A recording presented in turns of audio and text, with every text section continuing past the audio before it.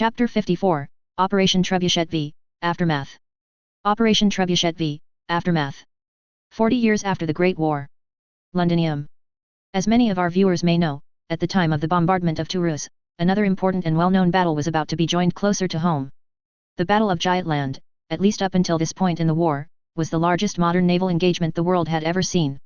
With the home fleet of the Allied Kingdom, commanded by Admiral Jellicoe, and the Imperial High Seas Fleet under Admiral von Letzenbourg facing off in the North Sea, or the Deutsches Meer as the Empire called it at the time.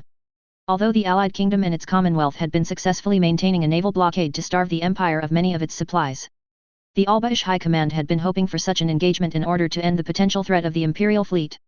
They hoped a victory would hand them uncontested control of the seas and help pave the way for future strikes on the ever-expanding empire that would eventually lead to the liberation of the occupied countries. The Battle of Giantland caused the tragic loss of many sailors, marine mages, and ships on both sides. The fierce fighting making it an incredibly costly endeavor for everyone involved. The most well-known and shocking casualty for we in the Allied Kingdom was the HMS Hood and much of her crew, a ship that until that point had been thought to be one of the most powerful battleships in the world. It's unknown what effect the ships sent to the south might have had on the outcome of this battle. However, we do know that the destruction of the Toulouse dockyards was a major blow to Imperial efforts on the southern continent. Without a friendly port, the Imperial's supply lines became increasingly stretched, slowing their advance and allowing the Free Republic to begin fighting back against the Imperials. Andrew WTN Special Correspondent. September 25, Unified Year 1925, 2100 hours. Toulouse Government Building. Tanya deliberately scowled at her subordinate as Captain Weiss delivered his initial after-action report. The expression was designed to let him know that she was unhappy with his performance and that she was searching his words for any hint of duplicity or sign that he was omitting anything from his statement. It was supposed to rattle him, to make him think about what he had done. Although she had to admit, the intimidating effect was slightly diminished when the person you were glowering at was twice your size.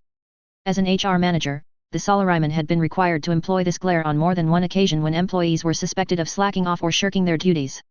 An employee unwilling to deliver the standard required of the company was dead weight, and they needed to either be reformed or removed as soon as possible so that high standards could be maintained. The latter had always been the salaryman's area of expertise. She had never expected such drastic action would be required for her loyal battalion of war maniacs, however. It shocked and saddened her that the troops she had trained had allowed their standards to slip so drastically.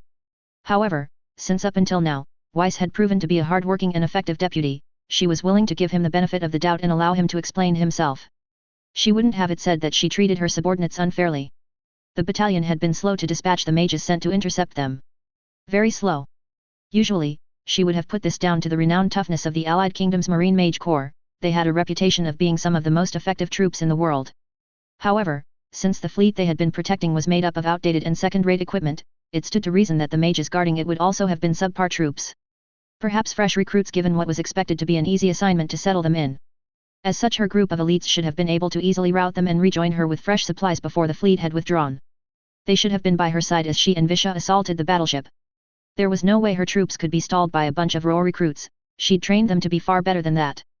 The only explanation she could come up with for their poor performance was that Weiss had deliberately drawn the job out to avoid extra work. This was not the attitude she expected from her troops, particularly not Weiss, the man she had been grooming as her successor. Such behavior reflected badly on her and could jeopardize her career progression. But where could she have gone wrong? Had her attempts to temper her men's bloodthirsty nature accidentally snuffed it out completely? Had her encouraging jokes about working too hard been taken seriously? If so, she had a major problem. She needed to deal with this before it came to the attention of her superiors. It seemed Visha was the only soldier she had trained that had successfully taken her lessons to heart. We suffered heavy resistance, ma'am, they were pretty tough. Fortunately we only a few suffered minor wounds and no casualties.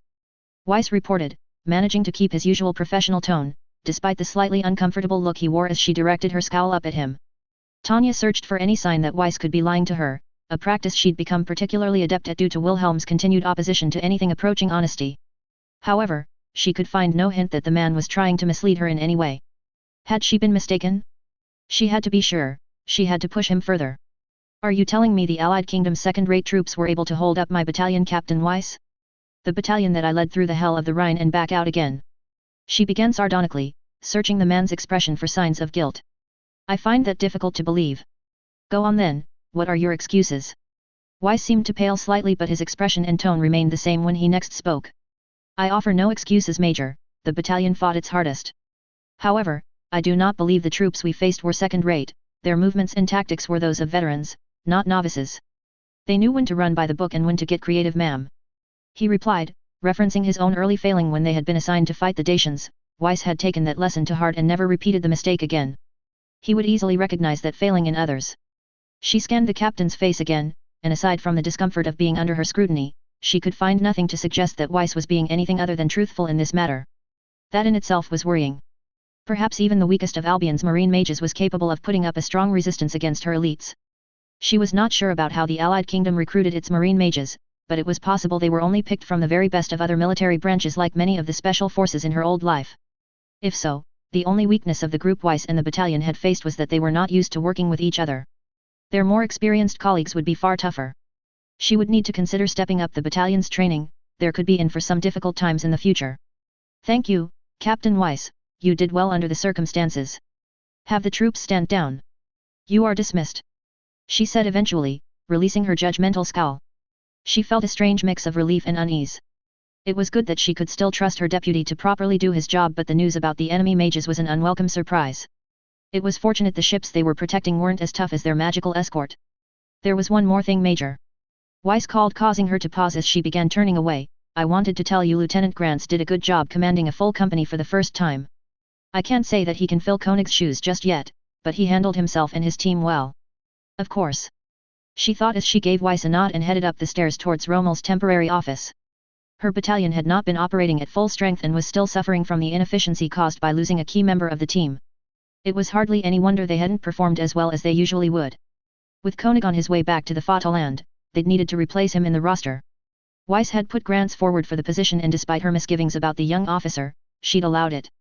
However, although Grants was a promising officer, he was still a young chick barely spreading his wings. It would be unthinkable that he could be as good as a more experienced commander straight off the bat. It was only natural that the battalion would suffer because of that. It would be like operating with a company missing.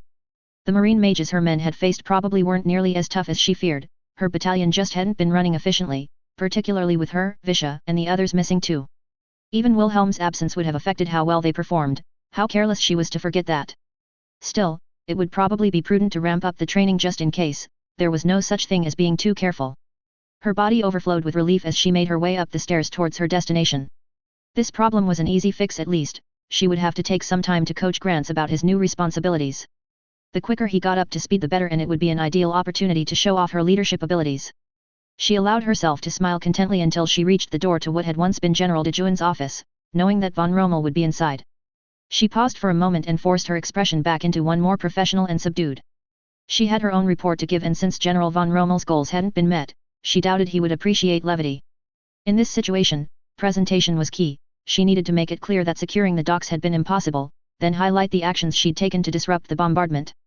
She couldn't flaunt her success against the battleship, however. She had still failed her primary objective. She had to remain humble and allow the general to pick up on her achievement, or he might consider her a braggart. She took a moment to straighten her uniform before knocking on the door, entering once the distant-sounding permission was called through the door. As she entered, she was surprised to find the general absent, and the room seemingly empty. In truth, the chamber barely resembled an office anymore. Looters, rioters, and other troublemakers had done their best to steal or destroy anything of value before von Rommel's troops had arrived. Evidently, the people of Toulouse had picked up the habit of descending into general unrest over any little thing from their colonial masters. Out here, Major Digirekov. She heard the voice of von Rommel from the large balcony at the far side of the office. The man's tone seemed both frustrated and resigned. Tanya wasn't sure if that was a good or bad thing. She made her way towards the open balcony door and soon found the silhouette of General von Rommel leaning against the railing. He did not turn to greet her and instead continued to brood over the sight of the still smoldering dockyards. As she stepped onto the veranda, she found the general was not alone.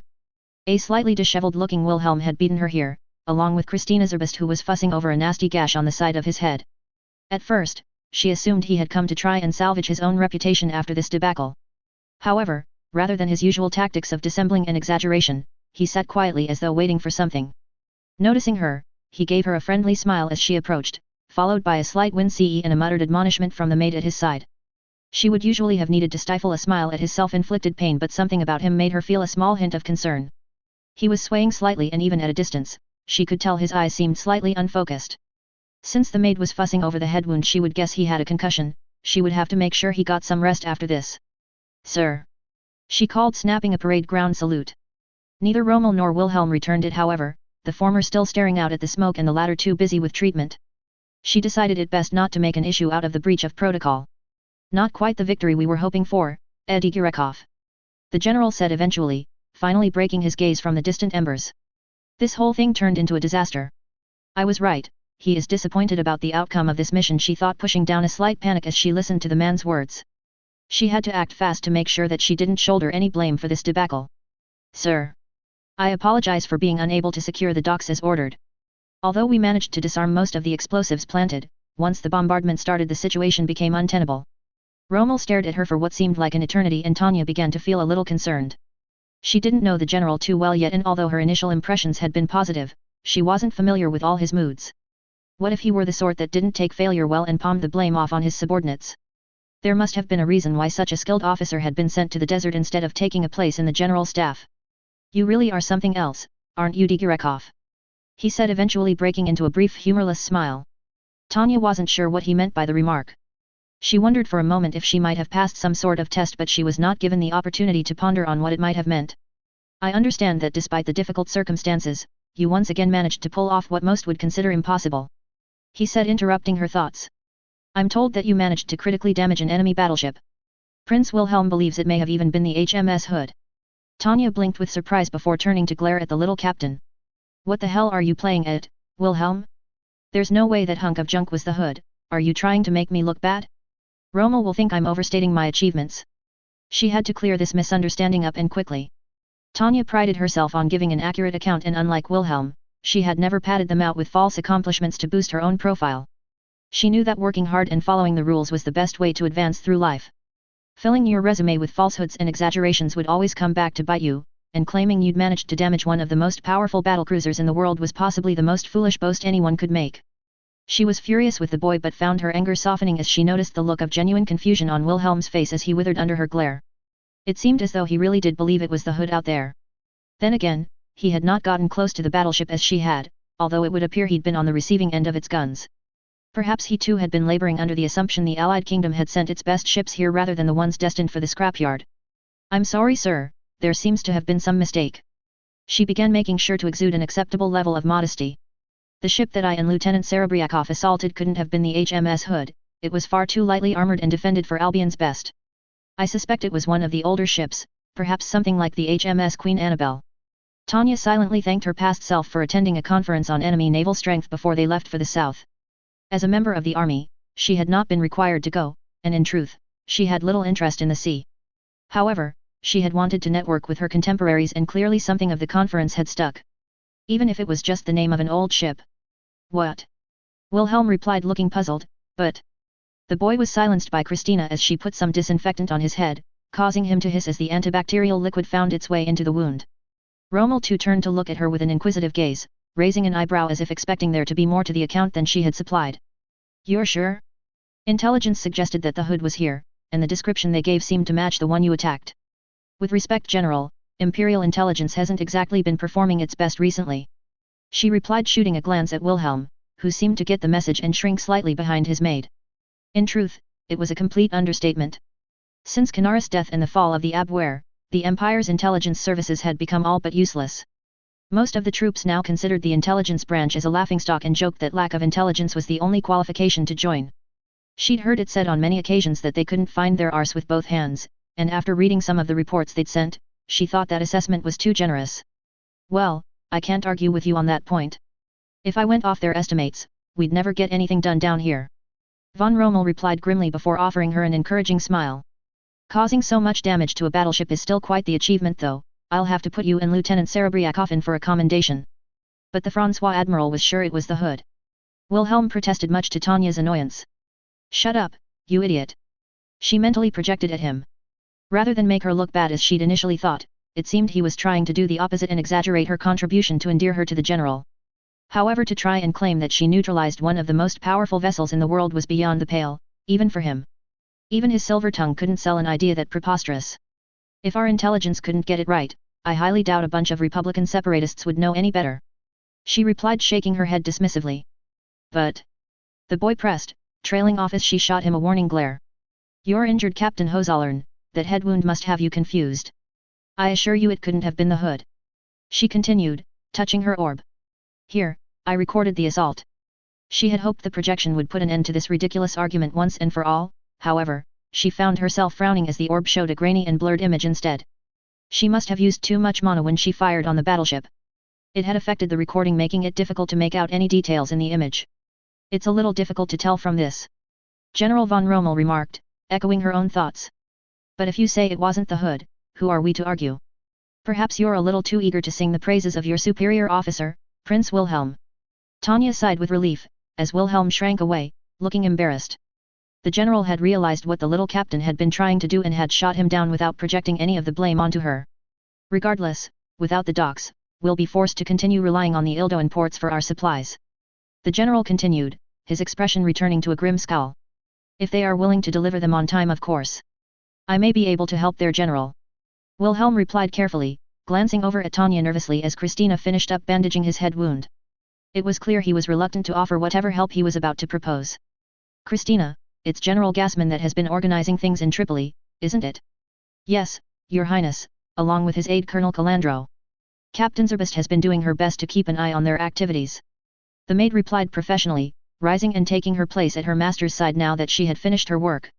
She reports that little has changed about him since you met him at King Manuel III's reception last year. Tanya found herself raising an eyebrow. She hadn't realized that Wilhelm knew the Ildoan king. Then again, they were both royalty, so she shouldn't really be surprised. His bratty behavior towards her made it easy to forget that he had so many friends in high places. But why was he reluctant to share this nugget of information? What was he up to? The Ildoans aren't withholding our supplies out of malice, they're playing politics with us in the hopes of gaining concessions. Wilhelm explained, turning back to General von Rommel. They might be a little worried about an attack from the Free Republic, but mostly they want to show us how much we need them.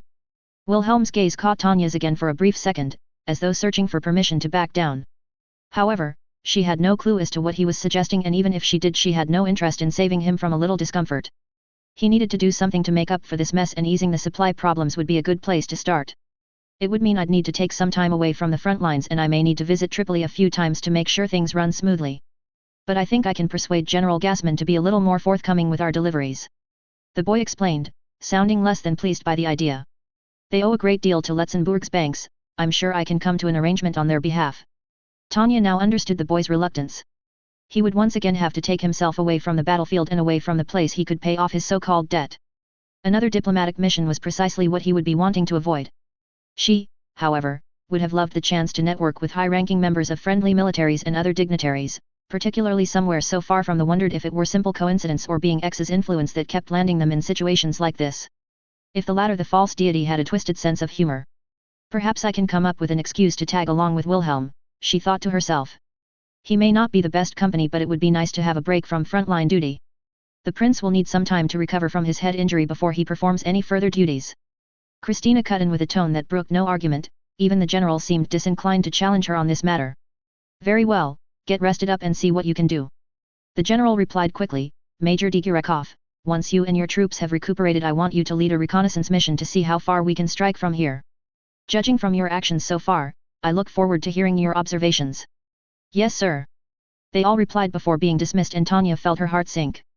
So much for trying to get some time away from the front lines. September 27, Unified Year 1925, 8 o'clock. Allied Kingdom Naval Task Force, Southern Sea, HMS Ark Monarch. Admiral Winters felt cold as Captain Holland delivered the news of the Hood's final fate.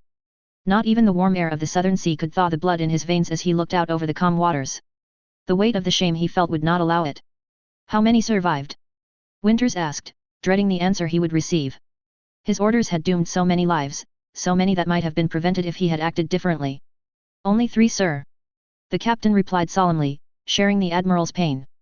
Very few managed to escape the secondary explosion. The HMS Foresight searched for others, but they were the only ones they managed to pull from the water. I'm told that most chose to stay at their posts, refusing to believe the ship could be sunk, and Captain Kerr chose to go down with the ship. 3 out of 1,200. Winters grimaced, feeling a pain in his chest. The toll was too high. They should have been able to save more of the they had not, was proof of Winters' failure to his men. After leaving Toulouse, he'd ordered the rest of the fleet to make full steam back towards Albion. With the news that the home fleet had engaged the Imperials, he had been ordered to return as quickly as possible. Unfortunately, the damaged Hood would do nothing but slow them down, so he'd had her break off and head for Gibraltar for repairs, leaving only the HMS Foresight to escort the stricken battlecruiser. The destroyer's namesake held a bitter irony.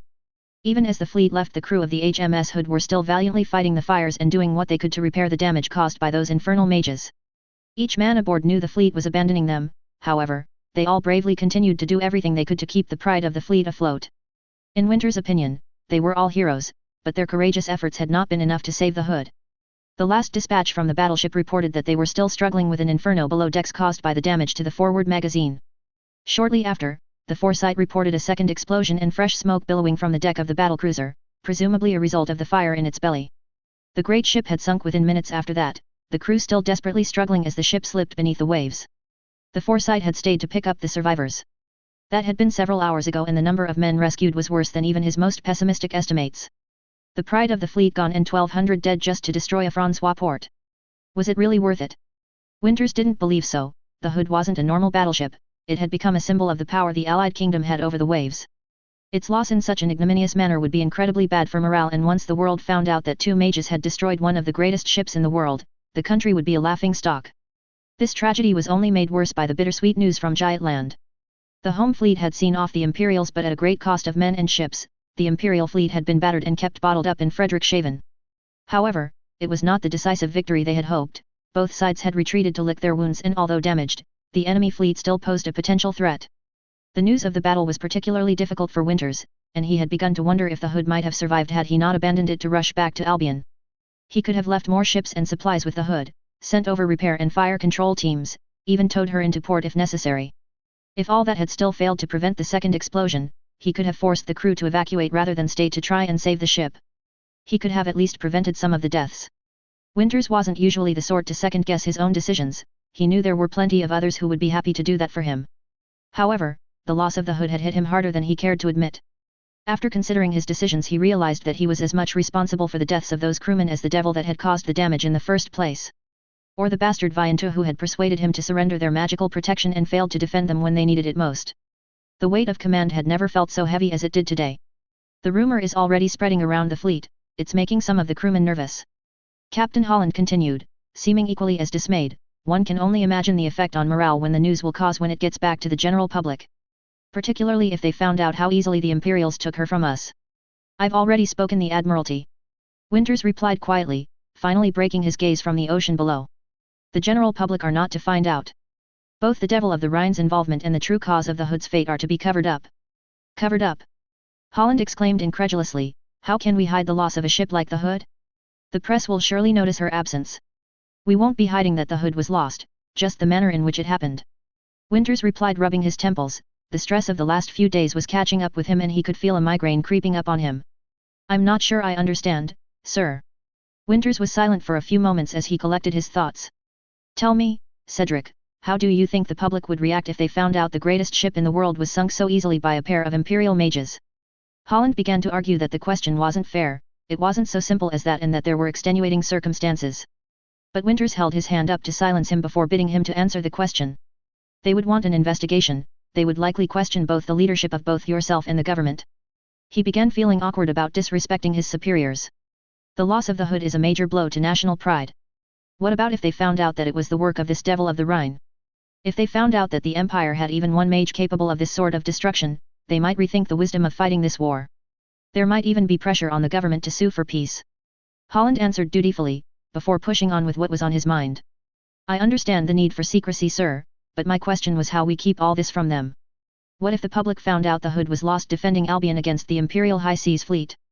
That the brave men aboard gave their lives to prevent the home isles being invaded. Winters continued, ignoring Holland's question. The loss would still be a blow to morale, but I suppose that they would look on it more favorably.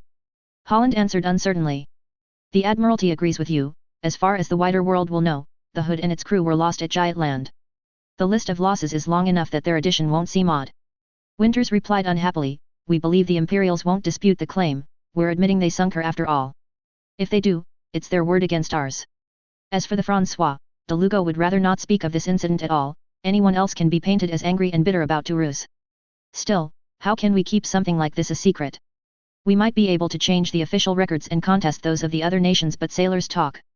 It's almost impossible to stop them from gossiping. That may be true, but sailors are also loyal to each other. They won't reveal the truth about the Hood, they'll see to that themselves. I'm afraid I don't understand, sir.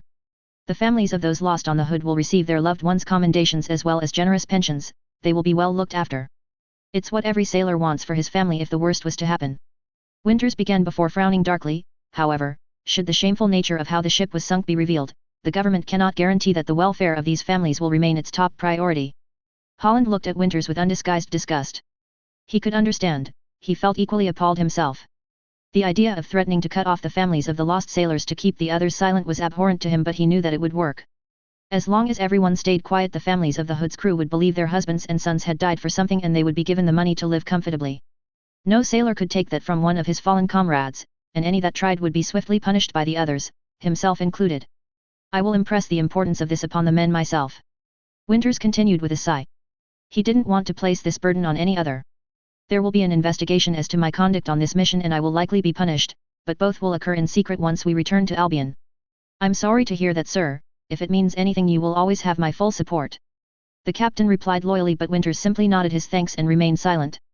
So it will all essentially be an open secret. One that we will police ourselves. Holland continued, breaking the silence. It was clear he was still unhappy about the situation, but encouraging that he was willing to include himself in the conspiracy. I understand the necessity, sir, but I can't help but feel this is disrespectful to those men's memories. I don't disagree with you, Cedric, it's a high price to pay for the Royal Navy to save face. But the alternative is letting the world know that the world's finest ship and crew were humiliated by the Devil of the Rhine. We all swore an oath to the Queen and her navy, perhaps the memory of a few men and the honor of an old admiral isn't too great of a price. Holland remained silent, unable to argue further, although part of Winters wished he would. The Devil of the Rhine. How can we beat such a powerful enemy? Holland asked eventually. We don't. Wars aren't won by individual soldiers, no matter how powerful or skilled they are. They say the Empire was formed from iron and blood, but iron can become brittle and anything that bleeds can die. As long as we hold our nerve, and our blockade, the Empire will steadily weaken. That is how we defeat them. The man seemed to accept this answer and soon excused himself as Winters returned his gaze to the sea, thinking about what he had just told Captain Holland. It would take a long time for the Empire to really suffer from the naval blockade, maybe years. What more could the Empire do to them in that time? August 29, Unified Year 1925. Office of Lieutenant General Kurt von Rudersdorf, General Staff Offices, Berlin. Colonel Rirugen always made a point of entering General von Rudersdorf's office very carefully. He was aware he had been given a peculiar honor in that he, much like General Zetter, was allowed to come and go as he pleased without needing to worry about the formalities of knocking.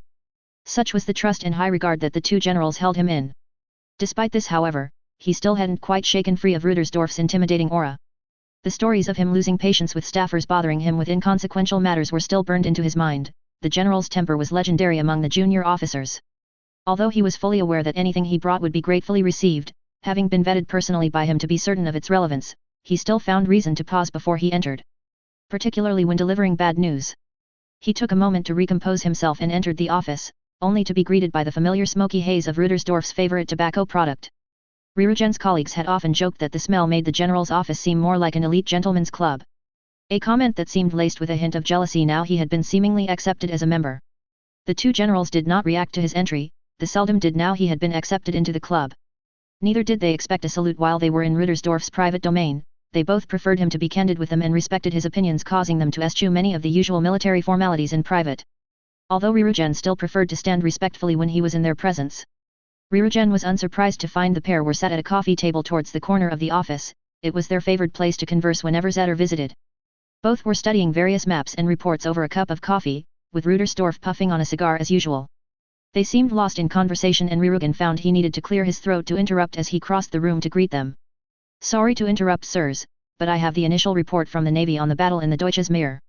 Colonel Rirugen reported, trying to keep the disappointment from his voice.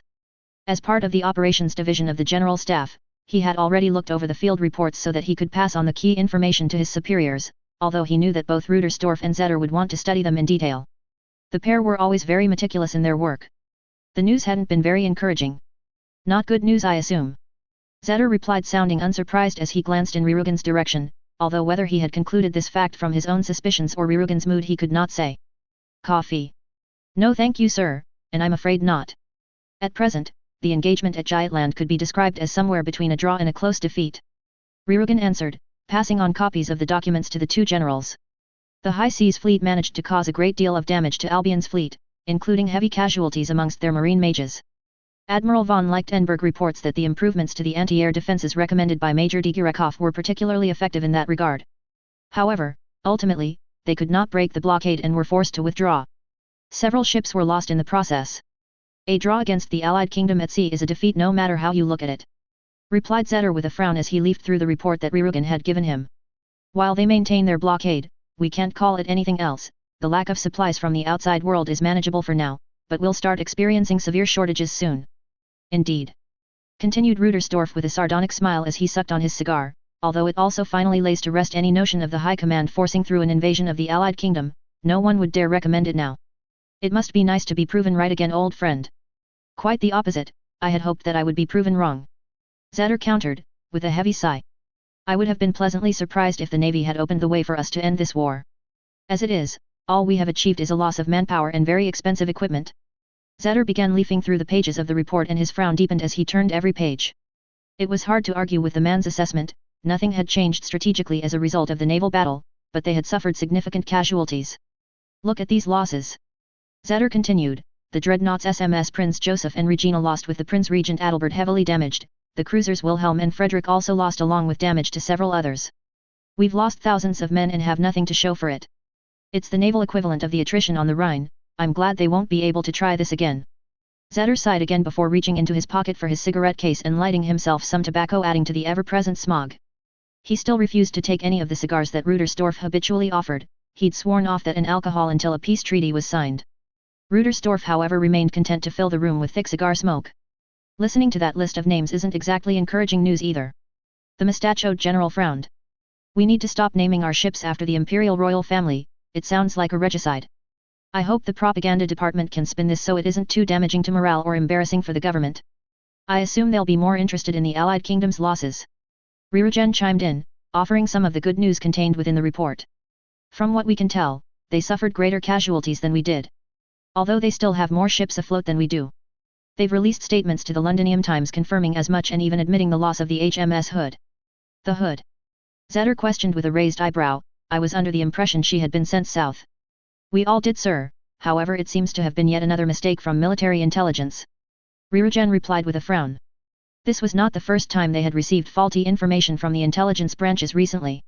They weren't even close to recovering the level of efficiency they had before Vice Admiral Canara's treachery had been revealed and everyone both in the military and outside it was suffering as a result. How are we supposed to fight a war like this? Rudersdorf grumbled, we get better information from the enemy's tabloids than we do the Abwehr. Or at least what's left of it. Major Digirakov's report on the capture of Toulouse suggests they sent older ships to destroy the port. He continued, it seemed she managed to cause quite a bit of damage to one of the battleships but she insists that none could be the Hood.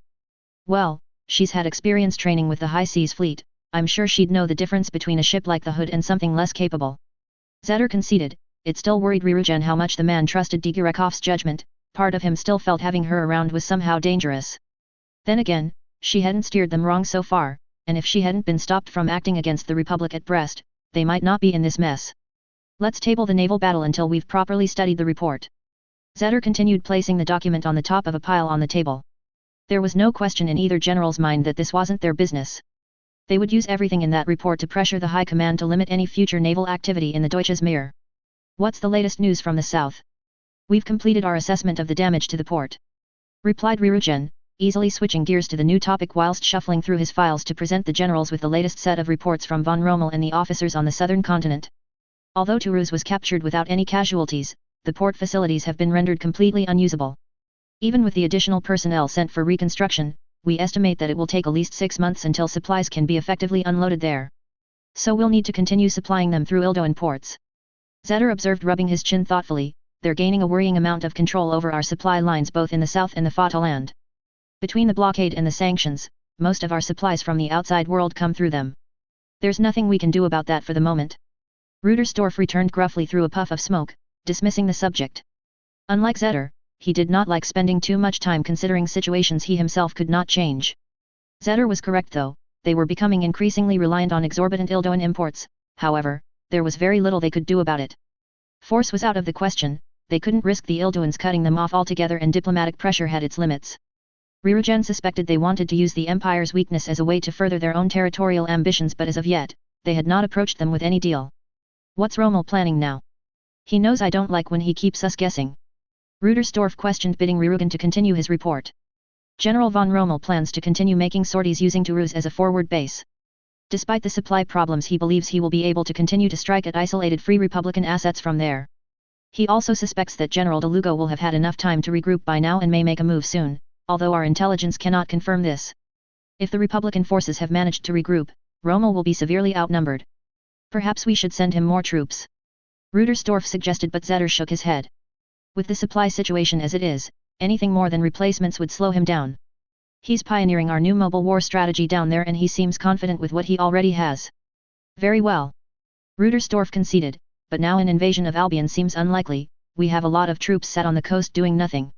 Nobody's said anything yet, but it won't be long before they'll talk about demobilising. I'm surprised the new finance minister hasn't been complaining about how much it's costing to feed them all. Both men furrowed their brows at the thought. Neither was happy about the prospect of sending the troops home while they were still at war. Mobilizing the army to its full strength took several weeks. If they allowed the troops to go home now, it would take time to raise them again.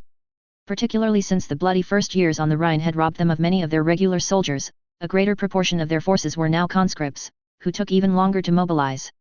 The Empire had already been caught unawares several times by their ambitious neighbors.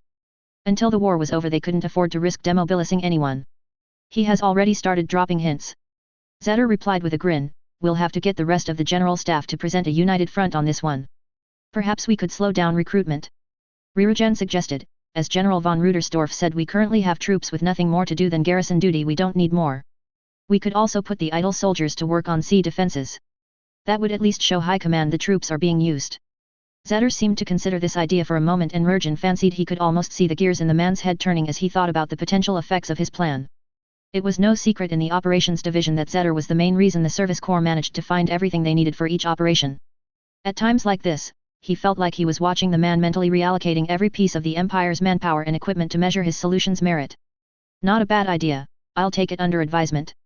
The general said with a slight smile that Rerugen had learned to mean that the man liked the idea but wanted to be sure before he committed the necessary materiel.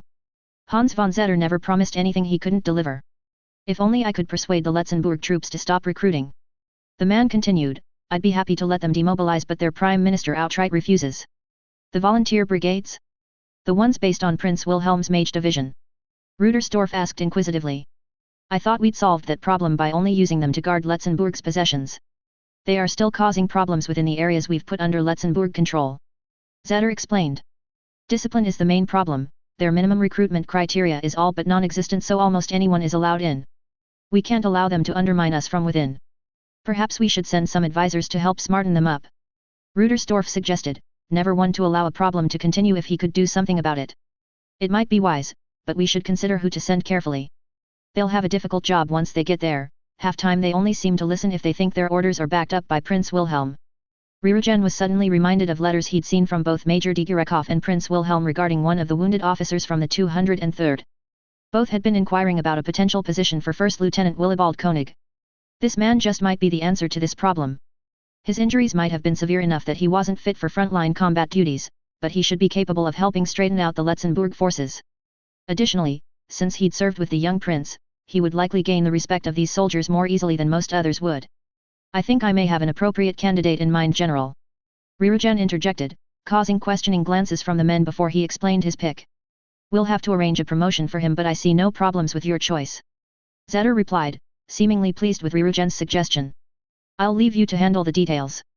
The room fell silent as the two men seemed to lose themselves in thought and tobacco smoke. Can you see a quick way out of this war, Kurt? Zetter asked, taking a drag of his cigarette while staring absently at the ceiling. You were always better at cutting to the heart of the problem than me. Rudersdorf was quiet for a long time as he looked at the large assemblage of maps and reports on the table, pausing only to deposit the ash from his cigar into a nearby ashtray. I cannot. The mustached man said eventually, bringing his cigar to his lips. But for the moment at least, we're still on the winning side. 40 years after the war. WTN Studios, Gray's Inn Road, Londinium. Andrew stared down at the messy bunch of papers in front of him unhappily. All were covered in a mess of crossed-out words, incomplete or underlined sections and angrily worded annotations from the programming director. His attempts to write a new script that both pleased his boss and came somewhat close to reflecting the truth was not going well. They'd had to cut a great deal from the show since the director had come down on them.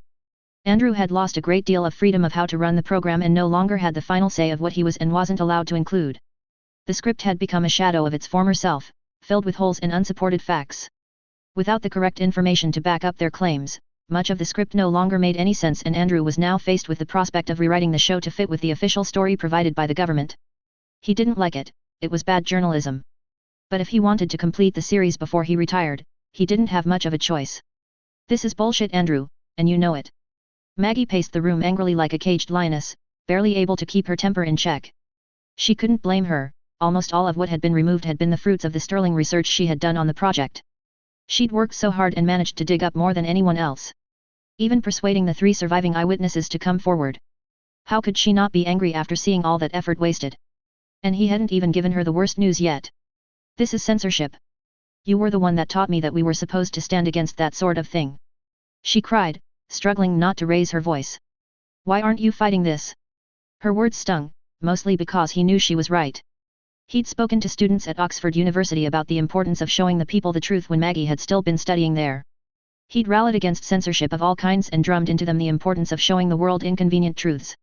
It was one of the reasons he'd wanted to make the program about Irene in the first place, to show things weren't black and white, right and wrong. Irene had been legal after all, man's laws absolved those who took part. Only God could judge if it were truly a crime.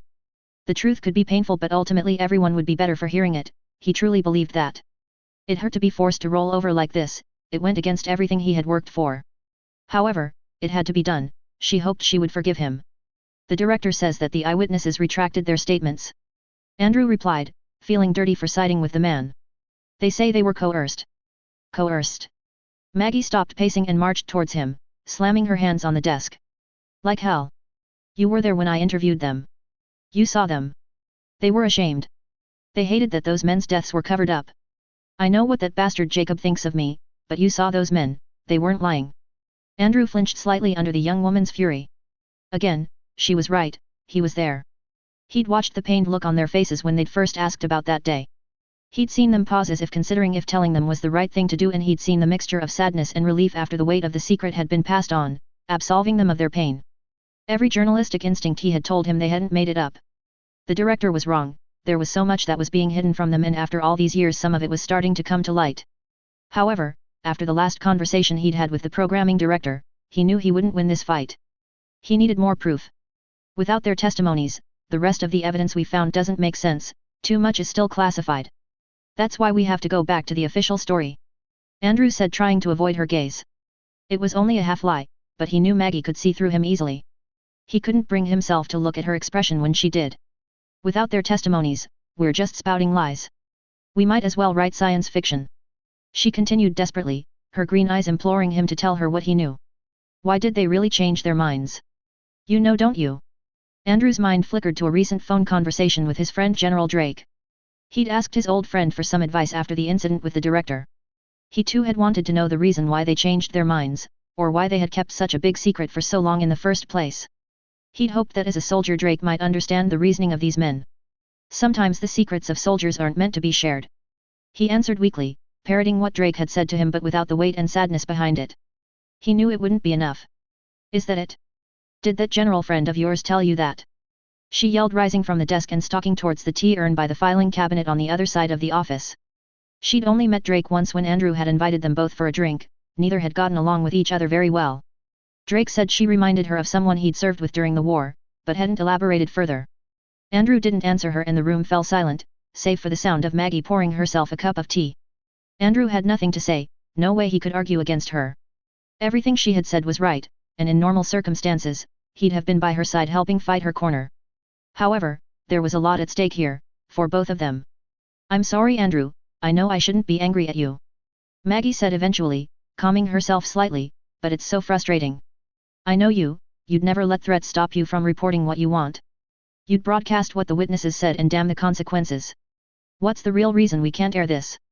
Andrew winced instinctively, he knew this question was coming. Maggie was too shrewd not to see there was more to this situation than met the eye.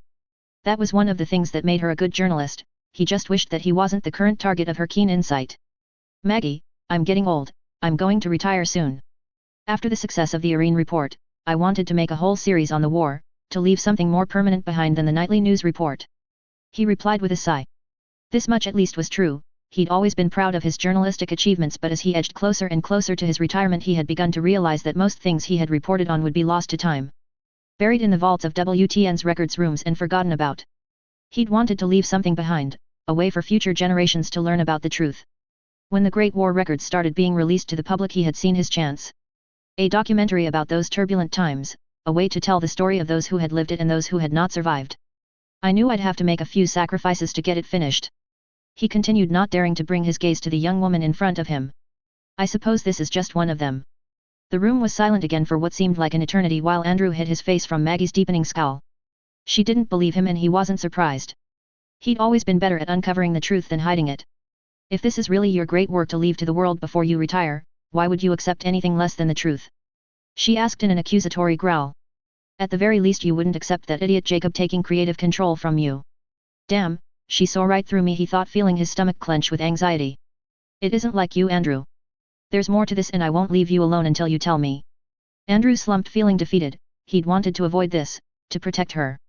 However, Maggie's own tenacity meant that he had no other choice but to reveal everything to her. Perhaps it was better this way. He was the one that said it was better to hear a painful truth than keep it hidden, yet that was what he had been trying to do for Maggie. It's because of you, Maggie. He said quietly, staring down at his desk forlornly. You're the reason I had to accept them taking so much control from me. Maggie stared at him with a mixture of disbelief and horror, her mouth agape and no longer able to make noise after hearing Andrew's words. She staggered as if she'd been struck and Andrew rushed from his seat to help her, but her hand found the filing cabinet and she steadied herself. She looked up at him imploringly as he approached, her green eyes silently and desperately asking him to take back the words. Then tears began to form as she realized that he couldn't. Why? She asked as Andrew pulled her into a protective hug.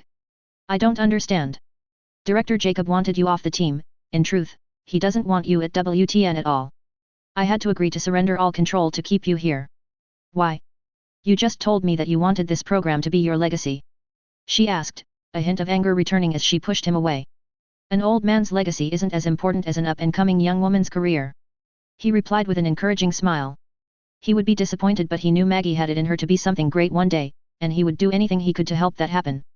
They may not appreciate you yet, but WTN is the best place for you to make a name for yourself. You just need to be patient. Maggie was silent and shook slightly as tears ran down her cheeks. Andrew watched her clench her fingers into fists as she wrestled with the emotions running through her. Andrew could only imagine how she felt. He'd had his fair share of run-ins with the bosses in his time, but he'd never had his integrity questioned quite as much as they did her. I couldn't do that to you, Andrew.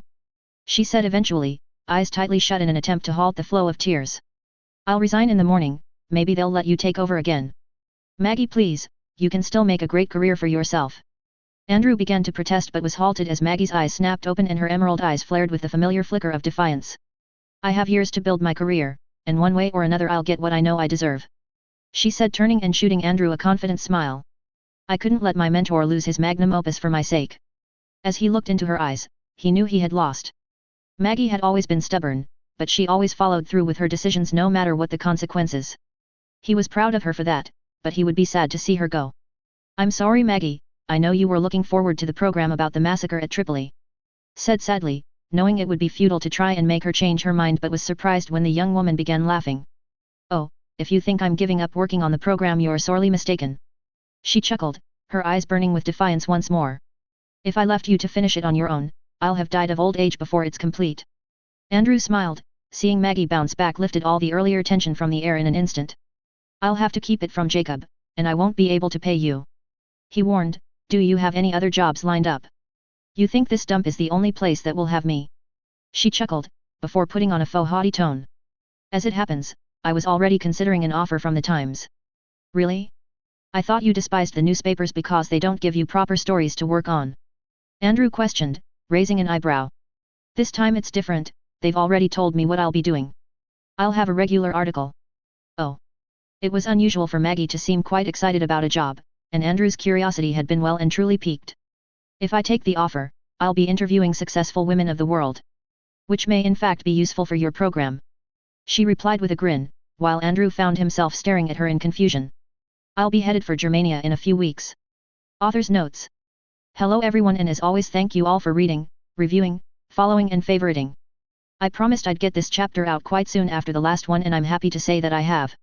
I found this one the easiest to write for quite some time, so I hope you enjoyed reading it as much as I did writing it. I know not everyone likes the whole cover-up / no one knows about the Devil of the Rhine thing, even if it is canon. So I've tried to evolve it a little bit to fit with what I'm doing with Maggie and Andrew. However, I understand if people still find it difficult to believe that so many people wouldn't talk about the hood and such. All I would say is there were things from WW2 such as the Maisie battery that was not rediscovered until 2004 and there are still some files that have yet to be declassified. That said, I can understand why it would still be difficult to believe. I may need to go back and change a few dates in the previous chapters as I don't want to spend too much more time on the south. I have been using the timeline of the LN and have realized there is a big gap between the southern battle and the Russie invasion. Since I planned on following the movie route, where the Russies invade soon after the southern battle, I feel like I need to rearrange events slightly to fit them in properly. Again, I know not everyone likes how much the movie crams in, me included, however, if I stick to the LN timeline I'll never finish so I'll do my best with what I have. Besides, I'm looking forward to swapping the sand for snow. Chapter 55, Massacre at Tripoli, The Ambush. Massacre at Tripoli, The Ambush. 40 years after the Great War. Londinium. After the capture of the port city of Toulouse, the southern campaign entered a period commonly known as the Mobile War. Although there were a great many skirmishes during this time, there were few major engagements. Instead, both sides engaged in a cat-and-mouse game in which they tried to outmaneuver each other in order to gain a decisive advantage over their foe. During this time General von Rommel proved his mastery at this type of conflict, later being praised by de Lugo as the top authority on maneuver warfare of his generation. Rommel, with his supply lines stretched, launched raids on Commonwealth and Free Republic supply depots in order to alleviate some of the burden on his troops. He initially had success in this regard, as he struck out in all directions making it difficult for de Lugo's forces to properly reinforce these beleaguered positions. However, as he ventured further and further from his base at Toulouse he soon found that the Free Republican forces were slowly tightening the net. And soon it was the Imperial forces that were being forced to hastily redeploy and fall back for fear of being cut off and surrounded by the approaching Republicans. It was during the Mobile War that it is thought that the Saint had been assigned to protect an official sent to help expedite the transfer of Imperial supplies. It was at the end of his tenure in Tripoli that the first dark stain on the Saint's character was seen, during an incident that lives in infamy for the Libyan people. Indeed, most scholars point to this incident as proof that the figure known as the Saint was multiple actors rather than one mythical being, as the figure acted differently than previously documented. I speak of course, of the massacre at Tripoli. Andrew WTN Special Correspondent. December 3, Unified Year 1925-1350. Central Committee of the Communist Party of the Russie Federation Conference Room, Moscow Kremlin, Moscow. For as long as Joseph Jugashvili could remember, treachery had been an ever-present companion in his life. He'd learned that while others have ambition, they will only ever ally with you until the time is right to remove you as a competitor. Such is the folly of the human condition. Humanity requires a society to survive and prosper, yet each person within it will turn their backs on their fellow man to further their own interests and greed. That had been how the bourgeois had maintained their power, they knew the truth. Humans, at their very core, are selfish creatures. That was why force was necessary to achieve the lofty ideals of a true socialist utopia. In his youth, when he and his comrades had been liberating funds for the coming revolution, there had been some that were more than willing to sell him out to the Tsar's agents. They would prefer to put the revolution that would aid all loyal men and women at risk in order to make their own lives slightly more comfortable. Willing to sacrifice the many for the good of the few. In those days he had dealt with these traitors himself, leaving the Tsar's agents nothing but a corpse to give them the information they so desired. Things were simpler then. Later, under the rule of his predecessor Vladimir Ulyanov, there had been the threat of others in the party betraying him to grow their own power and influence. They too were not true adherents to the communist ideology, but he could no longer simply round up the traitors and dispose of them. They were too powerful, and they had friends supporting them. Instead, he had to bide his time, make his own allies and position himself and those most loyal to him into places he could use them. Now he had risen to the position of General Secretary, and he'd quickly made sure that these old rivals got what they deserved for their schemes against him and the communist creed. However, he soon found there were new threats all across the Federation. Minorities wanting independence from his benevolent rule, Tsarists wishing a return to the oppression of the previous regime and disloyal military officers hungry for power to name but a few. The party itself was not free of these threats either, despite his best efforts to cleanse it of those who disagreed with their policy of isolation and enforced confiscation of wealth and property.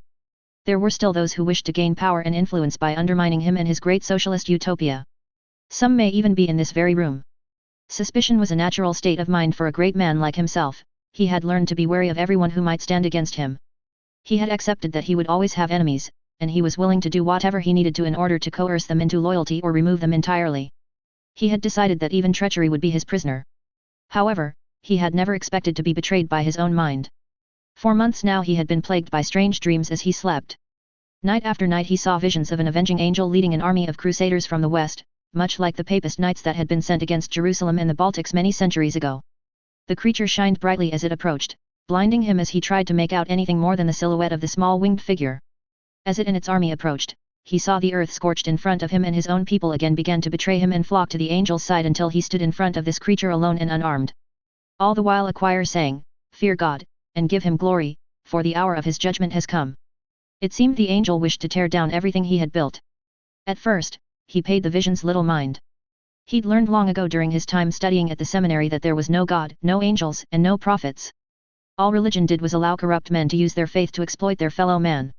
They were enemies of equality, seeking to use their scriptures to enforce their own personal power on the pain of eternal torment.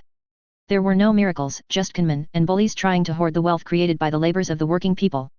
They were traitors to their fellow man, nothing more. These visions were just dreams, perhaps it was his subconscious telling him he had been too lenient on the surviving theists. He'd encouraged the people to embrace atheism as the only scientific truth and allowed the more militant members of the movement to persuade those who resisted in their own unique way. However, there were still many of these corrupt men left in the Federation. Could the communist ideal truly be achieved while so many of these men still preached to the masses? He'd ordered another purge of the bishops and leading priests. A message needed to be sent that their corruption would no longer be tolerated. Once he heard the news of their arrest, he'd assumed his subconscious would be soothed and the nightly visions would cease. They had not. Since then, the dreams had become more frequent, visiting him every night and preventing him from managing a full night's rest. Part of him thought it ironic. Sleep deprivation was a torture method he had favored himself in the past. A lesser man might have broken down under such treatment, but not him. He had suffered worse during the revolution. Still, he could tell it was beginning to affect his day-to-day activities. Wouldn't you agree, Comrade Secretary? Jugashvili's thoughts were broken as the face of Viktor Pavlovich, the Commissar for Trade and Industry, stared at him expectantly. He hadn't been listening to the meeting, he'd been too lost in his thoughts, and now the Council of Commissars stared at him, looking at him for guidance. Jugashvili allowed his gaze to sweep across the room. He sat, as always, at the head of a long table so that he could properly keep an eye on his council. The room itself was dominated by white marble pillars and walls, a leftover from the days of the Tsar. However, the old symbols of imperialist power had been replaced by the workers' emblems of the star and anchor, as well as weapons used to liberate them during the revolution. Along the table sat each member of the Central Committee of the Communist Party of the Russian Federation, the ruling council of the nation. He was again reminded that the men in this room were potential betrayers. Even the more trustworthy might turn on him should they sense weakness. Jackals, waiting to strike as soon as they thought he was vulnerable. He had to be careful, he had to keep them cowed into loyalty with fear. You think this to be satisfactory, Comrade Pavlovich? He rumbled, glaring at the man through steepled fingers as he leaned heavily on the desk, sparing a quick glance to note the reaction of the others. Do any of you think this is enough? He didn't have the first clue as to what the minister had been asking him about, but that did not matter. He'd learned it always prudent to demand more. The revolution had no time for half measures. If those listening to his demands were smart, they would find a way to deliver. If not, there were plenty of opportunities in Siberia. Such was the fate of those who could not fit into the new order of things, if he were feeling generous enough to allow them to live, that is. Fear was important if he were to retain his position, and he had managed to create a system where even the smallest hint of a threat would ensure obedience. The NKVD had found wonderful ways to motivate people, and his purges had made sure that everyone knew that no one was irreplaceable. They said that in the Russian Federation, people grew on trees. If you could not perform better, then they would find someone who could. See, Comrade Secretary, I don't understand. Pavlovich stammered fearfully, looking to his fellow council members for support. The 5-year plan was your idea, surely the boost in our industry is to your liking. Jugashvili almost smiled as the other committee members looked away as each subtly tried to distance themselves from the man. Only Loria, the People's Commissar for Internal Affairs, seemed unaffected, instead taking a moment to scribble a few notes regarding the industry minister's words. As head of the NKVD, he had probably concluded he would be seeing more of the man later. That plan was meant as a guide based on our capability 5 years ago. Jugashvili began, injecting further threat into his voice. Are you telling me we have not improved at all since then? No, I mean yes, Comrade Secretary. We improve day by day. The industry mogul stammered, unable to keep his cool under Jugashvili's cold stare. It is not good enough, Pavlovich. I expect more, and soon. But if you have trouble with your workers, I'm sure Comrade Loria can help motivate them. He's very good at that. Jugashvili cut in while the secret policeman nodded thanks to what he no doubt saw as high praise. Jugashvili did not particularly like Lavrenti Loria, by all accounts nobody did. Although this was not uncommon for anyone in charge of the nation's secret police, People had disliked the man long before he had attained the position. Jugashvili did however respect his abilities. Much like himself, Loria possessed a pragmatic approach when it came to shaping the great communist nation. He was untroubled by sentimentality, so he was able to perform the more onerous and unpleasant duties necessary to rid the state of those who would spread counter-revolutionary ideas. He was an undeniably effective administrator who had already arranged the assassination of his once rival Lev Davidovich and orchestrated the purges that had neutralized many of his enemies. Since assuming the position as the head of the NKVD, Loria had run the organization with ruthless efficiency. His organizational talent meant he could sniff out any threats to Jugashvili or the Federation in a manner far more effective than his predecessors. There were some unsettling rumors about some of his private activities, but as of yet, he had heard nothing concrete. So for the moment, while Loria continued to get results, the secretary was content to let the man continue in his role. Did Jugashvili trust him? Not for a second, but the man's lack of popularity left him isolated from the rest of the committee members. This meant that although he was in a powerful position, it was entirely the general secretary's goodwill that kept him there. It was in Loria's best interest to keep him happy, and while this remained the case, Jugashvili could trust he wouldn't betray him. Besides, his presence helped keep the others in line. Yes, Loria was very good at motivating people. Why, yes, of course, Comrade Secretary. Comrade Loria, I appreciate any advice you can offer. Pavlovic stammered with a bow. He would be working with Loria, but not in the way the man thought. Now leave, we are done here for today. The secretary ordered, waving the committee away. I expect to see you back at the Kremlin later. I have some movies from the Unified States to watch and vodka from the Moscow State Wine Warehouse to enjoy. And I can hear your true thoughts when your tongues are loosened by alcohol. He added to himself. He regularly invited the committee members back to his home to keep them off balance. A man might keep his cool in an official setting, but things often slipped when you put him somewhere less formal. As the committee members began filing out of the room, Jugashvili returned to his earlier thoughts. The dreams plagued his mind. They were so vivid, almost too much so. It was unnatural. Sometimes when he closed his eyes, he could even see them during the day. Now the others had left, the room had fallen silent, and he could hear the choir in his mind again. It was almost as if they were in this very room. Fear God, and give him glory, for the hour of his judgment has come. Was he going insane? No, it could not be, there must be some logical meaning behind these visions. Something he'd missed. Science would solve this, not superstition. It was then he realized one of the committee members had not yet left and stood patiently in front of him holding a bundle of papers. Jugashvili's frown deepened as he brought his gaze to meet that of the security chief. Is there something else, comrade? Growled Jugashvili as the choir continued to wail in his ears. You had better have a good reason for disturbing me, Loria. The next list for your approval, comrade secretary. Loria said warily as he proffered out the bundle of papers, even he knew to be careful when the secretary was in a foul disposition. Jugashvili's mood lifted a little as concentrating on the papers helped distract him from the infernal hymn in his head. The list was long. It was depressing, if not unsurprising, to see how many names he recognized. It seemed they would never run out of traitors needing to be dealt with, but such was the price to pay to achieve his communist utopia.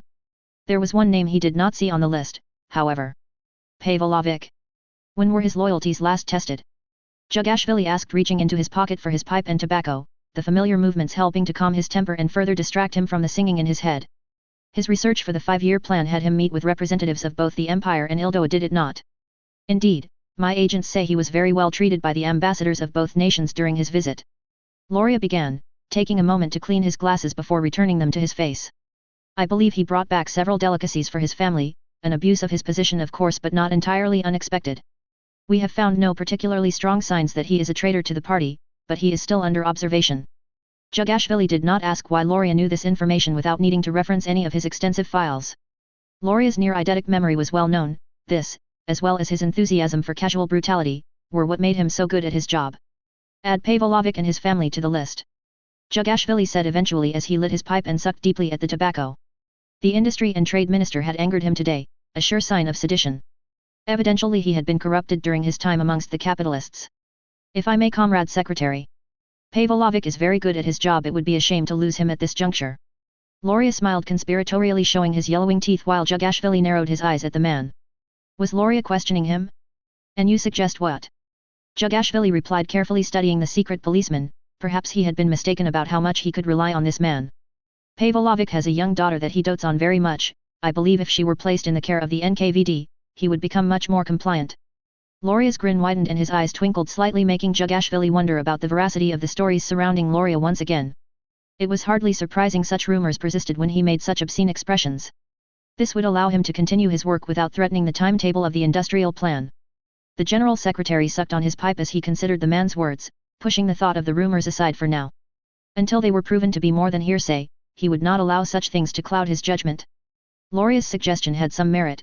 The industrial plan was reaching its final stages and removing its chief organizer would likely push back the completion date. Leaving Pavlovic in place would be more efficient, and if he cared for his daughter as much as Loria claimed, he would not dare spread his sedition any further. After all, they'd had success ensuring the loyalty of other party members by sending their family members to the Lagari or other NKVD installations in the past. Very well, do what you must, but kill him at the first sign of disloyalty. Take his family before tonight, let's see if he cares for his daughter enough to denounce her in front of the others. Jugashvili replied, eventually rubbing his temples. He could still hear that damnable singing and his head now throbbed with a painful headache. He was becoming frustrated and increasingly felt ready to smash something. If I may, comrade secretary. Is something amiss? You seem troubled. It is my job to see that you are not. Loria said carefully, his tone showing even he feared falling foul of his wrath. Jugashvili scowled at the secret policeman, feeling a small pang of satisfaction as the little man staggered back slightly under his steel glare. For a brief moment, he wanted to lash out at the man and unleash all his pent-up frustration caused by the dreams and lack of sleep. He wanted to castigate the man for believing he was required to do anything more than carry out his orders, and he wanted to see the man soil himself as his own men took him away for his execution. It was then he noticed that the choir had fallen silent. He felt as though his mind had begun to clear again, and he realized that Loria had been right. He was the man responsible for removing threats to him. Perhaps he could use him now. Perhaps he could trust this man with the secret of his dreams, no matter how insane they might seem. Not because he was trustworthy, but because he could destroy him if he turned against him.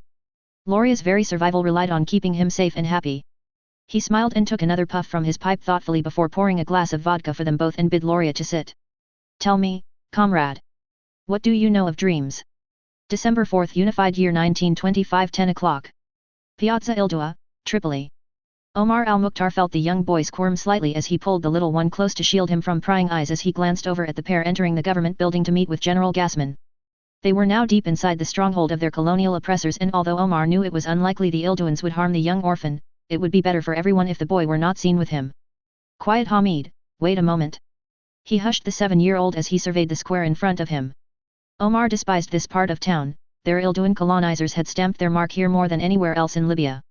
Where once there had been beautiful poly-lobed arches, intricately carved decorative motifs and wonderfully minarets adorned with gold leaf. There was now the ugly replicated architecture of their Ilduan persecutors, all built using the local sandstone to mock the people they had enslaved. Even one of the great mosques dating back hundreds of years had been demolished and replaced with a cathedral dedicated to their own god. It was an insult to both the people and their faith, even if their religions shared similar roots.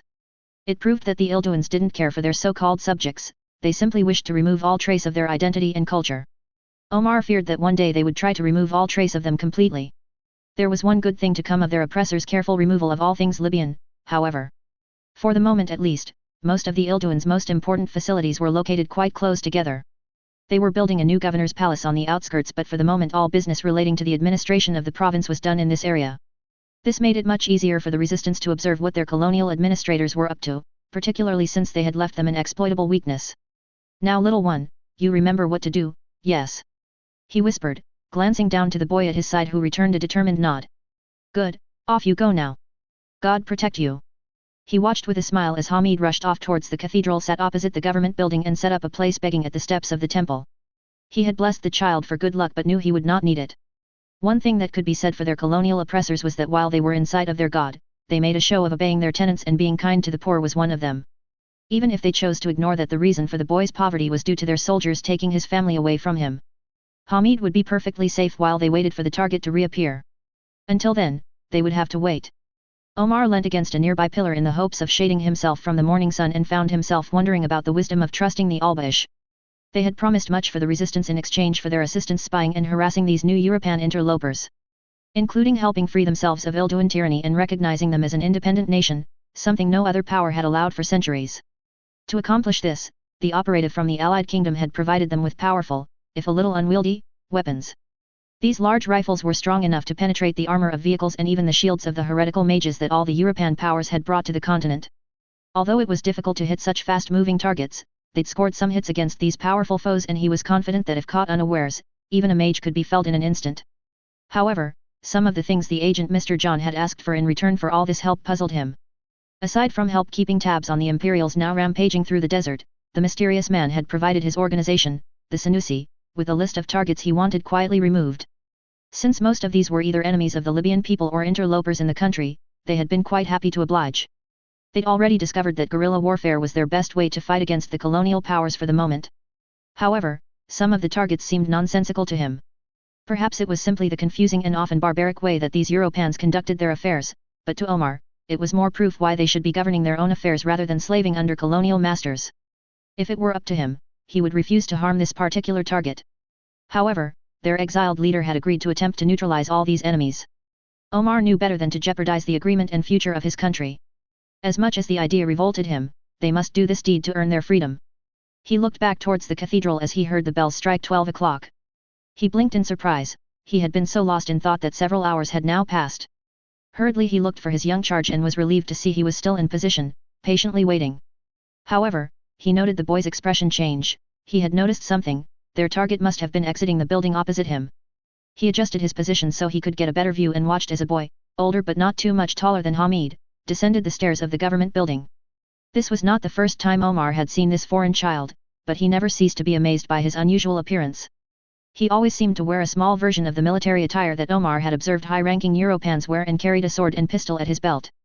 It seemed to Omar he was just a small boy playing soldier, however, he had been assured that all the great powers held this child in high regard. Following at his heels as always was a woman, her head uncovered as was usual in the strange traditions of the northern continent. She was tall and lithe, and walked with a sense of purpose and confidence that Omar found at odds with his views on the role of the opposite sex. Especially since she appeared to be some sort of servant to the uniformed boy. Despite this, or perhaps because of it, he had to admit that the woman was beautiful, although he knew it was disrespectful and sinful to think of her in such a way. Flanking both were a pair of Ilduan soldiers sent to guard the two VIPs. Good, only two. They will be easy enough to deal with. Now we need only know where they are headed. Good luck, little Hamid. The little orphan rushed towards the foreign boy just as he had done several times before, calling the name of this Prince Wilhelm as he approached. A spasm of fear ran through his body as he saw the guards tense as Hamid ran towards them, but the little prince soon admonished them as the two children began to talk happily. It had been a blessing in disguise that the young prince was so skilled with languages, it meant that someone as innocuous as Hamid could quickly earn his trust. Meanwhile, the woman at the prince's side scanned the area with a suspicious eye and for a brief moment, Omar felt her gaze full upon him. They'd been told the woman was dangerous. Not only was she one of the heretical magic users but she was also apparently skilled at both using and uncovering secrets. As her eyes fell on him, he feared for a brief moment their deception had been discovered. No, he thought, shaking the possibility from his mind. Such a thing wasn't possible, even if this woman was as devious as it had been claimed she could not have found out about them. Omar's face was not known, even to the Ilduans. His presence here would be no more suspicious than any other passerby and there was no way this woman could have gained information on the Sanyasi's operations. His brothers were too careful to allow any from that accursed continent to discover anything of note. Still, he couldn't help but hold his breath as the woman stared at him. Finally, she moved her stern glare away and he let out a sigh of relief before returning his own gaze over to Hamid and the little prince. As expected, the orphan had been successful and was leaving with a smile on his face and a handful of coins as well as a piece of paper. This Prince Wilhelm always gave generously. Omar retreated into the shadows again so as to avoid any unwanted attention and waited for his young charge to come and find him. Eventually, the young boy rounded the corner and greeted him with a cheerful grin. "What did you find out, little one?" Omar whispered as the orphan entered the shadowy archway. "Where are they headed?" Will asked where they could get coffee beans to take back for his friend, so I sent them to the old Rumley market. Hamid replied quietly, clutching his new treasures as though he were worried Omar might take them from him. "Excellent, the old market is a good place for an ambush, we will need to clear the crowds though," he thought to himself as he ran his fingers through his beard. The long narrow streets held plentiful hiding spots. If all went well, they could eliminate the target and the guards before the Ilduans could send soldiers to reinforce them. Additionally, they had several friendly contacts nearby that had allowed them to store the weapons they would need, including the anti-mage rifles. The barriers of the magic users would pose no problem for them. "Good work, little one, make sure to take those coins back to your uncle, you and your sister will eat well for the next few days," he assured the boy before gesturing to the paper in the boy's hand. "What is that he gave you?" The boy reluctantly proffered what appeared to be one of the Europans' propaganda leaflets all written in a language that Omar could not read. At its center was a picture of the little prince standing on top of a tank and holding his sword aloft as though leading the charge. At the bottom of the picture, the boy had added his signature and a neatly written message, although again neither could understand the foreign writing. Omar decided that these people had a very strange taste in heroes. He said that one day everyone would know his name, that it would be worth a fortune. Hamid replied excitedly, before frowning with worry. You won't take it from me, will you? Omar chuckled and passed the leaflet back to him before waving the boy away. He had no interest in the young orphan's treasure. He had work to do and would need to hurry if he were to get his brothers ready. The resistance had ways to get messages across the city easily enough, but organizing a suitable ambush with appropriate exit routes took time. Especially if they wanted to clear as many innocents as possible out of the area before they were to strike. Elder? The lady, she seemed different today. Almost like a different person.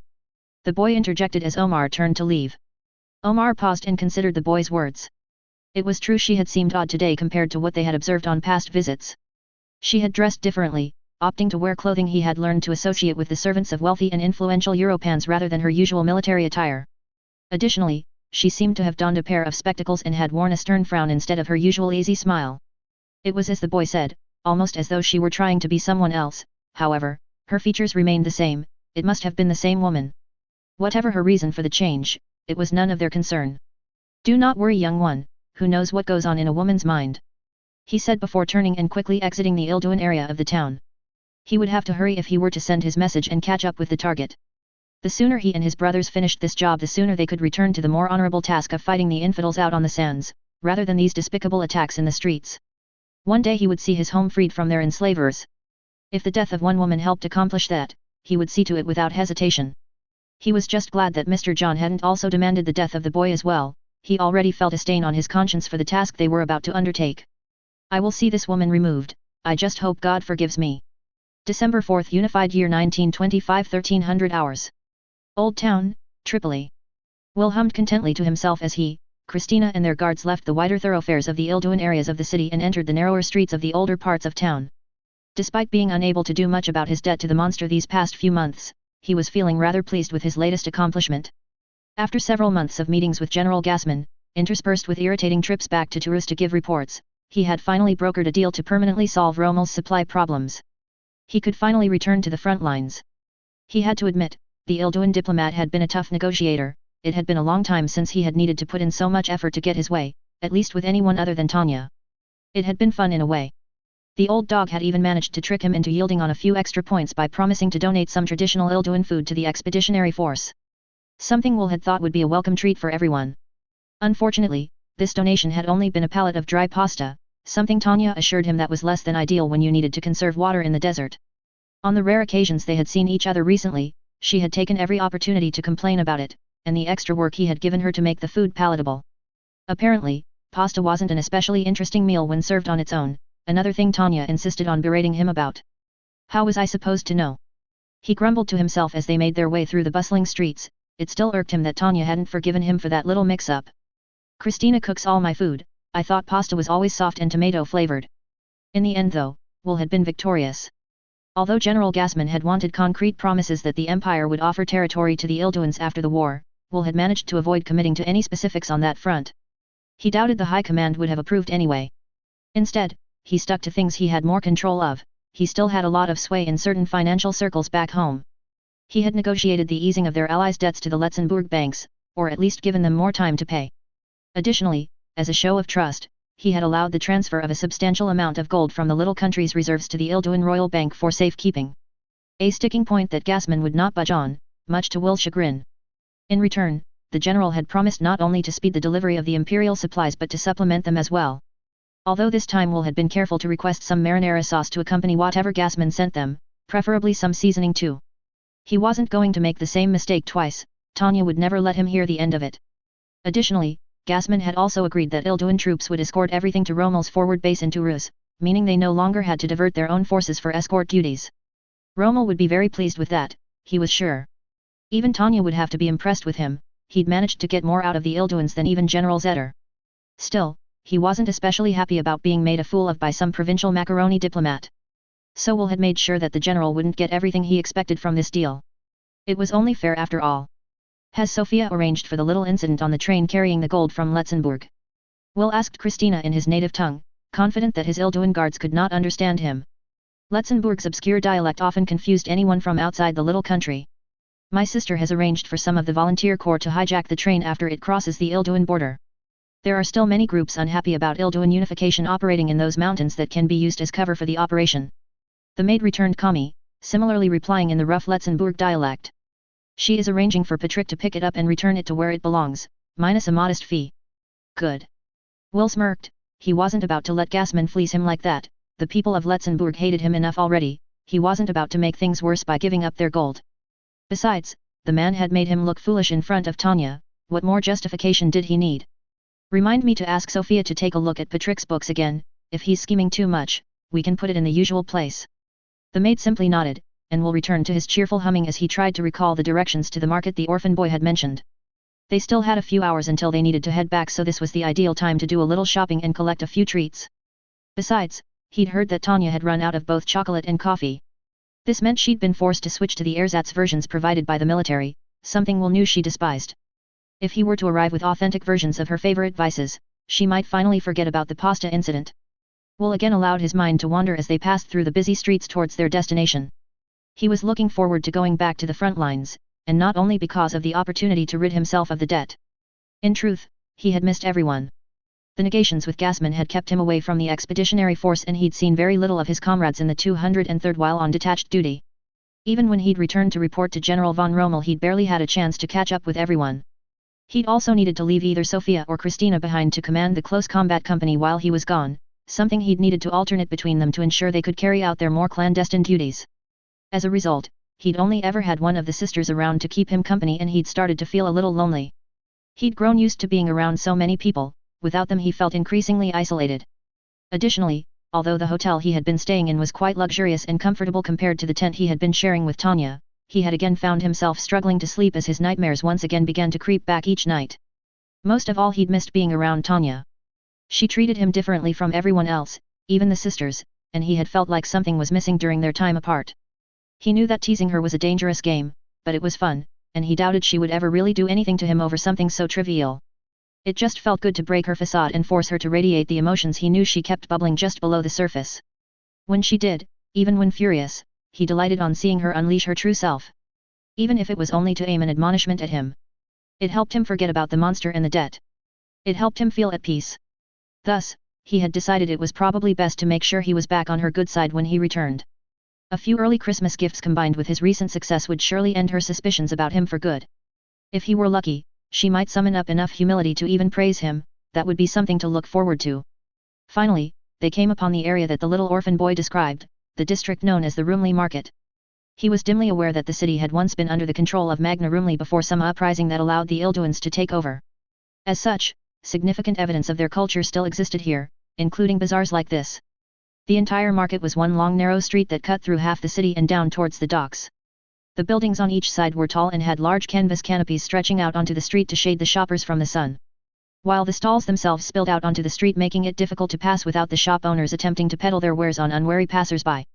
There were some small alleys scattered along the street, but they were often hidden from view, and the overall effect was like passing through a tunnel.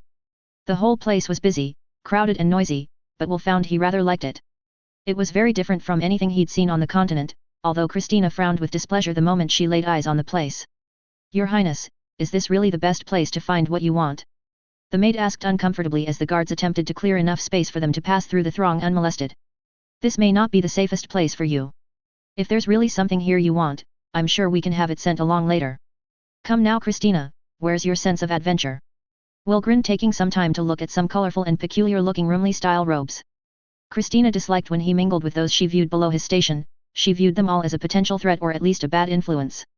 Will, however, thought of them as a shield.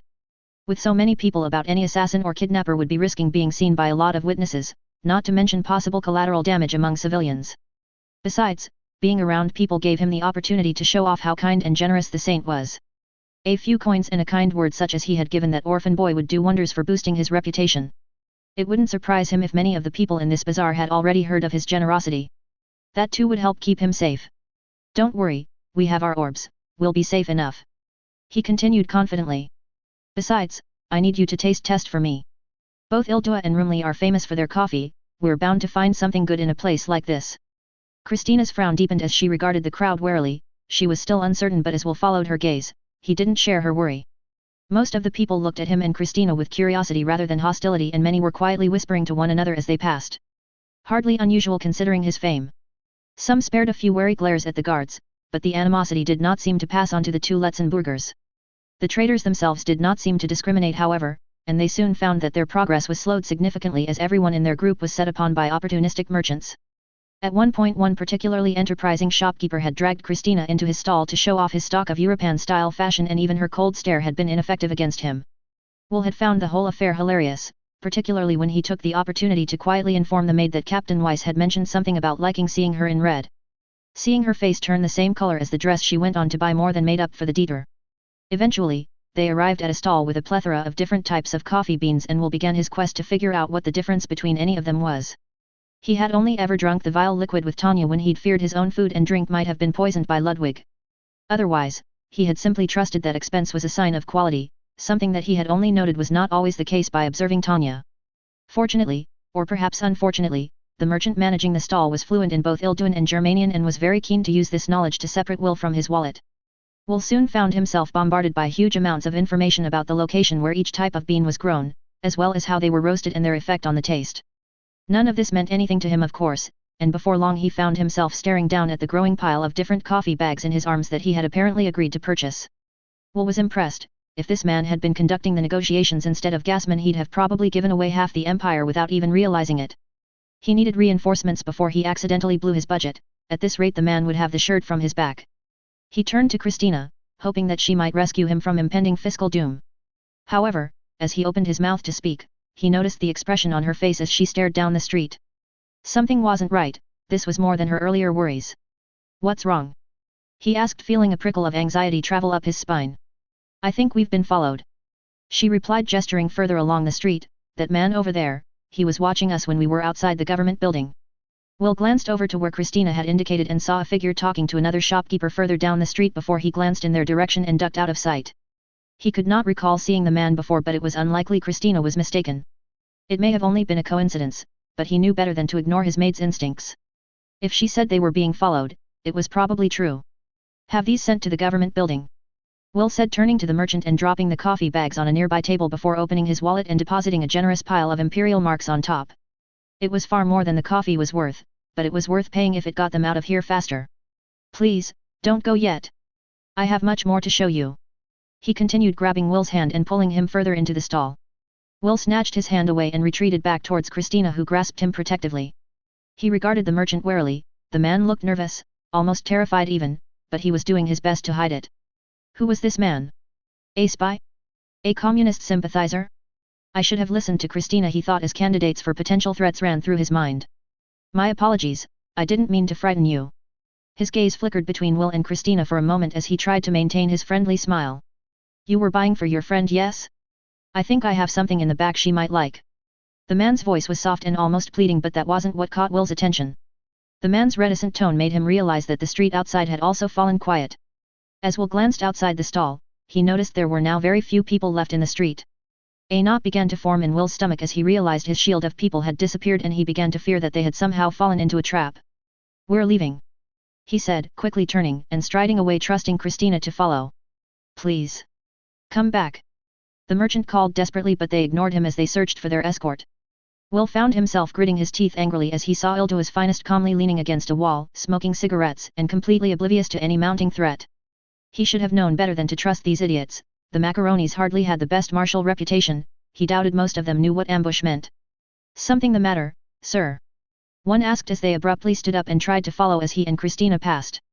"Yes, you imbeciles didn't notice that most of the market has emptied out in the middle of the day.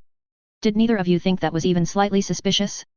Will struggled to hold his tongue while Christina began to explain. However, before she could finish, a loud bang rang out from somewhere behind them and one of the Ilduans collapsed, grasping his leg in pain, followed by the sounds of distant frantic shouting. Instinctively, both he and Christina summoned a barrier around themselves, and each of them drew their pistols as they searched for the location of their attacker. They could see nothing. The shooter may have been in one of the buildings or hidden amongst any of the goods spilling out onto the street from the traders. There were too many places for them to conceal themselves. "What do we do? Where do we go?" he thought, looking around in a panic as he considered their options. "Run!" the stricken soldier called as he grasped his rifle and returned fire blindly in the direction of the shot. They didn't need any more encouragement, and Will's legs moved automatically as they followed the second soldier up the street. Christina snapped off a few shots from her pistol as they ran while Will frantically tried to formulate a communication spell to call for help. However, it was no use, the tall buildings were causing too much interference. They had to find another way. I think there's a payphone in the plaza at the end of this passageway. In the hotel. The second guard informed as he halted by one of the narrow alleys that jutted out from the market and beckoned them to enter. I'll hold them off here, go call for reinforcements. Will felt the knot in his stomach tighten further as they made their way through the claustrophobic alleyway. If only they had their flight equipment, they could simply fly out of this mess. He didn't much like the idea of a street fight. Additionally, neither of them knew the city well and they were completely reliant on the limited information the Ilduan soldier had given them to find their way. It felt as though things were just going from bad to worse. He glanced back towards the entrance of the alley, just in time to see the Ilduan fall to the ground as another gunshot rang out. He expected to immediately see their pursuers round the corner, but only the faint sounds of boot falls and shouting echoed along the passage. They had a head start, but the enemy would be on them soon and he knew it would be a slaughter if they were caught in these narrow streets, even for mages. Their shields would be overcome by the weight of fire focused down the narrow corridor. There was a light pressure on his barrier as Christina joined their shields together. He felt her warm comforting hand grasp his own, and he looked up in time to see her gift him a reassuring smile. She must have sensed his worry and moved to protect and comfort him. As always, he could count on Christina to think of everything. Finally, they passed under an ornate archway and the alley opened up into the plaza that the soldier had described. At least they now had some space to maneuver. Will almost let out a sigh of relief, but now wasn't the time to drop their guard. They weren't out of the woods yet. They would need to deal with those who were hunting them first. Again, Christina had already begun to act to slow their pursuers. He felt her unleash a small burst of mana as she fired her pistol at the arch they had just passed under. A small explosion erupted, causing the masonry to crumble and fall into the passage, blocking the entryway, at least for the moment. It would at least buy them some time. They glanced around to take in their surroundings and search for the hotel with the phone that the soldier had described. Like the market, the structures surrounding the plaza were several stories tall and surrounded it like a wall. Unlike the plaza, however, the space in the middle was wide and open, dominated by only a large fountain in the center. Of the hotel or the phone contained within there was no sign. These were all the rear of the buildings and there was little to indicate which was the hotel the soldier had mentioned. Will felt his stomach knot with anxiety once more. He wasn't sure what to do. They didn't have time to search all these buildings. The Ilduans would undoubtedly be responding to the gunshots, but without knowing his and Christina's position it could be some time before they were found. Additionally, he had no idea where they were or how to get to safety. It might be dangerous to leave here, there could be enemies waiting for them anywhere. However, staying put wasn't much better. They were dreadfully exposed here. Aside from the fountain, there was nothing to use as cover. If there were enemies in the buildings, it would do little to shield them from incoming fire anyway. Without knowing where the enemy was coming from, it could even make the situation worse. They had their magic barriers, but a mage could only take so much of a beating. They'd be worn down eventually. Especially if they couldn't see their enemy to fight back. What should we do? He thought to himself fearfully, unable to make a decision. Memories of the fall of Letzenbourg, Maine, and Toulouse flooded into his head. He'd made so many mistakes that had put them in danger. What if he did it again? There was a very real possibility they might not make it out of this if he made the wrong choice. He found himself breathing faster and faster as the thoughts whirled around his head. He desperately tried to focus and think of some way they might safely get out of this situation while his heart beat so hard it felt like it might leap out of his chest. You can't escape. This is the end for you, dear brother. The voice of Ludwig entered his mind and cut into his heart like a knife. Although we both know you deserve far worse. Shut up. Shut up. Will mentally screamed at the spectre. You haven't paid your debt, you know what that means, don't you? He felt unable to move, unable to even breathe as the voice of the once regent laughed and mocked him once more. He snapped his eyes shut, willing the ghost to go away and allow him to think, but as always the man wouldn't listen to him. Ludwig never had. He felt the void swallowing him again as his panicked mind desperately tried to resist. He felt his sense of self slipping away as the monster tried to take him.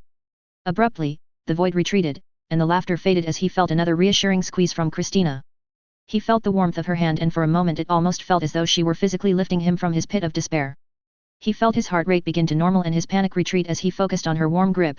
He had never been so thankful for the woman who had so long stayed by his side. He reopened his eyes and looked up at her as she grabbed his other hand and brought her confident gaze to his. We will need to concentrate on keeping our shields combined if we are to get through this, she said in a soft, encouraging tone. We'll break into one of these buildings and try to find somewhere to hide until the Ilduans arrive. She squeezed both his hands again before letting go and glancing around the plaza, leaving Will wishing he could pull her into a tight hug. I know you can do this, my prince. The woman smiled at him warmly and Will felt his confidence begin to return. She was right, they could do this.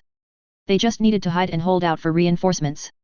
I swear Christina, when we get out of this I'll have an entire university built in your NA. Suddenly several gunshots echoed through the plaza and a sudden flash of light caused Will to instinctively slam his eyes shut as the shield they shared shattered in a bright shower of sparking mana. At the same time, a warm liquid splattered across his face and a coppery smell filled his nostrils. He opened his eyes and was relieved to see Christina still smiling down at him, however as she opened her mouth to speak the relief turned to horror as a trickle of blood dribbled from her mouth. He glanced down and saw that both of them were covered in blood but Christina had the crimson ichor emanating from countless wounds. His eyes shot back up to hers and he felt tears begin to form while her smile began to recede and the life drain from her eyes. Finally, she fell backwards and Will felt Christina's hand slip from his fingers. The monster hadn't taken him, it had taken her. Author's notes. Hello everyone and as always thanks for reading, reviewing, following and favoriting. Happy New Year and I hope you enjoyed the chapter. Sad times for Christina. As you might have guessed, Will probably won't take it well either. I've had this little incident planned for a long while now although I never really had the details sorted out. The impact on Will however is something I'd had in my mind for a long time and part of me, a very small part, feels bad for torturing him so. You'll see how well he copes, and how much of a mess Tanya has to clear up after, in the next few chapters. Some of you may have noticed the dates for Jugashvili's, definitely not Stalin, Dreams and his Inlorias, definitely not Beria, war plans are a little off since the dreams weren't supposed to start until January. However, I thought that since I dropped the dreams way back in the prologue for this whole section and that I think it wakes a little bit of time to plan an attack that even most of your own countrymen don't know about, I would rearrange the dates. Although the beta reader doesn't like the placement in this chapter. The southern battle is also delayed so that there isn't too much of a gap between it and the gang being sent over to Russia. I liked writing the communist section. It was a nice change from the general sitting in a warm office overlooking the Mediterranean, something I'm told I've done too much these last 10 chapters. It was also good to get into a new person's head and I watched a few documentaries, and the death of Stalin, before I started to get into the right frame of mind. I did find however that when it came to the Russia Federation, Carlos N got lazy with his names. Iosif Jugashvili was actually Stalin's real name, so he just cheated and used that, I guess he hoped no one would realize. However, I saw that as an opportunity to do the same with my own Russian names since apparently every notable communist in the revolution changed theirs. So for the record, I have both Lenin and Trotsky mentioned in this part. Also should be noted for those unfamiliar with the LN, that the lageri are what Carlos N calls the gulags. Not sure why but I thought I'd keep it to his canon, although they'll probably change it in the anime and manga when they catch up. One last thing I'd like to mention as I thought it was interesting. I recently found there was something akin to a real-life saint in the Belgian royalty in WW1. Apparently King Albert I lead his troops personally and was the highest-ranked officer to put himself in harm's way, earning himself the nickname, the Night King. He also allowed his 12-year-old son to enlist and fight in the ranks, although this was more propaganda and he was sent to Eton College in England, arguably a worse fate. So Benelux warrior princes were technically a thing in WW1. Chapter 56, Massacre at Tripoli 2, The Aftermath. Massacre at Tripoli 2, The Aftermath. 40 years after the Great War. Londinium. Like many of the events of the Southern Campaign, the massacre at Tripoli is an often overlooked tragedy of the Great War. Compared to events like the Battle of the Rhine or the Massacre of Arene, some might think this incident pales in significance. However, to the people of Libya, it is still a sore wound in the history of their country's fight for independence. Exact records are confused at best, with Ilduin and Alba-ish reports often at odds with one another, while many imperial records were damaged and incomplete due to the upheaval that occurred towards the end of the war. However, we have been able to put together a brief account of events. It is December 4, 1925 and an imperial diplomat is visiting the town on behalf of Rommel's task force, accompanied by none other than the Saint of Letzenbourg. After finishing the meeting with General Igor Gassman, the visiting Imperials spent some time in the market district, at which point they were attacked by members of an Alba-ish supported separatist group known as the Senussi.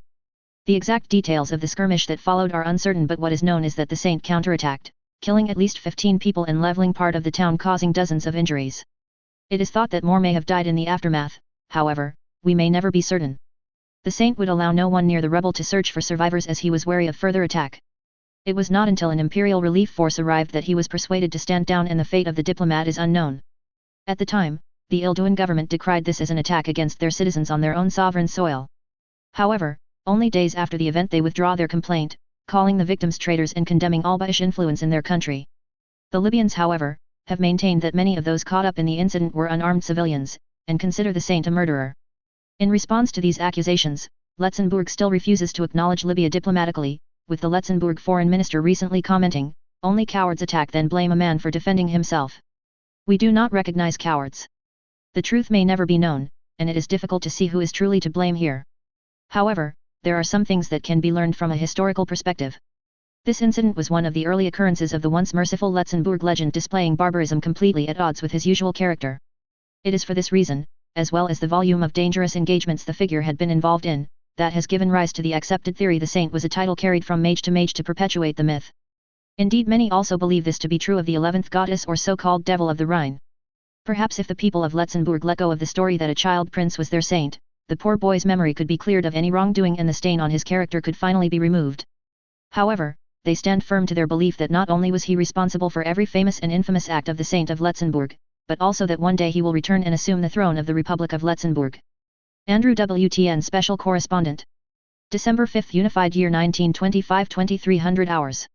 Dorm Room 107, Institut auf dem Rosenberg in St. Gallen, Waldstadt Confederacy. The boy felt a lump in his throat and his vision blurred with tears as he stared down at the slip of paper poking through the fingers of his clenched fist. A hellish mix of emotions vied for supremacy in his mind, swamping his thoughts from the world around him. His head ached as anger, sorrow, and despair crashed around his head like a winter storm. It almost felt as though he were drowning in it. His future had been stolen from him. Part of him refused to believe it was true. It couldn't be. There was no way the world could be so cruel, was there? Reluctantly he released his grip and unfurled the crumpled piece of paper in his hands, rereading the words he had already read 100 times in the impossible hope that they might have somehow changed. Reinhard Hausmann. No sign of magical aptitude. The words stung as much now as when he had first been told by the medical mage who had tested his class. He could still hear the laughter of the other children as he'd tried to tell the man there had been a mistake. He'd been telling everyone what a great mage his father was and how he would follow in his footsteps.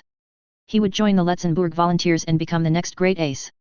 The man had simply apologized and left him with the laughter and mocking barbs of his classmates. A constant string of insults and ridicule along with a new insulting mage name his bullies had gifted him with, Fool's Gold. They gave him a name that called him a fake, to prove that not only was he not a great mage like White Silver or the Saint but also to remind him that he wasn't one of them. To them he was just the son of a common soldier, he didn't belong here. From then on school was even more torturous. They turned all his hopes into insults and without magical talent, he no longer had any hope of escaping this hellish place. It felt like every word out of his classmates' mouth struck him like a stab through the heart. And now he knew he had no escape, it just pushed him further into his pit of depression. The school chaplain had tried to make him feel better, telling him that he was being tested and that trials like this were all part of God's plan. That only made him feel worse. He'd wanted to be a mage to pass God's test, just like the old soldier had said. How could he do that now? How could this be part of his plan? Why take this from me, God? I want to fight too. He'd wanted to cry out to the angel statues in the church, although he dared not say it aloud for fear the priest might punish him for it. After a few more days of bullying passed, he knew enough was enough. He refused to accept the results. There had to have been some mistake. The medical mage was wrong. Father had been a powerful mage, it was impossible that he had no magical talent at all. He'd skipped his classes, confident that only his bullies would miss him, and headed to the local mage bureau to demand a retest. He'd always been told that the bureau had better and more precise equipment than the medical mages they sent to the schools and orphanages. They even had ways to draw the potential out of late bloomers. Surely they would find something. Then he would show them all what he was made of.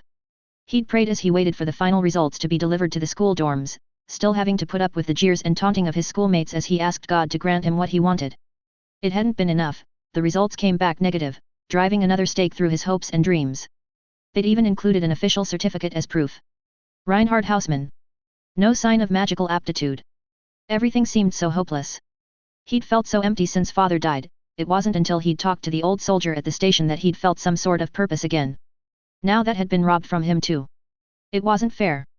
It wasn't supposed to be this way.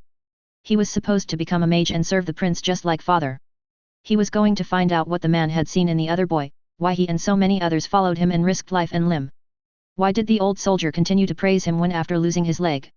Why had father given his life for the prince and left him and mother behind? Joining up was the only way he would understand, he was sure of it. But how could he do that now? Only those with magical talent could enlist at his age. No one would want him. He was just a useless kid. He swallowed hard and blinked the tears from his eyes. It had been stupid to pray to God for help. Why did he think that God would care anything about someone like him? He hadn't answered his prayers to stop the bullies or send him and his mother back home to Letzenbourg. He hadn't even answered his and his mother's prayers to keep father safe. Why had he expected he would give him the power of a mage? Perhaps God only cared about people like the saint and the argent. Nobodies like him were not worthy of his attention. He hadn't even tested high enough to qualify as a Class C mage, those relegated to using the huge industrial orbs in the factories. If he'd managed that, he could have at least helped the war by working. The propaganda pictures were always praising the hard-working heroes keeping the soldiers fed, clothed, and ready to fight. But he would be no hero, he would never be anything special. Perhaps father had known that all along, maybe that was the real reason he'd sent mother and him away. No, that's not it. He mentally chastised himself, pushing the treacherous thought from his mind. The old soldier said that they'd been sent away because father loved them, because soldiers both loved and hated the saint. That they had to fight to clear their consciences. But what does that mean? He tried to clear his mind and think about the old man's swords. He'd spent hours lying awake at night, or daydreaming during class, trying to understand what the man meant, but the answer never seemed to find him. I don't understand, how can you love and hate him? He yelled inwardly, mindful of the trouble he would be in if he were found awake at this hour, before scrunching up the piece of paper and launching it across the dorm room in frustration. He desperately needed to know what it meant, to understand what his father and the old soldier saw in Prince Wilhelm. If he were to ever find peace, he needed to know. He took a deep breath and wiped the tears from his eyes. He had to remain strong, he couldn't sit here crying. What would father have said if he'd seen him like this? He got to his feet and approached the window on unsteady feet, feeling hungry as he realized how long it had been since he last ate. He'd been locked in his room all day and missed all the meals at the school.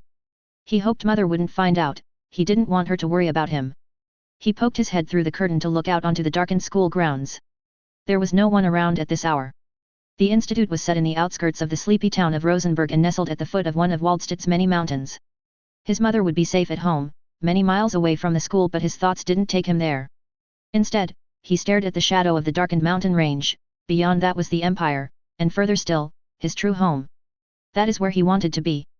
Crossing back to his bed, he quickly packed some clothes and what few possessions he had before wrapping himself in a warm coat that had been gifted to him by his father. Carefully, he reached under his bed and produced a small padlocked box from its hiding place. His secret treasure. He hesitated for a moment as he took the key from around his neck to unlock it. Was he really going to do this? He pushed aside his doubt and quickly opened the box and pulled out a sizable quantity of imperial marks and his passport, which he had hidden inside. If mother knew he had taken them, she would be furious. In fact, she'd likely be furious when she found out about all this anyway. He didn't like to worry her, but he had made his decision, he had to do this. Convinced he had everything he needed for the journey, he returned to the window and carefully opened it. It was a long way down, too far to jump, but fortunately, he'd snuck away before and he knew the ivy that snaked up the dormitory's outer walls was strong enough to hold his weight. Before long he felt the soft crunch of fresh snow under his boots and he dashed towards the shadow of a tree to hide himself from anyone who might be watching. Now he just needed to get out of the school grounds. He knew it would not be difficult. There was a guard at the gate, but the prefects were all asleep, leaving no one to patrol the grounds. The walls facing the mountain were easy enough to climb over when you didn't have to worry about getting caught. Then he would simply have to find a train heading for home. He'd find some way to become a soldier no matter what. You may not care much for people like me, God, but I swear I'll find out what the old soldier meant. I'll find out why father couldn't be with us. December 6th, Unified Year 1925. SIS Headquarters, St. James's Court, Londinium. The reports on the incident at Tripoli, sirs. The woman stated professionally as she passed the files to General Habergram and his guest Lord Halifax before crossing to the far side of the room to prepare some tea. Habergram nodded his thanks but couldn't help note the look she shot him as she deposited the folder in his hands, her expression silently sending him the message, "You're not going to like this." He sighed and opened the folder, scanning the report for the most relevant details. She'd been right, he didn't like what he saw. It had been far from a clean operation. Every building within 100 yards of the target had been all but destroyed by the Letzenbourg prince in retaliation for the attack. Witnesses reported that he flew into a rage and systematically tore down each building and attacked anyone inside. Dozens of people had been injured or killed as a result. It was lucky for the Libyans that most of the non-combatants had been cleared out before the ambush, but he doubted the separatists felt that way. Of the bodies recovered, there was little left to identify them. Both Blade and Magical Formula had seen to that. It was an unexpected reaction from the boy. Given his reputation, no one had expected he was even capable of such savage violence. This was a boy known for advocating peace and offering his enemies the chance to flee or surrender before and during battles. Soldiers were often so moved by his impassioned calls for a cease to the hostilities that they lost the will to fight. Who would have guessed the saint would do something like this? The separatists had even been concerned about harming the boy and had made the effort to isolate him from his escorts to keep him safe. Although this had ultimately failed and tipped them off to the ambush. The irony was not lost on Habergram. They'd assumed that the target would be the greater threat and as a result had underestimated the boy. Hindsight proved how foolish this was. Even without proper mage equipment, the saint was still an ace, he'd proven that he was a deadly foe in battle. They'd worked on the false assumption that such a gentle and trusting soul could be casually pushed aside, and the Senki had suffered for it. It seemed that attacking someone close to him had been enough to rob him of that gentle disposition. They'd poked the bear and shown how dangerous it could be. Habergram hoped it wouldn't have wider repercussions. The prince and his destruction would not have necessarily been an issue by itself, it may have even been useful for driving a wedge between the Empire and their ill-doing allies. However, things were rarely as simple as that, as the report went on to show. Several of the anti-mage rifles they had supplied to the Libyan separatists had been found amongst the dead, and as the manufacturer of such weapons, the finger of suspicion had fallen firmly on the allied kingdom. The cover story that the separatists had stolen them in the wake of Aliomain was already a difficult pill for the Ilduans to swallow. Now they were using them to assassinate targets in the cities. The excuse seemed even more suspect. And this wasn't even the worst the report had to offer. Are you seriously telling me that after all this you got the wrong woman? Lord Halifax, the Foreign Secretary, asked incredulously as he placed the folder on his lap. What sort of an operation are you running here? It was not technically our operation, Minister, but it would appear that the woman the Senki attacked was not the intended target. General Habergram replied, rubbing his temples in the vain effort to drive off the approaching migraine that this situation had brought on. The separatists mistook the prince's maid for the true target. They were not aware they were identical twins. Saying it aloud made the entire thing seem all the more farcical, and Habergram couldn't help comparing the entire thing to Shakespeare's Comedy of Errors. Twins and mistaken identity had been the theme of that play too, however, tragedy hadn't tainted that story as it had these events. And the blame for that tragedy may soon be laid at their doorstep. Official or not, our weapons were still found at the scene, and I know they were working through the target list you gave them. Halifax replied with more than a hint of rebuke. Damn it all. Ilduan citizens have died, and it looks suspiciously like we set the whole thing up. I was under the impression that the Libyan people weren't considered Ilduan citizens. Habergram said dryly, annoyed by the foreign minister's accusatory tone. He knew the man had a point, but he had no control over the Senki and their separatist group, at least not in a direct capacity. They certainly weren't citizens during the imprisonments and executions over the last few years. You know how this makes us look, don't you? Halifax continued, ignoring the general's remark. Habergram wondered if the sign of a good diplomat was the ability not to hear things that you didn't like. Am I really supposed to tell the new Prime Minister Ildua might join the war over a case of mistaken identity? Habergram suspected Chabul wouldn't lose much sleep over any hostilities with Ildua. He had been pushing for policies that reduced Ilduan influence in the Southern Sea for years. In any other circumstances he would likely jump at the chance to relieve them of their colonies in North Africa. Even with the pressures of the war with the Empire, he might just decide to risk making more enemies to achieve that goal. Habergram thought it better to keep these thoughts to himself, however, and he took a moment to calm his smoldering temper. He understood that Lord Halifax had been put in a difficult situation. He didn't envy the diplomat's job to try and smooth this over. Additionally, his department was crucially intertwined with the country's intelligence services. It would not do to sow discourse during times of war. He would allow the man to vent his frustration at him for now. Who was this woman you were targeting anyway? Halifax continued, flipping through the pages of the dossier once again. Why was she so important? Surely she couldn't be worth all this. Sophia Zerbest. She was one of Admiral Canaris' protégés and the one to bring most of our network in the Empire down. Habergram replied carefully as the woman who had brought them the files returned to the desk and placed a cup and saucer in front of them both. Halifax fell silent and studied Habergram for a moment. As one of the highest members of government, Lord Halifax had been briefed on the intelligence disaster that had befallen them in the wake of Canaris' death. He also knew that they were still frantically trying to rebuild their spy network in the Empire, and there were still individuals roaming around that could compromise their efforts. Or even worse, learn about Project Ultra. I see. We'll do what we can to calm things down diplomatically, but it would help if you could give us something to work with. He said, eventually clearing his throat and breaking off the staring contest before rallying slightly.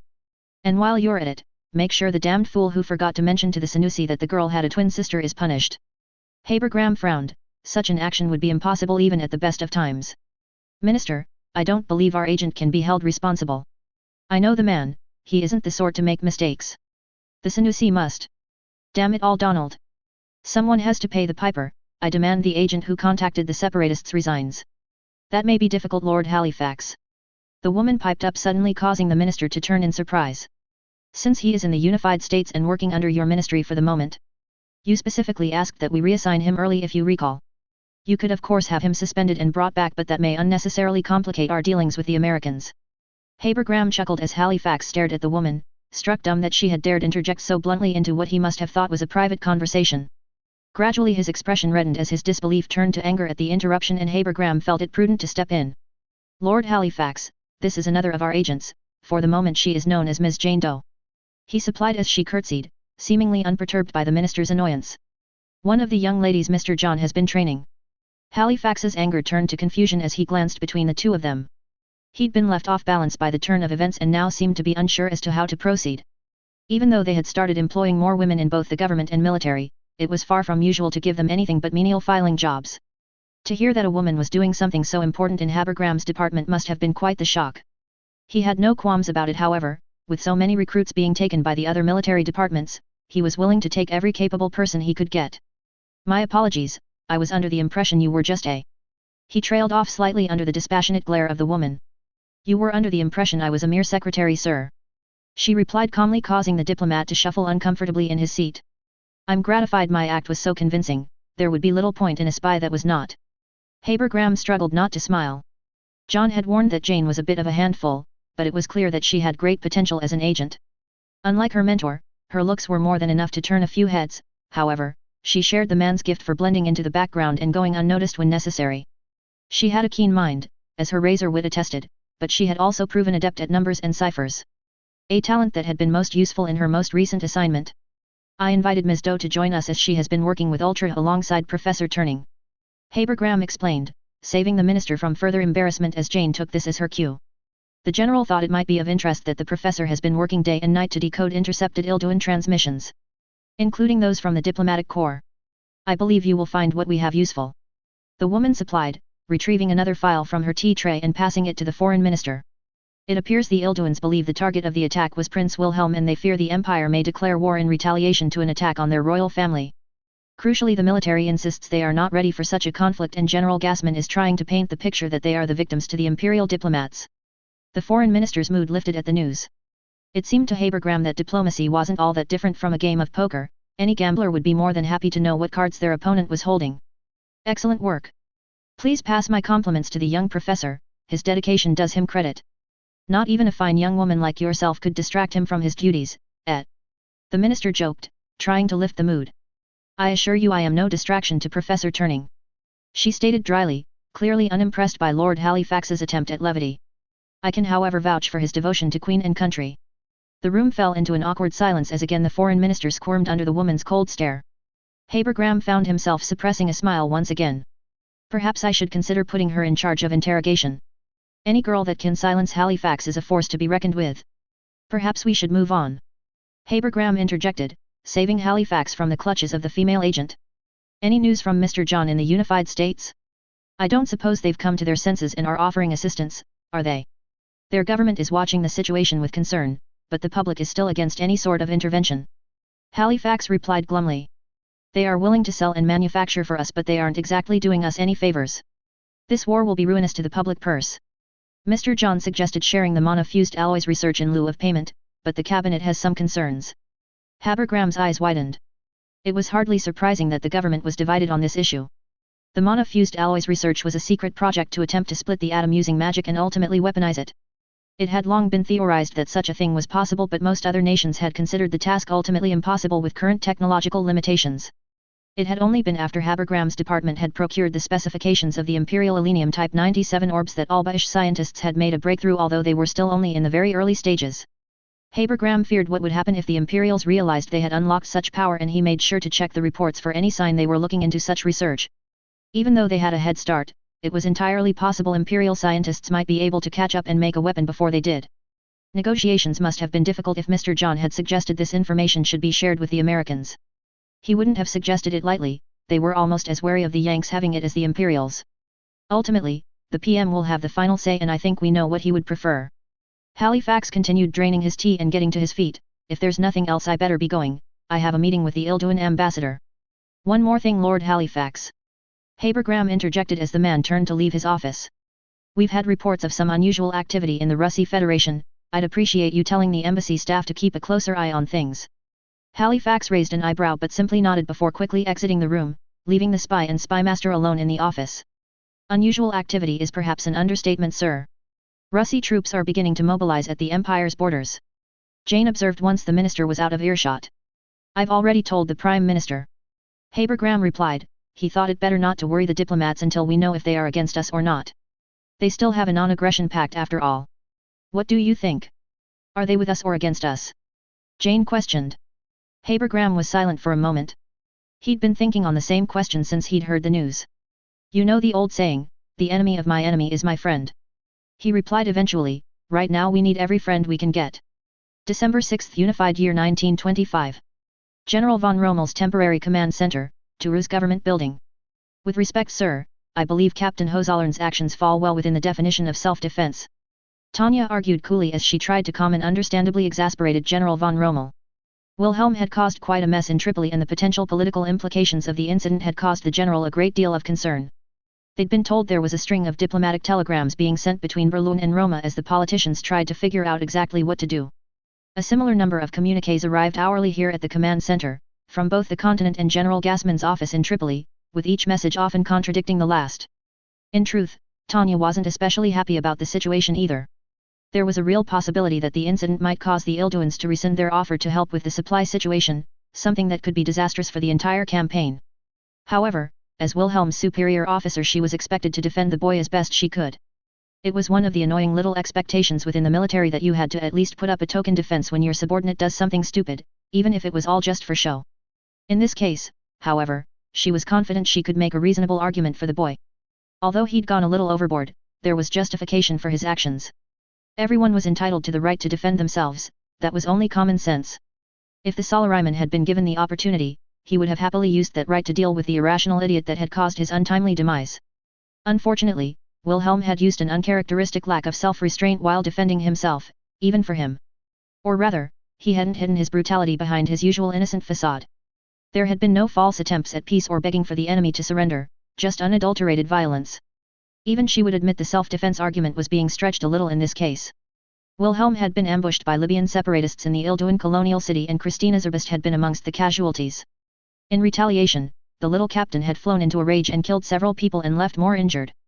Unfortunately, these people were technically all civilians, or at least they were not part of an officially recognized militia or military force.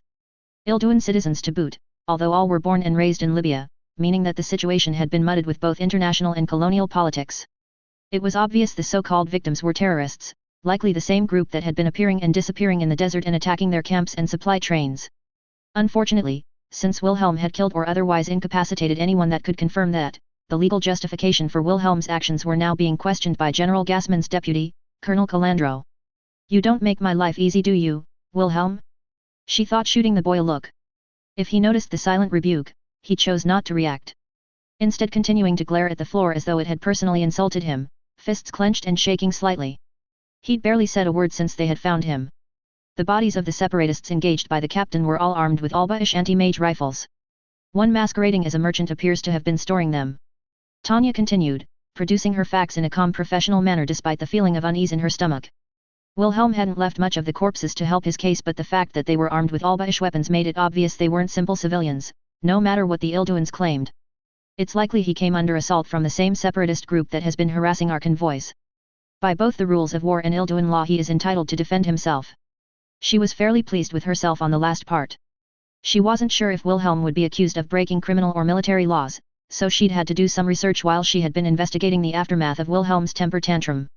It hadn't been easy to obtain a copy of the Ilduan law code on such short notice, but it had been worth the trouble. As always, the law had an exploitable loophole. The foolish might say that rules are meant to be broken, but Tanya knew that way led to anarchy. Rules are made to be used and exploited. That may be the case, Major, but you saw the aftermath. General von Rommel returned with an uncomfortable frown. He demolished an entire block. You documented the damage in your own report. It's difficult to call that defending oneself. Tanya winced at the general's words. She supposed it would be too much to ask that he might choose to ignore that little detail. This was where things got a little trickier on the legal front. They had been contacted by General Gassman asking for assistance not long after the incident, and as the quick reaction force, the 203rd had been sent to reinforce them. However, when they arrived they were shocked to find that it wasn't the terrorists that were the problem, it was Wilhelm. Tanya had found him kneeling in the middle of what had once been a large plaza, covered in blood and cradling the form of Christina Zerbst in his arms. Every one of the buildings surrounding the square had been flattened by artillery spells, and the Ilduan soldiers reported that the boy had fired upon anyone who attempted to approach. They feared the sobbing boy was not in his right mind, and without mage support they didn't dare get close enough to find out. She couldn't blame them. Wilhelm had developed an undeserved reputation for mercy during his career, but on this occasion, he had offered no quarter whatsoever. Anyone unfortunate enough to face Wilhelm at short range had been sliced beyond almost all recognition. To anyone who believed the fanciful tale of the saint, it must have seemed like he had snapped completely. One Ilduin had commented that he'd turned from angel to demon in an instant. Tanya knew the Wilhelm behind the reputation, however. She'd seen the boy be just as cruel and merciless before, perhaps more so in his own twisted way. He had always been willing to push the limits of so-called morality if it served to further his own goals, but anything polite society might question was hidden behind the fictional character of the saint. What concerned her was that he had acted without a care for what his actions might do to the myth he had built around himself. He was usually so careful to keep up the appearance, even when it was a detriment to him. That he had so dramatically abandoned the persona was strange, to say the least. Perhaps he really had snapped. I did indeed see the damage, sir.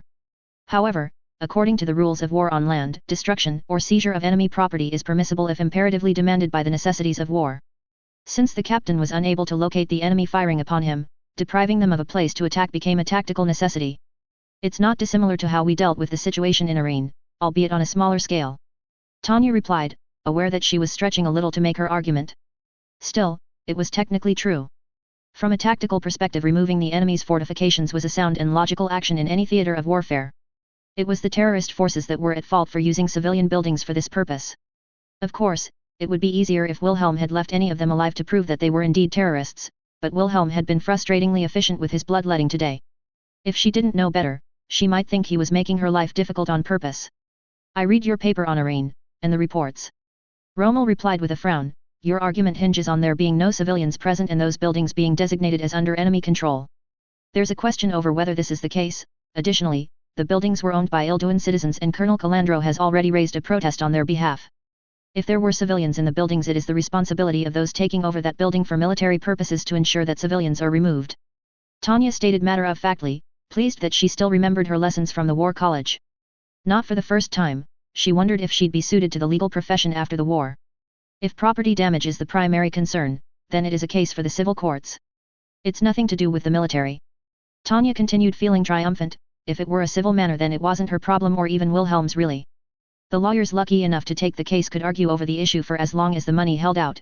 They could probably even charge some fine Ilduin cuisine to the expense sheet. Meanwhile, she could wash her hands of the mess and continue to keep an eye on Wilhelm, although she'd have to make sure to put him back on a tighter leash. That may be major, but the political ramifications make this much more complicated than that. Sir, if I may interject, I don't believe there can be any political ramifications until General Gassman's office has explained why all Baish weapons were in the hands of its civilians in the first place. Tanya added, feeling the time was right to use her trump card. The Ilduins had to be either incompetent when it came to the rule of their colonies or complicit with the Albaish selling weapons to their citizens. No matter what, it would essentially let Wilhelm off the hook. We should use this opportunity to find where. Enough. Wilhelm spat, causing both her and Rommel to fall silent as the boy interjected on his own defense for the first time. I don't care about any of this. I have diplomatic immunity. This argument is pointless. Both Tanya and Rommel stared at the boy open-mouthed for a moment. Both were surprised by the boy's disrespectful tone, although perhaps for different reasons.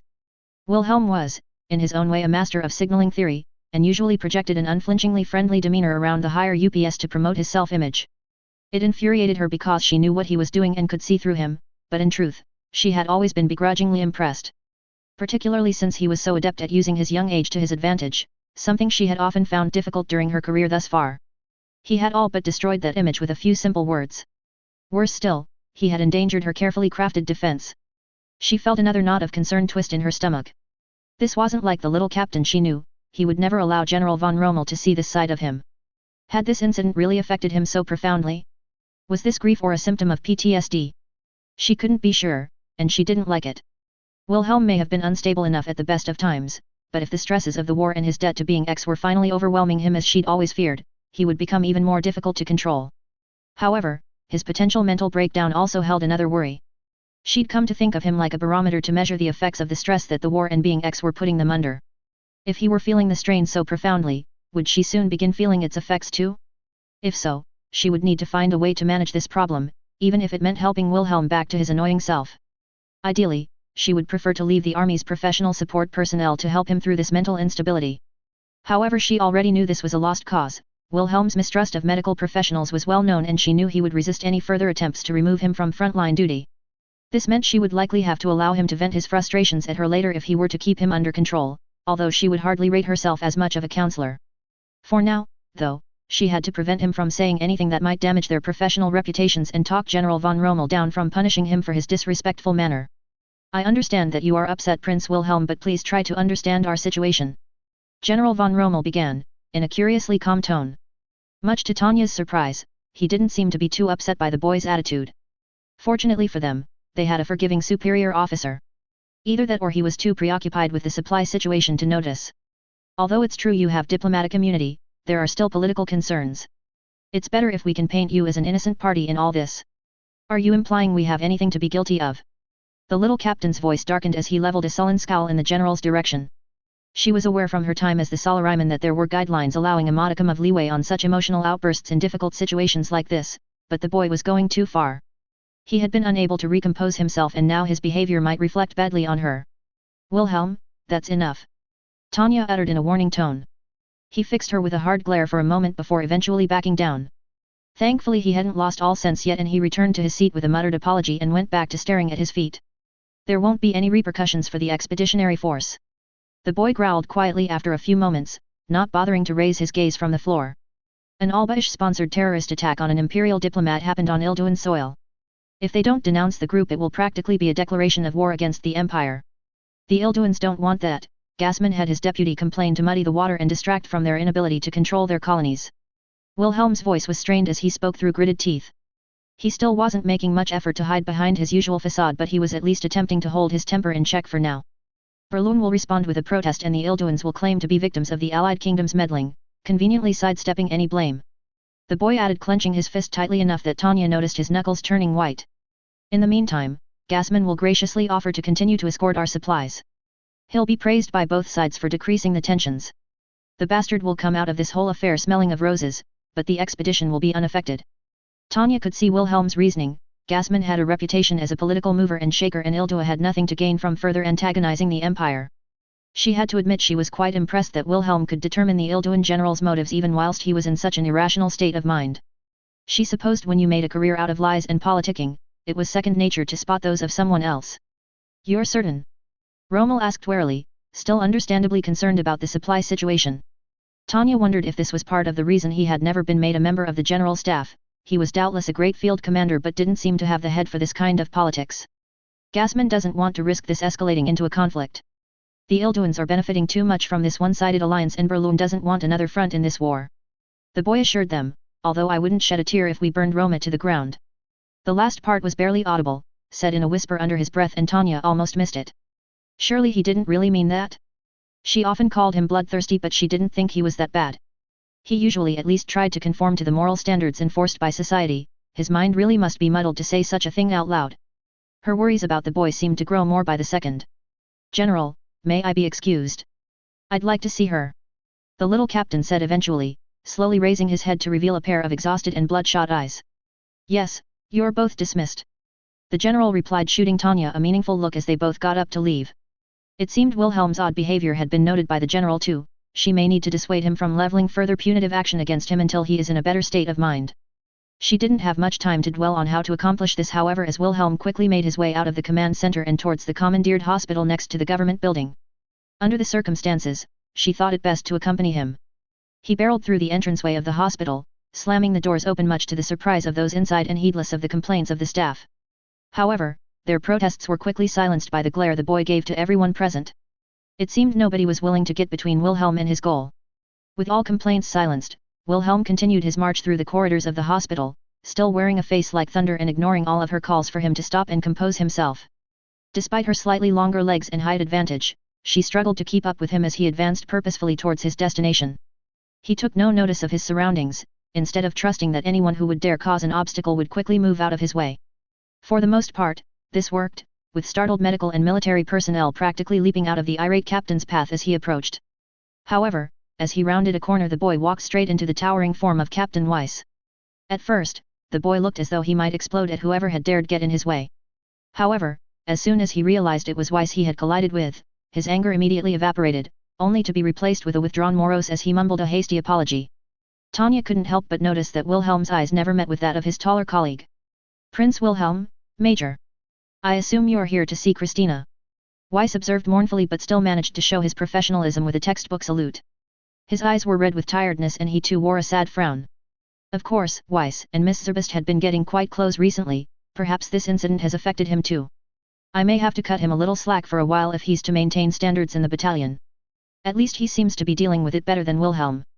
That's correct, Captain Weiss. Tanya confirmed when it became clear that the usually talkative Wilhelm would not be supplying the answer. She paused for a moment as she formed her next words. The Salaryman had always struggled in this area of human resource management. Under the circumstances, it might be wise if you take a few days leave, we should be able to spread the extra workload across the other company heads. They were mostly being deployed one company at a time for the moment. Their standing orders were to support the units on the ground, so losing Weiss for a few days shouldn't cause too much extra work. It would be worth it to help ensure the good mental health of her deputy.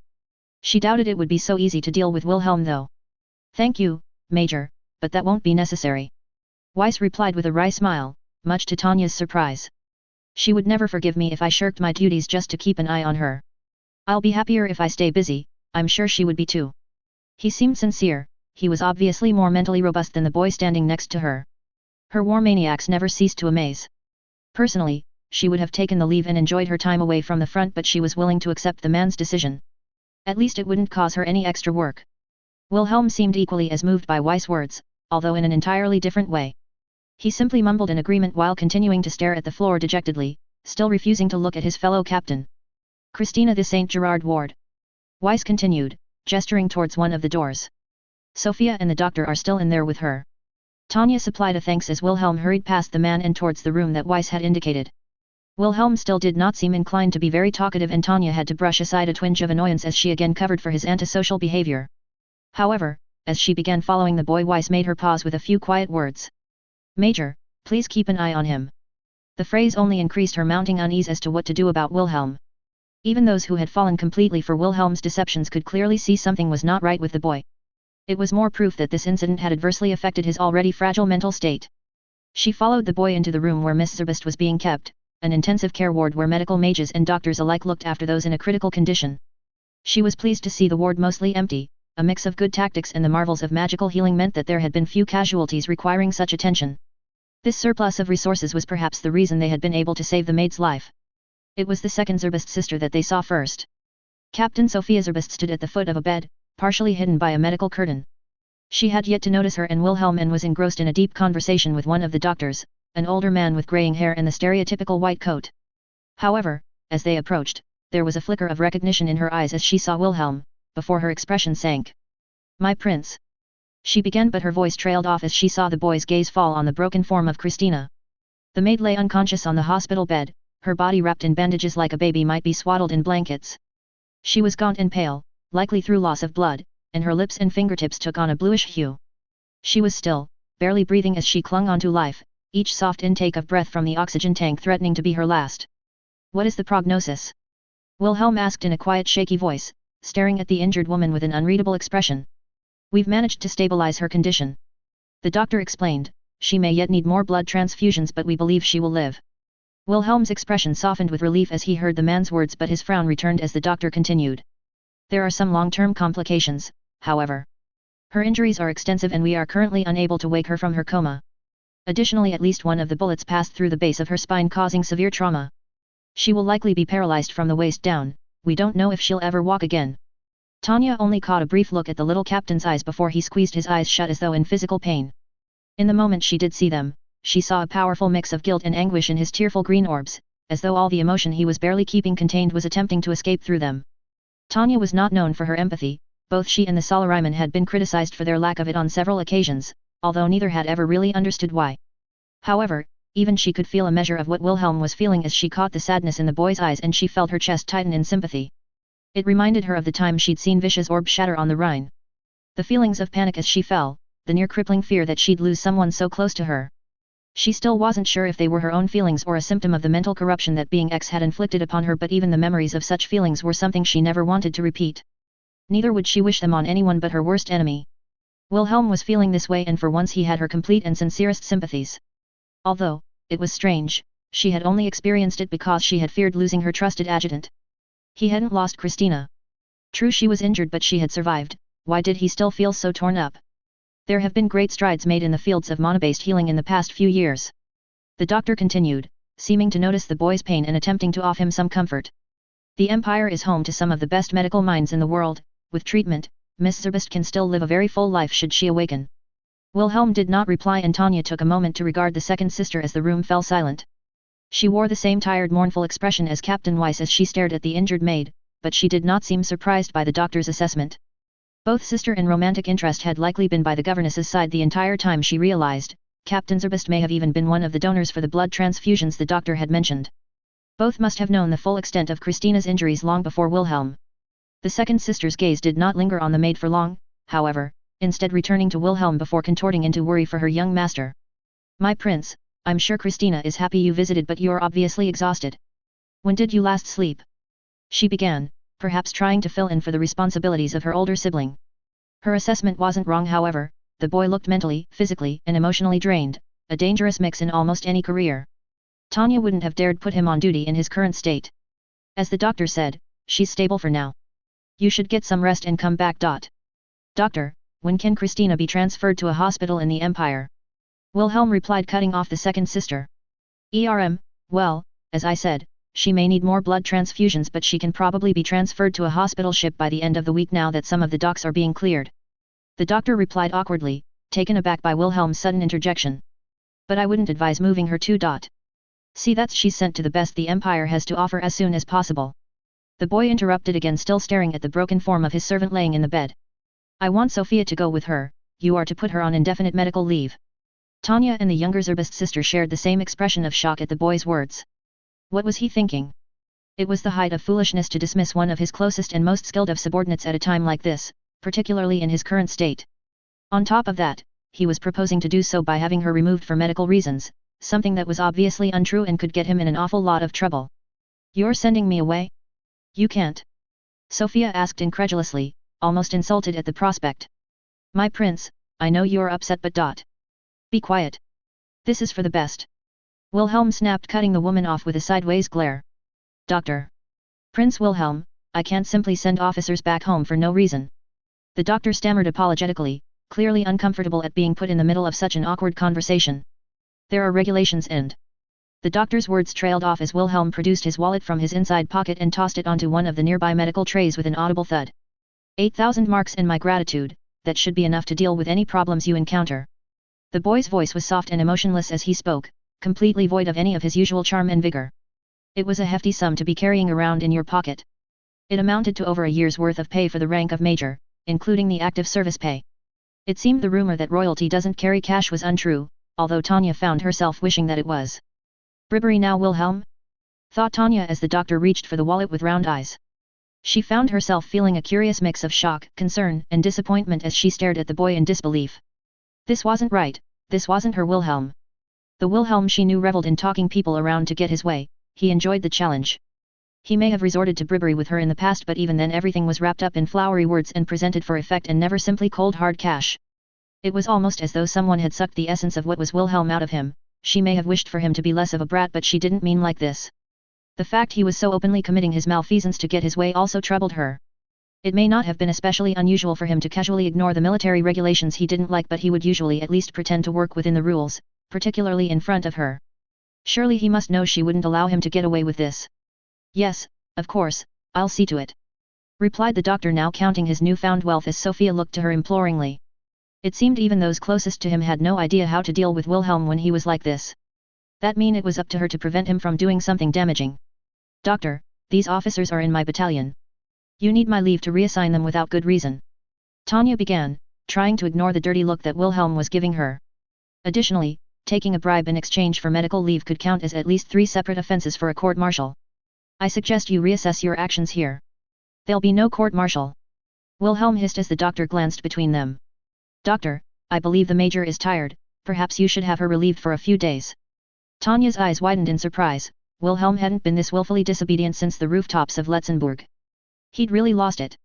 Why was he so committed to having both his servants back to the Empire? Why was he willing to risk punishment to see it happen? She found herself stunned into silence, despite the indignant fury that she felt building at the boy's behavior. Now Prince Wilhelm maybe. A second thud filled the air as Wilhelm placed a fine golden wristwatch on the tray as well. It was obviously too small for the man, having been adjusted for Wilhelm's tiny wrists. However, the quality of the timepiece was obvious, and the telltale shimmer on the face told her that it was inlaid with precious stones. It was likely worth far more than the money the boy had given him earlier. The major is tired. The boy repeated darkly, I will see to it that any complaint against you will be dropped. I want Christina and Sophia on the way home before the week is out. How dare he? Tanya screamed inwardly, that Wilhelm had the audacity to use a corrupt doctor to remove her from duty, even temporarily, was unthinkable. He must know there was no way she would allow it. Wilhelm turned to leave, ignoring the cries from Sophia, who was clearly torn as to whether to follow the boy or stay with her injured sister. Tanya did not have such a conundrum, and now that rage had replaced shock, her feet propelled her forward and out of the room towards the rapidly retreating Wilhelm. What the hell do you think you're doing? She yelled as she caught up with him in the corridor, grasping him on the shoulder and forcing him to turn to face her. Saving what I have left. The boy replied, his voice breaking slightly as he spoke. Tanya found her rage halted for a moment in front of the face of the little captain. He was on the verge of tears and his eyes showed a deep, almost haunted pain. His body shook slightly as though it were ready to explode, and he seemed smaller, as though he were somehow diminished. This is not the time to feel sorry for him, I need to stop him from doing anything stupid. What are you talking about? She replied quickly, rallying by galvanizing her anger into something usable. How does sending away your subordinates and relieving me with fraudulent actions do anything to save anything? You know there was no way I would let you get away with this. You can't stop me. You can try to punish me all you like, but they're going home. Wilhelm yelled, sounding more and more like a petulant child. If I could, I'd send you away too. Tanya felt another flare of anger at the boy and his irrational behavior. If only he would stop and think for a minute, he'd realize how stupid he was being. At least he was wise enough not to try and have her also sent back to the Empire for medical reasons. There was no way she would allow it. Without a clear reason, a doctor could send her away from the front would be for psychological issues, ironically such as what Wilhelm was suffering now. If she were sent back for that, she would be marked for the rest of her life. Being assigned rest for a few days was bad enough, but at least it would only be seen as a sign of overwork. Being sent away for an extended period was a sign of weakness that would destroy all chances of future career progression. She took a deep breath and attempted to calm herself. This was getting her nowhere. She had to calm down and approach this rationally. Wilhelm might not be in his right mind, but shouting at him was obviously only making things worse. She needed to try a different tack. Wilhelm, you're acting irrationally. She said, adopting a more conciliatory tone. It's understandable that you're upset about Miss Zerbest, but I don't understand. No, you don't understand. Wilhelm snapped as a tear began to slip down the boy's cheek. Christina's life ended because of me. Tanya stared at the boy with confusion. What he was saying made no sense. True, Christina had been injured, but she hadn't died, and there was good reason to assume that she would make a recovery. And he hadn't been responsible for the injuries in the first place. Why was he blaming himself? You heard the doctor, she'll never walk again. Everything I hoped for her is gone now. I destroyed her life, maybe wise too. She'll never forgive me, and she never should. I destroyed her. Tanya was struggling to get her head around the boy's thought processes. Although a disability such as paralysis could limit some opportunities, it didn't mean that the maid would no longer be a productive and useful member of society. The Salaryman could remember several persons of note that hadn't let something like a physical infirmity stop them. Wasn't there a famous physicist that had been wheelchair-bound? Even one of the US presidents had been confined to a chair. It didn't seem to have any adverse effects on their prospects. However, there was one other thing that puzzled her more. How exactly did you destroy her life? Unless you've been secretly working for the Libyans, I don't see how it could possibly be your fault. Of course, it's my fault. The boy replied, openly weeping now. Do you think the Commonwealth would try to assassinate a maid? I was the target, and she took the bullet for me. I might as well have been the one to pull the trigger. Suddenly his strange insistence on taking responsibility made sense. It was true that out of the two of them he was the most likely to be the target, but that still didn't make it his fault. There was always a certain amount of personal responsibility when it came to protecting yourself. Besides, she was his subordinate, she was supposed to protect him. Surely Wilhelm hadn't been naive enough to assume that simply being around him made them immune from danger. That's why I need to send Sophia away too. The boy sobbed as he continued, I lost Houseman and Christina already, I don't want to lose her too. Tanya sighed as she finally understood. The shock of this incident had made Wilhelm adopt a strategy of loss aversion. Like a nervous investor in the stock market, he was so fearful of further loss that he was willing to go to any lengths to protect what he already had. It was usually a dangerous and short-sighted approach, but it was understandable. Fear of loss was a great motivator, but it caused people to make irrational decisions. Wilhelm, you can't. I can. The boy said, tearing himself away from her grasp. It's better that they are away from me, and it'll be better for you too. He turned and began walking away, halting only to add, as soon as I can arrange it, I'll make sure you won't be hurt because of me either. I swear I won't let that monster take anyone else away from me. Author's notes.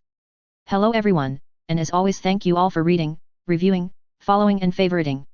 I hope you enjoyed the chapter. I had a little trouble with this chapter and ended up writing it all in a weird order, so hopefully, it reads okay, if a little sad. Sorry about the little fake out with Houseman JR at the start, it seemed like a good time to bring him back into the story and show not everyone is a cool super mage.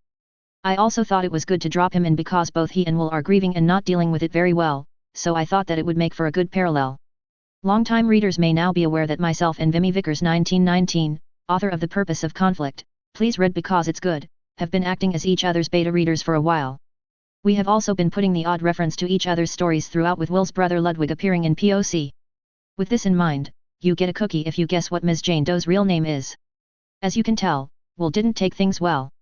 I know some might be a little disappointed that I didn't show exactly what he did in Tripoli, but I thought it better to leave it a little vague and let you guys decide what he did.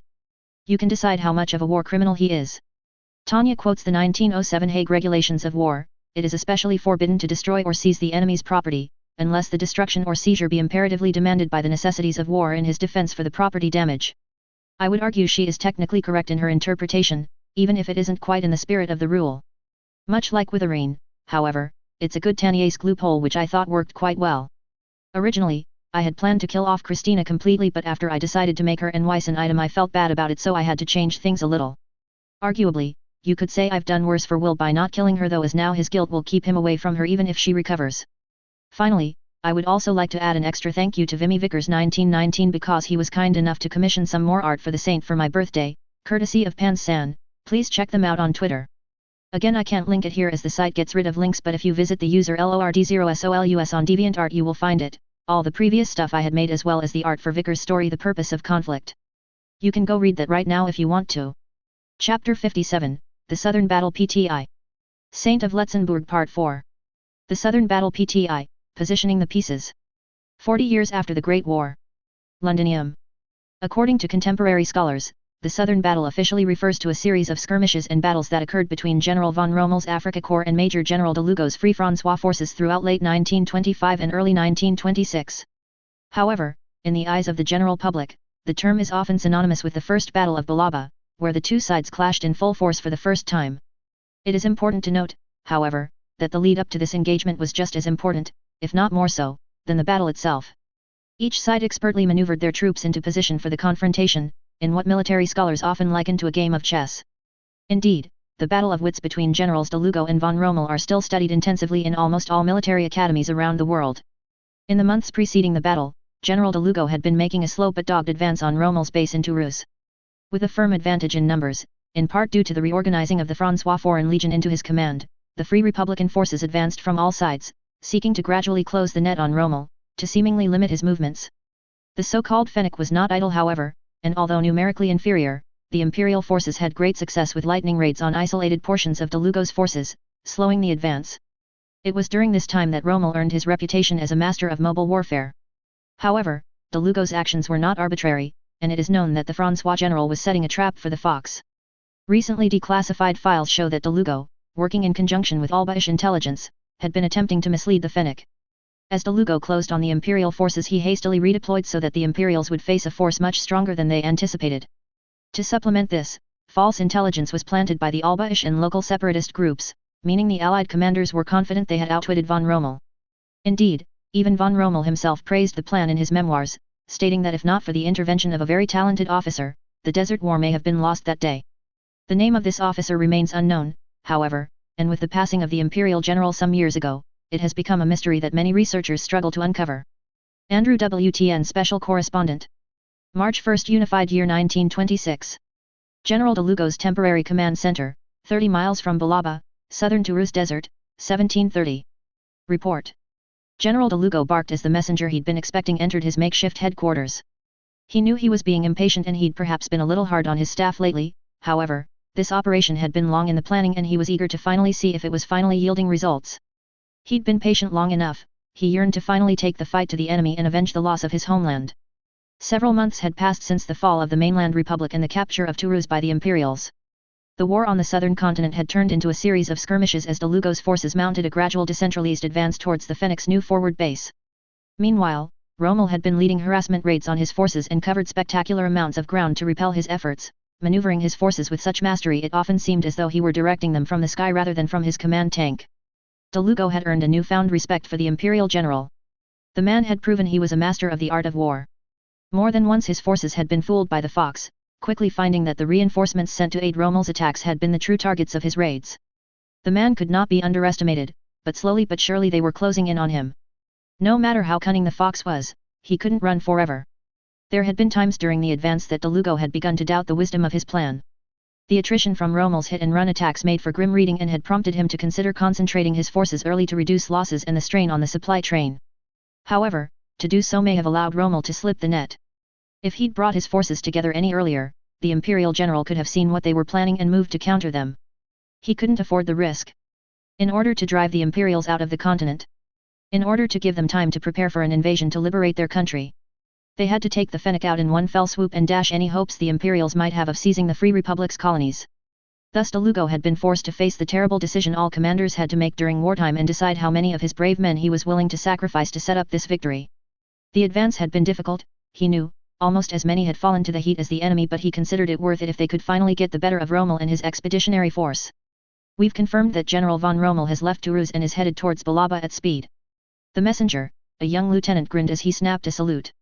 It's just as you predicted, sir. De Lugo thanked the young officer, feeling his own lips curl into a grin under his mustache before turning towards the maps played across a table within the makeshift headquarters. He searched for the small village and felt a surge of triumph as he noted the small wooden blocks that denoted the location of his troops. For once, it seemed that things were going to plan. They'd outwitted their prey. The route into Balaba was dangerously narrow for an army, but it opened out into a large open area that Rommel must have thought would be perfect to entrap and encircle what he expected to be a few isolated brigades. However, he would soon find it was he who would be surrounded.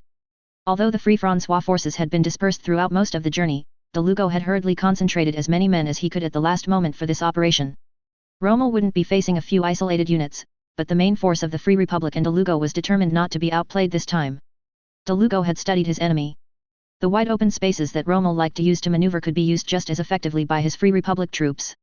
Additionally, they held a numerical advantage and had been able to use the space to help conceal their movements.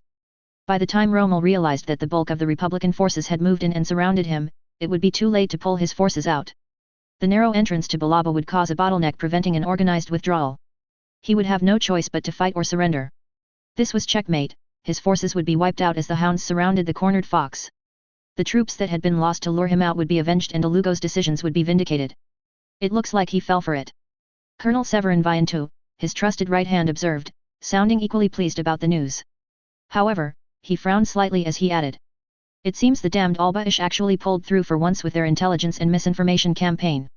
De Lugo ignored his subordinates' disdain for their OCBY allies. He'd made his displeasure of their handling of the evacuation of Toulouse known on many occasions by now, and he'd grown used to his anti-OCBY sentiment. Although De Lugo agreed with him on several of these criticisms, the simple fact was they needed the OCBY right now. Although their forces were still busy licking their wounds after their loss at Ailly-aux-Maines, they were still their primary source of their supplies, weaponry, and funding for this endeavor. They would have to suffer them for now. In this case though, Severin was right, the OCBY intelligence service had been instrumental in laying the ground for this action. Not only had they been able to feed the Imperials false information on troop movements and locations, but the nomadic tribes they had hired had been able to keep accurate reports of the enemy position. Additionally, these itinerant horsemen had been kicking up dust in the desert sand to fool any enemy aircraft in the area. Any pilot performing reconnaissance would assume that the dust could only have come from the Free Republic's forces on the move. They'd set the scene for this fight perfectly. "We have him in our sights, but we cannot allow ourselves to celebrate yet," De Lugo replied, raising his voice so that the rest of the officers present could hear him. It was important to keep everyone focused on their duties until the fight had truly been won. They'd seen what happens to those who celebrate prematurely during the disaster on the Rhine. They could not allow it to happen again. "What is the status of our forces?" De Lugo listened silently as his officers produced their reports on the readiness and dispositions of the troops. He was pleased to hear that most were up to combat strength, approaching their prescribed positions and ready to punish those that had driven them from their home soil. Soon he found himself envisioning how the troops would move in his mind. He knew that no plan survived contact with the enemy and that Rommel was sly enough to try any number of tactics to break out, but he could see in his mind's eye how they would win this battle. He wondered if this is what his foe did to outwit so many talented opponents. How else could he maneuver his troops so readily? At times they seemed more like an extension of his will than independent troops under his command. "Judging from the intelligence we've received about their supplies, we expect him to move out of the village around dawn tomorrow. The officer briefing him finished, breaking Delugo from his thoughts. If all went well, dawn would mark a new beginning for his task force. Very good, see to the deployments. Colonel Vianto will be leading the vanguard. I want everyone ready to move by sunrise. He replied before striding out of the tent. He needed a few moments to himself. He winced as the light of the setting sun dazzled him. He'd been secluded inside the tent with his officers and maps so long that it seemed almost blinding. As his eyes adjusted, he found himself gazing out over the dunes, watching the breeze whip up the sand in the orange glow of the evening. It was beautiful in its way, but it wasn't home, it wasn't the Republic. Unconsciously he reached into his pocket and took a cigarette from a silver case and put it in his mouth. He paused for a moment as he studied the ornate container gifted to him by his daughter. It was not particularly rare or expensive, many thousands had been produced for the 50th anniversary of the Third Republic, but it was treasured nonetheless. It was decorated with the familiar emblem of the Republic. A lictor's fasces upon branches of oak and laurel, and a ribbon with the Republic's proud motto of Liberté, Égalité, Fraternité emblazoned upon it. It had once made him feel proud, however now he felt empty when he looked at it. They had already lost their liberty, it had been stolen from them with the fall of the mainland, and in wartime, the chain of command put an end to all notions of equality. Now all they had left of the once proud Republic was their fraternity, he could only hope that it was enough. It was a sorry state of affairs to think how far they had fallen, he was glad his family were safe over in America so they did not have to see for themselves. He hoped that they could return to their founding principles when the war was over. His thoughts were broken by the sudden appearance of a lighter proffered to light his cigarette, which he accepted graciously as he recognized it as belonging to Severin. The colonel must have followed him out of the command tent, he suspected he knew why. Sir, I'd like to stay with you in the command center for this operation. He began as Delugo took a deep drag from his cigarette, enjoying the rush of nicotine despite Vianto's objection to his order. Lieutenant Colonel Bouvet is more than capable of taking my place. For what reason? Delugo asked, continuing to stare out over the dunes. There were few he trusted more than Severin Vianto, and as one of the most seasoned combat veterans in the army, he knew better than to disregard his advice. However, he couldn't see why the man wanted to hang back. After all the losses he had endured at the hands of the Imperials, he had expected that he would be eager to finally give them a bloody nose. In short, sir, I'm worried about your safety. If something were to happen to you, the war would be lost. At least for the Republic. Delugo remained silent. This was high praise from his subordinate, and given the sorry state of the colonial generals he had needed to supplant, he feared the man might be right, although he'd hoped by now the people would fight on regardless.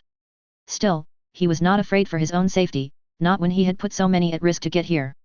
You talk as if you expect this plan to fail. Delugo observed, raising an eyebrow as he turned towards his subordinate. If the man had seen a flaw, he needed to know about it now. Not at all, sir, since all of Rommel's forces are together we will finally catch them. The man replied, a hint of fire in his eyes as he thought about finally driving the invaders off. However, his expression soon turned serious.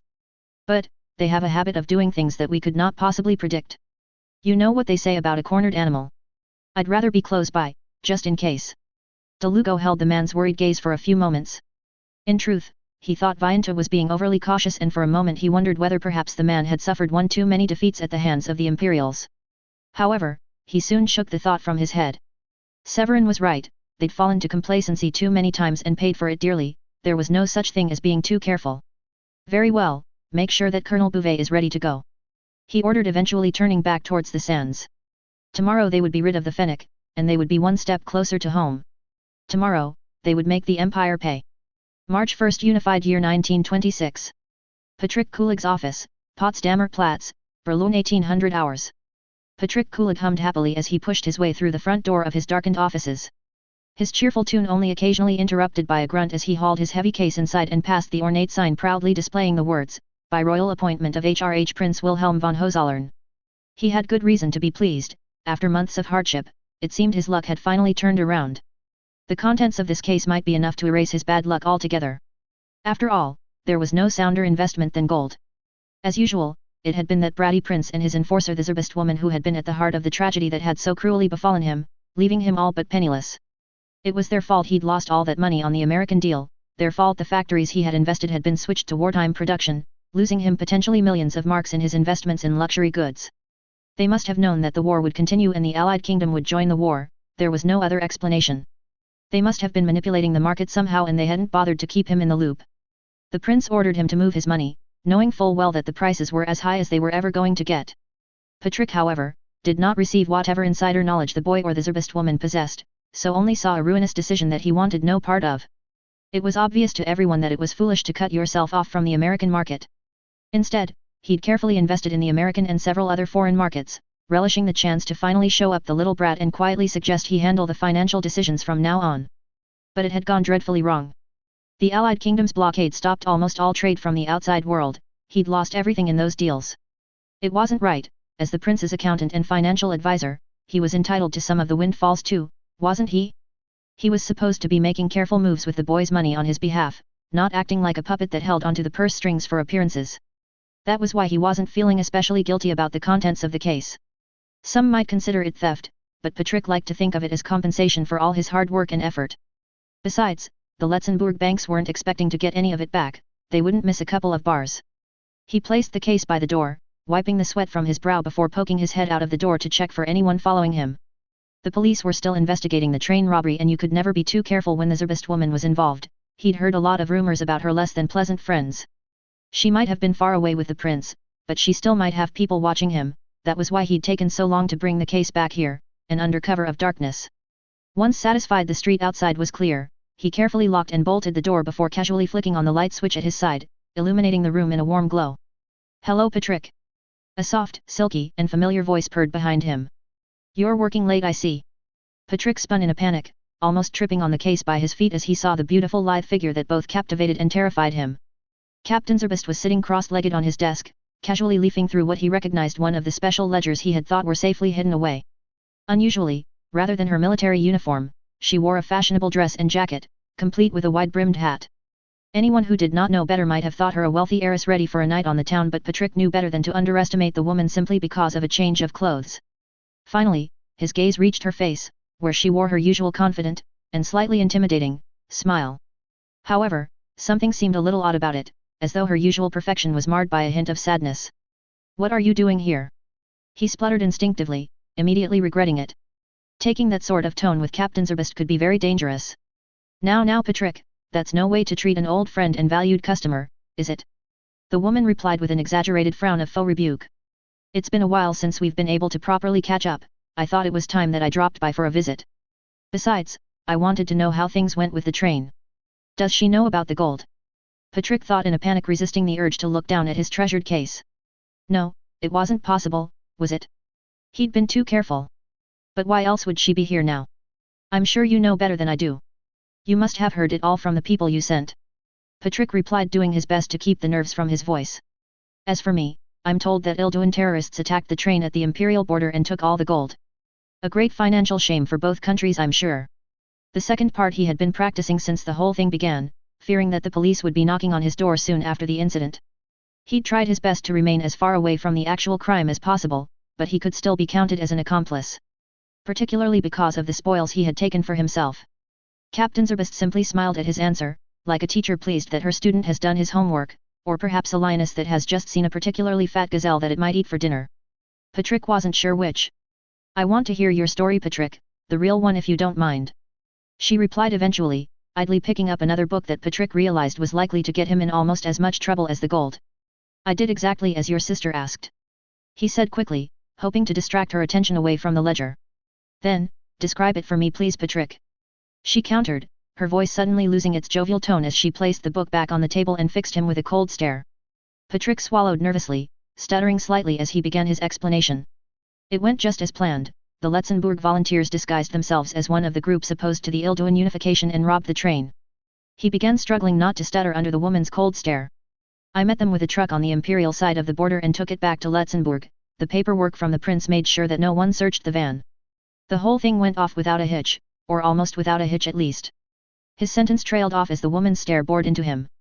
He almost cracked there and then, and considered returning the gold to her simply to spare himself whatever punishment those evil eyes could produce. But at the last moment, he found a small piece of defiance within himself.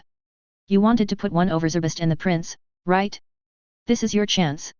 You see, it seems some of the gold was lost during the heist," he began, silently praying his lie would see him through. "I checked it at the rendezvous, and we only managed to gain around 95%. I hope it isn't a problem." In truth, the disguised Letzenbourg soldiers had been surprisingly professional, if not a little overzealous, particularly when speaking of the bratty little prince. As a result, everything had been accounted for once the soldiers reached the rendezvous point. Fortunately, the exact amount of gold there should have been was only known to a few people, himself included, courtesy of the other Zerbst's sister. He'd been able to sneak a few bars and stash them in the country on the journey to Letzenbourg, using the robbery as a cover for whatever was missing. Now wished he'd left the gold hidden a bit longer instead of sneaking out to retrieve it. The room was silent for a few moments and Patrick did his best not to fold under Sophia's gaze. For a moment, he feared she had seen through the deceit, but eventually her usual terrifyingly captivating smile returned to her face.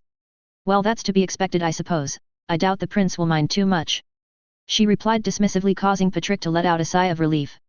It was not to last long, however, for as soon as the words left her mouth, she seemed to search the room with her eyes before they finally landed on the case at his feet. "And how is the prince?" he cut in, quickly stepping in front of the case. "I had thought you and your sister were with him on the southern continent." The woman's smile fell from her face abruptly, only to be replaced with an intense sadness that Patrick had never seen or even thought the woman was capable of. She seemed smaller as she looked away from him, no longer brimming with the endless confidence and quiet threat he had come to associate with her. "There was an incident," she began softly, her voice cracking slightly under the weight of her words. "My sister has been injured. She has been sent to a private hospital in Berlin. I need you to make funds available for her treatment from the accounts." "I'm so sorry to hear that," Patrick replied, understanding the sudden change of tone. So, her real reason for being here wasn't because of the gold heist at all. He might just get away with his little case of embezzlement after all. "I hope it isn't too serious." Silence filled the room, telling him everything he needed to know. The prognosis was not good for the maid. "She's strong, I know she'll pull through," the woman said eventually, although Patrick could not decide if she believed it or not. "But, it's difficult not having her around, for all of us. I'll make sure everything is taken care of as soon as possible. I'm certain the prince would want no expense spared," Patrick replied quickly, feeling uncomfortable around the usual confident woman. This whole situation made him feel even more unbalanced than he usually did around the Zerbists and their master. "Thank you, Patrick." The words should have meant nothing to him. This was a woman who had bullied and controlled him ever since they had met, one that had forced him into performing illegal activities in the name of her prince. Or at least more illegal than he was used to. Yet somehow, he felt his heart ache as she so honestly thanked him. For the first time ever, he had seen one of these devilish women vulnerable and he found he didn't like it. "No. This is no time to get sentimental. Think of the gold. As I said, leave it to me. I will see that she gets all the care that she needs," he replied firmly, making sure he remained between the woman and the case. "You must be eager to get back to the prince's side." The woman winced as if she'd been stabbed as he spoke his words, and Patrick knew immediately, he had said the wrong thing. But why? From what he'd seen, both of the sisters endeavored to stay close to their benefactor whenever possible. Sure, her sister was injured, but they all knew all of their fortunes were tied to the bratty little prince playing soldier. Surely she would want to be back at the boy's side, if for no other reason than to keep him alive so that his fortune could pay for her sister's treatment. "The prince sent me away," the woman replied sadly, squeezing her eyes shut as tear forming in the corner of her eye threatened to fall down her cheek. "He doesn't want me by his side anymore." Again, the sadness in the beautiful woman's voice tugged on his heartstrings. Before he knew what he was doing, he had crossed the room and gently taken hold of the woman's hand to comfort her. When his brain did finally catch up to his body's actions, he found himself quietly terrified of what the woman might do. However, she allowed the gesture, shooting the man a sad smile before turning away again. It didn't make sense. Why would the boy send her away? Worse still, he now had two major problems on his hands.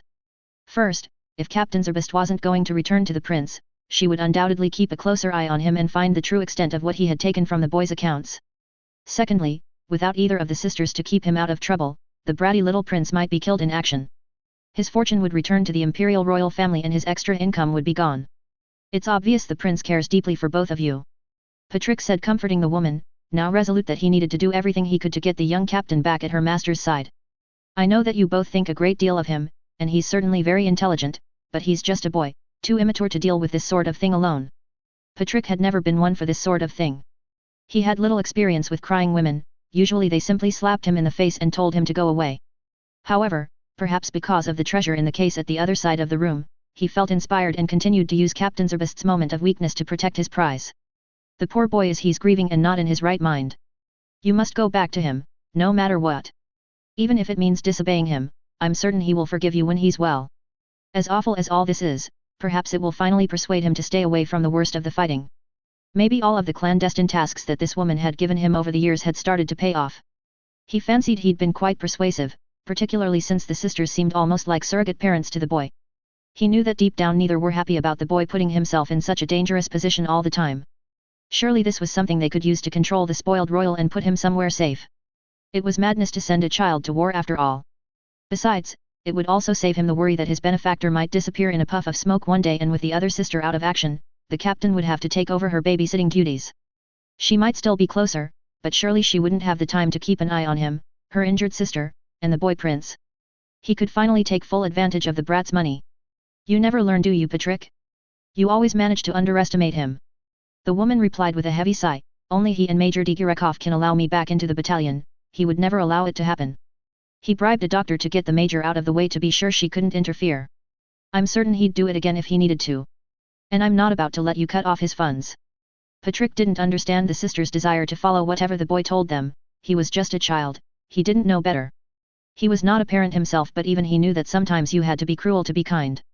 They should cut the boy off, force him to take Captain Zerbest back and then take him somewhere he's less likely to get killed. Preferably somewhere far away so that Patrick could continue siphoning off his wealth in peace. Surely there must be something you can do. He persisted, his worry that his ability to keep feeding off the royal cash cow would dwindle with Captain Zerbest around increasing as she sounded more forlorn. She turned and stared at him for a moment, flashing a small smile at him. Unlike before, this was not filled with the terrifying confidence and threat he knew her for, but a genuine thankful smile. For a brief moment, he did not see her as the bully that forced him to do the prince's bidding, just a depressed woman that was genuinely thankful for his support. Suddenly he couldn't help but feel guilty. It's sweet of you to try to make me feel better, Patrick, but I'm afraid you're stuck with me. She said, holding him with a smile, preventing his heart from sinking with her warm gaze. I suppose I better take a look at your books while I'm here. Her second sentence snapped him out of it and he felt a rush of panic. Damn it! Damn it! Damn it! She'll find out how much I've been stealing from the prince again. There's no telling what she might do to me. It's a shame you can't go over his head, speak to the emperor or something. He laughed nervously, as the woman picked up one of the ledgers. Any moment now and she'll see, it'll be the end of me. She paused and shot Patrick an amused look. Honestly, Patrick, if the emperor had any sway over Prince Wilhelm, he never would have joined the army in the first place. She smirked with a hint of faux rebuke. As for going over his head, I told you, he'd do anything to stop the major from taking me back, and since they are attached to the general staff, she has no direct superior to. The smile slipped from her face as her words trailed away. Her thoughts seemed to drift off with those lost words as she turned and stared off into the distance for a moment. Patrick didn't know what to do, so stayed silent, silently thanking God for the intervention that may have just saved both his financial and literal life. I can't believe I've been so foolish. She said softly to herself before the fire returned to her eyes and her usual confident smirk returned to her face, causing Patrick to instinctively tense up again. Maybe comforting her wasn't such a good idea after all, he thought, wondering if he'd made things worse for himself. Thank you, Patrick. She said, leaning over and kissing him on the cheek before climbing off the desk. You can be quite sweet in your own way. Even if it is all in the name of greed. Patrick stood stunned, his face reddening as he slowly brought his hand up to his cheek. Had she really kissed him? He wasn't sure what he'd done or said that had warranted the reaction, or indeed the sudden return to form for the terrifying young woman. But now that she was back, he was deeply confused. Just this once, I'll let you get away with what you've tried to hide away in those books. She continued as she strode towards the door. Had she known the whole time? Had she been playing with him? Patrick's eyes widened as she stopped by the case. I will be taking the gold, however. She smirked at him, picking up the heavy case much easier than he had. You have a terrible poker face, Patrick, it would be better for you if you didn't lie. With a wink, she left, leaving him with nothing but his dodgy ledgers. Somehow, she'd done it again, she'd robbed him of all his hard-earned cash. Curiously though, as he touched his cheek once again, he found he didn't mind so much this time. At least she'd left him the remaining assets he'd liberated from the bratty prince. He sighed as he returned to his desk. I should arrange for the funds for Miss Sophia's treatment, then I'll move what I have left into something more profitable. Perhaps the iron mines near the Russie-Dacian border. Yes, with the war in the south, an investment in the east would be the safest place for my money. March 1, Unified Year 1926. General von Rommel's Temporary Command Center, Balaba, Southern Taurus Desert, 1800 hours. Permission to lead a night reconnaissance mission, sir. Tanya proposed with a salute, struggling to maintain her usual professional demeanor as a smile threatened to form on her face. She'd been handed a golden opportunity that was too good to pass up, and she was ready to seize it with both hands. After assessing the tactical situation and the plan for the upcoming engagement in the general's HQ, Tanya had noticed a convenient reason to quietly place herself away from the most dangerous part of the assault for once. Better still, she could achieve this in such a way that her reputation would remain unmarred and no one could accuse her of being a coward. Not only that, but her suggestion would also reduce her workload while making it appear like she was eagerly volunteering for more, further promoting her value to the general. It was perfect. A chance to endear herself to her superiors with only the minimum effort required. Chances like this only came along once in a blue moon, perhaps it was a sign that being X had finally given up and her misfortunes were coming to an end. You think that's necessary? Major Brocklaw, one of the analysts on von Rommel's staff, asked with a raised eyebrow. Intelligence actually came through for once and the information from the scout plane seems reliable enough. There's no point wearing yourselves out before the fight even starts. Unfortunately, the man had a point, but she wasn't about to let that stop her. In Tanya's opinion, Major Brocklaw was a solid officer whose advice she would usually be more than happy to listen to. He had a much more pleasing attitude towards overworking staff compared to many others in the military, often arguing that troops should be rotated out more frequently despite the limited personnel they had available. He was also very good at managing materiel and had proved to be pleasingly cost-conscious when it came to planning military operations. In her opinion, he should have been assigned to the service corps. He had proved to be quite adept at allocating just enough of their sparse supplies for each engagement so that nothing went to waste. Much like herself, he seemed to dislike any misuse of resources, so she felt a little bad for making his job more difficult by arguing against him. However, since she and her battalion had been forced to be the vanguard of so many of their recent actions, she felt at least partially vindicated. There were plenty of other troops that could fulfill her role, particularly in such a small engagement. It was about time she got one of the easy jobs for a change. Besides, she'd built up a great deal of goodwill with the general, it was time to spend some of that capital. That may be true, Major Brocklaw, but our scouts have yet to make direct contact with the bulk of the enemy forces. I believe it prudent to confirm the air fleet and intelligence reports. Tanya replied, unperturbed by the staffer's objection. She was willing to admit that intelligence had done a decent job for once, but their reputation for failure was well known by now, particularly since Wilhelm all but crippled them by disgracing and murdering their previous leader. Looking at their track record, no one could completely trust anything with an Abwehr Eagle as a letterhead, so she could comfortably use their dismal reputation to her advantage. If she could give her and her men an easier time as a result of the intelligence department's failures, then why not take it? But Major Digirakov, this isn't like the Rhine. The size of this theater means we can't always gain concrete intel before engagements. The intelligence we have is the best information we've had since our arrival on the continent. I really don't see the need for this. Brocklaw persisted, much to Tanya's chagrin. She had never realized it could be so annoying dealing with a competent officer. Surely it's better that you and your officers rest up for now. I believe it is a necessary precaution, General. Tanya replied, changing tack and addressing her superior personally.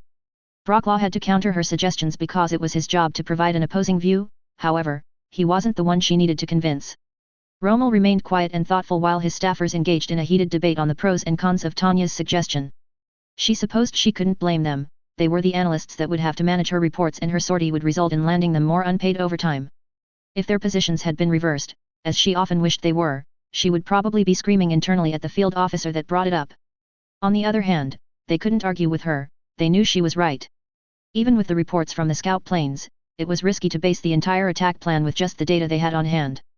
They may have done it time and again on this campaign, but no one was dumb enough to publicly admit that they'd been essentially working off guesswork the entire time. Let her go.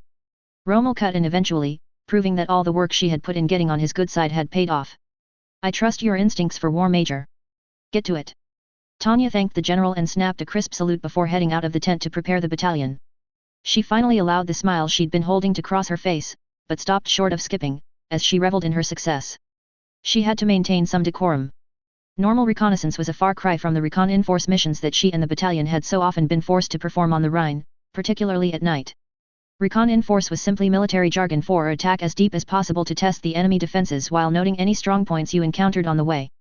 It was arguably one of the most dangerous operations a soldier could be involved in, thus one of Tanya's least favorite, and she'd been involved in far more of them than she cared to remember. This time, however, she would simply be performing area reconnaissance. The only expectation should she make contact with the enemy would be to fall back and report her findings. If all went well, she would be left out of the bulk of the fighting and return in time to help the mopping up operation. It would be the perfect chance to avoid the more onerous tasks while still racking up the achievements. She might even be able to go one better. Since they'd be operating under the cover of darkness, they might be able to get the jump on some of the enemy forces. An enemy that was unable to fire back was her favorite sort, risk-free and still counting when it came to totaling up the scores. She wasn't sure what the general had meant about her war instincts though. She was certain she had no particular gift for discerning possible enemy actions. Had she really given him the impression she was especially gifted in military matters? All she did was apply some simple logic. She wasn't a war maniac like so many of the others that surrounded her. Still, she shouldn't look a gift horse in the mouth. She would just have to be careful not to appear overly enthusiastic for battle in future. They might get the wrong idea about her.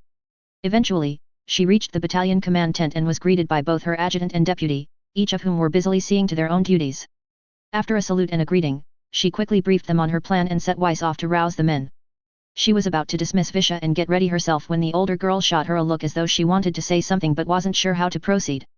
By now Tanya and her adjutant had built enough trust with each other that nothing work-related would give her pause when reporting to her. She'd even been willing to converse on more personal subjects that Tanya would have preferred not to get involved with. The source of her hesitancy could only be one thing: Wilhelm. The little captain had become a great concern for the entire battalion in these past months, not to mention a major drain on morale. Hers included. Since the incident in Tripoli, and the subsequent injury and dismissal of the Zerbest sisters, Wilhelm had been morose and withdrawn. His mood had been like a black hole that had brought down everyone around him, almost as though the entire battalion was sharing his grief. It was strange, even she felt a twinge of regret when she was around him.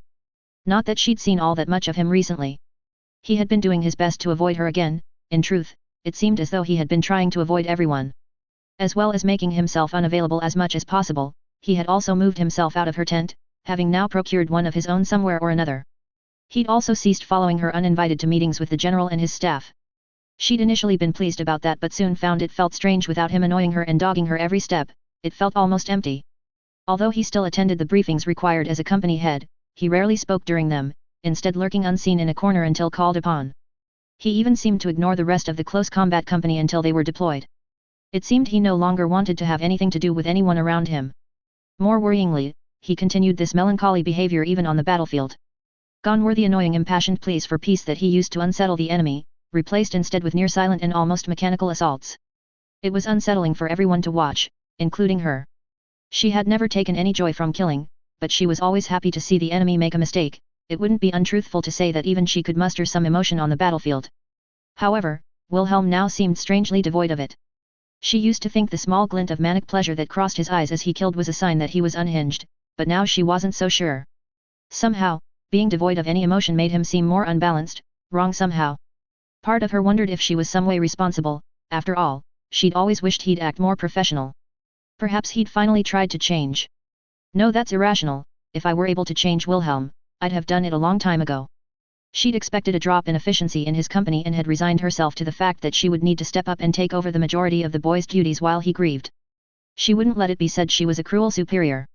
Besides, she suspected he'd had the sisters do most of his work for him in the past anyway. He probably didn't even know what he was supposed to be doing. However, she'd been stunned to find that Weiss and the other company commanders had quietly stepped in and essentially taken over the running of the close combat company for the boy, with the assistance of Sergeant Litz, who had irritatingly refused to be promoted to take either of the sisters' place. She'd even found Visha checking over some of his paperwork. When she'd questioned them on this, they simply admitted that they thought it was their duty to do what they could to help him through this. Tanya had been puzzling over that ever since. As far as she could see, they had no obligation to him, they weren't being compensated in any way. So why were they doing this? As his superior, only she had any duty to make sure he adequately recovered. In a strange way, she almost felt robbed. She pushed those thoughts aside before sighing and dismissing Visha, promising she would see to Wilhelm. She took a breath to steel herself for the trial ahead before pushing out of the tent to search the camp for the wayward little captain. She avoided the more crowded areas of the camp, as well as his accommodation for that of his company.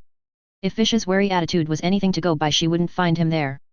Eventually, her search brought her towards the edge of the camp, and she had to force down a flare of frustration at the boy. This was hardly the safest place in the camp for someone who had so recently been the victim of an assassination attempt. She would never forgive him if the stupid idiot managed to get himself killed while sulking out here. She found him standing on a sand dune near the perimeter, barely aware of the world surrounding him. He had drawn his sword and was staring at the blade intently, as though it would somehow change before his eyes. At first, she assumed he hadn't noticed her approach, but a subtle movement of the blade told her that he was at least aware enough of his surroundings that he could tell when someone was approaching from behind. Faithful. He muttered before she could open her mouth. What does that mean? What do you think faith is exactly, Major? Tanya paused in her tracks. The question had caught her off guard and she felt off balance by the sudden inquiry. The topic bothered her too. It was an exceptionally strange subject for Wilhelm to ask about given his apparent tumultuous relationship with being X. However, on the few occasions she'd been able to have a private conversation with him recently, questions like this were becoming disturbingly common. She had often questioned Wilhelm's mental fortitude, but it was only since his bout of depression that she had seriously feared that being X might prey on him. "You're not telling me you've found God, have you?" Tanya snorted derisively and slightly more aggressively than she had meant. She felt a genuine fear in her stomach that being X might have somehow gotten to him. The Wilhelm she knew might have already been absorbed by mad zealotry, just like Dr. Skugel. Although, on reflection, Skugel hadn't been much better before his divine revelation. But Wilhelm may have already had what little rational thought he maintained stripped from his mind, replacing him with a puppet wearing his skin, praising the infernal creature that had sent her here. God, Wilhelm growled, clenching his free fist, which Tanya took as an encouraging sign.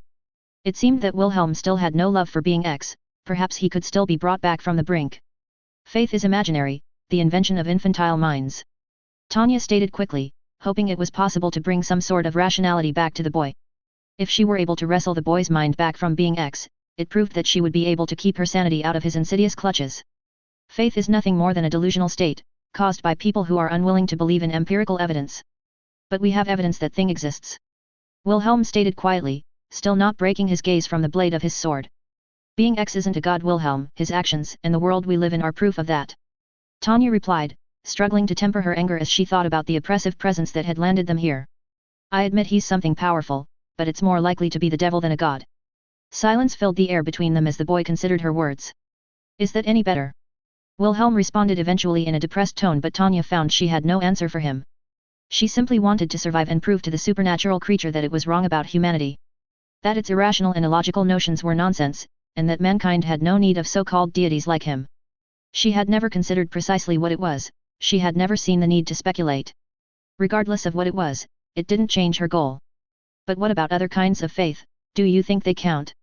Wilhelm continued, sounding almost hopeful as he lowered his sword and turned to face her for the first time. His eyes were red and puffy, it was clear he had been crying not so long ago. Like faith in yourself, an organization, or even your comrades. Where has all this nonsense come from? Tanya thought, feeling increasingly uneasy about the boy's ramblings. The first is simple confidence, something I know you know all about. Tanya replied, hoping that discrediting this foolish faith idea might see the boy return to his senses. As for the other two, as I said, there is empirical evidence for their effectiveness. I don't follow the general staff due to blind faith, but because they have proven themselves to be rational and logical. As for my comrades, I've seen them perform multiple times, I know what they are capable of. I don't need faith in them, not even an idiot like you. She'd expected, perhaps even hoped, that the last comment might shake him out of this strange mood. Usually, it would have escalated into another round of irritating bickering between them, but that was much more preferable than Wilhelm's confused philosophical questioning. At least she would have her Wilhelm back.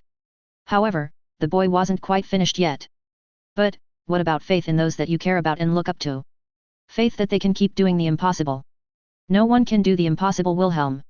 Tanya replied instantly, slapping down the insane notion. Wilhelm needed to rid himself of these strange flights of fancy if he were to recover. She wasn't about to let him believe in fairy tales or heroes. Those things get people killed. However, she knew she also had to use a little tact in this situation. He was obviously still worried about Christina. It isn't impossible for Christina to recover, quite the opposite in fact. She added as a way of conciliation, that's why you didn't need to send Captain Zerbest away with her. On balance, she probably shouldn't have added the latter part, however, sometimes she found it exceedingly difficult not to chide him for making such foolish decisions. Wilhelm seemed not to notice, however, and simply stared at her for a moment with a strange expression on his face before glancing back at the blade again one more time.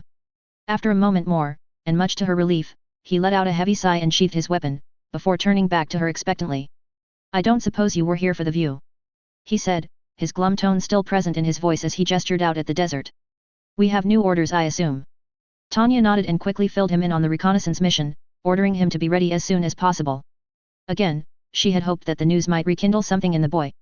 Although by design this mission would likely be light on any combat, she had hoped that the flight itself might pique his interest at least.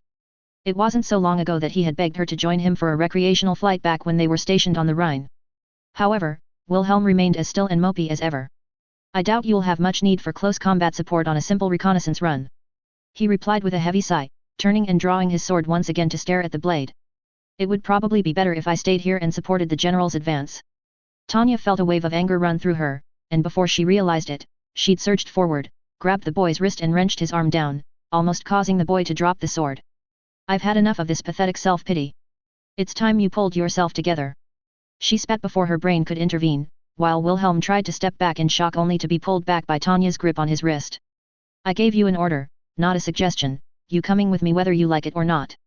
For the first time in months, a sliver of something from the old Wilhelm seemed to reappear in the boy's emerald eyes. Where patience, understanding and cold logic had failed, one thing seemed to spark some reaction from deep inside the boy. Fear. And accompanying that fear, a spark of defiance.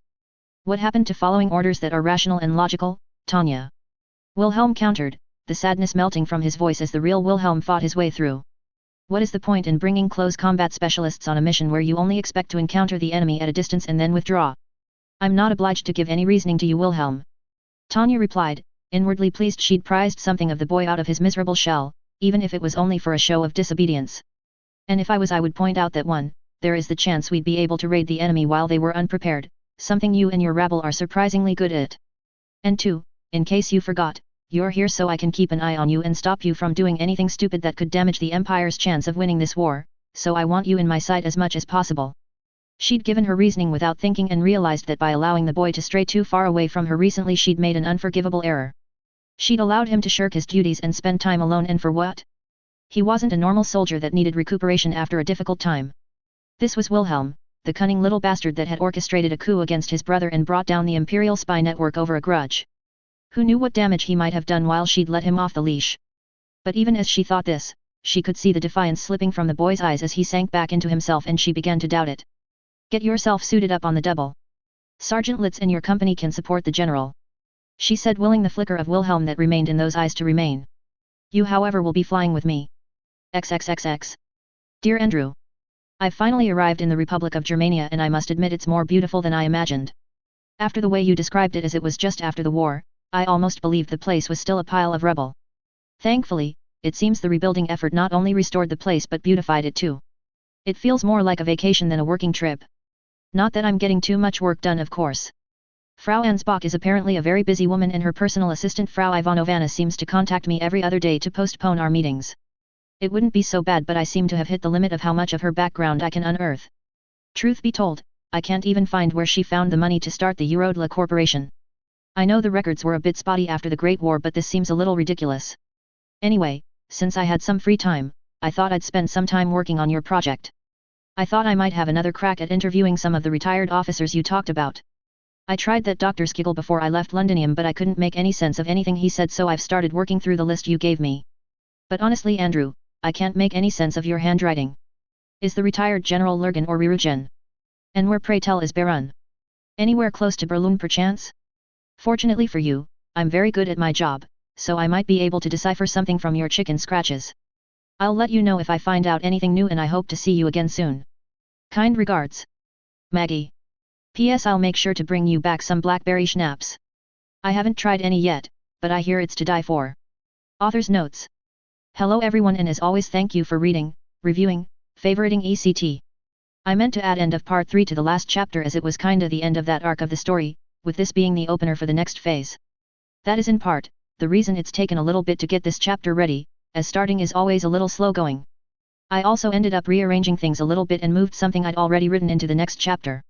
Hopefully that will mean that I should get the next one done a little quicker, but no promises. Chapter 58, The Southern Battle PT2, en passant. The Southern Battle PT2, en passant. 40 years after the Great War. Londinium. The First Battle of Balaba, or as much of the public refers to it, the Southern Battle, was a surprisingly short-lived engagement considering the sizes of the forces involved at the time. Similar-sized actions on the Rhine and in the east often consisted of several days if not months of fighting before the combat came to a close. Unusually, the main confrontation at Bulbaba lasted only a day, although skirmishes continued for some time afterwards. However, as mentioned in the previous program, it is important to remember that this action was only one of many that made up the true Southern Battle. However, considering this was the largest clash between Imperial and Free Republican forces on the continent until the Allies launched Operation Lantern, it is understandable why it has caught the interest of the public. On the morning of the 2nd of March, General de Lugo believed he had successfully lured von Rommel into a trap. According to the information obtained by Alba'ish intelligence and the local tribesmen, the Imperial Fox had positioned his troops just as de Lugo had hoped. Indeed, even the Fennec himself claimed in his memoirs that he had believed the false intelligence he had received before the battle, and it was a coincidence at the time that he had deployed a unit further afield than the Republicans had expected. It was this unit that managed to turn the tide later in the battle. However, in the early stages of the confrontation, the victory easily could have gone to the Free Republic. At dawn, both sides made their move, and for hours both commanders showed great skill in the placement and employment of their troops, which we aim to show you later in the program. Before this, however, we wish to shed some light on a few questions that some of our audience may have. One thing our viewers might wonder is where were the OCBY in this engagement? Why, considering the substantial presence that the Allied Kingdom and its Commonwealth had on the continent, did they limit themselves to providing intelligence and disinformation? Again, the answer lies in the recently declassified files obtained by this program from the Ministry of Defense. It appears that originally both military and material aid were being sent to the south just before this battle and were set to join the newly reorganized Commonwealth forces in Iskandria. However, the expedition to help Lugo was called off at the last minute. Instead, the planned aid for the south had a very different destination. And for the Imperials, the war was about to get much more complicated. Andrew WTN Special Correspondent. March 2, Unified Year 1926. St. Mary's Naval Base, Scapa Flow, Caledonia, Allied Kingdom 4:30. God, I need a drink. Lieutenant Colonel William Douglas Drake murmured to himself as he watched the volunteer battalion haul their kit across the dimly lit docks and onto the RMS Queen of Anjou. Invoking the unofficial rule that soldiers under pressure were allowed to take the Lord's name in vain. He would like to tell himself that the desire for alcohol was a result of the bitterly cold breeze being swept in from the North Sea. The freezing wind swept up an icy spray from the ocean, soaking anyone near it and cutting them to the bone. Any man could be forgiven a tot of rum to warm himself on a morning like this. Doubtless, many of the sailors would be indulging in a drink as soon as they were off duty. Personally, he would prefer a glass of single malt whiskey to warm himself right now. That and calm the growing sense of unease he felt deep in his gut. There was something very wrong with this deployment and it made Drake suspicious. It was all too sudden and secretive, at least for a bunch of rookies like the volunteers. He hadn't even been told their destination, not in any official sense anyway. If he'd still been in command of his old unit of Marine mages he might have understood, but this group was too high profile for clandestine operations. A little early for that, isn't it? A familiar voice replied, along with a whiff of cigarette smoke that was quickly swallowed by the salty air. Uncle. Drake didn't bother to turn around as he greeted his older relative. He should have known he'd show up at some point. He was likely the reason he'd been told so little about their mission. Sir Isaac Dustin Drake was essentially the de facto head of all the Commonwealth's mage forces. Although each branch of the armed forces recruited, trained, and maintained mages independently, everyone deferred to the expertise of the man nicknamed the Archmage when it came to matters of magic, including the Prime Minister himself. The younger Drake, however, had a less reverential view of his uncle. He'd known the man since his youth, and although he had once worshipped him like everyone else, as he grew older and more experienced, he began to realize there was more to the man than the myth told. William now thought of him as a reckless risk-taker, perhaps even a liability. No one would argue that he was skilled. His ability to accurately neutralize a mage's computation orb was legendary, and rightly taught to any wannabe mage in the Commonwealth, even if most could never hope to replicate it. There were even reports of him taking out several mages at once this way, easily cementing him as one of the most adept mages in the world. However, he was arrogant and far too used to being on the top of the totem pole. He knew he was the best and was more than happy to let everyone else know that, making him appear, at least to William, a braggart. This trait had only gotten worse as he had grown older. Worst of all, he was the sort of person that believed his skill mate allowed him to ignore the rules and made him beyond rebuke, as evidenced by his cigarette. I didn't realize that they'd changed the regulations about mages smoking. William observed dryly, making sure his uncle knew of his displeasure. You should have told me sooner. I could have bought some fags for the trip, maybe even try a cigar. Any idea what Cherboul's favorite brand is? It was expressly forbidden for aerial mages to smoke. Operating at high altitudes meant they needed to be fit and healthy, their lungs especially needed to be in tip-top condition. The younger Drake had always believed in leading by example. He preferred to share in the hardships of his men and earn their respect through hard work and shared sacrifice. He would never even consider breaking a rule that he would need to punish others for. It wasn't fair on the troops that he commanded. But Isaac was Isaac. He didn't care what people thought of him and so happily did whatever he pleased. For some infuriating reason, this cavalier attitude only served to endear people to him, as though his disrespect was somehow a virtue to be lauded rather than the character flaw that the younger Drake viewed it as. Sometimes it seemed like Sir Isaac Drake was immune to criticism simply because of who he was, and it annoyed the younger Drake no end. Not least because the shared namesake often left him suffering fools who thought he was irresponsible as his uncle. Come on now, allow an old man the occasional vice. Isaac replied dismissively, blowing another whiff of tobacco in William's direction as he took a place beside him. Besides, I'm mostly behind a desk these days. It's a very rare thing for me to be in the air. Yes, the last time you were in the air was when we were dragged into this damned war and we lost good men for nothing, the younger Drake complained inwardly. He loved his country and now that they were at war he would fight for it to the bitter end no matter what, even if it sometimes seemed like those who were running the country had only waged it to score political points. However, he had always thought the Allied Kingdom's handling of this whole mess had been a mistake. If they truly wanted to keep the balance of power, if they'd wanted to project the message that they were taking the moral high ground and protecting the freedoms of their neighbors like the papers said, they should have enforced the Londinium Treaty when the Entente first attacked.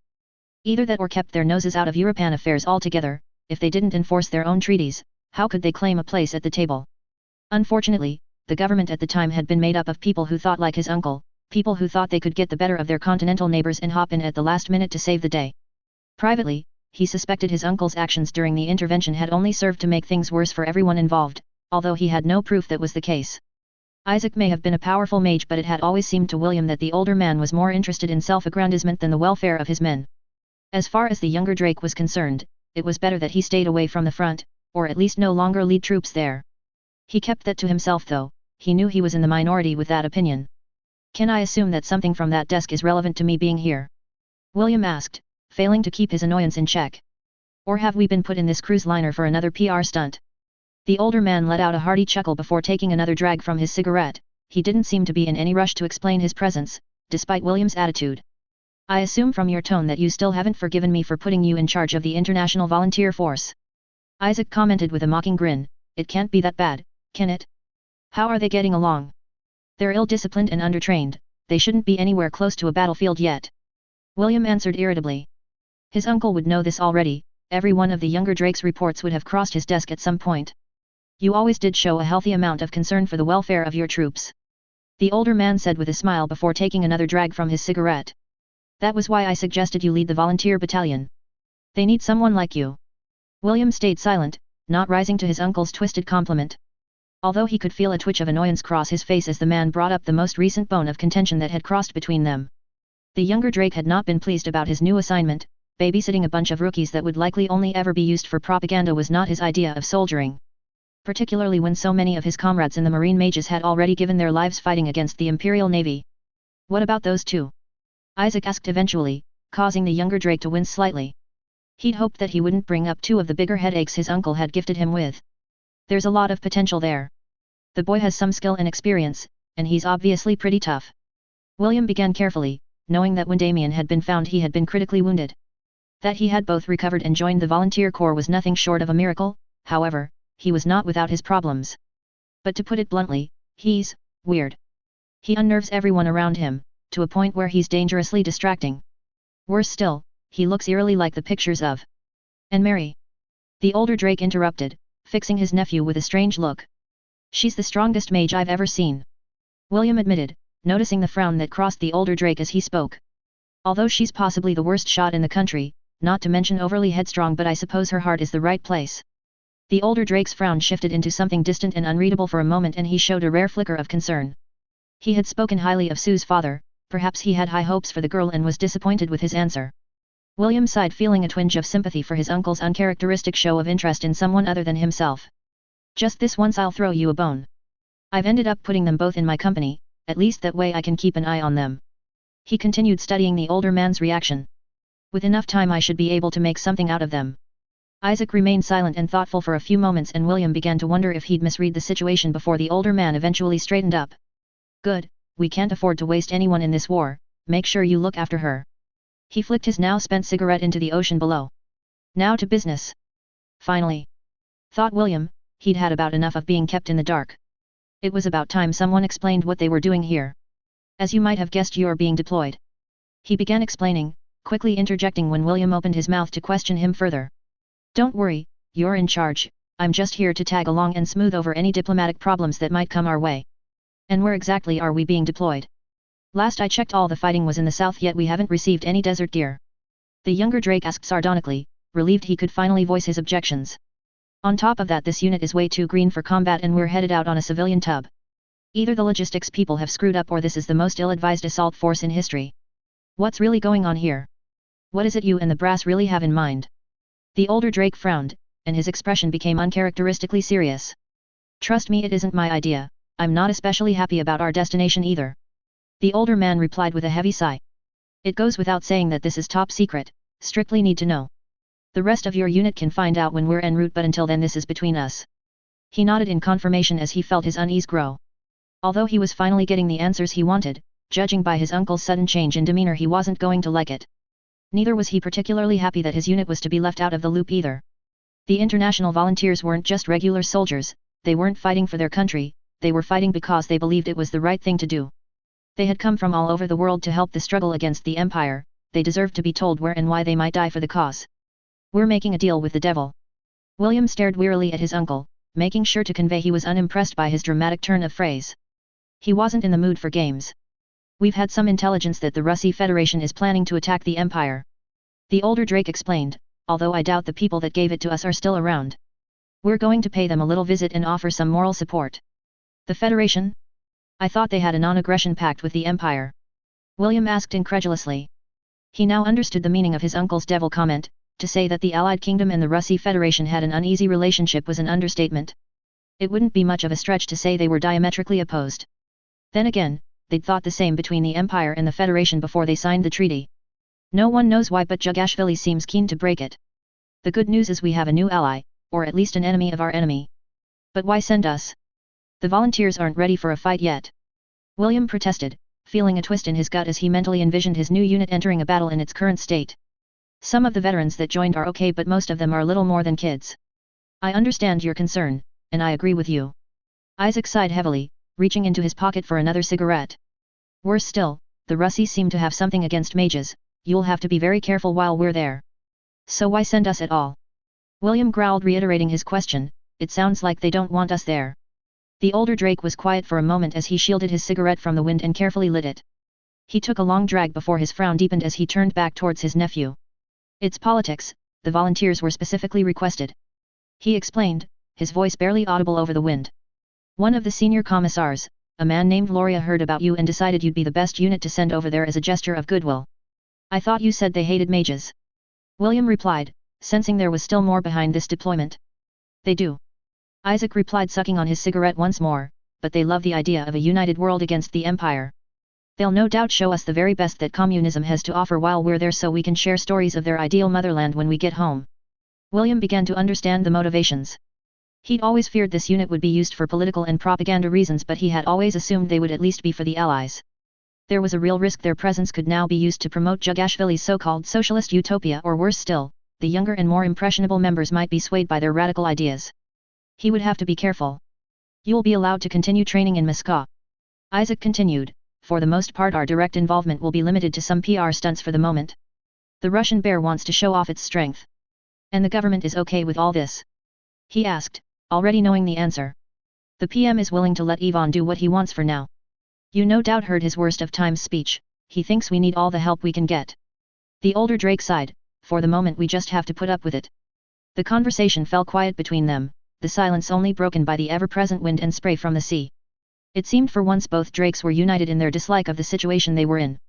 But if there was one thing that the Drake family was known for, it was making the best of a bad situation. So that's what you meant by smoothing over diplomatic problems, and here I thought I was getting the tough assignment. William said, adopting a rare conciliatory tone with his uncle for once. If they were going into that den of wolves, they would need to put their differences aside. I hope you've been practicing your Russian.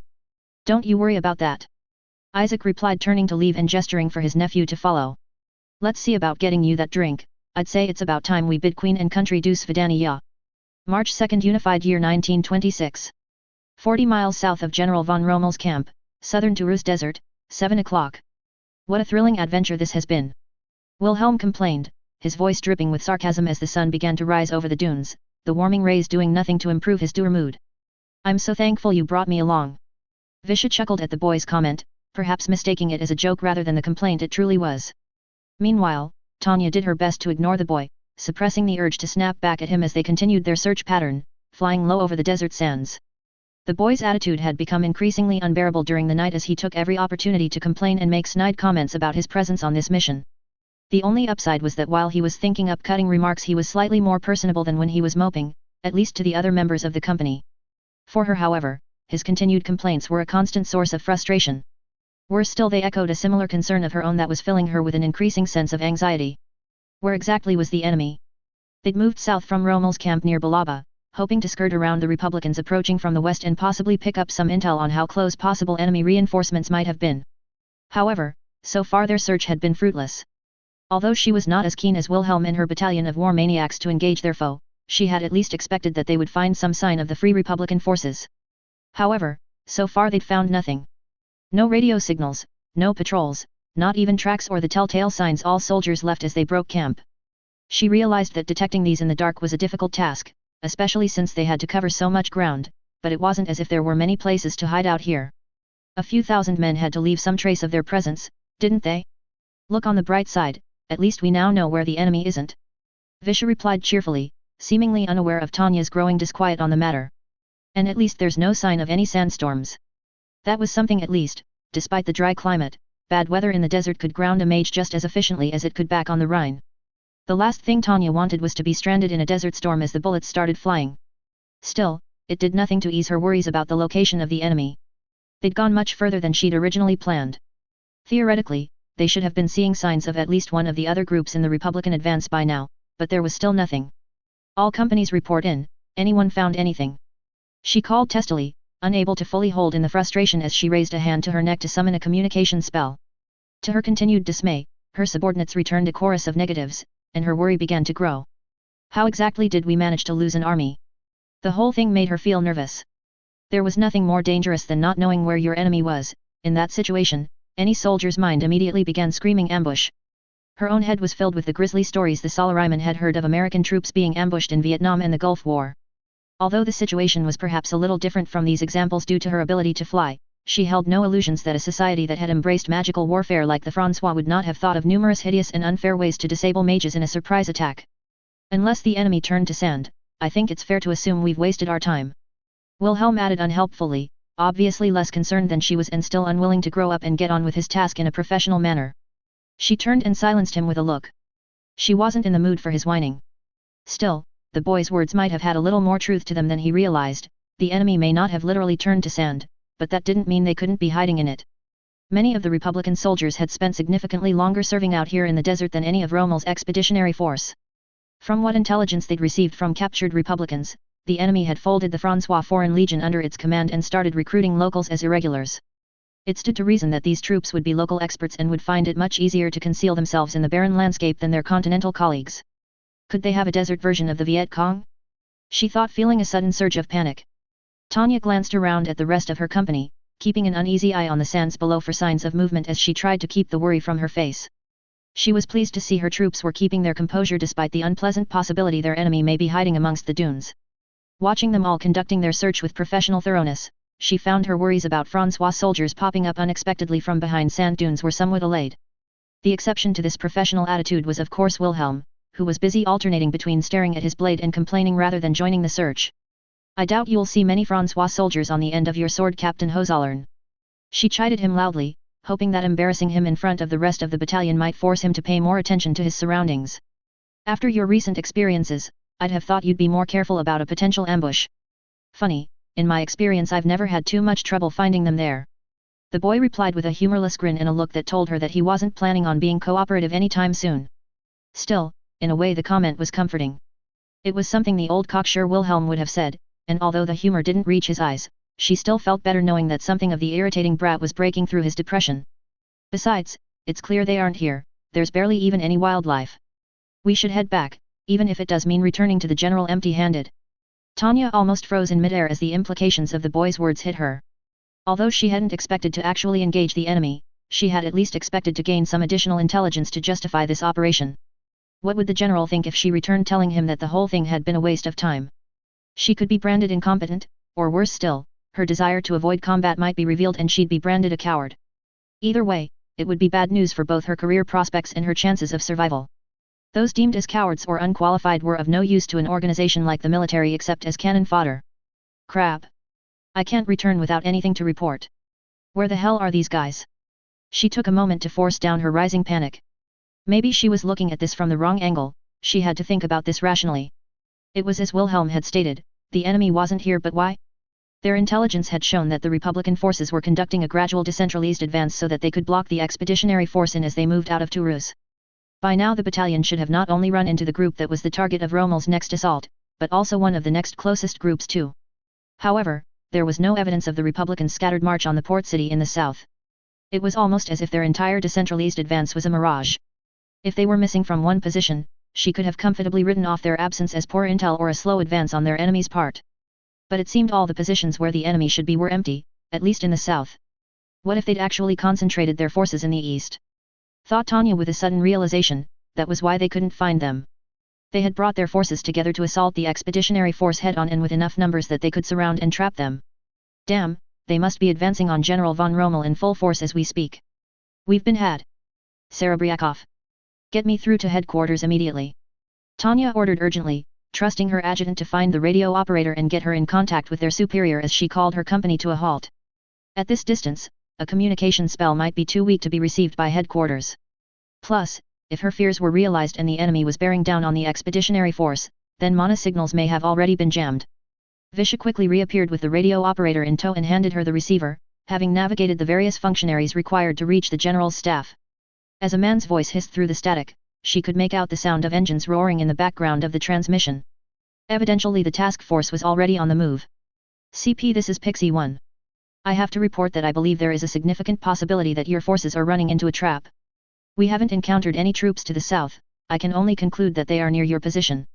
Tanya reported as quickly and succinctly as she could, doing her best to hide the alarm in her voice. She felt a bubble of anxiety as the radio returned only static. What if it were too late for the expeditionary force to fall back? If the Republicans really had managed to concentrate their forces, it would be over. She could only hope that Rommel had a trick up his sleeve. Acknowledged Pixie 1, your orders are, support. The transmission began cutting off as the static overwhelmed the communication officer's voice before being replaced by the familiar warbling caused by radio jamming. Damn, we're on our own. Tanya cursed inwardly.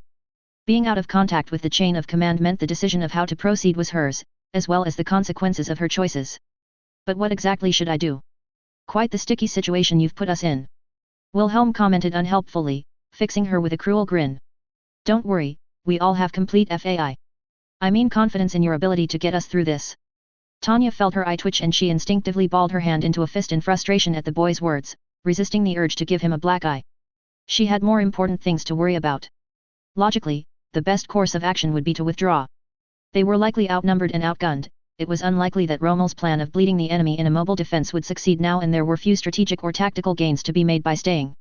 The wisest course of action for them was to cut their losses and regroup. However, a withdrawal was out of the question. At least for her. Although the imperial military was, by and large, a logical and rational organization, there were still traditions and behaviors expected of its members. Honor and bravery were two such qualities that had been drilled into every cadet at the academy.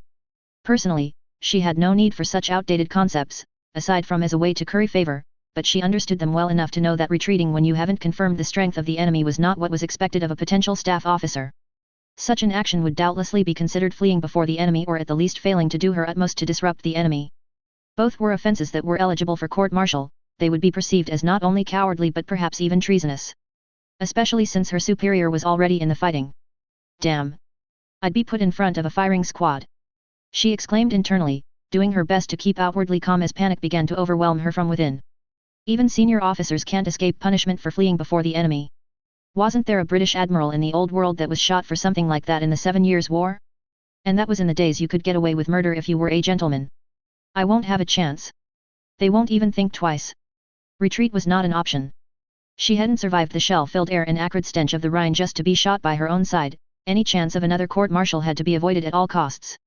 That meant they had no choice but to close in an attempt to support Rommel's forces, at least when they got closer it might counter some of the enemy's jamming and allow them to communicate with the general. It would also allow her to accurately assess the enemy's strength so that they could withdraw. However, this approach wasn't without its drawbacks. Assuming her predictions about the enemy's disposition were correct, Rommel would likely have to switch to a fighting retreat back to Balaba. Assuming he could break out before the Republicans encircled him, that is. Due to the inherent mobility and firepower of her battalion, she and the 203rd would probably be forced to perform a rearguard action to cover his retreat. This was not a role that she particularly relished. Gah! It'd be like fog and sun all over again but worse. She cursed, likening the action to the bloody fight on the Rhine they'd been forced to go through to cover the feigned retreat before revolving door. She'd only put up with such an absurd mission because she could see the sense in investing resources to destroy the Republican field army on the Rhine. This time, however, they wouldn't have the comfort of knowing they were luring their enemy into a trap, it would be a true retreat. And the mobile nature of the combat out here meant it was only a matter of time before the Republicans overran them as they defended the general's withdrawal. Damn you being X, you set this up, Didn't you? You must find it hilarious to only give me the options of dying in the desert or dying to a firing squad. Tanya cursed inwardly, rubbing her temples as the stress and sense of hopelessness began to mount. She couldn't even consider the option of surrendering to the Francois. Given the nickname they'd given her, and the fact that since they had technically signed no treaty, the so-called Free Republic had no obligation to follow the rules of war agreed by the former Francois Republic, she could safely assume that she would not be treated well. She doubted she would make it to a POW camp alive. There has to be some other way. I refuse to die out here for being X's amusement. She found herself glancing around, as though somehow the answer might suddenly appear before her. Part of her knew this was foolish, and she suspected that the mix of panic and being X's malign influence was having an adverse effect on her, just as it had Wilhelm. However, a sudden flicker of light drew her attention. Wilhelm was hovering not too far away and had returned to staring at his wretched sword again. The light from the rising sun must have caught the blade and reflected it towards her eyes, unless the boy was trying to be more of a nuisance than usual. She was about to dismiss this as a distraction she could not afford, but something about the weapon gave her pause and an idea began to form in her head. There was one option she hadn't considered. An all-out attack. She had not contemplated this idea for the same reason that she dismissed the idea of volunteering to act as the rearguard for Rommel's fighting retreat. The enemy was simply too numerous and too mobile, they would be overrun in a protracted fight. However, their mobile and shallow lines allowed for a unique opportunity. Maybe they could punch a hole and break through. She had no delusions that this might somehow change the tide completely, but it did offer her a chance. An attack designed to push through the lines might even be disruptive enough to allow the general to break out of the trap, or at least fall back to a better position. Meanwhile, she and her battalion would push through and keep on going, like the cavalry charges of old. No one could accuse me of fleeing before the enemy if I withdraw by going through their lines. She thought as she felt her lips pull into a wide grin. She almost found herself laughing at how ludicrous her situation was. Charging at the enemy was somehow her best chance of survival. What a cruel twist. In normal circumstances Tanya would think they were insane to try such a thing, but, in her opinion, so was the idea of making war in the first place. Unless it was an economic one where losses intelligent people knew when to back down to save the markets, of course.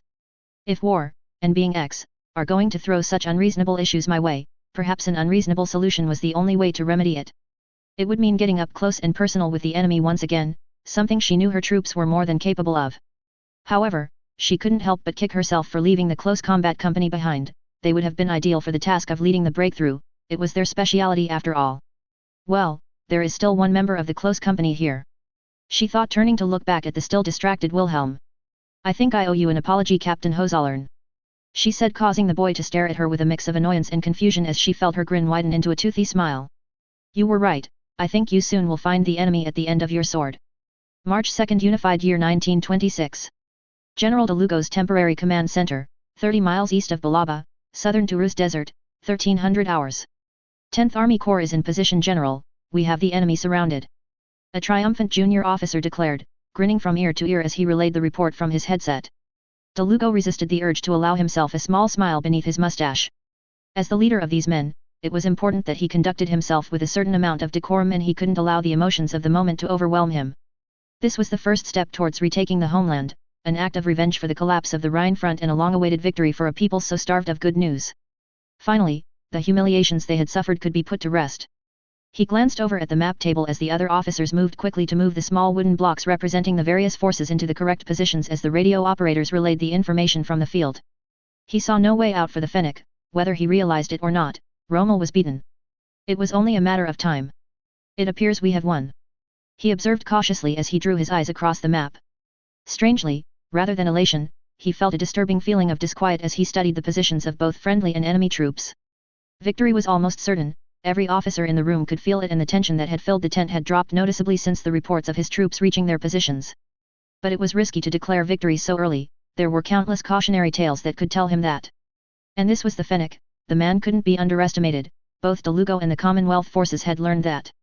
Until they recaptured Parisii and driven the Imperials from their lands, they could never truly declare victory. Still, there was still a sliver of excitement beating in his chest. Still a feeling of triumph over his foe that fought its own battle against his cautious nature.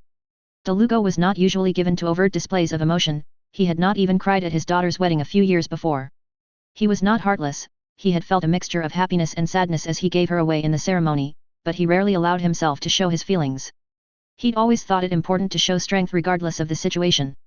However, after all the sacrifice, hard work, and planning that had led to this moment, even he felt like falling to his knees and tearfully thanking the Lord for the coming victory, despite the nagging worry that Rommel still had something up his sleeve. Have our forces begin probing attacks. Once Rommel realizes what he's wandered into, we'll send him the offer to surrender his forces. We won't stoop to the same barbarity that they offered us on the Rhine. He continued as the grin continued to pull at his lips. Yes sir. Relaying your orders now. The junior officer replied enthusiastically as he turned back to his radio operator and began passing on the orders to the field units. He knew there were many amongst his men that would be unhappy about his offer of mercy to the imperial forces, particularly many of the survivors from the mainland. There were plenty of soldiers, officer and enlisted man alike, that desperately craved to punish the Imperials for what they had done to them and their homeland. Delugo could understand their desires all too well. In truth, part of him felt the same way. However, he would not allow the name of the Republic to be soiled by criminal acts of vengeance. The Imperial soldiers on the mainland may have committed acts of barbarity such as Arene, and the terrible tragedy as the lines fell on the Rhine, but Rommel and his task force had conducted their campaign honorably. They had reports that the Imperial Expeditionary Forces had even gone as far as to treat injured and dehydrated Free Republicans that had been separated in the long march from Casablanca, even though the units had not technically surrendered.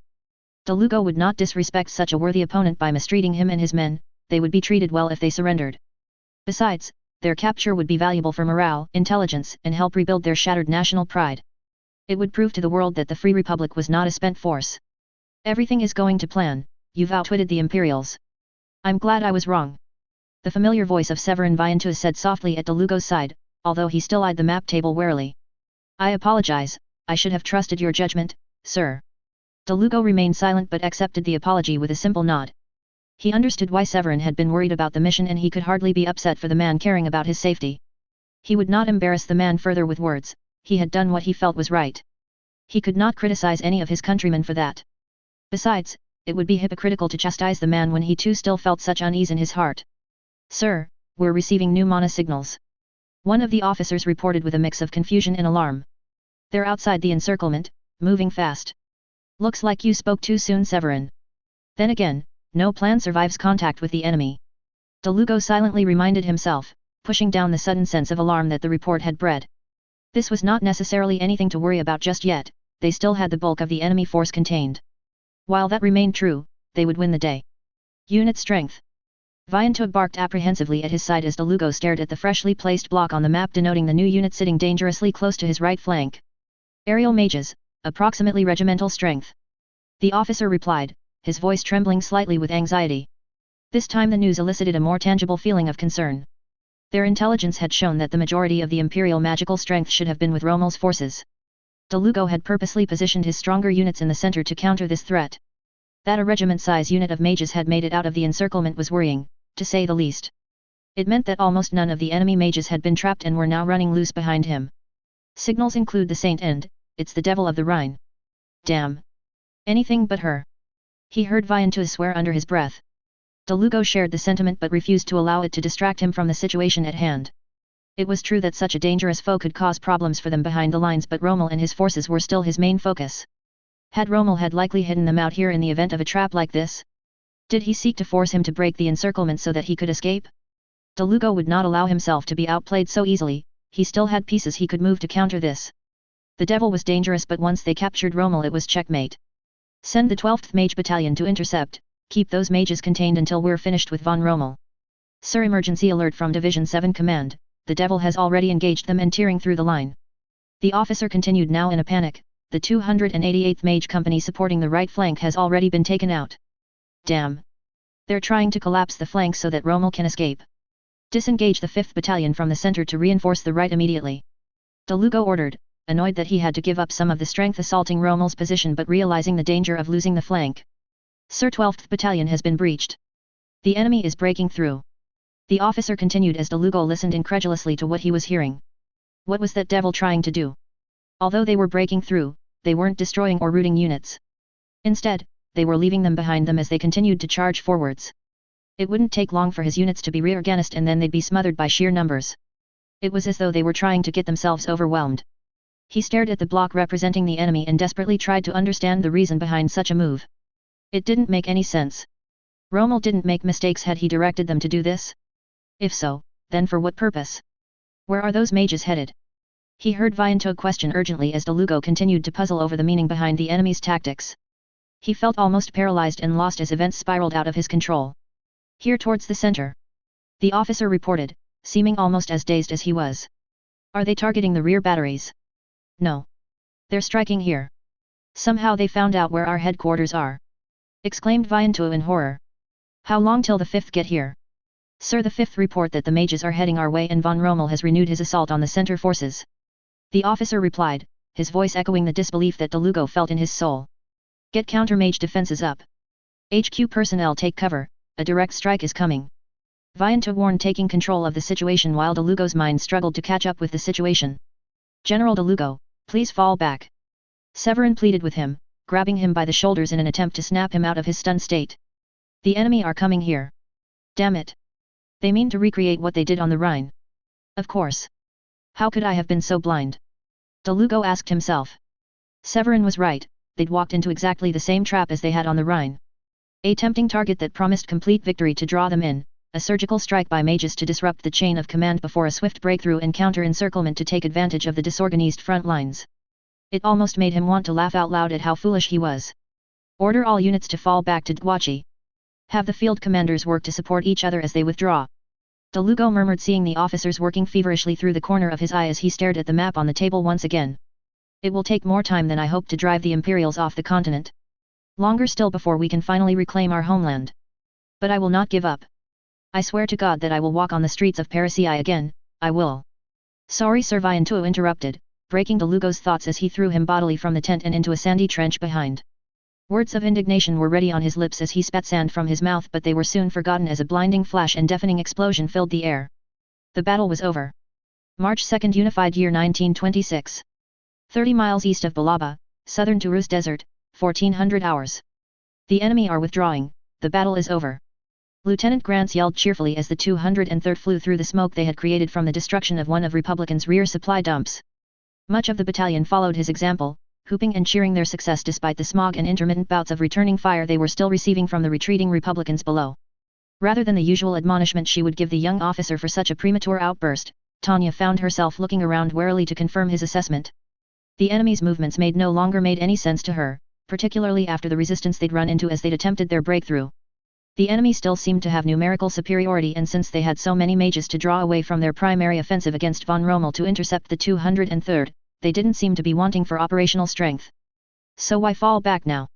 She felt like there was something she wasn't seeing, but as she looked down at the Republicans below, all she could only see was them making a fairly organized withdrawal.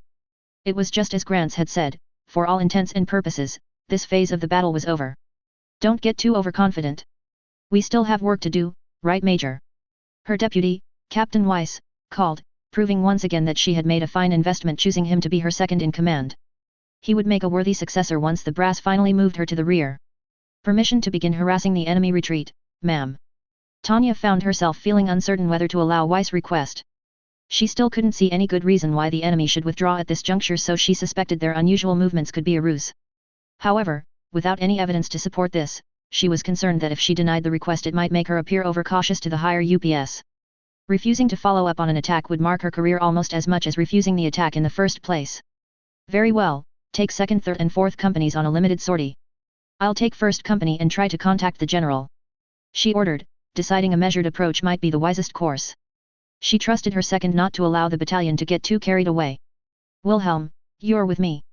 If it did turn out to be a trap, it would be easier if the boy wasn't in the thick of things as he usually was. It was better to keep him close for now. She didn't fancy adding a rescue mission to the list of extra work she hadn't expected today. Particularly since their combat rotation was scheduled to come to an end soon. The last thing she wanted was to present an injured Wilhelm to his royal relatives, particularly if his injuries could be traced to a mistake caused by her orders. She expected some argument from the boy, or at very least a barrage of complaints. At times, it could be difficult to get the boy to leave any combat while the enemy was still around. He was usually too fixated on his debt to being X to think about the wider picture of the battle or his even own safety. That was one of the reasons why she'd been happy to let him lead the 1st company charge through the Free Republican lines, although she had needed to stay close enough to ensure he wouldn't get himself killed or wounded. When leading from the front he made for an effective spear tip, and her loyal band of war maniacs were all too eager to follow him. In a way, he was like an attack dog. She just needed to point him in the direction she wanted him to go and let him off the leash. With the rest of the battalion following in close formation and supporting him in the 1st company's assault, it was relatively easy to smash through the enemy lines, particularly once they were close enough to avoid the Republicans' vaunted disciplined fire. The main worry had been all the enemy reinforcements they'd thrown at them, as well as the danger of those they'd gone through reforming behind them and swarming them. Fortunately, they'd worked quickly enough that it hadn't happened. She did have to steer him away from an assault on some of the Republican artillery batteries, however. She knew all too well that the Republicans had learned brutally efficient ways of protecting such valuable targets from aerial attacks, and she'd expected them to be heavily defended. Instead, she'd had the battalion attack what appeared to be a supply depot of some sort near the rear. She'd reasoned it must have been reasonably high value as they'd drawn off some of their mages from further afield to defend it. Perhaps their water supplies or something. It was almost impossible to fight in the desert without water, after all. She braced herself for the expected barrage of complaints from Wilhelm, but to her surprise, he offered no resistance to her order. Instead, he simply stared at her for a few moments with an unreadable look on his face. He still held his sword in his hand, but unusually he almost seemed to have forgotten that he was holding it. "Yes, Major," he murmured thoughtfully as he dragged his gaze away from her, but she couldn't help but notice the furtive sideways glances he kept shooting her way.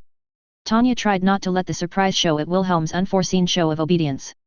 Considering how he'd been acting lately, it was a welcome, if slightly confusing, turn, and she wasn't about to look a gift horse in the mouth. In truth, to her, this sudden change in behavior made less sense to her than the Republican retreat, but she was quietly pleased that the boy's mood had improved. His attitude had been irritatingly poor and uncooperative the entire mission, or at least more so than usual. Even when he was in combat he always seemed to have some snide comment to add or argue with her over.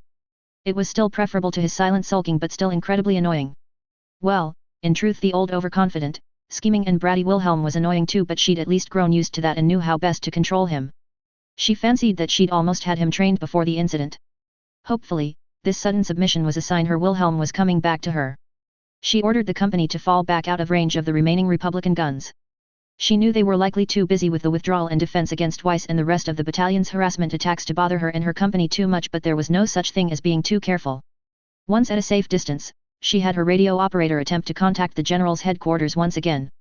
With the enemy falling back, the signal should be beginning to clear by now and the command post may have new orders to pass along. Preferably returning to base for a well-deserved rest. "Ma'am, General von Rommel wants to speak with you," the operator said eventually, passing the receiver to her as she blinked with surprise. She had only expected new orders relayed from the command post, not to be contacted by the general directly. Surely he was busy with the assault. Even when she'd attempted to warn him of the trap earlier, she'd only been put through to one of the communications officers. "Well done, Major. You carried out orders better than I could ever have hoped. I was worried the transmission hadn't gone through," the general called cheerfully down the radio, his voice barely audible over the roar of engines in the background. It appeared that once again the maverick general had chosen to lead from the front. Tanya however felt floored by the general's words and wondered if she had perhaps misheard him. She hadn't received a transmission, at least not one that could be interpreted as clear orders. She had merely acted in the way that she had thought best at the time. She would have to clear up the misunderstanding as soon as possible. "Sir," Tanya began but was quickly cut off as the general continued. "And our intelligence analysts say you targeted their HQ. I'm amazed you managed to find it. I knew I could count on your instincts."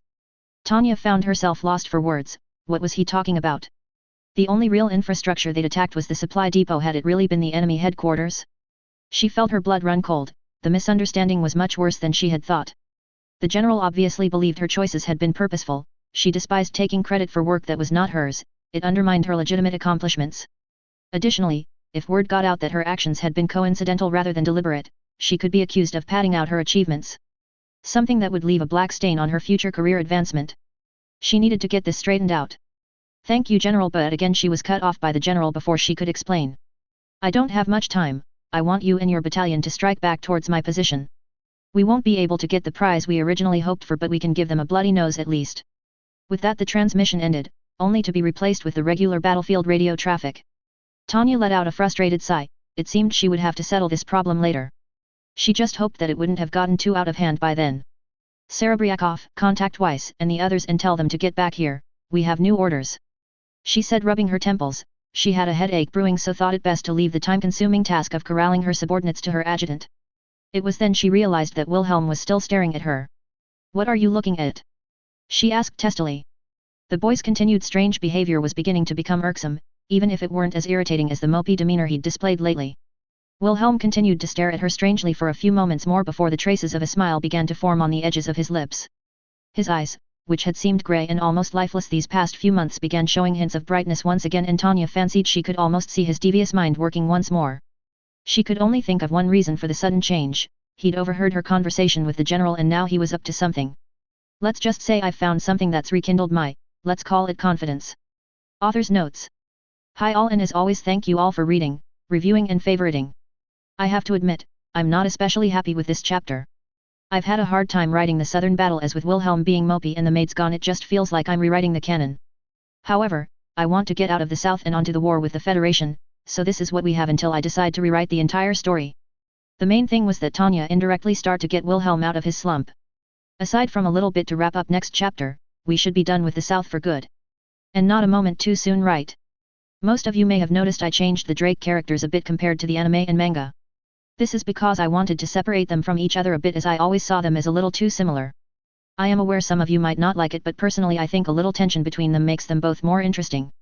You may have also noticed that Tanya seems less aware of the overall picture of the battle in this than the LN, not sure about the manga, and the movie was like 2 minutes. This is on purpose for story reasons, and it should make sense after the next chapter. Chapter 59, Ongoing Operations, Redeployment. Ongoing Operations, Redeployment. 40 years after the Great War. Londinium. By early March of 1926, the war had entered somewhat of a stalemate. Although the Allied forces on the southern continent had taken a beating, they were far from a spent force, and it was clear that fighting would continue there for some time. Meanwhile, in Europa, the threat of invasion by the Empire had reduced thanks to the hard work of the Royal Navy.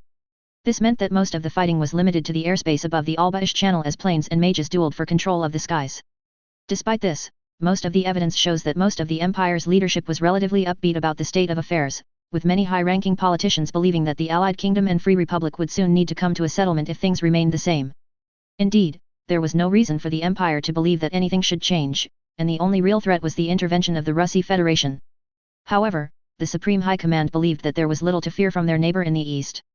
Although they often had trouble discerning what was going on in the secretive country, the two nations had been gradually building diplomatic relations for some time, even signing a non-aggression pact before the war. Recently unearthed documents have shown that their cooperation had been growing since then. With agreements for limited intelligence sharing and the Commissar for Trade and Industry visiting Berlin in late February of that year. From the Empire's point of view, relations in the East may not have been ideal, but they were certainly at a high point. However, as we all know, the Empire would soon receive a shock that would change that view in the course of the war. Andrew WTN Special Correspondent. March 3, Unified Year 1926. General von Rommel's camp, 30 kilometers east of Balaba, southern Taurus Desert. It's as I keep saying, General, an officer like Major Digirekov is wasted on the front lines. Her skills really ought to be utilized better by the general staff. Wilhelm smiled sweetly as he continued his charm offensive against General von Rommel. Evidently, recent events had somehow snapped him out of his depressed state and back to his irritatingly devious and personable self. Although part of her was pleased to see his recovery, it had unfortunately come at the worst possible time for Tanya. After they had returned from the mission, she had immediately sought out the general so she could clear up the misunderstanding about her receiving his orders and the destruction of the enemy command center. She didn't want to appear like she was padding out her achievements, so she was desperate to deal with the issue as soon as possible. Her eagerness to deal with this matter was perhaps why she hadn't realized that Wilhelm had followed her, something he'd rarely bothered to do in recent months. Although he had made an annoying habit of following her, or rather inviting himself, to any meeting he wanted to in the past, since the ambush in Tripoli, he had done his best to avoid people. She'd even had to drag him to briefings on occasion. However, this time he had casually slipped into the meeting as though he belonged there, just like he used to. She should have realized he was up to something there and then, but she'd been too worried about maintaining her reputation. Although, as it turned out, this focus on that hadn't done her any good. As soon as she'd tried to explain what had happened, the boy had immediately stepped in to start singing her praises. Not only was she able to accurately predict your orders and act in concert with your assault, but she also managed to figure out where the enemy command center would be. No disrespect to you, General, but with insight like that she could be doing your job. Tanya cringed as the boy continued to twist the truth about what had happened. Even after she'd interjected and explained that she hadn't received the general's orders, Wilhelm had continued his exaggerated account of the day's events. If his nonsense was to be believed, she had somehow learned to read the general's mind and had conducted her actions according to his unspoken will. He'd made it seem as though her simple leaps of logic had somehow been her expressing a deep understanding of the general's tactical mind. It was embarrassing. She could only imagine what impression the general had of her after the boy's comments. The worst part was that he had been there, he knew what really happened, but instead decided to take this opportunity to lie about it. Why are you doing this now? Why did you choose this moment to turn back to normal and ruin everything for me? She complained to herself, silently begging the brat to shut up. She'd forgotten how easily the boy could begin worming his way into people's minds when he turned on the charisma. She'd done her best to stop him of course, but he seemed to be making up for his previous weeks of sullen silence with a bout of verbal diarrhea. Despite her best efforts, she'd barely been able to get a word in edgeways. Are you trying to make a fool out of me? She groaned internally as Wilhelm continued to make comments that were as likely to insult the general as do anything to falsely raise her profile. Fortunately, the general didn't take any offense to the boy's flippant comments. Unfortunately, the man still seemed to take what the boy said seriously. Damn it, Wilhelm! Shut the hell up! She thought, doing her best not to scream at him in front of the general. If he carried on like this, he would set her up for a colossal fall once the truth of what happened came to light. Once the general and the other officers found out the attack on the enemy command center was a fluke, Wilhelm's sudden attempt to promote her competency would be seen as dishonest and fake. And knowing how people perceived the brat, she would be the one to get the blame for it. Wait, is that your plan? She wondered, not putting it past the devious little brat to attempt to undermine her in such a way. She had to wait for an opening and put a stop to this as soon as possible. I'm not sure about that, Your Highness, I'm not about ready to retire just yet. The general replied, with a chuckle. He must have thought the boy was joking, she realized. Hopefully, that meant that all was not lost just yet. And although I see your point about her skills being used by the general staff, it would be a crying shame to lose such a capable frontline commander. Good, it seems that the general is at least somewhat immune to Wilhelm's crap. Tanya thought, allowing herself to relax a fraction as she noticed the smallest hint of a frown cross the little captain's face. It seemed that Rommel still considered her a competent officer at least, no matter how bad Wilhelm was trying to make her look. That may be so, General, but it would be a far greater shame if her skills were lost on the front lines. Wilhelm continued, simultaneously causing both her and the general to frown at his words. What exactly was he getting at? She had absolutely no intentions of dying if she could help it, and she found the idea of Wilhelm bringing up the possibility vaguely insulting. Indeed, surely we should make sure those skills are. I apologize, General, it's been a long tour of service and Captain Hozollern seems to be in need of a rest. Tanya interjected quickly before the bratty captain could continue any further. If he were to seize control of the conversation again, they could be here all night and her career would likely be in tatters. Besides, she'd rather not listen to him go on about the possibility of her falling in battle. She just hoped it wouldn't be too difficult to brush off the boy's sudden bout of talkativeness as combat fatigue. Considering his recent behavior, it made for a good excuse to get him out of the way. Ah yes, of course. I should let you both get packed, you're being rotated out tomorrow after all. The general replied with a hint of disappointment in his voice as Tanya began forcing a reluctant Wilhelm out of the command tent. I can only hope the replacements they've sent are half as good as you. Tanya would have liked to take the compliment and drag Wilhelm out of the tent, however, the general's words made her pause. The timescale was all wrong. Although it was true that they were due to be sent back to the Vaterland, she had assumed they would need to wait for the next supply convoy to take them back to the port. From there they should have a leisurely cruise back to the mainland courtesy of the Ilduin Navy. They shouldn't be in any particular rush. Tomorrow, sir? She asked as a protesting Wilhelm tried to escape her grip. She quickly and quietly twisted his wrist in response, causing an almost imperceivable yelp of pain as for once he struggled to stay quiet. Fortunately, the general didn't seem to notice. Yes, they've sent a plane over for you, they didn't want to wait for you to head back by boat. I imagine they want the press to see the returning heroes when they pass out the medals. The general chuckled again, while Tanya surreptitiously shoved an elbow into Wilhelm's rib to further discourage him from whatever irreverent remark he had ready in reply. Still, a plane to collect them wasn't necessarily bad news. True, it meant that they'd have slightly less time traveling, meaning they technically had less time rotated out of the combat zone, however, they would at least be back in the comfort of home sooner. Better still, it was evidence that despite everything the general staff was still able to keep to its pledge to rotate out its units every 6 months, meaning they had yet to suffer any major manpower problems. All things considered, she saw this as a sign that the Empire looked in pretty good shape, meaning she'd have plenty of time to relax in the rear while others took over down here. If she was lucky, it might all even be over by the time she was redeployed again. It was just a shame that senior officers like General von Rommel were exempt from combat rotation. It almost made her feel a little guilty. She'd grown quite fond of her superior. Just save a little of the credit for when I get back to Berlin. The man continued cheerfully, you won us a great victory out here. I'm sure it'll be your name in all the history books, sir, she replied honestly. Since this world had so many parallels with the old one, she was sure the general's name would go down in history just as his doppelganger had. She doubted anyone would remember the actions of any mid-level officer like herself. Well, aside from her superiors at the general staff at least, or so she hoped anyway. With those final words, and the continued protests of Wilhelm, Tanya removed them both from the command tent. The general was obviously busy, and as he'd said, they'd need to get packed for the journey back to the empire. She could already see herself sitting in her favorite cafe in the capital. A cup of good coffee in hand while reading the newspaper, she might even treat herself to some chocolate cake. It was a little expensive nowadays due to the war, but she felt like she'd earned it.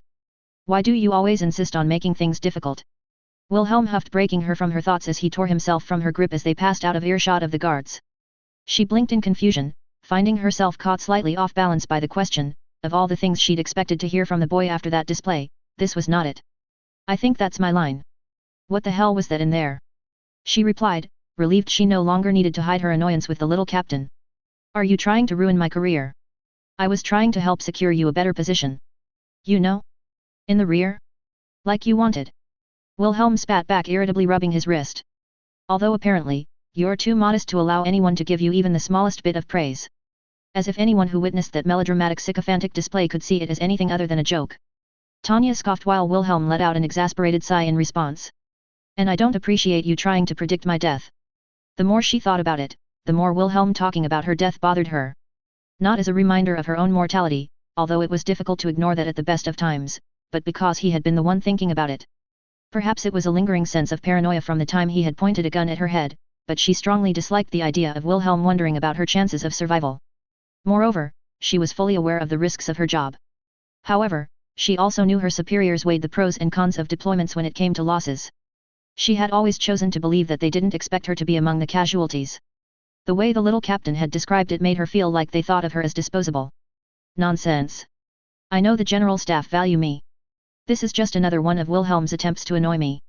I did no such thing. I was only trying to make the point that your abilities could be used better in the rear. Did you not notice the hint I dropped for him to add you to his staff? It would have been an ideal stepping stone into the operations department. The little captain continued, seeming increasingly exasperated, much to Tanya's confusion. I could have probably arranged myself an extended stay on the front lines with that too, but no, superhuman Tanya Digirakov has to remind everyone she's too good to promote to a desk job. Tanya stared at him blankly. It seemed she really had gotten the old Wilhelm back, complete with his absolutely insane way of seeing things. What was he talking about? Being too good to promote? That was foolish. She'd allowed herself to be taken in by him with those words back when she first met him, but she now knew he'd tell any lie to get what he wanted.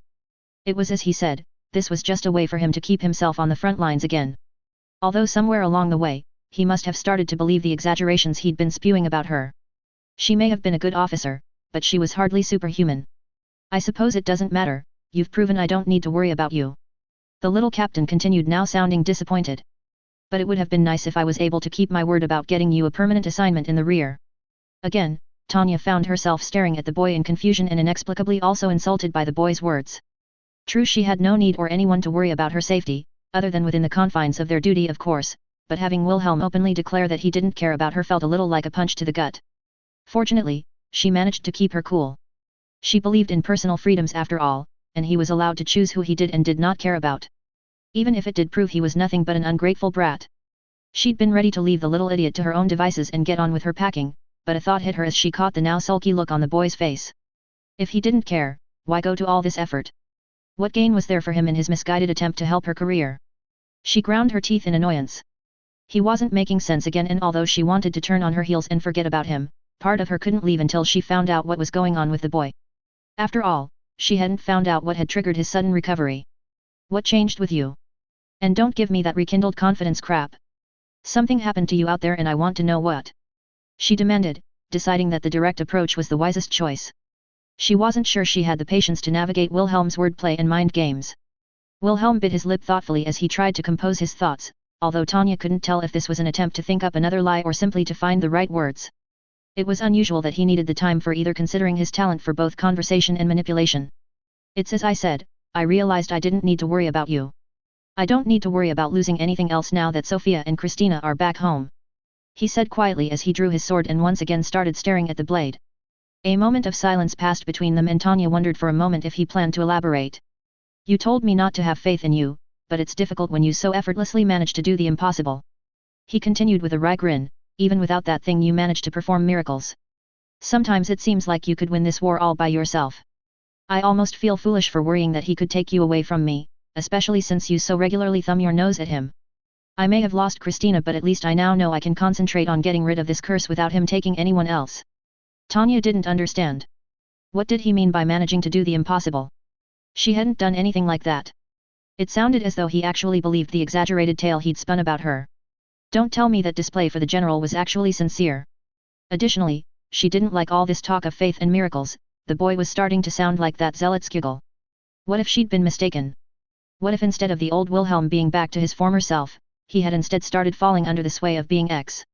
It was part of being X's plan for her to generate faith by use of the Type 95 after all, even though she had not used it much recently, it might still have an effect on a mind under the stress and grief like Wilhelm. And right now, he was acting as if she were some sort of miracle worker. Was it the first step of his corruption? I need to put a stop to this before being X uses him as another way to get to me. Wilhelm, no one has done anything impossible here. Tanya bit back, perhaps a little more aggressively than she'd meant to. What I told the general wasn't modesty, I simply used logic to figure out what our best move was. I was looking at our chances of survival, not divining some master plan out of thin air. But you led us straight to the enemy HQ. The little captain protested, refusing to believe her that on its own was enough to break the attack. It was a fluke. I never planned it. I don't have some sixth sense about these things. We were just lucky. I planned to break through and run like hell. I had the battalion target what I thought was a supply dump because the alternative was a heavily armed artillery battery. I thought it would be suicide. Tanya replied, feeling embarrassed at having to admit all this aloud. Fear of her position and reputation usually prevented her from being quite so honest about her thoughts, particularly when it could expose her healthy sense of self-preservation. The last thing she wanted was to be accused of cowardice. However, this time it was probably the only way to convince Wilhelm she wasn't some demigod. Once he stopped looking at her as though she could do no wrong, he would hopefully distance himself from the silly notions of faith that he'd been talking about recently. He could return to normal, at least for him, and they'd both return to doing what they needed to do to rub their existences in being X's face. Although she would have to ensure he stayed quiet about what she had shared. But this isn't the first time you've done something like this. It happens all the time. You always manage to find where the enemy is most vulnerable. Do you really expect anyone to believe it's just a coincidence? Wilhelm replied, seeming suddenly slightly shaken by her admission. For a moment she worried if she'd pushed him back too far the other way, but now was not the time to back down. There are no miracles, just misunderstandings. Tanya continued, paraphrasing something she'd mentioned before. I've used logic and hard work to get results, that's all. And although I'm loath to admit it, I've had some luck here and there, but that's all it is. But there are no buts, Wilhelm, we were lucky, that's all. Drop these foolish notions you have about me. I'm a soldier, that's all. Both of us are. There was a moment of silence between them while Wilhelm digested what she'd told him. He wore a strange face, as though he were genuinely struggling to get his head around what she'd said. She found herself wondering exactly how long this silly hero worship had been going on. This had really shaken him. The look on his face caused her a sting of shame at her admission. A small voice in the back of her head was even telling her that she should have allowed the boy's admiration, even if it was a symptom of being X's corruption. Eventually, Wilhelm broke the silence with a quiet chuckle, something she realized she hadn't heard from him since before he sent the Zerbst sisters away. In truth, until the end of the battle there hadn't been so much as a smile, let alone laughter. I've heard it said that even mistakes have value. He said with a wry smile, although I doubt anyone in the military ever thought of it like that. He sighed and took one final look at his sword before carefully putting it back in its sheath. I suppose that's your way of telling me I should still be worried about what happens to you. The boy replied eventually, still wearing a strange look on his face. It wasn't exactly what she was going for, but at this point, she was too tired to argue. Besides, having another person concerned about her safety wasn't exactly something to complain about, although she would need to continue to make sure he didn't do anything too risky. Fortunately we'll be back in the Empire soon. There shouldn't be too much risk on leave. The little captain continued before fixing her with one of his old self-assured grins. I'll just have to see what I can do with the general staff on your behalf in the meantime. Tanya couldn't help but think of that as some sort of a threat. March 4th Unified Year 1926-20. Operations Department, Offices of the General Staff, Berlin. Lieutenant Colonel Rirujan eyed the paper in his hand with undisguised suspicion. This was the third such letter he'd received over the last few months, each asking for a personal favor regarding the reinstatement of an officer that had been discharged due to medical reasons. Interestingly, each had been penned by a different author and they all made a different case as to whether the officer in question should be allowed back into service or not. Receiving one note such as this might not be especially unusual. Although Rirujan had long since transferred to operations under General von Rudersdorf, he still maintained a good relationship with his colleagues in the personnel department and his former division head still reached out to him on occasion for advice about officer candidates. Indeed, he had received a request not too long ago regarding a First Lieutenant Koenig and had quietly ensured the injured man was given a post in the instructor unit overseeing the training of the Letzenbourg forces. Even General Zetter often asked him to use his sway over the personnel department to speed up or smooth over transfers or redeployments. However, receiving 3 letters about the same officer was suspicious to say the least. It made him feel somewhat apprehensive, particularly considering the unit the officer was attached to and that one of the letters had been written by her. Rirujen's feelings of disquiet about Digirekov had not lessened since he'd first seen her overzealous display of punishment in the academy. If anything, they had only grown as she progressed through the military and spread her twisted views throughout the organization. He could not deny that she was a skilled officer. On the surface, she represented the ideal soldier, but that was in part what bothered him so much. In truth, no sane or moral person would ever wish to be the perfect soldier, would they? It involved giving up all sense of free will to the state, sacrificing all empathy and morality to one's duty and having complete faith in your superiors that what they were doing was right. Even the most patriotic soldier couldn't give all that, no one except Tanya Digirekov. The only real fault she'd exhibited in this regard was her attempt to attack the retreating Francois troops during the armistice. Even then, her predictions proved to be true and it seemed likely that if they'd listened to her, the war might have ended there and then. Her keen and often overly pragmatic intellect were also sources of deep unease for him. Although the military prided itself on logical thinking unfettered by emotional distractions, Digirekov took this mindset to the extreme. She ignored any sort of ethical quandary, instead only questioning the legality of an action. It was as though she truly believed right and wrong were black and white concepts determined entirely by the rule of law. It was that kind of thinking that had led to Irene and it now gripped the general staff. Her writings on the possibility that this war would eventually engulf the world was now the basis of the general staff's defense policy. A theory that would have seemed utterly unthinkable not so long ago had become accepted fact purely due to her calm analysis of the geopolitical situation. Worse still, her monstrous solution to this problem was now being seriously considered by men like Zetter and Rudersdorf. Even he was not immune, and despite how much he may wish it wasn't so, he found her thinking infecting him too. The more he thought on it, the more he knew she was right. They could not win a world war, he wasn't sure anyone truly could. The only option was to avoid defeat, to cause more damage to the enemy than they could to the Empire. In short, to forget strategic victories and kill as many people as possible. He found the idea repugnant. Although it was a necessity for a soldier that they would be called upon to take the lives of the enemy, it was not what anyone joined for. The goal had always been to protect and win glory for the Vaterland while the enemy did the same for their own nation. Tactical and strategic goals should have been about seizing territory and capturing key positions. At the end of the battle, both sides were supposed to sit down and negotiate, and the soldiers were supposed to return to their families after doing their duty. However, the only way anyone could see the Empire winning a world war was to cause so much death that the other nations could no longer afford to wage war. In short, genocide as a defense, or at least industrial massacre of any soldier not wearing the imperial emblem. The idea was disgusting beyond belief. It was an affront to God himself, but what other choice was there if they were to save the Vaterland? Worst of all of this was born from the mind of a little girl. It made Rirujen wonder if God had already forsaken the Empire. Their society deserved punishment for creating a child like her. Maybe she and this war were proof they were beyond redemption. Perhaps this was why Rirujen's first instinct was to take a contrary stance to the letter sent by the monster disguised as a little girl. She had written asking for the medical suspension of Captain Sophia Zerbus to be reconsidered. As usual, she had presented a neatly typed, logical and well thought out argument for her case while also providing evidence that the doctor who had signed the papers may have been breaking military regulations. Not for the first time, he wondered how someone so young could make her case so succinctly, but by now he ceased to be surprised by anything that monster did. Despite her professionally crafted argument, he couldn't help but suspect she had some ulterior motive over the reinstatement.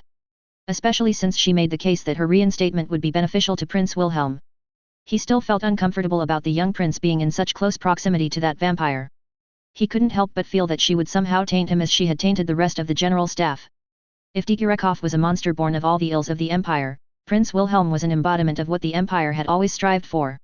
It was no mistake he had been given the nickname of the Saint. His reputation for kindness and devotion to his patriotic duty was known across the world. It was hardly a surprise that soldiers so often felt the need to rally around him.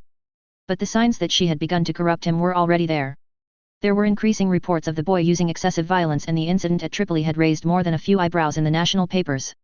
However, he knew he needed to stay objective, and his personal misgivings were not acceptable reasons to block the reinstatement of Captain Zerbest. Despite his private concerns, he had been ready to side with Digirekov on the matter until he received the second letter.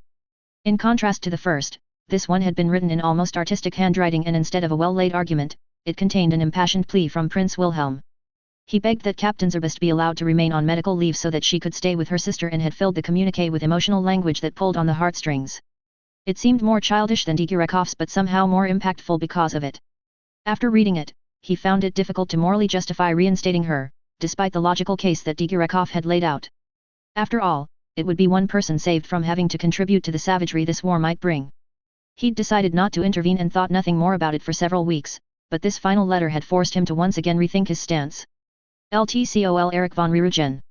I apologize for taking up your time, particularly as this matter is no longer specifically within your jurisdiction.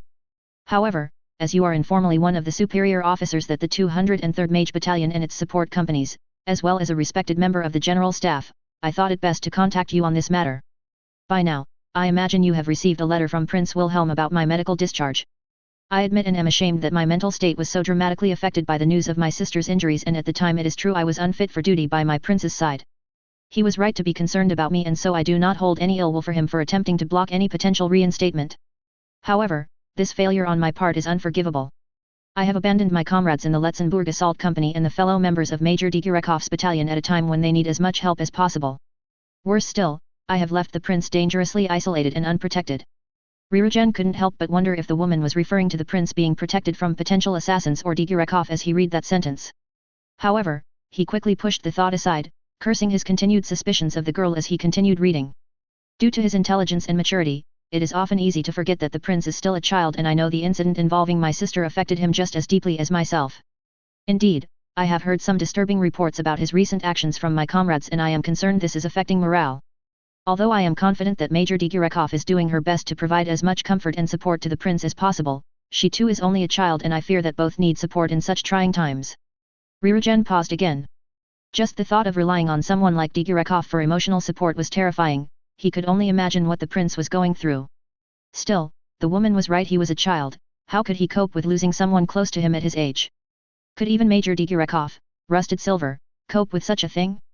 Her psychological evaluations had always revealed she was perfectly stable, but they were designed for minds that had time to mature. If anything, both of them should be showing some sort of signs of distress considering what they'd been through.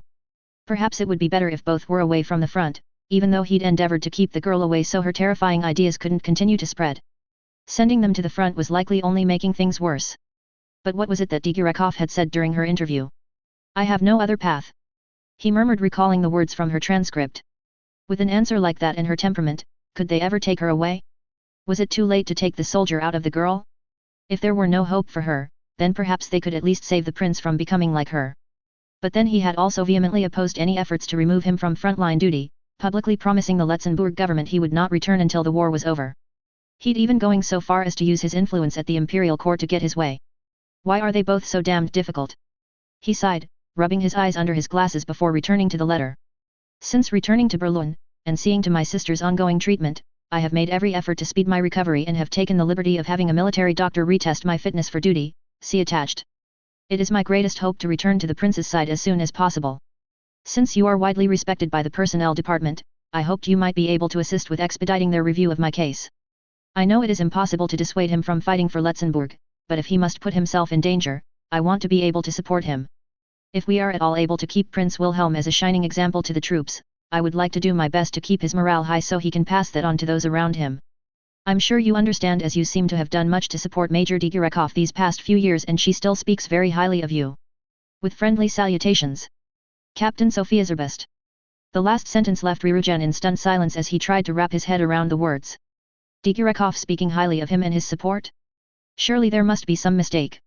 He'd long been one of her most vocal critics. If the monstrous little girl believed he had gone out of his way to support her, then her thinking process must have been more warped than he'd originally thought. How could someone so perceptive get something so wrong? He shook the thoughts from his head, trying to understand. Digirekov had always proven fruitless in the past. He saw no reason why that might have changed. As always, he had no choice but to ignore the gut feeling that something was wrong with the girl and think about the situation logically. Although part of him couldn't help but wonder if that was what that devil wanted all along. Considering the information he had at hand, Captain Zerbest's request at least warranted consideration. The case for having someone keep an eye on the prince's mental state for morale reasons was good enough that he believed the latest doctor's evaluation she had sent should be confirmed. If the latest report allowed for Captain Zerbest to return, there should be no reason for his colleagues in personnel to block her reinstatement. Despite the prince's impassioned objection, Miss Zerbest had requested it, and her wishes should be taken into account, as should the boy's own safety and well-being. He also thought it prudent to advise someone to look into the original doctor's report. Digirekov had made a decent case doubting its veracity, and it was troubling that it had not yet been followed up. It made him wonder what personnel were doing these days. They were supposed to be duty-bound to make sure mistakes didn't happen. That was why they were always so fastidious with their officer selections and reports in the first place. He let out a sigh and made a mental note to call Colonel von Cordel first thing in the morning, while silently lamenting that he no longer had the luxury of fixed office hours. By necessity, the operations department had to operate 24 hours a day, and although he gained much more in the way of experience, prestige, and career prospects working here, he did sometimes miss the simple 9 to 5 hours that the personnel department enjoyed. He supposed he would have to content himself with some coffee for the moment. A forceful knock on the door broke him from his reverie. Anyone coming to see him at this time of night obviously would have something important to report, so he bid his visitor to enter as he straightened up in his chair and adjusted his glasses. First Lieutenant Arya Muller, Army Intelligence. A young woman introduced herself with an eager salute before crossing to his desk, although Ryugen did not look up from the letter to notice. She quickly reached into a satchel hung over her shoulder and produced a file. I have the latest reports from our listening posts on the eastern border, sir. Ryugen nodded a thanks as he took the file and began skimming through its contents. He didn't like what he saw. We've lost contact with the last of our canaries in the Russi Federation. It appears they've been caught up in one of the General Secretary's purges. The young woman supplied with a hint of excitement in her voice, confirming what was in the report. Do you really think they could be preparing an attack? Ryugen paused his reading and carefully placed the file on his desk in front of him so he could get the measure of this new officer. The various intelligence branches had seen a huge influx of new personnel since the Abwehr's corruption had been exposed. Young officers like this had been recruited from all over to replace those who could not shake the clouds of suspicion. He was a little taken aback when he first saw her. She was undeniably attractive, with even the usually drab imperial uniform unable to hide her slim yet toned physique.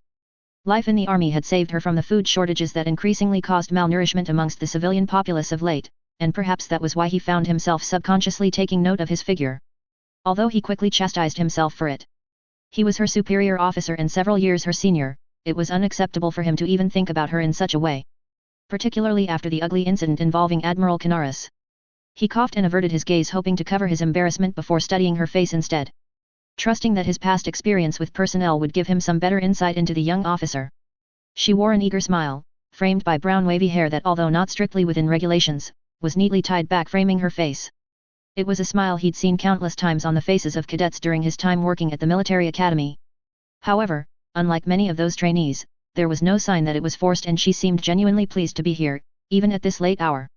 Overall, he got the impression of an excited young officer, enthusiastic about her new post in the general staff. Although in this case, that excitement had perhaps undermined her professionalism. He could not blame her for that, but it could get her in trouble if she acted this way among the more senior members of the general staff. He thought it best to take the opportunity to impart a pearl of wisdom to help her in her career. It is never wise to ask what your superiors are thinking, Lieutenant. He said with a smile as he gestured towards the file on the desk. And traditionally, it is operations that would ask that sort of question of intelligence. That is why you brought me the file after all. The woman flushed with embarrassment and scrambled for an apology. Ryugen suppressed a chuckle. Despite the difficult situation brewing, it was comforting to know that there were still young men and women serving that acted like normal people instead of automatons like Digirekov. Maybe the Empire hadn't been completely overtaken by that monster's type of thinking. However, that is a question we'll have to find an answer to, and quickly. I'd better wake the general staff. He finished with a sigh, suddenly remembering Digirekov's warning about this war escalating further. Will you be sending mages across the border? The lieutenant asked excitedly, only to return to an embarrassed smile as she caught Ryugen's frown. Sorry sir, I overheard some officers talking about it the other day, and I like to keep an eye on where some friends are deployed. I won't tell anyone, of course. So that was why she was chosen for intelligence. It seemed she was a very good listener, and by the sounds of it, she'd already divined the likely candidate for such a mission. He caught brief a glimpse of something cross her eyes and sensed she knew much more than she was letting on, or at least suspected something. She was playing with him, playing the part of the overeager young officer to ease a little extra information out of him. Perhaps there was more to this woman than it seemed.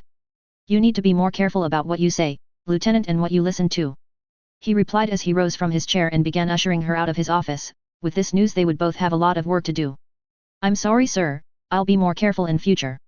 She replied, seeming appropriately contrite, but now as he watched her with a closer eye he realized this too was fake. There was a hint of a smile at the corner of her mouth, and Ryugen suspected she knew he'd caught onto her. However, her tone quickly returned to that of the eager young lieutenant. But war with the Federation. It's kinda terrifying. I just hope it doesn't turn out how he said. How? Who said? Ryugen asked in confusion. The only person he could recall that had predicted this was Digirekov. Why Prince Wilhelm, of course. Arya replied, producing a book from her satchel and offering it to Rirujen. He wrote all about the Great War years ago. It's creepy how much he got right. I should hurry and summon the general staff, he thought as he took the book from the young officer's hands. He'd heard about the prince's political treatise but had never read it. Despite the urgency of the situation at hand, he found he wanted to see exactly what the boy had written. Without thinking, he flicked through the pages until he reached the section describing the Russie Federation. After skimming a few words and skipping a few pages, he found his eyes drawn to a few words. As previously mentioned, war with the communists must be prevented at all costs. If hostilities are to break out, everything should be done to de-escalate and swiftly bring them to the table. If we do not, I foresee terrible casualties on all sides. Rirujen felt cold as he handed the book back to the young officer.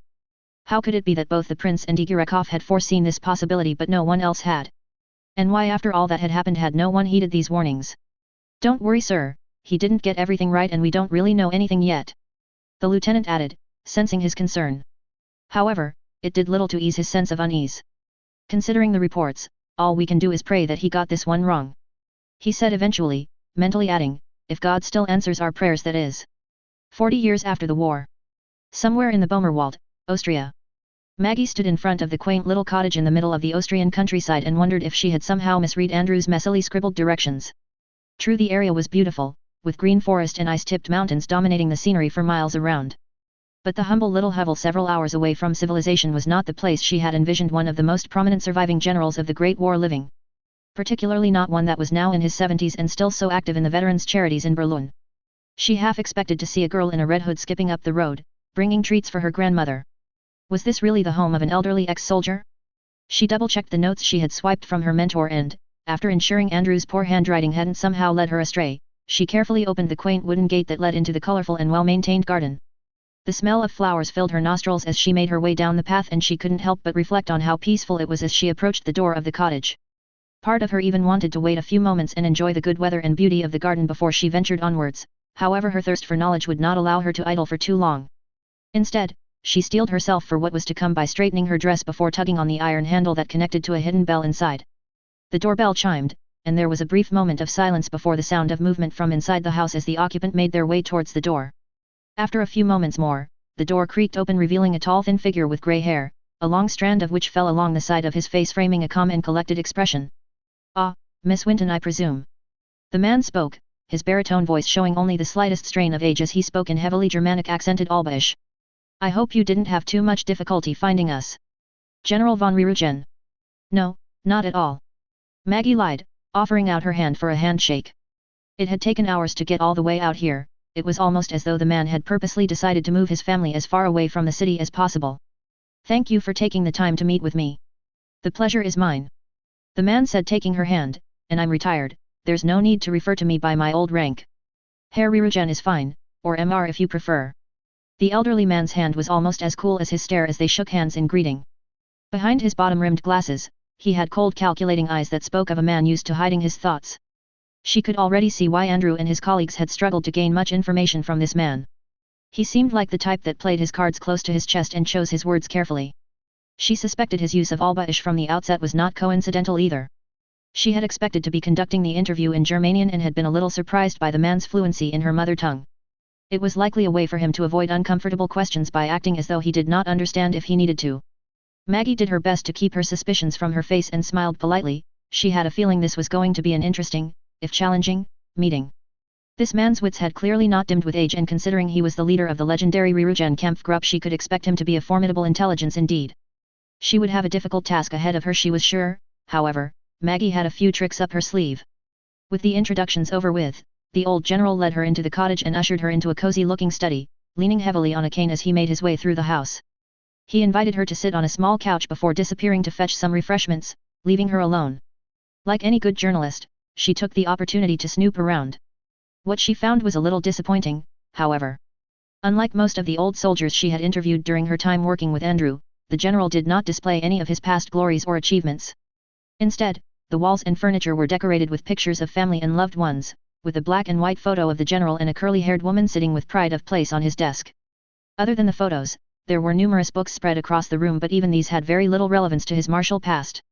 Aside from a copy of von Rommel's memoirs and some field manuals penned by the general after the war, there was nothing in the writings that connected him to the Great War. Other than that, the only other thing she could see in the office was an ugly statue of Rodin's thinker on the windowsill. The study could have belonged to any aging gentleman. It was almost as though the man had done as much as possible to distance himself from his past in the armed forces. But why? Was there something in his military career he was ashamed of?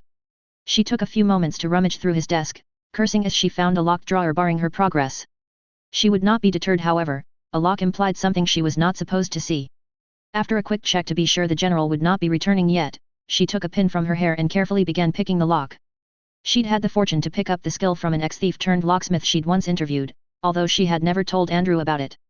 Fortunately, it was too not difficult, and after a moment she heard a soft click, telling her she had found her prize.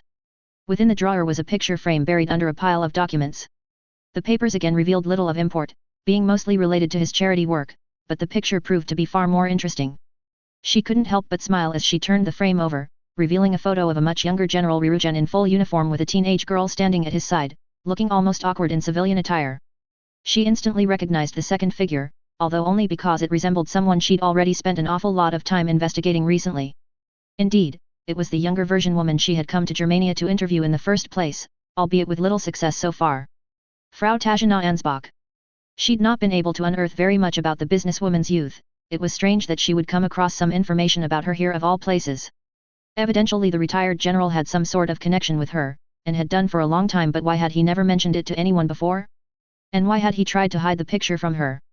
Damn, I should have brought a camera. She cursed to herself, wishing she could take a copy for later. She likely wouldn't get away with pocketing the photo, particularly if she wanted to confront one of them later. She made a mental note to investigate this lead once she returned to the capital and placed the photo back in its place, but paused as she noticed a faint scribble on the back. Digirekov. Was that some sort of code word? Or perhaps a name? She hadn't heard of either, but it could be a clue. Most importantly though, how did this word relate to Ryugen and Ansbach?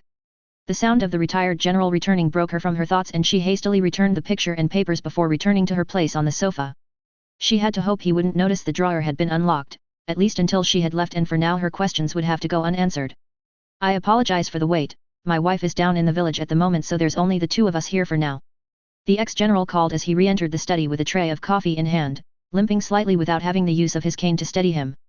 He placed the tray on his desk and passed her a cup before taking a place in a chair opposite her. Now what can I do for you, Miss Winton? I'm afraid I'm still a little puzzled about your visit. I've already told your colleagues everything I could recall for the program you're making. In truth, Herr Ryugen, I'm no longer officially working for Andrew. I just thought I'd pop here as a favor to him while I'm in the country. Just for a few follow-up questions. She replied in a friendly tone as she reached into her handbag for her pen and notebook. She knew from experience that in both swordplay and journalism, it was always best to disarm your opponent before lunging in for an attack. I'm actually here in Germania to interview Frau Ansbach of the Youjo Corporation. I understand you've had dealings with her in the past. To his credit, the old general barely reacted. If she had not just seen the picture linking the two, she might have missed or disregarded the small twitch that told her he hadn't expected her to know about the connection. However, it was obvious he was not the sort to be so easily rattled, and he calmly reached for his coffee and took a sip. Frau Ansbach and her corporation have long been contributors to several of the veterans' charities of which I am a trustee. He began, his voice betraying nothing as he spoke. As a result, I have met her a few times at social functions over the years, but I'm afraid I don't have much to tell about her. You're hiding something. Maggie thought as she studied the man's expression as he spoke. It was slight, but she could see in his face and body language that although he was perhaps not lying, he was at least omitting some of what he knew. Unfortunately, she could not force the issue too hard. This was a voluntary interview in the man's own home after all. However, he had at least given her a little more information to work with, even if he didn't realize it. Oh really, I hadn't heard about her charity work. Maggie replied, keeping a conversational tone as she watched the man's expression once more. This much was true, she'd had an extremely difficult time getting a hold of the financial information and spending habits of both the Youjo Corporation and its CEO.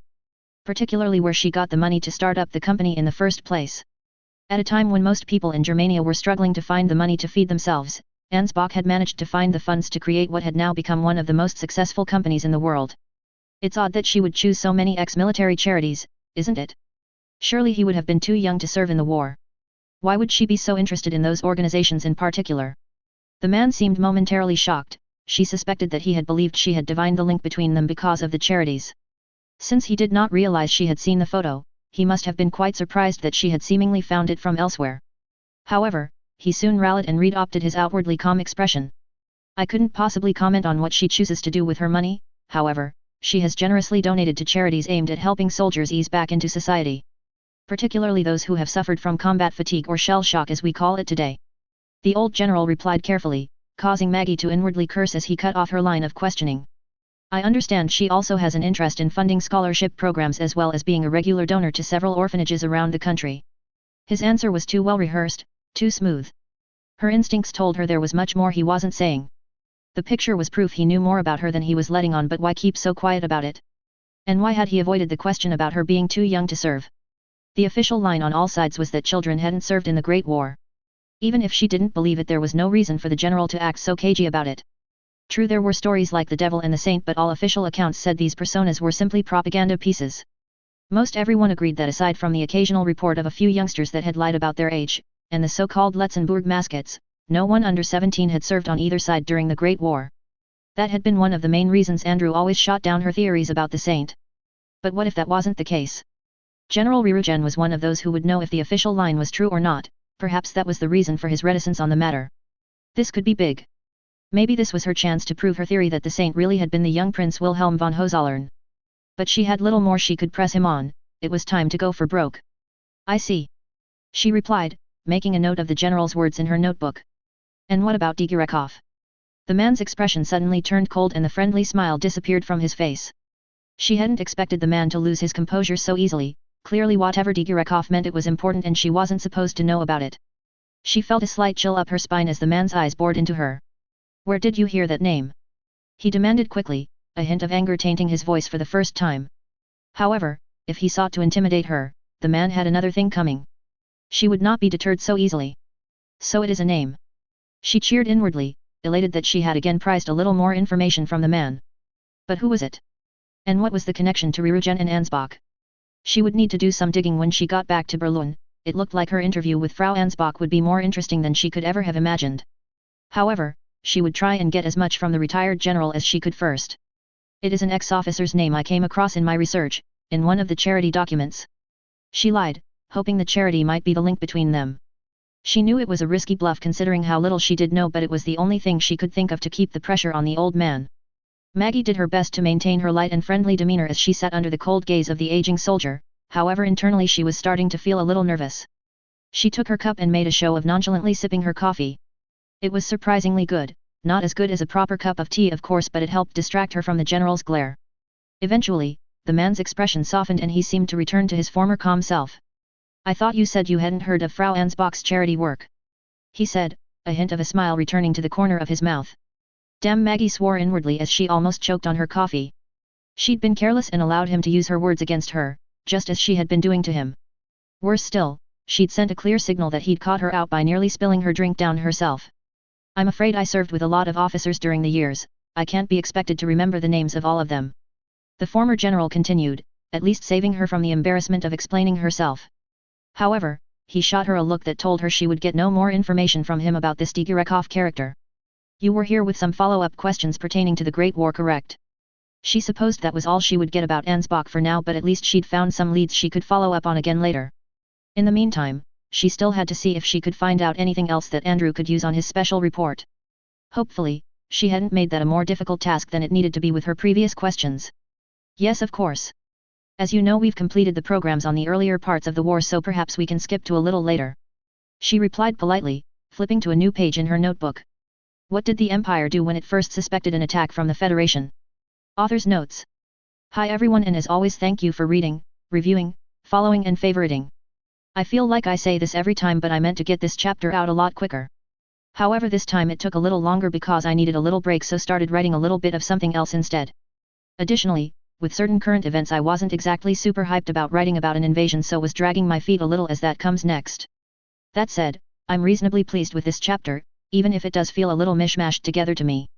I spent quite a while getting the Tanya part right, and it felt very different writing Ryugen and Maggie this time, so I hope you enjoyed it. Chapter 60, Operation Ingelström, Reconnaissance. Operation Ingelström, Reconnaissance. 40 years after the Great War. Londinium. Since its founding, the Russian Federation has always been a secretive and insular country. Despite its founders' calls for a worldwide revolution, its leaders quickly found that not everyone agreed with their aggressively socialist policies. And they were soon forced to turn inward to consolidate their control and prevent any counter-revolution against their new regime.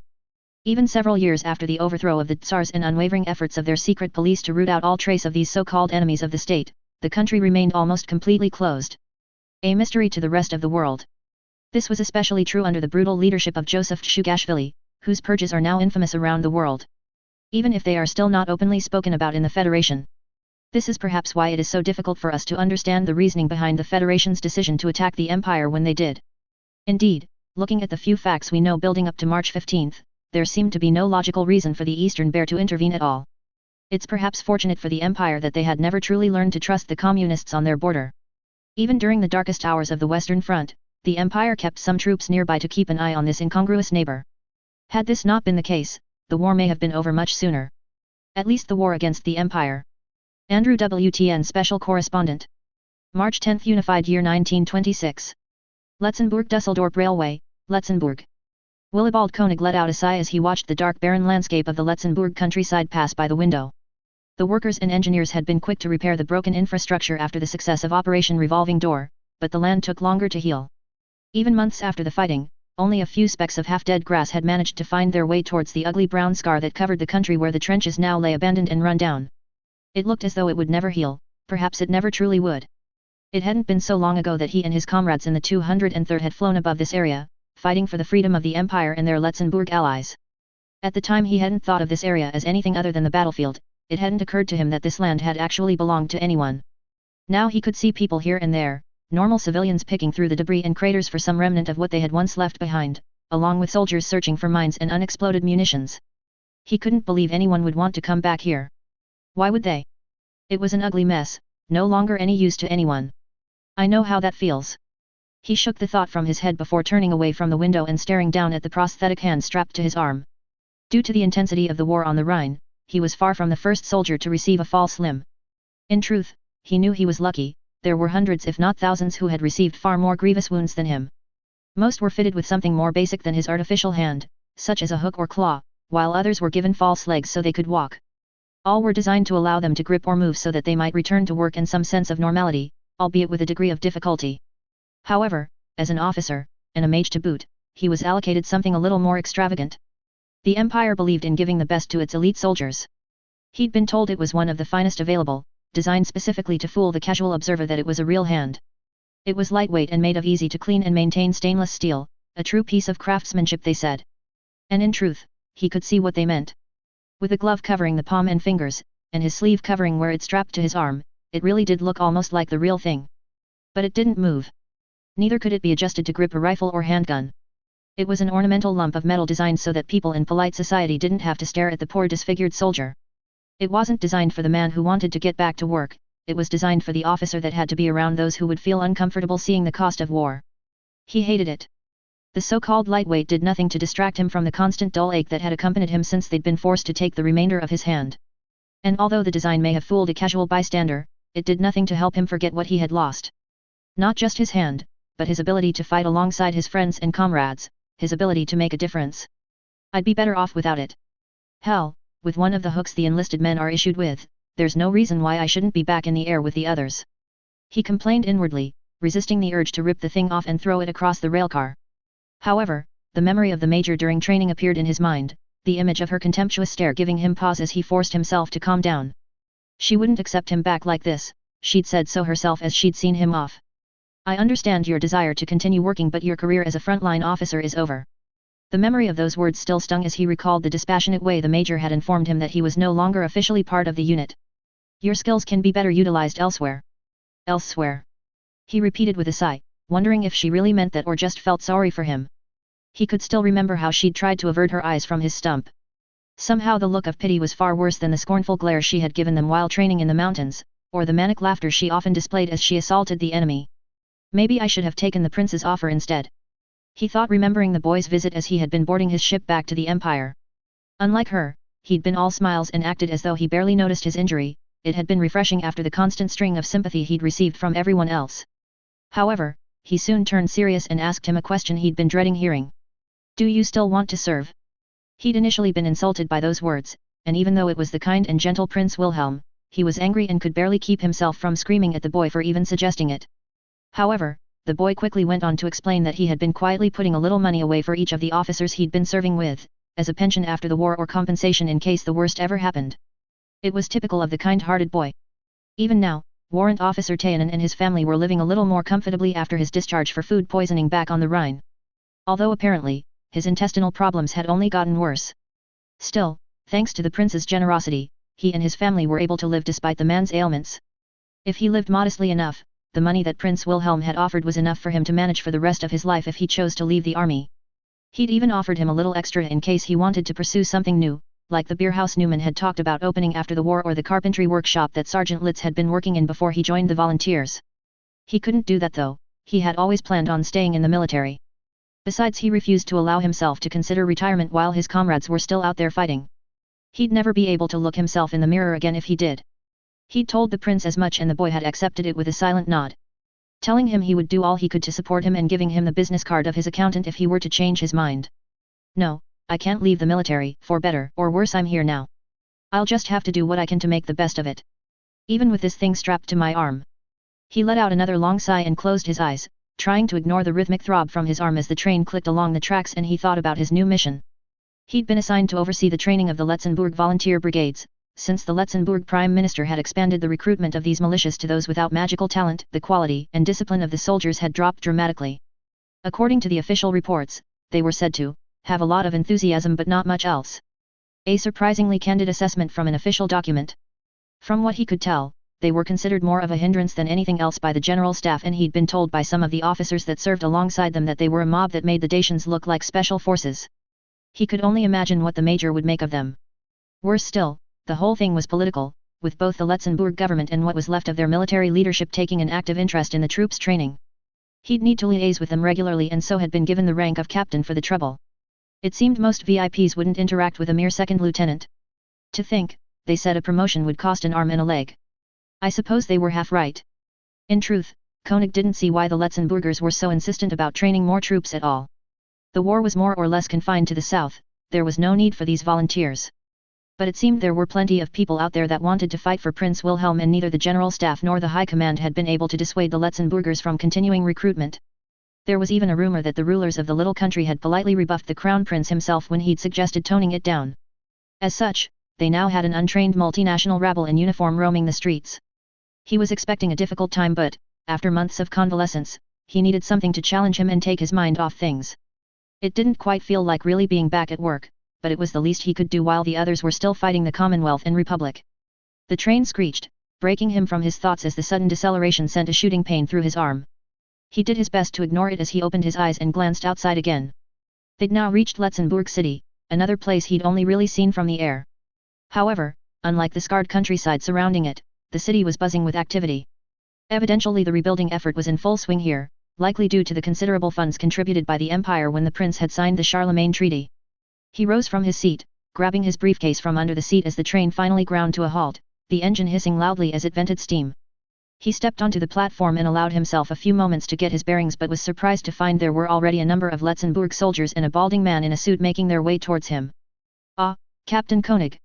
How delightful to finally meet you!" said the balding man, gesturing one of the soldiers to take his briefcase before taking Koenig's good hand and shaking it vigorously.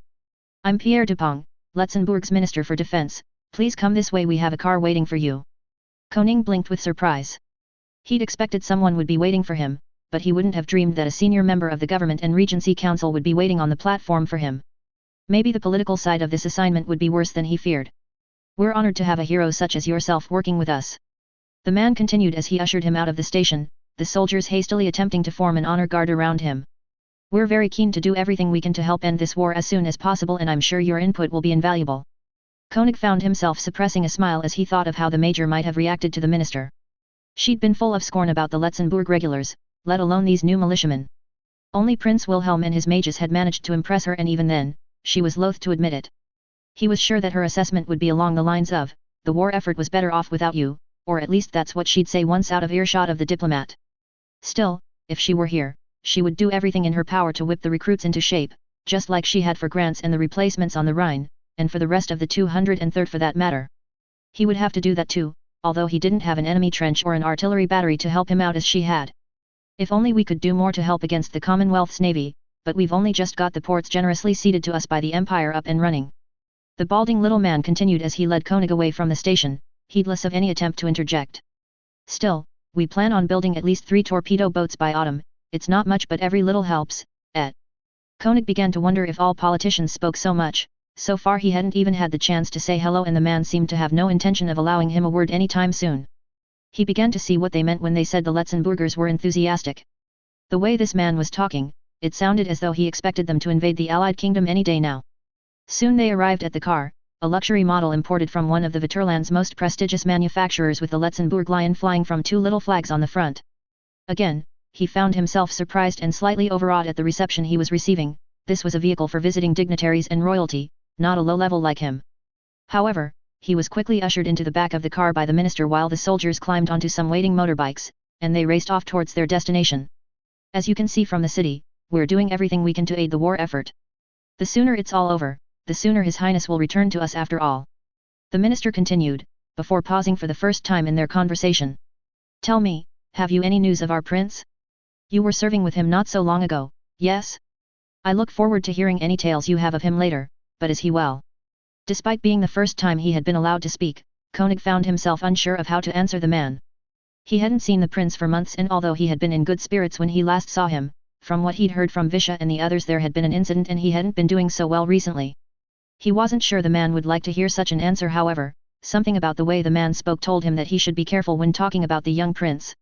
I'm not sure, I haven't seen him for some time. He replied honestly, deciding to omit what else he'd heard. It wouldn't do him any good to spread rumors without knowing how much truth there was to them. However, the disappointed look on the minister's face made him wonder if he should have said more. Of course, I understand you were injured in the line of duty. I hope you are recovering well. The man replied carefully as Koenig tried to ignore the man's sideways glance towards his false hand. I apologize, I should have realized. We rarely hear from the prince and we're all keen to hear how he's doing. We mostly only hear what few reports are sent to us from the general staff. Silence hung in the air for a moment as Koenig struggled to think of a diplomatic reply to the minister's words. It had almost sounded like the Letzenbourger was accusing the Imperial Army of deliberately withholding information from them. Then again, if they were as zealous as the rumors said, he might not have been mistaken. Anyway, we should get down to business. The minister said eventually, perking up once again. You'll be reporting to Brigadier General Van Byland but for all intents and purposes you'll be in command of the training program. I'm sure your field experience will be invaluable. You will be given an office and the instructors will report directly to you, however, I must warn you we have a shortage of officers at present. Many have been either imprisoned or executed for their role in Ludwig's insurrection. We've sent some new candidates to the War College in Berlin for further instruction so we hope to replace them soon, but these things take time. It is our firm hope that they'll return in time for the final push. We don't want anyone saying we're not pulling our weight. Koenig nodded and tried to hide the feeling of disapproval from his face. It was hardly any wonder that they had a discipline problem if they had a shortage of officers. Most forces expected their junior officers to take care of many of the day-to-day problems. Before joining the 203rd he'd rarely expected to see a major for much more than a briefing or a court-martial hearing. Suddenly he realized how lucky he'd been to be serving with someone as hands-on as Major Digurekov. Ah, we're almost at Fort Lambert. The minister said, breaking Koenig from his thoughts.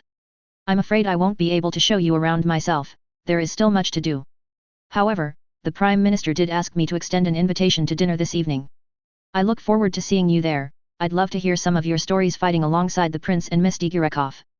Koenig suddenly found himself feeling decidedly less hungry as he thought of sitting for an entire meal with people like Mr. Dupont but thought it better not to say that out loud. Maybe I could fob them off with the excuse that I'm busy settling in, he thought, searching for an excuse to avoid the meeting, but again he thought of the Major. She wouldn't try to get out of something she didn't want like that. I guess I'll have to put up with it. General Van Byland has arranged for someone to show you around. Good luck, Captain. The minister continued as the car came to a stop in front of the Letzenbourg fort and Koenig found himself taking a deep breath as he stepped out of the car. Sir. A small voice piped up, causing him to glance around in surprise. A small boy, almost as small as the prince, had appeared in front of him and much like the young royal was wearing a miniature Letzenbourg uniform.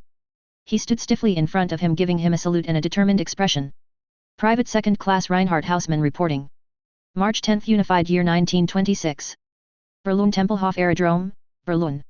Tanya allowed herself a smile as the members of the 203rd let out a unanimous cheer as their transport plane touched down on the runway. They were finally home. Part of her wanted to join them. In truth, she was almost ready to fall on her knees and praise the general staff for their progressive attitude towards troop deployments. It almost made her want to sing with glee that for the next few months her most dangerous activities would be training and administrative work. However, she knew it would undermine her authority with the troops if she were to indulge in such boorish behavior, so she settled for a self-aggrandizing grin instead.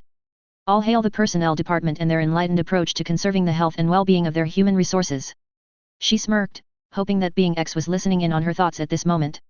The fake god would no doubt be furious that she had managed to escape his death traps once again, and hearing her give thanks to her superiors rather than him would only aggravate the creature more.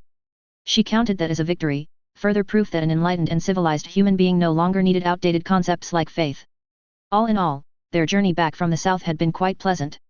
Although they'd had to take a detour to avoid the Allied Kingdom's fighter planes stationed around their southern sea bases, they had made good time, even the weather had been on their side. It was almost a shame their pilots were being so efficient. She would have liked to stop off in Ildoa on the way back to try out some of the local cuisine. As talented as Newman had been at turning the donated pasta into something edible, it would have been nice to try out the real thing. Maybe I'll have to book a vacation in Roma when the war is over. I can go thumb my nose at being X's puppet in the Vatican while I'm there. She thought with a sneer, imagining the fury of the irrational so-called deity. Even Wilhelm had been unable to spoil her good mood on the journey back, although it seemed as though he were not putting in as much effort to annoy her as usual. Despite their little talk, he had remained more like his old, cheerful self and had been happily chatting with the other officers for most of the trip. His only real attempt to bother her had been a misguided attempt to include her in a game of cards with him and Visha, something she knew was unwise considering the older girl's unusual talent for the game. Fortunately, she managed to avoid financial ruin and instead opted to sit alone with a coffee and an old copy of the Londinium Times liberated from a captured Commonwealth soldier. Apparently, the Imperial Navy had managed to sink the Allied Kingdom's flagship while she'd been in the south. It seemed the war was going well on all fronts. She did take a little joy after overhearing how much the boy's wallet had been lightened by Visha's ruthless use of her cards, however. At least the mystery of why the battalion's budget was consistently higher than it should be had been solved. Visha regularly donated a portion of her winnings into the pot whenever she left a card game with a profit. She claimed she felt guilty taking so much from her comrades. If the rumors were to be believed, the soldiers remaining in the south were going to good deal better off now she had left, at least financially. Weiss would no doubt organize a party with the proceeds, although knowing him it would contain far more alcohol than was healthy. She couldn't deny her soldiers this vice, however. They had worked hard and deserved a break. As long as they managed to clean themselves up in time for their next duty shift, who was she to lecture them on the dangers of alcohol poisoning? She just wished she could get away indulging in a glass of Riesling herself from time to time. Alas, she would have to wait a few years for that. Yes, things were looking good. She'd achieved good results in the south, no doubt going a long way towards repairing her relationship with the general staff after her attempt to attack Brest, and she would be away from combat for the foreseeable future. What more could a good employee ask for? Finally, the plane came to a halt and Atanya watched through the window as a soldier pushed some steps up to the door to allow the passengers to disembark. She grabbed her kit bag and quickly exited, knowing the others would be just as keen as her to get both feet back on the ground. Protocol demanded they wait for her to get off first, and it wouldn't do to make her employees wait after all the hard work they'd put in. She soon found herself humming happily to herself, confident that her subordinates would be too distracted to notice and anyone else would struggle to hear it over the sounds of the engines and propellers echoing around the aerodrome. She wasn't even annoyed that Wilhelm had fallen in step beside her, his familiar presence almost a comfort at this point. Although that may have only been because she could be certain he wasn't up to something when he was close by. "You're in a good mood," the little captain observed cheerfully as he sauntered along by her side. "Anyone would think you were looking forward to being away from the front." Tanya ignored the boy's sarcastic barb. Wilhelm couldn't upset her today, she wasn't sure anything could. "I could say the same for you," she replied with a sideways grin. "I'm surprised you didn't beg me to let you stay with Rommel." This much was true. Considering his preoccupation with paying off his so-called debt to being X, she had expected him to be doing all he could to prevent being sent back to the Empire, but again he had been surprisingly well behaved. "I'm sure I can manage to get myself posted to one of the Albion raids," he replied with a shrug as Tanya tried not to be annoyed by his nonchalant assurance that he would get what he wanted. She wasn't about to let him out of her sight if she could help it, and she certainly wasn't volunteering to fly out over the Allied Kingdom for an ill-advised harassment attack. However, she decided to keep that quiet for now. There was no point in ruining the good mood. "Besides, I need to get to work arranging your transfer." She wasn't about to let him do that either.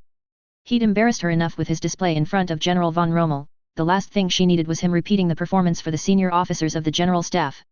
Unfortunately, that meant she'd have to keep him close again to prevent him from trying anything.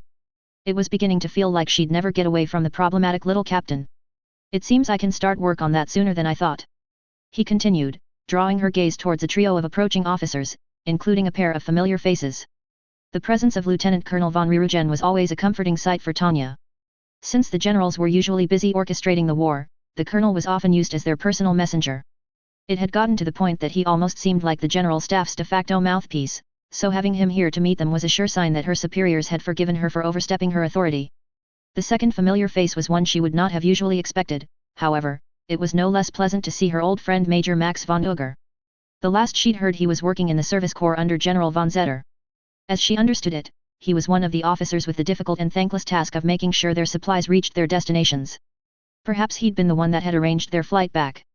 The third officer she did not recognize, however, experience told her that he was likely from intelligence. They were known to be impatient when it came to reports, and she'd learned in the south that General von Rommel did not send as many reports to command as many of her superiors would have liked and routinely refused to act on requests for clarification. This officer likely wanted to debrief them as soon as possible to fill in a few gaps in the records. Something that might have been admirable if not for how poorly the Empire's intelligence department tended to squander its information nowadays. Major Tanya von Digerekov and the 203rd Aerial Mage Battalion reporting, Sir. As always, Tanya made sure to greet her superiors with a textbook salute and introduction. She may have known some of these officers well, but such familiarity was no reason to break with protocol. Unfortunately, Wilhelm did not agree with that sentiment. Colonel von Rirugen, Major Uger, it's good to see you both again.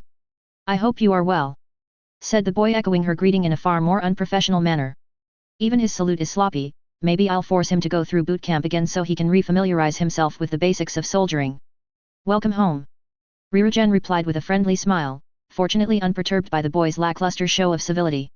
You've accomplished great things down south, and General von Rommel speaks highly of you and your unit. Both myself and the general staff are very impressed with the reports. Tanya heard Wilhelm breathe in and was certain he would once again try to embarrass her by embellishing her achievements. However, with the greeting now over, she was able to stand at ease, so she took the opportunity to surreptitiously shove her boot into one of Wilhelm's shins to force him into silence. You honor me too highly, we were simply doing our duty for the Vaterland. She replied automatically as Wilhelm fought not to let out a yelp in the corner of her eye. It was one of the many phrases she'd learned that were expected of a soldier. She was certain no one really believed it, aside from maybe her band of war nuts, but it was the sort of phrase superiors liked to hear. It was not unlike the salaryman's old workplace really, there was an attitude expected of a good employee. The language had just changed slightly. I'm sure you faced many unique difficulties in the desert, we have limited experience with expeditions outside the Vaterland. The colonel continued, his words causing a surge of jubilation to bubble up inside Tanya. This was clearly the man's way of tactfully informing her that the general staff had forgiven her, they were even praising her.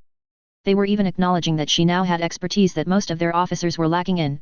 Could this be a hint that they planned to move her to the strategic department to begin propagating this newfound knowledge? Calm down, I'm getting ahead of myself. She chided herself inwardly, feeling slightly drunk off her success. By the way, the man continued casually, we haven't yet received the latest reports, how is your unit? It's wonderful to work for an organization that takes such good care of its employees. Tanya thought happily, we're barely off the plane and they want to be sure of the health of the battalion. A reminder of how much she and her troops were valued was always welcome. Additionally, he had given her the opportunity to boast about an achievement she could hold up as proof of her good leadership. Even Wilhelm couldn't ruin with exaggerated claims of superhuman feats. We suffered very few losses, since my last report we have suffered no additional casualties. I estimate the battalion as a whole is at least 95% combat effective. She reported enthusiastically, choosing to leave out that most of their losses had been in Wilhelm's close combat company, and even then, it was compounded by him sending Captain Zerbest away. The main loss had been Lieutenant Koenig, one of her veterans, unfortunate to be sure. They'd been forced to train up Grants as his replacement. She wondered how Koenig was getting on, she'd have to ask Rirugen later. The colonel seemed pleased with her report, however she did notice something strange as she delivered her account. Max seemed to have gone pale and was wearing a frown as he fidgeted slightly behind Rirugen. She hoped the man hadn't been overworking himself, or worse still he'd fallen foul of another batch of those rotten potatoes. It would be both embarrassing and unfortunate if he found himself with a medical discharge because the General Staff Office cafeteria kept churning out inedible food. Not everyone had the iron constitutions of Generals Rudersdorf and Zetter. Good, and how is morale? Rirugen continued as Uger began to sweat slightly behind him. Seriously, the cooks at the General Staff Office should be court-martialed. Unfortunately, by this point, Wilhelm had recovered from his bruised ankle and she could see him studying the situation with a thoughtful frown. More annoyingly, he decided to choose this moment to chime in once again. I think I can say the entire battalion has more than earned a good re. Once again Tanya took steps to silence the boy before he ruined anything, this time an elbow in his side which she hoped was disguised as a friendly gesture. It was better her superiors thought she were overly familiar with the brat than allowing him to embarrass her again after all. What Captain Hozollern means is that everyone has been looking forward to coming home. However, even before that, morale has remained high and the men are all in great spirits. She cut in, feeling quite pleased with how well she'd interrupted the boys' attempted sabotage. Her report on how high the morale was useful too. Maintaining good spirits with her troops was another sign of strong leadership, something she needed to show to secure a transfer to the strategy division. "You never cease to surpass expectations," said the colonel while Tanya felt her chest swell with pride. Such high praise was definitely a sign of good things to come. "Now let's talk about your next mission." Tanya paused, unsure if she'd heard the man correctly. She was going on leave, there wasn't supposed to be any mission. "You know Major Uger from the Railroads Division, he's arranged transport up north for you in an aircraft for the operation." The man continued as a wave of horror swept over her. He was serious, they were really sending them straight out on another mission. "And this is Captain Rudolph with Strategic Recon, he will brief you en route." Recon?" she squeaked, unable to keep the shock from her voice. There had to be some mistake, it couldn't be true, the General Staff cared about the well-being of their human resources. "But we expect great things from you, Major, farewell and good luck." March 15, Unified Year 1926. The Letzenbourg Socialist Republic, Russie Federation, 30 miles from Imperial border. "Damn the General Staff. I hope they all rot in hell." Tanya swore internally as she lay on the hard frozen ground of the Letzenbourg Socialist Republic, one of the Russie Federation's puppet regimes behind the Iron Curtain. "How could they do this to me? Why am I always so overworked?" Tanya bemoaned as she struggled to come to terms with her current situation. It wasn't fair. They were supposed to be enjoying some R&R, not lying in a frozen backwater watching the Reds run artillery drills. Surely this is asking too much. What happened to fair labor laws? What happened to conserving the well-being of our human resources? She felt her fingers clench into a fist reflectively as she strove to hold her temper. In truth, she was angrier with herself than anyone else. The South had dulled her social skills and she'd missed the obvious signs that something was wrong. She'd realized too late that the sudden appearance of so many friendly faces at the aerodrome was a far cry from the welcoming committee she'd assumed it to be. She'd even missed Major Uger's silent attempts to warn her as she'd happily boasted about how well they'd performed. That misstep had sealed their fate. Instead of a thank you for a job well done and a quick interview with intelligence, she'd been given an emergency briefing and shipped straight out east.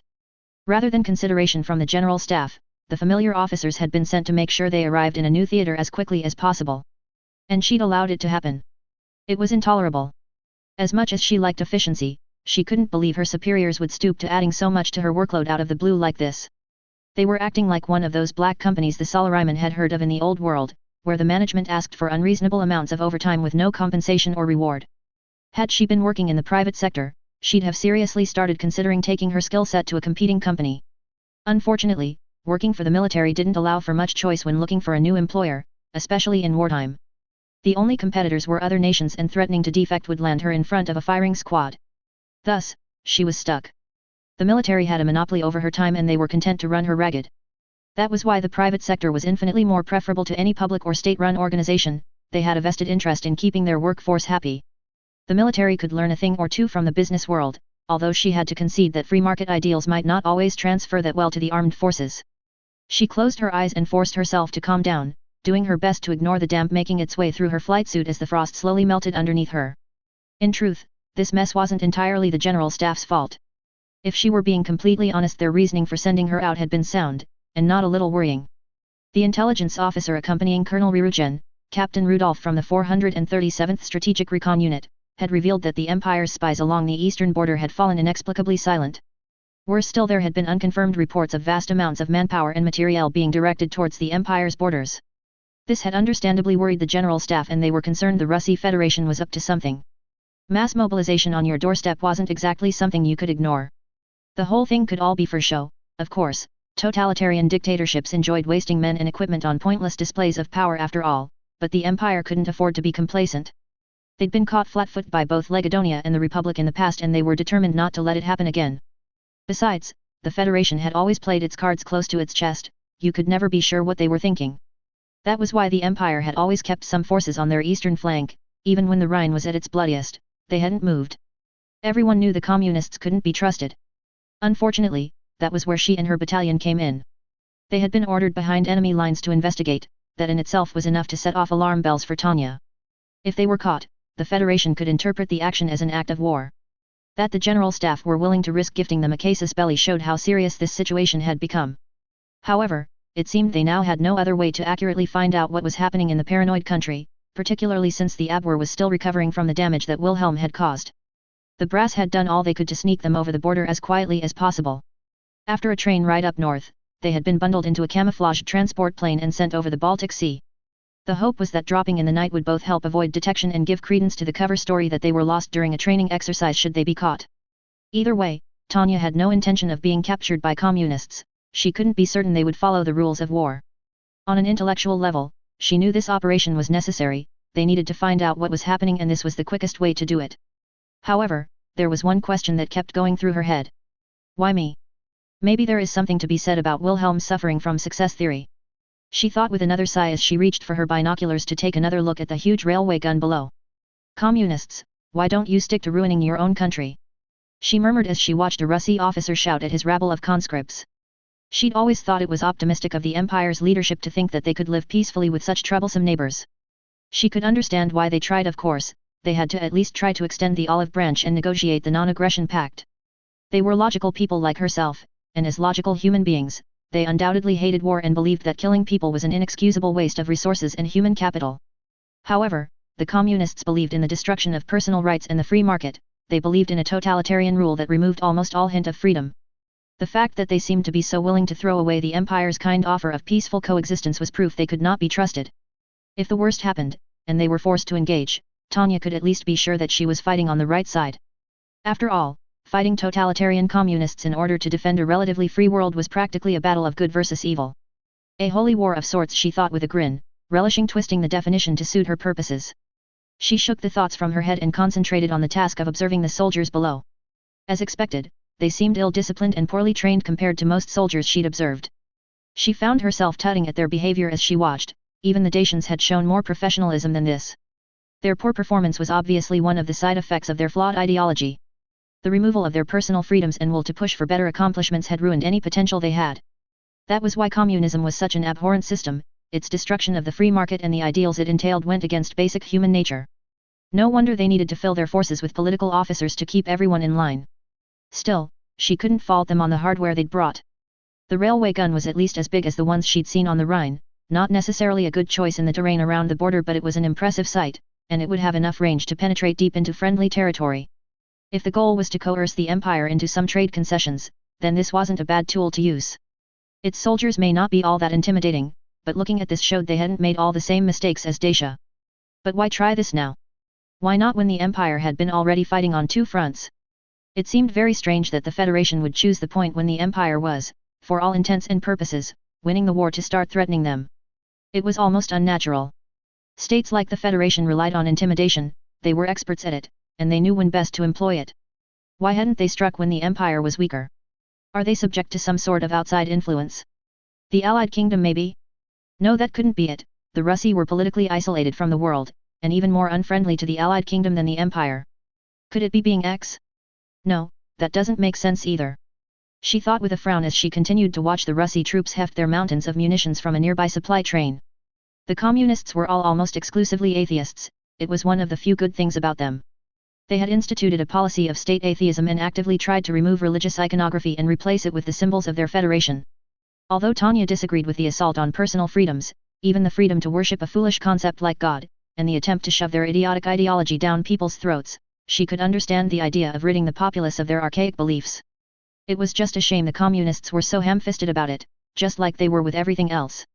Still, it meant she could be fairly certain being X had nothing to do with this. After all, who would listen to him in a country full of non-believers? However, it still didn't explain the Russie's current illogical actions. She could only conclude the whole thing was caused by classic communist ineptitude. It's probably all a bluff, right? It's not even worth worrying about. She heard Wilhelm say at her side, letting out an anxious laugh. It's probably just a drill to keep us on our toes. Tanya lowered her binoculars and turned towards the boy laying in the dirt at her side. He was pale, more so than usual, and wore an anxious look on his face as he gnawed on his thumbnail nervously. Unlike herself, his binoculars remained on his belt, but his eyes darted around each of the distant figures as though they were searching for confirmation of his words. He was distracted and distant. Despite asking the question aloud, Tanya doubted he would hear her answer if she deigned to respond. Wilhelm had been acting strange again since he'd heard the briefing on their deployment. In truth, he seemed more upset about this mission than she did. During the meeting, he'd asked Colonel Rirujan several times to confirm that the mission was not to attack or provoke the Federation, becoming increasingly agitated every time. Since then, he'd spent most of his time quietly murmuring to himself, a fact that she was acutely aware of since he insisted on staying so close to her. For some reason this entire situation had the little captain rattled. It was strange that the boy she'd seen casually slice through machine gun nests was so obviously worried about a reconnaissance mission. Stranger still, he wasn't even trying to hide it from the battalion or the other officers, for once he didn't seem to care how he might be perceived. She'd expected him to be thrilled at the idea of another way to pay his debt, but so far, he seemed to be almost as eager as her to be as far away from here as possible. He blinked and turned to meet her stare, keeping a cautious eye on the activity below as he looked at her imploringly. They wouldn't be crazy enough to fire, right? They don't have anything to gain. Tanya wasn't sure how to answer. People crazy enough to implement communist systems were crazy enough to do just about anything in her opinion, and were more than happy to give up what they had to achieve it.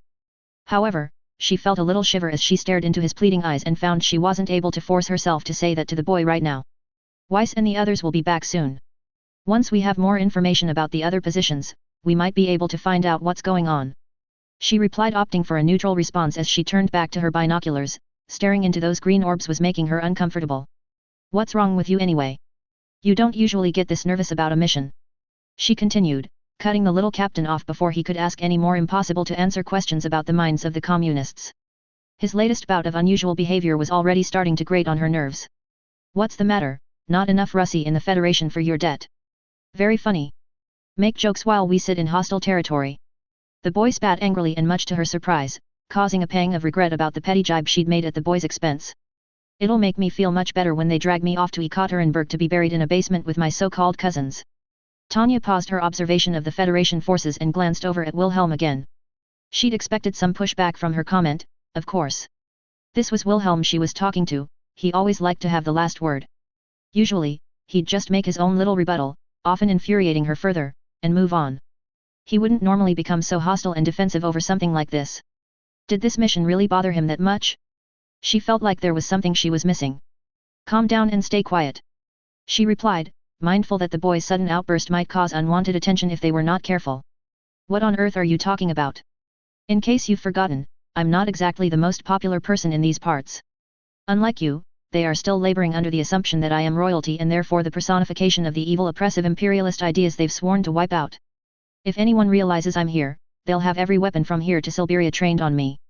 And I doubt telling them I'm a fraud will do much to dissuade them. The boy replied desperately, his voice sounding more like a whimper than a whisper. You're being paranoid.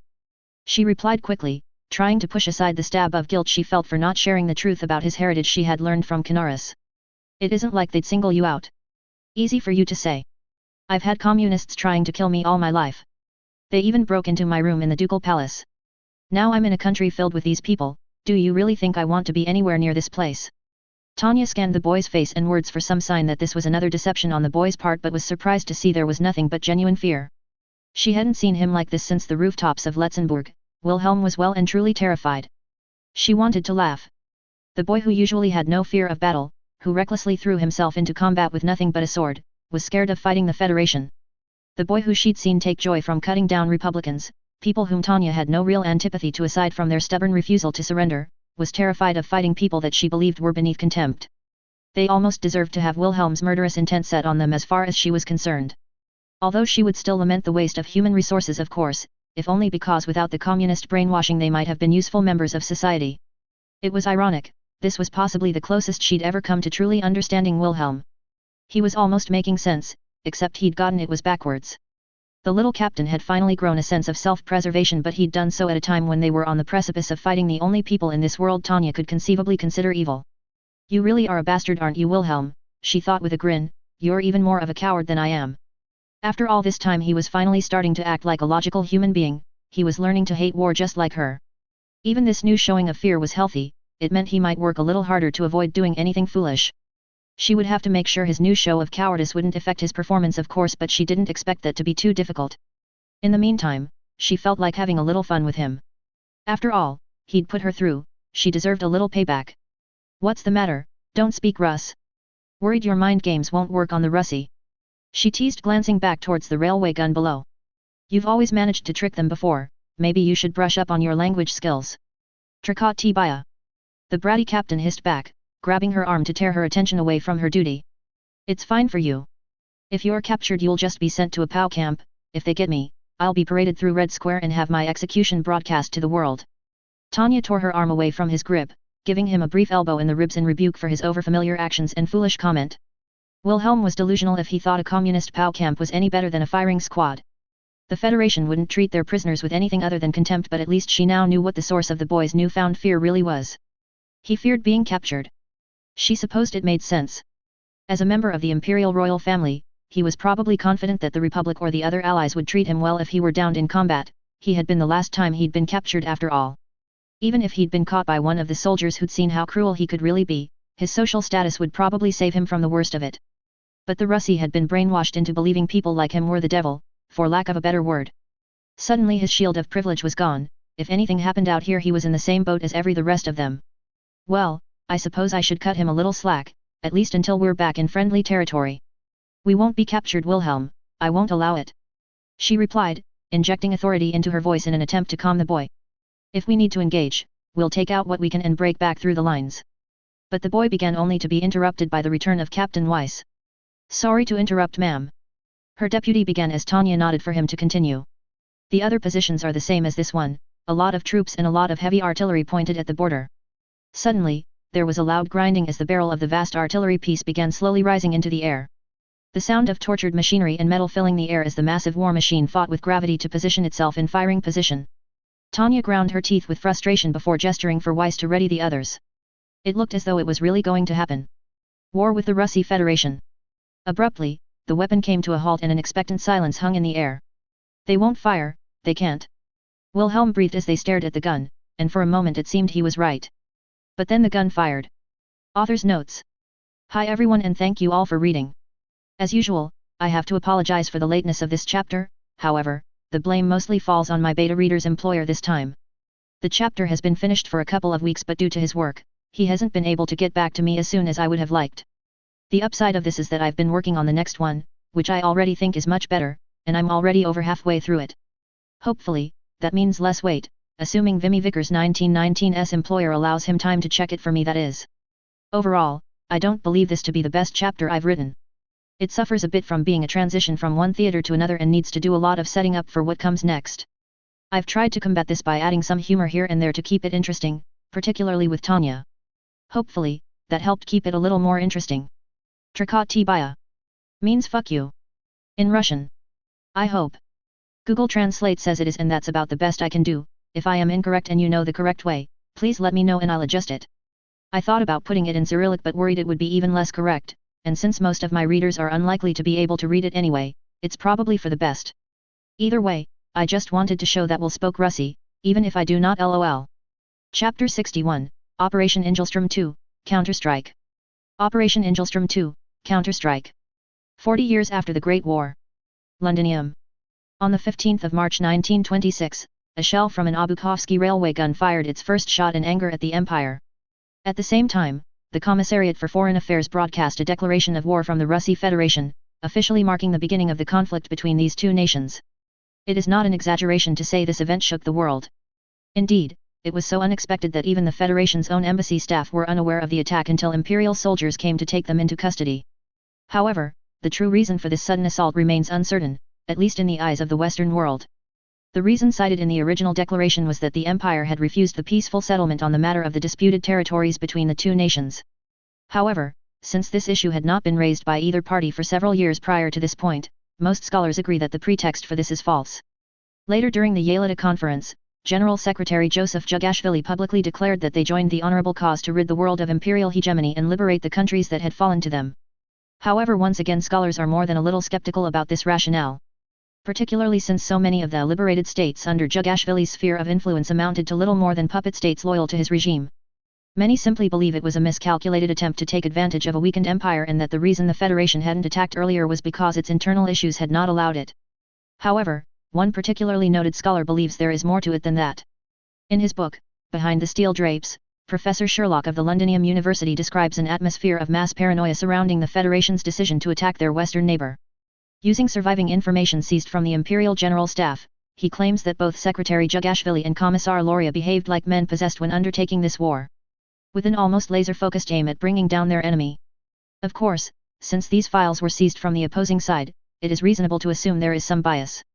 However, in the absence of any other solid evidence, it is perhaps the best explanation we have. It was fear and madness that drove the Federation to war. Then again, perhaps that could be said of all nations who entered the conflict.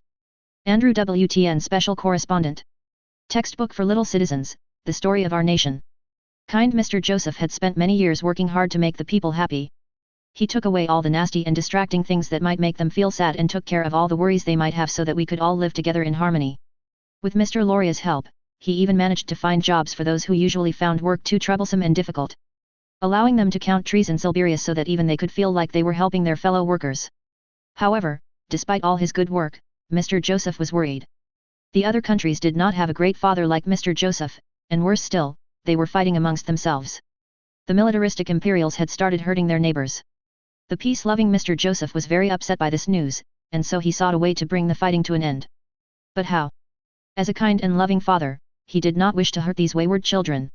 He wanted to bring them happiness, just as he had the children of the Federation. Fortunately capable Mr. Loria reminded Mr. Joseph that even the kindest father needed to instill discipline in unruly children, and since the peoples of the Republic and Commonwealth were being oppressed by naughty imperial soldiers, it was up to him to step in. So it was with a heavy heart that Mr. Joseph asked the people of the Russian Federation to fight for the safety of the world. Moved by his words, the people said yes. Excerpt from the Commissariat for Education approved textbook, The People's Storybook for Kindergartners. March 15, Unified Year 1926, 6:30. The Lietuvos Socialist Republic, Russian Federation, 30 miles from imperial border. No. Will mouthed in horror as the colossal war machine fired its munition towards the empire's border. He felt sick with worry as he stared at the smoking gun, unable to move as Tanya called for confirmation from the other companies that the other positions had fired on the empire. This had to be a mistake, a miscommunication, or misfire. The communists couldn't be attacking. This could ruin everything. They're attacking all the way down the front. They've declared war. He heard Grants exclaim over the radio, although Will was still unable to bring himself to believe it. This couldn't have happened. He'd warned them that they should do everything to maintain the peace with the Federation. The Empire might be able to take the behemoth in a one-on-one fight, but it would be the casualties would be horrendous. However, in a two-front war like this, with significant forces already needed to keep the Allied Kingdom at bay as well as garrison Legadonia and the Republic, Will wasn't sure if even the full might of the Great Army could successfully force the Communists to their knees. They would always be outnumbered. In the Federation, soldiers grew on trees. Weiss, any signals from home? Tanya asked urgently, although she still maintained her composure. Will turned to look at the other two officers, hoping to find any sign that the news would be somehow different or that they would be ordered to immediately withdraw. He didn't want to fight these people, he stood to lose too much. Affirmative, the Federation has sent troops across the border. Eastern Command has ordered everyone to retaliate regardless of who they report to. The deputy replied, causing Tanya's face to contort into a mirthless smile. It seems we get to perform some community service. All units, release Mana seals and attack immediately, take out those guns and hit the supply dumps. Tanya barked in reply, not hesitating for a second to retaliate against the communist assault now that permission had been given. Wilhelm, take out the perimeter and AA defenses. No, no, no, no, no. Will murmured to himself even as his body automatically sprang into action, drawing his sword as he charged toward the enemy. He wasn't sure if it was his natural response to keep up appearances or all of the extra training Tanya had forced him through, but his body moved automatically at Tanya's command and his close combat company soon fell in behind him. He quietly cursed the soldier's conditioning and the evil god that had forced him into this position. He poured some mana into his pistol as he charged his company towards the nearest guard post. Not able to bring himself to look as he squeezed the trigger to rain down artillery spells on the defensive structures that had been set up to protect the gargantuan war machine. Panic spread amongst the unprepared troops as they searched for the source of the unforeseen attack, and Will urged his company forwards to take advantage of the confusion, despite the sickening feeling settling in his stomach. This was the worst-case scenario for Will. Every soldier he faced in the Federation was ideologically opposed to his very existence, or rather his perceived existence. Although he knew that individuals might feel sympathetic towards him due to his childlike appearance, the fanatical political officers would not allow them to be swayed by his words. If he were captured, those same officers would show him no mercy. It would all be over for him. Any chance of attaining the paradise he knew he deserved would be taken from him, along with his life. Worse still, it was likely that no one he killed in this country would count towards paying his debt to the monster. The Federation and all of its constituent republics were all atheist states, religion was suppressed and sometimes even ridiculed. The country's previous leader had gone so far as to call it a method for the exploitation and stupefaction of the working class, and there had been rumors that priests had been rounded up and imprisoned. How could he find faithful souls to sacrifice to the monster in such a place? The bitter irony was these people were some of the few that had figured out how cruel God could be and had worked to stamp out his influence. If there were anyone other than Tanya in this world who could truly be made into allies against the monstrous deity, it was the communists. Unfortunately, they hated royalty almost as much as they hated God. If only things were different, we shouldn't have to fight. I'm sorry, I have no choice. He winced under his breath as he reached the defense line, plunging his sword into the chest of a stunned man trying to organize the defense of the road gate. A second tried to strike back and hit him with the butt of his rifle, but Will quickly countered, ducking low as he removed his sword from the fallen guard and swung it around to slice into the second man's stomach. Meanwhile, the Letzenbourger's war cry filled his ears. The bursts of submachine gun fire that followed told him that his men had joined the assault and were quickly dealing with the remaining soldiers, leaving him time to think about what was happening. He didn't want to do this. There was no profit in this war for anyone. It would just be a bloody battle of attrition until one side decided they'd lost too many troops. A pointless waste of life that he couldn't take advantage of to pay his debt. Why did he have to be here? Why couldn't he be sent on one of the Albion raids instead? At least those from the Allied Kingdom would count as faithful. Why did he have to fight here? There was a whoosh from overhead and the sound of a volley of disciplined fire. He glanced over in time to see a bright burst of flame as one of the ammunition depots exploded. Soon after there was a crash of tortured metal and the colossal barrel of the railway gun tumbled to the ground. It seemed Tanya and the others had gone to work. She was intent on punishing the Federation for their transgressions with her usual brutal alacrity. Even in the midst of battle, she could hear her jeers as she took down the communists. If he didn't know better, he could have sworn she was enjoying it. He didn't have long to dwell on all this, however, as several shots struck his barrier and 4 soldiers rushed him from a half-collapsed building nearby. He reacted instinctively, raising his pistol and gripping his sword tightly as he moved to countercharge. He sped on towards the group, his flight boots skimming just above the ground as he focused on powering his shield. Several more bullets illuminated the barrier as he closed, and without even a thought he squeezed the trigger and placed a bullet in the skull of the first man. Countless hours of combat experience urged his body to act without the input of his brain as he reached the second soldier, his magic-infused blade cutting deep into the man's side, causing him to scream in pain. The third met his barrier and was launched backwards before smashing into the bunker and crumpling into a shattered mess on the floor. The speed Will had been traveling combined with the strength of the barrier was the equivalent of the man hitting a brick wall at over 100 km per hour. Without magical augmentation there was little chance he would survive. Finally, the fourth met the same fate as his commander, sword through his chest as his eyes filled with the terrible mix of emotions Will had seen time and again as his life drained from him. Suddenly it felt eerily quiet. The sounds of battle still surrounded him but seemed to fade as he stared at the lifeless corpses of the Federation soldiers at his feet. He felt strangely isolated and alone and found himself letting out an involuntary shiver. He hadn't wanted to kill these people, they didn't need to die for the monster, he wasn't a murderer that killed for no reason. It was self-defense. Self-defense is fine. He told himself as a pool of warm blood formed around his flight boot, but he couldn't quite make himself believe it. This may have been a country filled with communists, and enough firepower could bring down anything, but in a surprise attack like this, there was no way average soldiers could stand up to a mage. He'd slaughtered these men for nothing. I hate this. He whispered quietly under his breath as smoke filled the air around him, and for a moment he thought he saw the face of Ludwig grinning at him through the smog. He shook his head, chasing the apparition out of his imagination before he had the chance to mock him once again. He couldn't afford to have the ghost distracting him right now.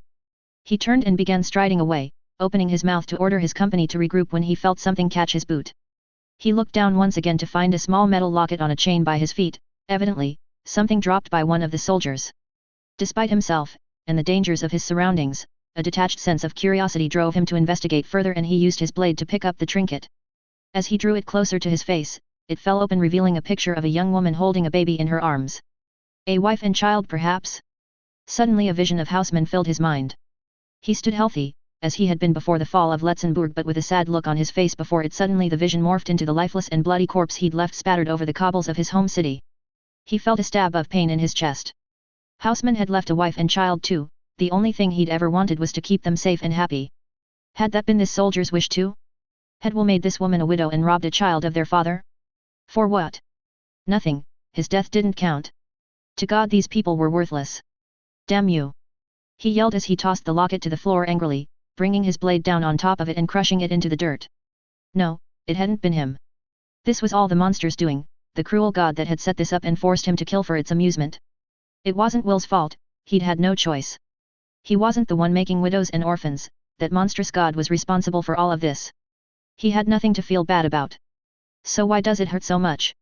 He thought as he removed his blade from the locket, raising it out of habit to look at the blade. To his surprise, the number had changed. Its ethereal glow showed a few digits more than he remembered. I suppose these men weren't worthless after all, he thought sorrowfully as he glanced back towards the bodies. That knowledge should have made him happy, but knowing that he'd somehow found some of the few people that had escaped the communist purges made him feel all the worse. They had all been victims of that monster. Sergeant Litz, we're done here. Withdraw and regroup with the others. He called, shaking the thoughts from his head and using a little mana to project his voice to make himself heard over the din of the battle. The sooner they got out of here the better. At least he could take some comfort that they'd be heading back to friendly territory soon.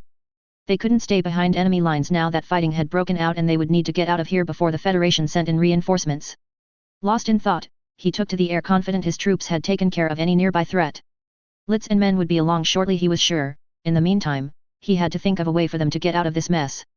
He'd been lucky to find those poor souls that could contribute to his debt, but he wouldn't always be so lucky, and the Federation's involvement cast doubt on whether the Empire could still win this war. His paradise, and those of the people he cared about, was in danger. He needed to do something. War is the continuation of politics, or so the saying went. This was the lens through which the Empire looked at both its armed forces and war in general. Although Will didn't believe this to always be correct, it was a decent way to think if one wanted to gauge the motives of those engaged in conflict. There was a reason behind this war declaration, some sort of aim or prize that Jugashvili hoped to seize. Once they knew what this was, a way out may present itself. The disputed territory along the border was an obvious motive. The people of Rus had claimed much of that land even before the revolution, before even the formation of the Empire. However, Will could see no reason why they might wait until now to press that claim, particularly when both sides had been working towards a somewhat cooperative relationship in recent years. Neither side had been willing to give up their claims, of course, but both sides could live with that sort of uneasy peace. The Federation had always tolerated the Empire because, without them, the world powers would look at the Eastern Giant as their greatest threat. The strip of land they claimed was not nearly as valuable as keeping the Empire on the top of everyone else's hit list. No, there was another reason.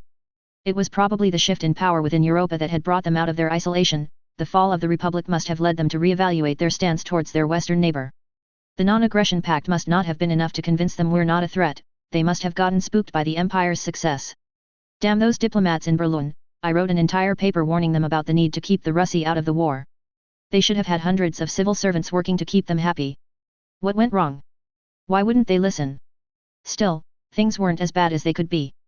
Unlike the Allied Kingdom, the Federation had not joined the war as an ally to the other parties, it had instead joined as a co-belligerent. That meant a separate peace was possible. The Federation had attacked assuming that the Empire was too busy on the other fronts to adequately defend itself. They probably thought they could sweep in and trim the eagle's talons before the Great Army could divert itself from its staring contest with the Allied Kingdom. If the Empire could hold firm, it may persuade them otherwise and open up an opportunity for a white peace.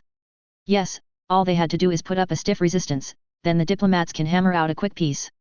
That was the point of the interior line strategy after all. If they were lucky, the history books might consider all this little more than a border scuffle.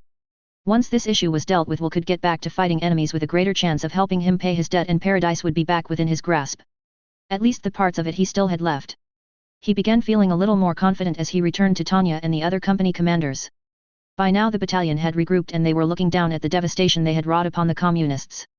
Tanya looked especially pleased with her work and she wore a wide grin as she watched the survivors attempt to deal with the flames. Lieutenant Grants, any sign of enemy mage reinforcements yet? She called, not taking her eyes off of the flames. She seemed almost lost in thought and wore a strange look on her face that even Will struggled to decipher the meaning behind. Nothing yet, Commander, they're sending additional troops but so far we've seen no sign of any mages. Grants reported quickly, sounding slightly confused by the news. It was understandable. Had they still been on the Rhine front they would have expected an entire regiment of mages to show up after the damage they'd caused. To say there had been little to no response was odd, to say the least. Could those rumors about the Russi mages be true? He thought, wondering if he should share the hearsay about the potential purge of the Federation's magic corps. It made him feel nervous that the communists were so confident in their forces that they could afford to rid themselves of some of their most powerful soldiers. Not to mention that they had managed to capture and neutralize so many mages in the first place. It was possible they might have anti-mage technology that was more effective than even the Allied Kingdom. Then again, would Tanya pay any heed to rumors? She rarely trusted anything he tried to tell her anyway. She probably would dismiss anything he tried to tell her out of hand unless he had some sort of proof. Strange. Tanya said thoughtfully, still staring at the destruction as her face contorted into a wide grin once more. Then again, they are commies, making stupid mistakes is what they do. Will felt a twist of anxiety in his stomach. It was unlike Tanya to underestimate an enemy, and her casual disregard of the enemy's strength made him nervous. It was as though she didn't consider them a real threat. Surely, she must be aware of the sheer weight of manpower the Federation could bring to bear, even she was vulnerable to the amount of fire they could commit to a firefight. What's more, her smile showed him something of her he'd never seen in her before, although he'd heard almost everyone talk about it in the past. It looked like she almost relished the idea of fighting these people. "Ma'am, we've received further orders from Eastern Headquarters." Weiss cut in, handing a headset back to Sergeant Reinhardt, one of the battalion's radio operators, and breaking Will from his thoughts. "The Eastern Army is following Plan 315 and begun elastic defense tactics. We've been ordered to support the delaying action while High Command mobilizes the Great Army. Command has given you full discretion on how to proceed." It was good to hear that the Eastern forces were fighting back, but it was crucial that they don't cede too much land to the Federation before the Empire's main force arrived for the counterattack. How much they could slow down the enemy in the next few days would be crucial for the negotiating hand of the diplomats. How the 203rd employed its strength could be a game changer. Will watched Tanya carefully as she considered what the next course of action for the battalion would be, hoping to divine some idea of what she might be planning from her now serious face. He wasn't afraid to admit she was much better at strategy than him, although he would never tell her that to her face. She would doubtlessly figure out the best way to strike at the enemy. One thing was certain though, they'd need to get back to friendly territory. That meant striking through the front lines, not exactly an easy task and likely one she would want Will and his close combat company on the vanguard of again. "We'll take the easy way back through the lines for once," Tanya called as a confident grin returned to her face. Will let out a sigh of relief. If she'd thought of an easier way he might not have to kill as many people that wouldn't count to his debt just to get to safety. Not to mention reduce the chances of being downed and dragged off by the Russie secret police. "I knew it was a good idea to trust her. As long as I follow Tanya's lead we'll be out of here in no time. We attack Moscow." Every member of the battalion fell deadly silent, and Will was fairly sure he wasn't the only one whose jaw had metaphorically hit the floor when they heard the girl's ludicrous suggestion. Tanya meanwhile was grinning from ear to ear and had a twinkle in her eye that not only told him that she was deadly serious, but she was actually looking forward to the idea. "She's gone mad." The Federation capital. Will spat incredulously, hoping that somehow they'd all misheard her. "You want to take us deeper into enemy territory? Think of it as a strategic diversion. An attack so far behind their lines will force them to pull troops away from the front, meanwhile, we can take the long way around to get back to the Fatherland." The girl explained with a voice brimming with confidence. "We'll take the pressure off the Eastern forces while subjecting ourselves to minimum risk. If we're not hounded every step of the way back." Will felt like screaming, but he was forced to hold his tongue for the sake of appearances. It was true that a raid deep behind enemy lines would likely force the Federation to pull troops back from its assault, but attack their capital? The center of their government and ideology? It was too risky. He felt in his bones that it was the wrong thing to do. Thankfully, he was not the only one to think the plan insane and Weiss soon interjected in a far more diplomatic way than Will might have done had he allowed himself to vent his frustrations. "With respect ma'am, this isn't Dacia, Moscow will be well defended." "Good one Captain Weiss, nice to see you've maintained your sense of humor." Tanya replied with a hearty chuckle, doing nothing to convince Will of her mental stability. "Everyone knows the commies have shit for air defense, Captain Hozollern, did you even take any incoming fire during that attack?" Will shook his head, trying to keep the unease from his face. It was true that the defenses he and his company had attacked never fired a shot from the AA guns protecting the railway cannon. He assumed the soldiers manning them had simply been taken by surprise and hadn't reacted quickly enough. They'd been fortunate, but that didn't mean that luck would be replicated. Wouldn't the Federation keep their elite troops back to guard their capital? "You see? You could land a Cessna in Red Square, without being bothered by the Red's so-called air defense. We won't have any problems." Tanya continued oozing confidence and bravado as he spoke, even as those around her looked on with confusion. "A Cessna?" Both Visha and Weiss asked in confusion, echoing his own thoughts. He'd no idea what one of those was, but he was certain that landing one in the Federation capital was a one-way ticket to one of the Federation's fabled loggery. "Never mind, the point is that even an average teenager could break through their air defense," Tanya continued, shooting Will a smirk. "Or perhaps I should say even a child." Will did his best to ignore the girl's words. He could tell she was loving how uncomfortable this whole situation was making him feel and was clearly trying to tease him for it. She probably thought of it as some sort of payback for some perceived slight. Still, he doubted she would plan an operation simply to get back at him. Then again, perhaps her confidence wasn't as misplaced as he feared. She did have a better understanding of both tactics and strategy than he did, and she'd had plenty of experience with strikes like this. She'd been right about these sorts of things before, and although she'd admitted that it had been luck on occasion, such as the strike on the Republican command in the south, she always seemed to produce the desired result. It wasn't as if the plan didn't have merit. A limited raid on the Federation capital would cause a great deal of disruption to the Federation's battle plans. Even if they failed to penetrate their defenses, the presence of such a large group of mages behind the lines would probably cause their commanders to panic, they'd have to pull troops back from the front lines. But still, something didn't sit well with him about the plan and he wasn't quite sure what it was. Couldn't we achieve similar results attacking infrastructure while we're behind their lines? I can't help but think there are too many unknowns if we attack the capital. Will persisted, hoping that he might be able to win the support of the others with a safer compromise. However, he could already see that many of the others had already been swayed by the Major's confidence. She'd led them into hell and back enough times that they trusted her judgment completely. If she said it was possible, there was no question that they could do it. Ironically, Tanya was the only one who seemed to give his alternative any serious thought. The front lines are huge, it's doubtful we'll be able to do enough damage to divert attention from more than a small part of the line that way. They could easily reroute their trains to bypass our damage, so it's doubtful they'd need to move too many troops away from the front to protect them. Besides, we'd still need to get back through the lines once it was all over. She replied thoughtfully, leaving Will's hopes of avoiding the girl's plan in the dust. However, you raise a good point, we should at least run this one by command to make sure there are political considerations to be taken into account before we leave. Will felt his heart sink as he watched Tanya's widening grin. He fully expected the general staff to back her plan and it looked like she did too. Meanwhile, Will was left with the unshakable feeling that something would go wrong. I can't wait to get authorization, Tanya said happily as she stared out over the obelisk towards their distant target. Will just wished they could go home. March 15, Unified Year 1926, 2000 hours. Conference Room 1, Offices of the Imperial General Staff, Berlin. What's the disposition of the enemy forces? How many units in the first wave? What's happening? We're getting conflicting reports from along the front. We need more information. Send out more recon planes. Is the Great Army on the move yet? What about the strategic reserves, are we mobilized? Captain Sophia Zerbest found herself unsure whether she wanted to laugh or cry as she watched quietly from the corner of the conference room as a dozen different men shouted to be heard at once.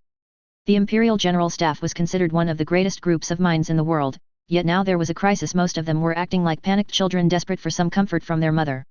It was terrifying to think these were the people making the life and death decisions that affected the soldiers on the front lines. Soldiers like the prince. Perhaps furious would be a more suitable reaction than laughing or crying. Do we have enough trains running to bring them in? We're yielding too much ground. Can the eastern forces hold them for long enough? What about the rear positions? At this rate, we might not have anywhere to send the reinforcements to. Was this really the best the Empire had to offer? Were these the people they had trusted to lead them to victory? She'd never seen the prince act like this, or Digirakov for that matter. Both were infinitely more calm and mature in a crisis than the supposed cream of the imperial military. What had happened to all their meticulous planning? It was almost as though they'd forgotten about the much-vaunted interior line strategy the moment the Federation had opened fire. It was rather pathetic that so many generals and senior officers were so useless in an emergency. If her sister had been here, she would have probably wanted to shoo them out of the room so as not to disrupt the adults from their work. She could easily imagine her doing it too. She'd never been one to put up with this sort of behavior. The mental image of her sister ushering the top brass out of their meeting made her smile before leaving a pang of heartache. Christina still hadn't awoken from her coma. She missed her sister dearly and it always hurt to think that she might never wake up. She wouldn't allow herself to be distracted by those thoughts, however, not while she still had to get back to her prince's side. Perhaps one day she could persuade His Highness to see Christina. She was certain her sister would awaken for him. Fortunately for the Imperial General Staff, there were a few islands of calm in the frenzied and tumultuous sea of panicked officers. Although largely silent, the figures of Major Generals Kurt von Rudersdorf and Hans von Zetter managed to dominate the room with their cool demeanors. The former surveying the room with a dispassionate look as he sucked on his cigar, something few had ever seen him without. While his comrade in arms leant over a map, studying each detail with a calculating eye. These were unquestionably the true powerhouses in the general staff at the moment. Others may have outranked them, and they officially reported to the High Command, but it seemed that in a crisis all eyes turned to these men for answers. They would probably be better off leaving the entire war effort to the pair. The men that had given the Empire its victory over the Republic didn't need officers like this to distract them. Then again, the military was a place of politics as well as strategy. They likely had to keep up the appearance of listening to men like Generals Marchesi and von Brock so as not to risk making enemies that could threaten their positions. There were only a few others that Sophia judged as competent in the chaos of the conference room, one of which was the reason for her being allowed into the conference in the first place.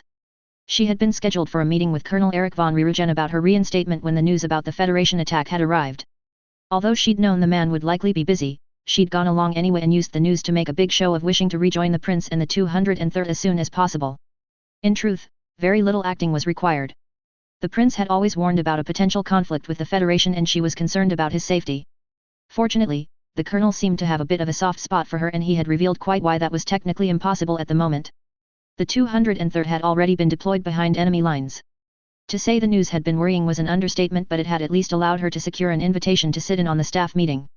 Considering the dangerous position the prince and the rest of the battalion had been in at the time, he seemed to think it prudent. She was glad he had been so considerate. It meant she wouldn't have to embarrass the man later when she found out the details from more clandestine sources. Unlike the other officers, who were still busy trying to speak over each other, Ryugen was looking over each and every report that was being delivered by the overworked Sein-Alman, who rushed in from time to time with fresh news from the front. He shared a similar sense of calm as his superiors and carried himself professionally despite the chaotic atmosphere. However, perhaps due to her closer proximity to the man, she could see more signs of tension on his face as he read through the incoming messages. A furrowed brow and a clenched jaw as his eyes darted along the page told her that the news was not as encouraging as he might have liked. "Gentlemen," General Zetter called, raising his voice slightly to be heard over the din as he raised his head from his charts. "Although these events are unfortunate, they are not completely unforeseen. Plan 315 has already been put into action, and we are redeploying our troops in accordance with the interior line's strategy." Sophia felt her smile widen as Zetter took charge of the room. He spoke in a tone that showed confidence in their preparations, or at least the calm knowledge that nothing more could be done for the moment. It did wonders for her confidence in the imperial leadership to see him at least try to force some calm amongst their members. Still, he was right in more ways than one. This shouldn't have been all that unexpected. The prince had warned of the risk of a Federation attack years ago in his political treaties. They should have been ready, they should have listened to him. "Agreed, now is not the time to lose our heads," Rudersdorf added, blowing a puff of smoke into the air as he spoke. "Colonel von Ryugen, what's the latest?" The room seemed to fall silent as the assembled officers turned to look at Ryugen. To his credit, he did not seem overly perturbed about suddenly having the undivided attention of so many high-ranking officers. Instead, he simply adjusted his glasses and began leafing through his notes. "As you are all aware, the Federation launched an all-out assault along the entire eastern border. According to the latest reports, their forces are split into three main thrusts, one focusing on the north towards occupied Legadonia, one in the center towards Tegenhof, and a third striking into the occupied territories in Dacia." The man began explaining professionally, keeping his voice level as he delivered his summary. "Our forces have adopted planned defensive strategies as per Plan 315. However, as General von Brock intimated, we have been forced to yield some ground, particularly in the south." "Hardly surprising," grunted Rudersdorf with a frown. "Eastern Command have been stretched pretty thin trying to hold the entire border, especially now they had to defend Dacia and Legadonia as well." Sophia noticed the look the mustached general shot towards Generals von Brock and Marchesi. She was willing to bet that Rudersdorf had pushed for reinforcement in the east before now but had been rebuffed.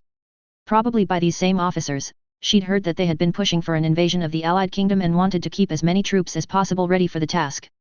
"The infrastructure in Dacia is also inferior to that in the Vaterlands," Zetter continued, rubbing his chin thoughtfully. "It's harder for our forces to reinforce and it'll be difficult to divert too many troops that way. Still, it's better that the enemy make gains there rather than on imperial soil." "What about imperial soil?" Marchesi interjected, either unperturbed or unaware of Rudersdorf's previous glare. "Will we be able to hold until the Great Army can reinforce? We have had more success in the center and the north. However, it's difficult to say at this moment in time." Ryugen replied in a manner far more calmly than Sophia might have in his shoes. Surely the man must know that no officer could make that sort of guarantee. The attack had only happened this morning. At this point they were lucky that they'd managed to hold what they could and amass what information they had on what they were facing. "It is with that in mind I think we should consider how best to delay the enemy." The colonel continued. However, Sophia sensed him become slightly more tense as he spoke. It was almost as though he were hesitant to bring the subject up. "You're speaking of the request Major Digirekov sent? A strike on the Federation capital?" Zetter asked, causing a rumble of murmurs to pass through the room. For once, Sophia felt herself joining the feeling of shock and confusion that crossed the room. An attack on Moscow? Impossible surely. If nothing else, she was certain the prince wouldn't allow it, or at least he wouldn't allow himself to be involved. He deeply mistrusted the Federation. He would want to get out of there as quickly as possible. Unless Digirekov had emboldened him somehow. "Yes sir, I believe it is the perfect distraction. We should allow the attempt." Ryugen replied. However, Sophia noticed a subtle change in his body language that was at odds with his words. Did he not trust Digirekov? It seemed strange considering the praise that the major had so often heaped on her superior. Doubly so, since despite the misgivings he exhibited about her, he was advocating for her plan. However, not everyone in the room was quite so optimistic, and several of the officers broke out in protest. "You must be joking. It's ridiculous, they will be too well defended. If it were an attack with high-altitude bombers then maybe, but mages? It can't be done." Again the loudest objection came from the direction of General Marchese's faction, although this time it was von Brock who voiced his disapproval. Unfortunately, she found it difficult to disagree with him, although she wished she could. Seeing the amount of anti-air defenses the Empire had put around the capital, it was difficult to see how even bombers could successfully assault a modern city, let alone mages, who were forced to fly much lower. Major Digirekov may have managed to succeed with such a strike in Dacia, but everyone knew the Federation had a much more modernized military. I understand your doubts, General, but in a sense, we succeed in our goal simply by making the attempt. Ryugen continued, undaunted by the disapproval from the opposing faction. If the Federation diverts troops to the rear to protect their capital, it limits the forces they are able to use on the front lines. Indeed, a strike so deep into enemy territory will likely cause concern about future attacks on their infrastructure and rear supply lines. Even if the attack has little penetration, it will serve this purpose. However, the more successful Digirekov is, the more forces they will feel they need to divert to protect themselves. Sophia nodded in understanding. That must have been why the prince was content to go along with this plan. There was no expectation of hitting Moscow especially hard, the idea was to spook the Federation into pulling troops away from the front. Prince Wilhelm must have seen it as an opportunity for the Empire to prepare a counterattack and possibly convince the Federation to accept a white peace. Yes, but for the attack on the capital to have any meaningful effect is easier said than done. Added General Marchese doubtfully, is this really the sort of adventurous attitude that we can expect from our field officers? We are not in the business of throwing our troops away. Surely another target would be more advisable. Sophia found herself glancing back towards Generals Rudersdorf and Zetter. They had been noticeably quiet throughout this exchange, relying on the colonel to speak for them. They've already made up their minds, she realized as she studied their stoic faces. Perhaps the rumors were true, these two are now the de facto leaders of the general staff, this is all just for show to keep the other senior officers on side. But can Ryugen really persuade them?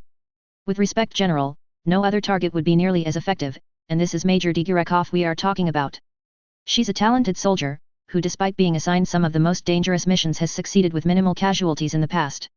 Additionally, she has had experience with precisely this sort of attack. The Dacian capital, the Rhine headquarters and most recently the Free Republican southern headquarters. That she has asked permission is proof he believes it is possible, I suggest allowing her to go. Sophia studied Ryugen as he made his case and again noticed a disparity between his voice and body language. He was telling the truth, she was sure, his voice showed he believed every word he was saying.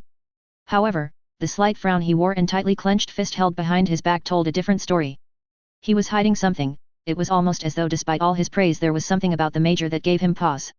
Digirekov may be a Silver Wings recipient, but she's developed quite a mixed reputation. Von Brock spat back. You seem to place an awful lot of your trust in her for someone who has been so critical of her in the past. Ryugen remained silent, his features returning to a neutral frown as von Brock attempted to stare him down. He would say no more. Sophia realized, whatever he was holding back was now preventing him from furthering his case. Meanwhile, the other officers began debating the pros and cons of Digirekov's plan. It wasn't her place to add an opinion, so she kept quiet. Besides, the prince had not raised an objection, she had complete faith in his ability to see them through this situation. At the moment she was more interested in what this criticism von Brock had mentioned was. Perhaps she should investigate this before she returned to the prince. She was certain that Major Digirekov was unaware of any disapproval from the colonel and the prince would doubtless be interested in any information about what was preventing her from being transferred. Enough, we don't have the luxury of a lengthy debate. Rudersdorf cut and threw a puff of smoke, drawing the attention of the room back towards himself and Zetter. Evidently he had decided that it was time to retake control of the meeting from Colonel Ryugen. Indeed, we are wasting time here. Zetter added thoughtfully, I judge it acceptable to grant permission. There was a flurry of objections from the officers loyal to the Major General's rivals, but they were quickly silenced when Rudersdorf spoke once more. Let her try it, a bottle of my best says she'll succeed. With that, it was clear to everyone present that the decision was final. Rudersdorf and Zetter were in agreement and nothing would dissuade them at this point. Sophia wanted to let out a sigh of relief that the general staff was in such capable hands. However, she found herself unable to fully relax, something still felt slightly off. Colonel Ryugen hadn't unclenched his fist. March 16, Unified Year 1926 3:30. The former palace of Kuskovo, Moscow, Russy Federation. Mary jerked awake in her bed, doing her best to stifle the scream on her lips and cursing herself as tears fell freely down her face. Her heart ached with the phantom grief she experienced within the dream and her mind swam with the mix of emotions she'd felt making her head throb. It was all too much, the sensation threatened to overwhelm her. She swallowed hard and tried to force the feelings down to calm herself. It wasn't real, it was just a dream. She told herself as she tried to chase the vision of the burning farmhouse from her mind. She bit her lip hard, tasting copper on her lips from blood as she desperately tried to force her subconscious to accept that both her mother and grandparents were safe. There was no way the Empire could get them in Arkansas. There were no soldiers there, no cannons, no repeat of the terrible crimes she'd heard about at Arene. The Empire could never reach them in the Unified States. Come on Mary, pull yourself together. She couldn't be seen like this, she couldn't be seen like some wailing child in front of the others in the darkened barracks. She was supposed to be a soldier, she was supposed to be someone that protected people and prevented children from crying, not some kid weeping and calling for her. Papa. She whispered with a sniffle as the vision of the man's soft smile entered her mind, and the memory of his stubble tickling her face the last time they embraced. Just the thought of him made her feel warm. The memory of his presence making her feel safe and chasing her fears away. However, the feeling was fleeting and moments later the feeling of emptiness returned. Anson Su had been part of her happiness, part of her paradise, and he had been ripped away from her. She pulled her legs up to her chest, wrapping her arms around them as she buried her face in her knees so she could smother her sobs. The nightmare had shaken her far more than she cared to admit, and the emotions she'd experienced felt as raw and painful as an open wound. She'd been back at her grandparents' house, down in the orchard collecting apples for one of her pies for when Papa would come to stay.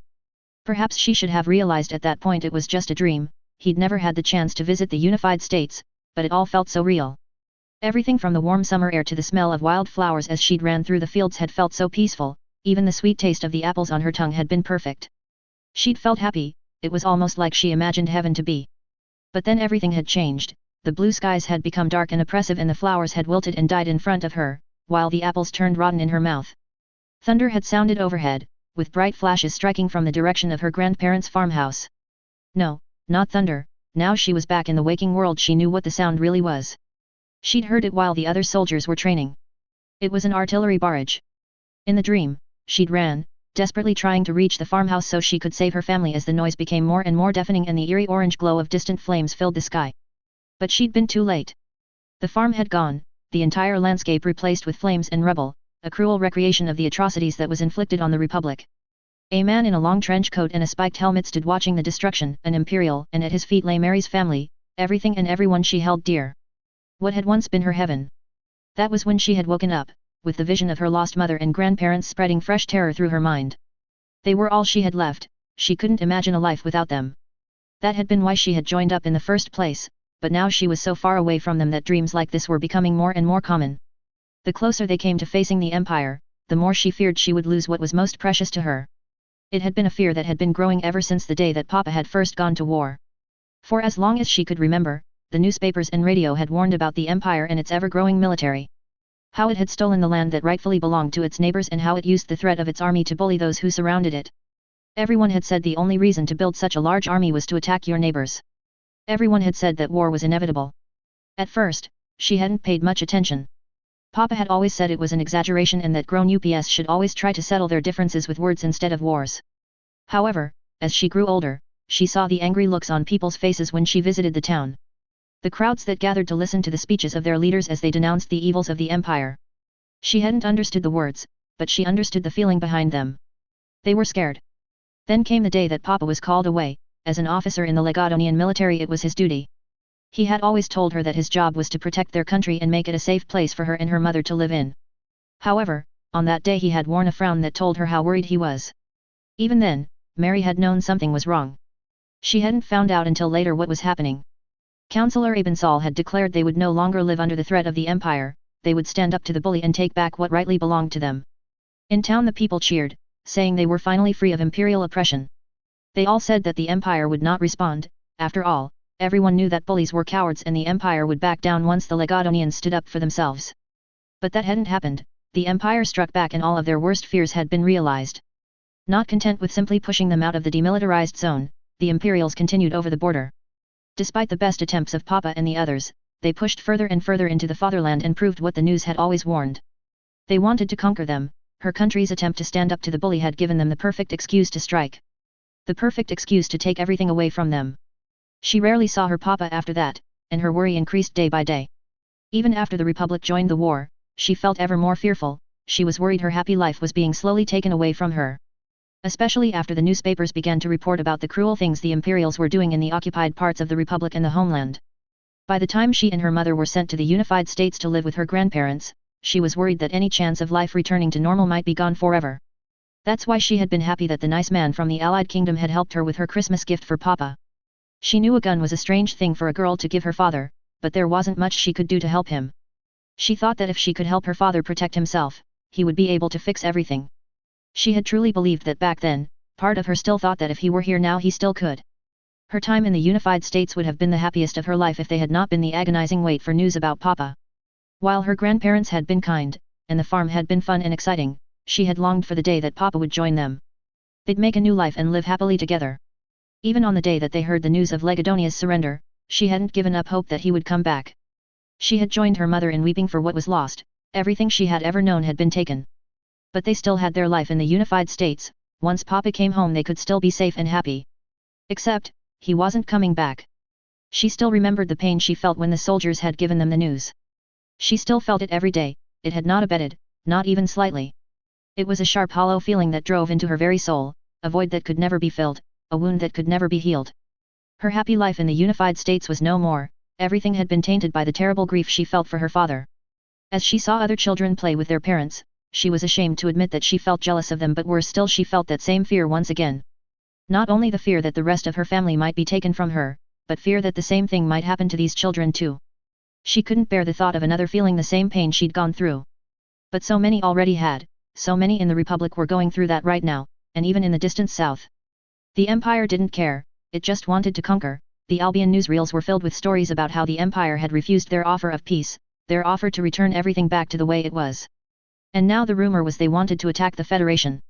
Why do you do this? She thought with a sob. She couldn't understand what drove them to be so cruel. Mary, are you okay? A voice whispered through the gloom. Darn. Mary cursed silently to herself as she hastily wiped away her tears. She must have been too loud and had woken Vivi, her neighbor in the barracks. Although she knew the girl wouldn't make fun of her for her childish outburst like some of the others might, she didn't want to disturb her. She would only worry the older girl. I'm fine, Six. She whispered in reply, hoping that her friend wouldn't notice the shakiness in her voice. I just woke up a little early, that's all. I think I might go for a walk to clear my head. You should go back to sleep. There was a moment of silence as the older girl took in her words. Mary was certain she didn't believe her. Vivi was too good at telling when she was lying. However, she didn't want to talk about all this right now. The dream was too fresh in her mind and she needed some time alone. It's past curfew. You'll get in trouble if you are caught wandering the grounds. Vivi whispered in return.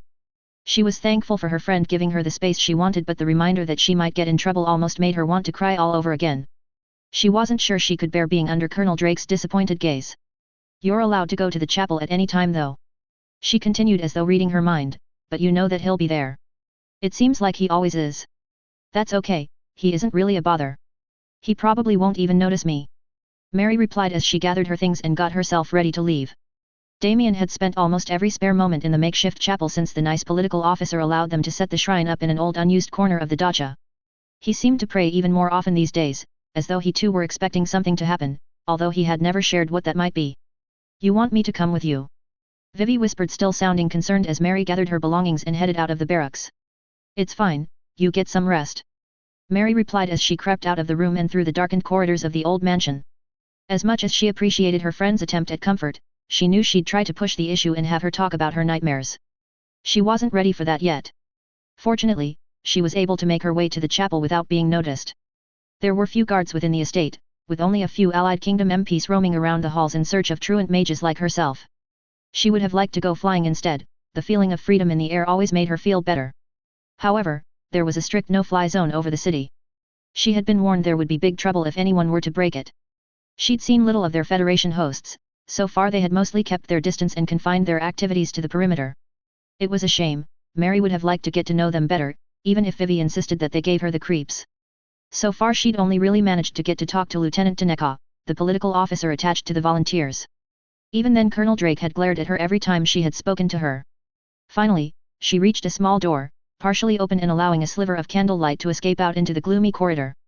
She quietly slipped inside and was unsurprised to see Damien knelt in front of the cobbled-together altar at the far end of what had once been some sort of storage room.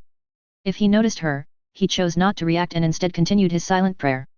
Mary meanwhile found herself staring, wondering how the boy maintained such strong conviction when such terrible things were going on in the world around them. She was ashamed to admit that she felt her own faith waver at times like this. Fear that something might happen to her family filled her with doubt. Just the thought of it brought tears to her eyes again as it reminded her of the pain she felt in her heart. Be strong and courageous, do not be frightened or dismayed, the Lord is with you wherever you go. Damien spoke aloud from the far side of the room. He had not moved, and as far as Mary could tell he had not even noticed her presence, but his words, it was almost as though he had read her thoughts. I will strengthen and help you, I will uphold you with my righteous right hand. He continued, and Mary found herself closing her eyes and joining him in prayer as a warm light filled her. The words that Damien spoke did not matter, the act itself was enough. Before she knew it, the light began to help ease the pain brought on by the nightmares. It almost felt as though the grief and sorrow were being washed away from her. She could still see her father's face in her mind's eye, but the sting that usually accompanied it was lessened. She could almost feel his warm embrace. It felt as though a wound was finally starting to heal. She was unsure how long she remained this way, but eventually, she became aware that the room had fallen silent and Damien's voice no longer echoed around the room. Reluctantly, she opened her eyes, fearing her newfound feeling of peace might flee, but was pleased to find it remained as she saw Damien's quizzical face looking down at her. Sis, Mary, are you well? You seemed lost in thought. He said quietly, almost slipping into his old habit of referring to people as sister or brother as he watched her with worried eyes. She almost wanted to laugh, she hadn't felt so good for months. He was clearly completely ignorant of the effect his prayers had on her and seemed completely caught off guard as she drew him into a tight, friendly hug. It was only once she released the confused boy that she realized that daylight was now creeping in from the small windows. She glanced down at her wristwatch and stifled a curse. They had been here for hours. Not only had they missed breakfast, but if they weren't careful they'd be late for training. Colonel Drake would be livid if that were to happen, not to mention how worried Vivi would be. Come on, we better hurry or we'll be late. Sorry for making you miss breakfast. She apologized as she climbed out of her seat and led the boy out of the chapel. She would need to find a way to make it up to him. Thanks to his efforts she felt energized and ready to take on the world. Even without her morning rations. They quickly went their separate ways and got ready for the day's training, only narrowly avoiding a grilling from Lieutenant Colonel Drake as she arrived on parade. Her good mood made it difficult to focus though, and she soon found herself happily staring up into the sky. Perhaps that had been why she was the first to notice them, the devils that descended on the Federation capital. Author's notes. Hello everyone, and as always thank you all for reading. I hope you enjoyed this chapter as I very much enjoyed writing it, particularly Wilhelm's part. It was nice to have a little bit of role reversal between him and Tanya, or at least how they perceive each other. I like the idea that for once Will is the one desperately wishing he was in the rear while Tanya is enthusiastic about dealing with what she views as her ideological nemesis. It has also been a while since we've been inside his head, so it's good to write from his POV again. I wanted to keep the general staff meeting that was in both the LN and the movie, but didn't want to just rewrite it as a Ryugen section because it felt a bit too copy and paste from the other sources.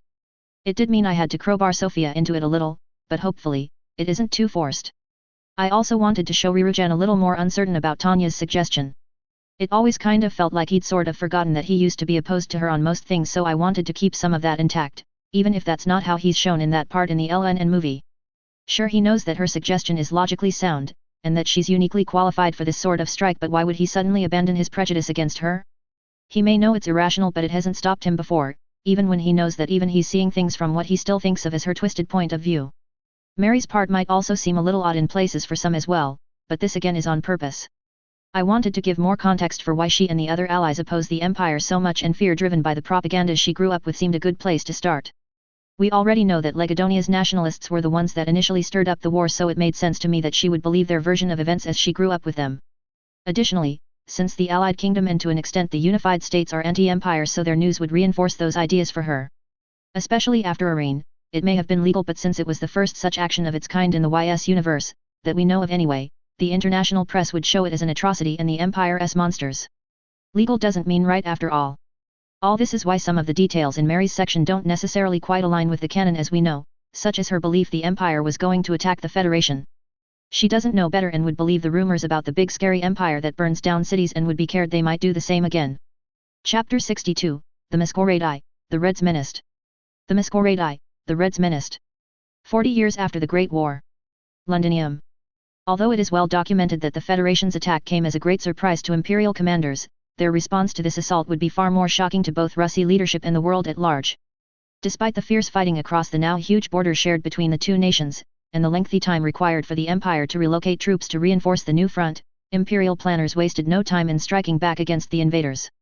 However, rather than reinforcing their eastern army, who were fighting a desperate delaying action against the imposing force that Premier Jugashvili had mobilized for his sudden invasion, the Imperial commanders chose another, more ambitious, planned to punish the eastern trespassers. Although incomplete, records seized after the war show that members of the Imperial General Staff immediately gave the go-ahead for a daring raid on the Federation capital. Quite who came up with this ambitious idea is unknown, but is often thought that this assault was once again led by the infamous Devil of the Rhine, with the Saint of Letzenbourg once again in tow. Indeed, there are many fanciful tales of what the pair got up to while they were there. Most of these stories have been grossly embellished over the years, of course, or are otherwise unverifiable due to the limited information allowed to us by the Russy Federation.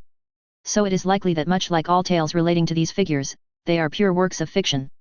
The fragmented imperial sources we do have access to say that the plan was largely intended to force the Federation to withdraw troops from their front lines to ease the pressure on the Empire's eastern forces. However, given the scale of destruction caused during the attack, many believe the true motive was to punish the Federation for their betrayal of their non-aggression pact and sow terror and confusion amongst the Russy populace. Indeed, some speculate that it was at this moment the Empire began to lose the pragmatic approach to war it was famed for. As always, it is difficult to say precisely where the truth lies in this case. However, it is my personal opinion that if the Empire's goal in the operation was to cause enough damage that even Federation wartime censorship could not completely erase it, I believe it is doubtful that their motives were driven simply by strategic concerns. Andrew WTN Special Correspondent. March 16, Unified Year 1926, 6 o'clock.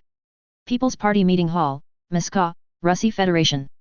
Captain of State Security Sergei Krugov considered himself absolutely loyal to the party. Not only to General Secretary Jugashvili, though he firmly believed he owed everything to the man and his stalwart defense of the revolution over the years. And certainly not to the worms within the Central Committee, many of whom Krugov thought lacked true conviction to the cause. But to the true final goal of communism. He knew that one day Comrade Jugashvili would create the world promised by Comrade Ulyanov during the revolution. A world not ravaged by greed, a world where everyone contributes, and everyone receives according to their abilities and needs. A world where everyone is equal, a place where peace and happiness rule over all. A paradise of man's own making. But everything comes at a cost. Paradise demands sacrifice to build and maintain, even if war was the price. Comrades, I am pleased to announce the opening phase of the attack on the Empire is going well. Despite the unexpectedly fierce resistance from the Imperials, we are making steady progress on all fronts. The People's Commissar for Defense reported nervously, his eyes darting between the pages of his report and the impassive face of the great leader sitting at the head of the table. The man knew his words were little more than honeyed lies disguised to paint failure as success, and he foolishly hoped that the secretary might somehow not see through the deception. The army had not delivered the level of progress that it had promised, and the commissar was now concerned for his own skin. Meanwhile, the other members of the committee eyed each other cautiously, each plotting their words carefully depending on how they might best exploit the situation. All keeping a wary eye on the man at the head of the table, looking for some hint of what was expected of them from the general secretary. I hate these treacherous snakes, Krugov thought to himself, sweeping a careful eye over the room from his vantage point at the entrance to the meeting room. He wasn't sure how Comrade Jugashvili could stomach being in the same room with so many men that were all too willing to sell the people's dream in exchange for personal wealth and power. They were nothing but corrupt yes-men that lacked the talent or integrity to help bring about the world their ideology so desperately sought. They were a cancer on party ideals. If it were up to him, he would have seen most of the people in this room taken back to the office for an abrupt change of career. The camps in Siberia could always use more workers to count trees after all. If only the old guard were still here, those who had served under Comrade Ulyanov during the revolution. He could think of several former comrades who would have been far more worthy of sitting at this table. However, too many had their vision tainted by that traitor Davidovich, and because of them, there had been a split in the party after Comrade Ulyanov died. If only they'd stayed loyal, the revolution would have been completed by now. He knew sacrifices had to be made for paradise, traitors had no place in that world. However, it stung that those sacrifices had left them with second-rate chaff like this to complete the dream. These men didn't deserve to be a part of paradise either. He clenched a fist instinctively. He yearned to put an end to them for their anti-communist ideals, but he had no choice but to suspend his disgust with the committee. The General Secretary had decided that they still held some use, for the moment at least. As such, he would bow to the wisdom of Comrade Jugashvili and attempt to stomach these champagne socialists for now. However, when the time came, he would be ready to expunge all traces of them for the good of the party. That was why the General Secretary allowed men like him to be present during private meetings like this. Excellent news. It is good to hear that our enemies fall before us. Comrade Pavlovich, the Commissar for Trade and Industry, replied a little too enthusiastically, prompting the rest of the Politburo to join in with the exaggerated praise. Evidently, they had decided it was more profitable to cling to the accomplishments of the loyal and hard-working soldiers on the front for the moment. Yet you'll abandon them as soon as you sense the tide turning against you. You're no better than the Tsarist bastards you replaced. Krugov thought cynically as he struggled to hide his contempt. Krugov was one of those unfortunate enough to remember how life under the brutal Tsarist regime had been. How the rich had profited from the exploitation of the poor and the so-called nobility hoarded the wealth and allowed the people to suffer. He and his brother had been more fortunate than some. Living in a semi-rural area meant there was always some way to stave off starvation. He'd learned to shoot his father's rifle and poached game from the land the boyars and kulaks claimed as their own. He had never felt guilty for the so-called theft. The wealthy had stolen that land from the people in the first place. It was only right that the proceeds should be taken from them and given to someone who needed it. Others hadn't been so lucky. Thousands had died due to the uncaring nature of the autocratic tyrant and his capitalist puppet masters, including much of Krugov's own family. His parents did not live to see the revolution, but he saw them as martyrs all the same. Their sacrifice had stoked the flames in his heart and led him to Comrade Jugashvili. It could be said that he had raised him more than they had, teaching him to read so he could understand the words of Comrade Ulyanov and teaching him to fight so he could strike back at those who had oppressed him. That terrible world of the Tsars had been swept away by Jugashvili and Ulyanov, and Krugov had been at their side during all of it. From their time raising party funds by liberating wealth from the bourgeoisie, to the day they had finally overthrown the monarchy and rid the world of their filth. He had seen it all. He considered his small contribution to be a great honor, but others were too short-sighted to see how great their achievement had been. So many had sacrificed everything for the party, for the promised paradise. However, much of the committee had forgotten that. It was because of them that more sacrifices would have to be made before the end. Yes, congratulations are indeed in order. I cannot thank those comrades on the front enough for bringing us closer to victory. A familiar voice cut in and suddenly the other committee members fell deadly silent. Even Krugov felt a twinge of unease as the man spoke. Yet, I find it odd that the Empire has been able to resist so fiercely when they were unaware of our assault. It seems to me that they were prepared for such an attack. Krugov's eyes quickly searched the faces of the men in the room in search of any sign of guilt. However, anyone who had made it so far in the party was too well practiced at keeping their thoughts hidden, even from someone like him. So instead, his eyes fell on the accuser, Krugov's direct superior. Lavrenti Luria had built up a formidable reputation during his time within the Commissariat for Internal Affairs, and thanks to his position as Luria's deputy, Krugov had been able to see the truth of it firsthand. Despite his unassuming appearance, the small balding bespectacled man made for an ideal secret police chief. He was intelligent and had a keen eye for detail and organization. He even had a penchant for the more unpleasant parts of their calling and a talent for making people talk. Additionally, he was fiercely loyal to Comrade Jugashvili, or at least he appeared to be. Having spearheaded a great many purges of those that sought to undermine the General Secretary. Most importantly though, he seemed to share Secretary's vision for a peaceful and harmonious future and understood that the fastest way to reach that was to remove all the influences that ran counter to their cause. He understood that sacrifices needed to be made to save those who deserved paradise, just as he and Comrade Jugashvili did, and his talent for implementing it made him almost invaluable. Almost. He might have been described as a true patriot and model citizen of the Federation if it were not for certain secret activities he indulged in. Crimes that even his hard work and good standing couldn't erase. Crimes that made Krugov's hair stand on end and his blood boil just thinking about it. Sacrifices must be made, he repeated to himself once more as he sought to keep the disgust from his face as he stared at the revolting bespectacled little man. The General Secretary needs him for now, that is why he appointed you as his second. When the time comes he will be dealt with. He glanced at Comrade Jugashvili, remembering the words he had uttered to him when he had appointed him as Luria's deputy.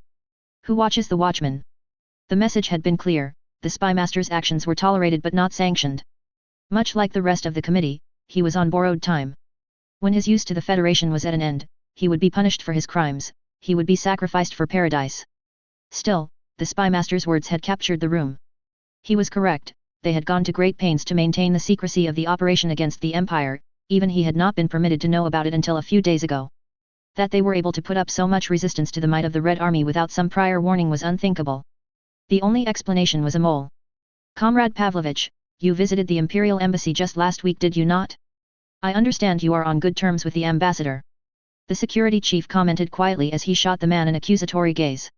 You sampled some fine 20-year-old Ilduin wine when you were there, did you not? Krugov tensed before knocking quietly on the door by his side to alert the guards waiting outside as the now terrified trade minister attempted to babble an excuse. He would be ready to act as soon as the General Secretary gave the word. He took a moment to assess Luria's claims. It wasn't impossible that Pavlovich had inadvertently blabbed during a drunken meeting as he filled his belly with exotic Western luxuries. Many other senior members had been found guilty of the same in the past. However, Krugov doubted he'd been so careless. They'd allowed the man to know he was under careful surveillance for some months, and Luria had even put the man's daughter under his personal protection. He would have to be a fool to give up state secrets now. However, he'd known for some time that this man's time was about up. Luria must have learned that Comrade Jugashvili's patience with him was at an end. I only interacted with the Imperials in an official capacity. The trade minister spluttered, please, I'm loyal. Innocent and loyal are two different things, and in this case, only one is likely to be true, mused Krugov as the spy master grinned at the man malevolently. It was clear that Loria was enjoying watching the man squirm. Comrade Secretary, why don't we ask our comrade here a few more details about his meeting? The secret police chief asked, masking his cat-like grin as everyone turned toward their leader sitting impassively at the head of the table. There was a moment of silence as the secretary carefully packed some tobacco into his pipe before striking a match and lighting it, filling the room with smoke.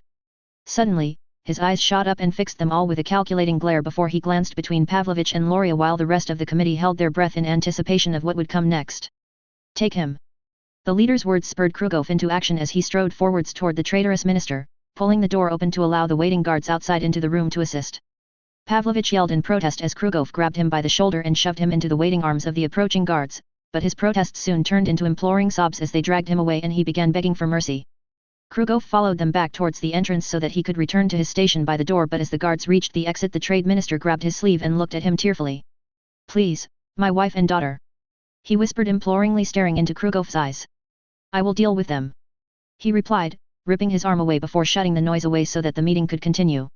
He had not lied, clearing up loose ends was part of the job. As far as he was aware, the man's wife had no history of seditious behavior, she would be watched, but as long as she behaved there was no threat to her safety. However, the daughter was a little more complicated.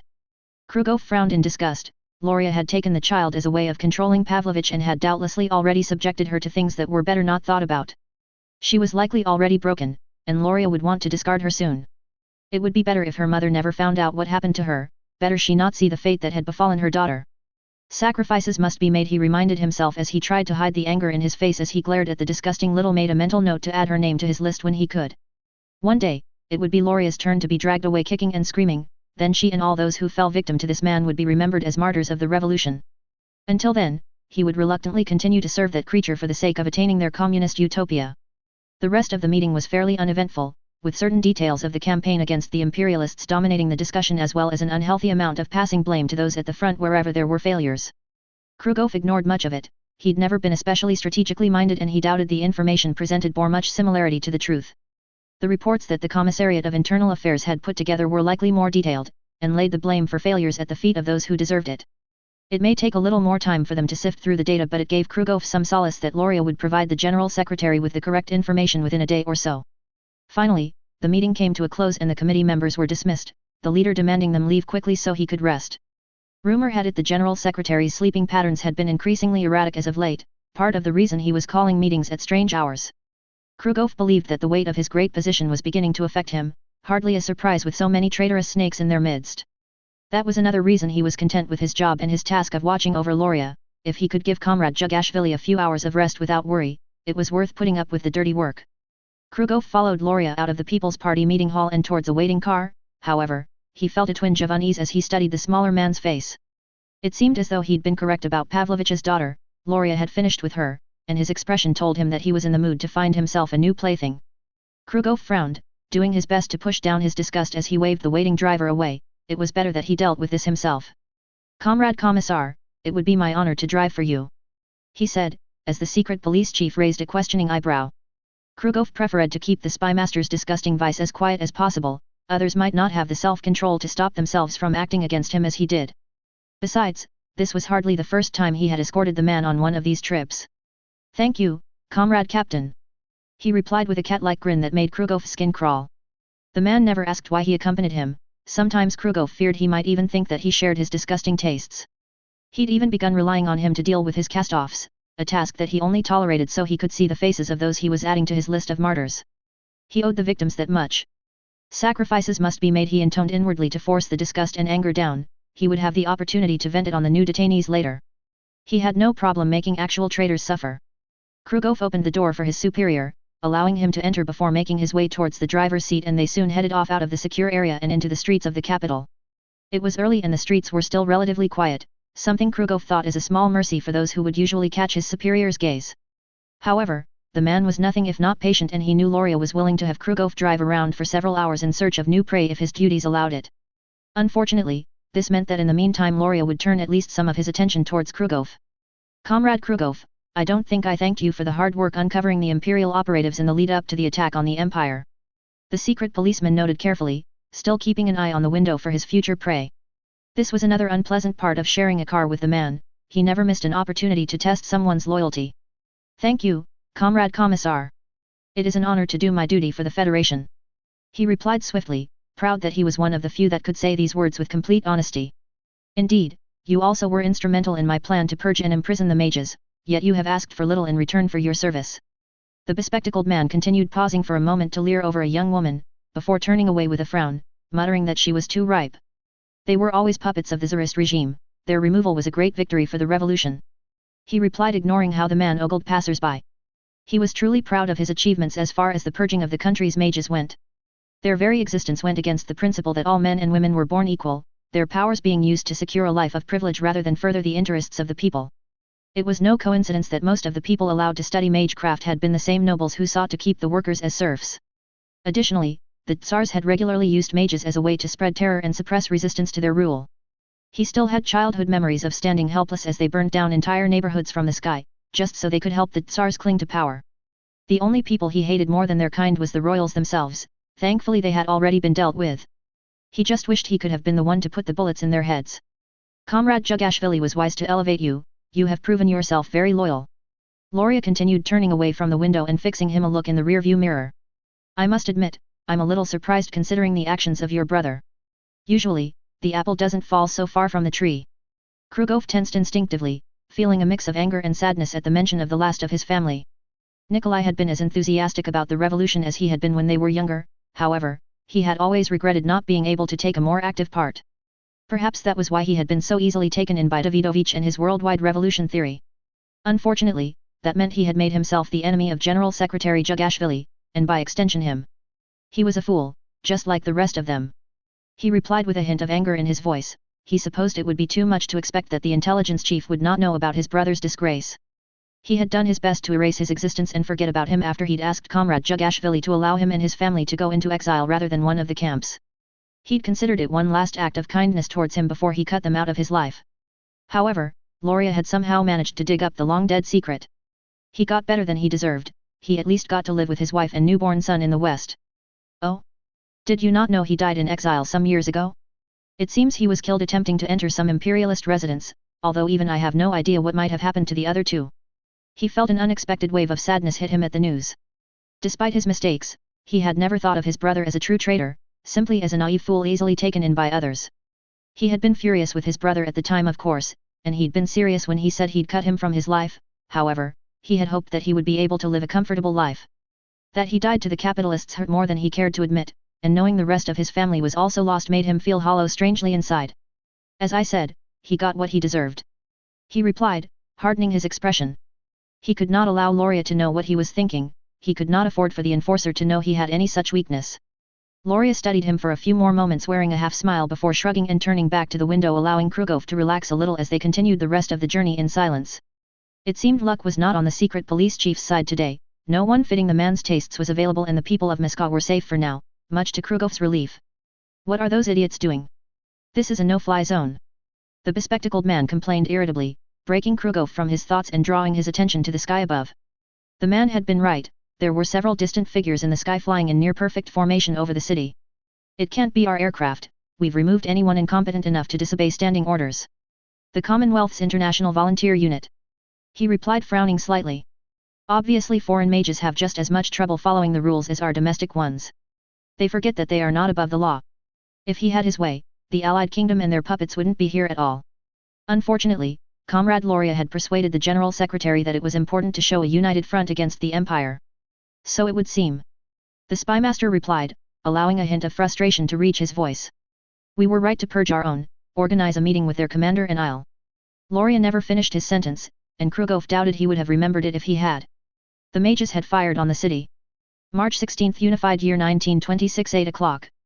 2.5 kilometers above Federation capital Moscow, Russy Federation. You see, Captain Weiss? Soviets and air defense are like oil and water, they simply do not mix. Tanya grinned as the 203rd glided over the Federation capital. In truth, things were already going far better than she had expected. Despite her bold declarations about the Reds' inability to properly protect themselves from aerial assault, she had still expected some resistance. However, they had managed to make their way here without any major challenges and were still fairly fresh. Now that they had arrived, they'd have ample time and energy to mess with the commies. My apologies, Commander, I should have had more faith in your judgment. Weiss replied with exaggerated remorse. I will endeavor to do everything I can to make it up to you. In that case, you can treat the men to a drink from your private stash when we get back. As long as you all work hard enough for a reward, that is. Tanya felt her smile widen. She enjoyed this sort of banter with her troops. It was good for morale and helped frame her as a good commanding officer. That she could also swindle Weiss into providing a reward to her band of war nuts instead of dipping into the battalion treasury was an added bonus, not that she expected they'd need too much encouragement. Okay, time to get to work. She thought as she cast her eyes over at the city below, pleased to see that the Federation's Communist Party had been kind enough to provide them with a plethora of potential targets. She almost felt like thanking them for the opportunity to indulge in some target practice. She of course abhorred war and the destruction of precious resources that it caused. She considered it the worst part of human history, and in an ideal world, wars would only ever be fought economically. So far in this war, she'd thought of her role as a necessary evil, something required to ensure her survival against being X's malign schemes. However, she almost felt as though she was doing a service to the world when it came to fighting communists. She was in a sense a freedom fighter, someone fighting against an oppressive system designed to destroy free thought and the open market. She could truly say that by ridding the world of communists, she was doing some good for the world. I never realized I had such an altruistic nature. They would still limit themselves to attacking military and establishments belonging primarily to the ruling party, of course. Although everything in this country belonged to the state, and was, therefore, a valid target, she wanted to avoid letting things get messy. No, it was much better to attack their precious symbols. She didn't want to be accused of targeting civilians after all. Second Company, take out that bronze eyesore in Red Square, and those mummies in the mausoleum if you can. She ordered gleefully, wondering how annoyed the party leadership would be to see their idols aflame. Sometimes it was a shame that you rarely got to see the faces of your enemies in this business. Third Company, subdue the tallest building in Moscow. Rumor has it their security service likes to boast about the view of Siberia. Fourth Company, go see if there are any bears hiding in the Kremlin. Meanwhile, we'll take out the palace of the Soviets. Tanya felt like laughing as she heard the chorus of affirmatives from her loyal war maniacs. However, she had to be mindful of her position if she were to maintain her authority. She'd been looking forward to seeing the monstrosity that would soon be her target the moment she'd heard about it. The shrine to the communist ideology had not been built in the old world, a different war had put an end to those plans. It seemed almost fitting that another war would bring it down in this one, and better yet she'd be the one to do it. Proving once and for all the folly of communist vanity projects. Tanya, isn't this going too far? Wilhelm whispered quietly as he appeared by her side, dampening her mood slightly. He'd been strangely quiet during the mission, so much so that she'd almost forgotten that he was there. Additionally, he seemed to be surprisingly wary about the idea of attacking the Federation. Surely out of everyone here he had one of the better reasons to want to strike back at the communist menace. He'd said himself that they'd tried to kill him in the past. In his position she'd been keen to take them out as soon as possible. Maybe he was just paranoid about painting himself as a target. No need to hold back, Captain Hozollern. She replied with a reassuring smile, loud enough so that the rest of her company could hear her. We'll strike and be out of here before any real resistance shows up. The boy opened his mouth to argue, but she ignored him and prepared a communication spell to address the entire battalion. At times like this it was expected that she should give a few words of encouragement. Battalion Commander to all units, this is a dream scenario for all capitalists. Future generations will be envious of this moment. Give it your all. Move out. She added, feeling a measure of the war fervor she'd so often heard about and seen from her own troops. It was healthy to have a chance to enjoy your work from time to time, and if smashing a sickle and hammer was part of her current duties, she was more than willing to metaphorically let her hair down. It didn't take long to find her goal. The hideous attempt at Art Deco style with a statue of a bald man on top the size of a skyscraper was difficult to miss. Calling it a palace was a bit much, however. If she were being generous, she might consider it a glorified auditorium with an off-brand attempt at something similar to the figure of Libertas on top. Not that the communists would know what liberty was, of course. The only real connection to a palace was that it was home to most of the Reds' government and housed the sessions of the Supreme Soviet. As such, it was a valid target and a powerful symbol of communist pride. Pride goeth before the fall, Tanya thought cruelly as she raised her weapon at her enemy. Target that lump of shit. She called with glee as she pulled the trigger and unleashed an artillery spell down at the foundation of the hideous statue below, feeling her grin widen as the rest of her company joined their fire to hers. Screams erupted from the city below as the residents began running for cover, and soon the statue began to crumble. It almost seemed to fall to its knees for a moment before it shattered and crushed the rest of the structure below. It was almost poetic to see the symbol of communist power destroyed by the statue of its own founder, or at least the founder in this part of the world anyway. It made her feel all warm and fuzzy inside. She wasn't usually given to bouts of fanciful musings like this, but there was something profoundly satisfying about seeing a metaphor in action. This is too much. She heard the voice of Wilhelm stutter as the sound of the collapse began to die away. She frowned as she turned to find him staring at the destruction below in shock, while his company looked on awkwardly as they waited for orders from the young captain. They hadn't fired a shot, Tanya realized. Wilhelm's reluctance to engage had held them back, but they all looked as ready to fight as the rest of the 203rd. However, they were now eyeing the boy with undisguised concern. Idiot, if you continue being so hesitant about this attack you'll lose the respect of your men. Captain Hozollern, I told you there was no need to hold back.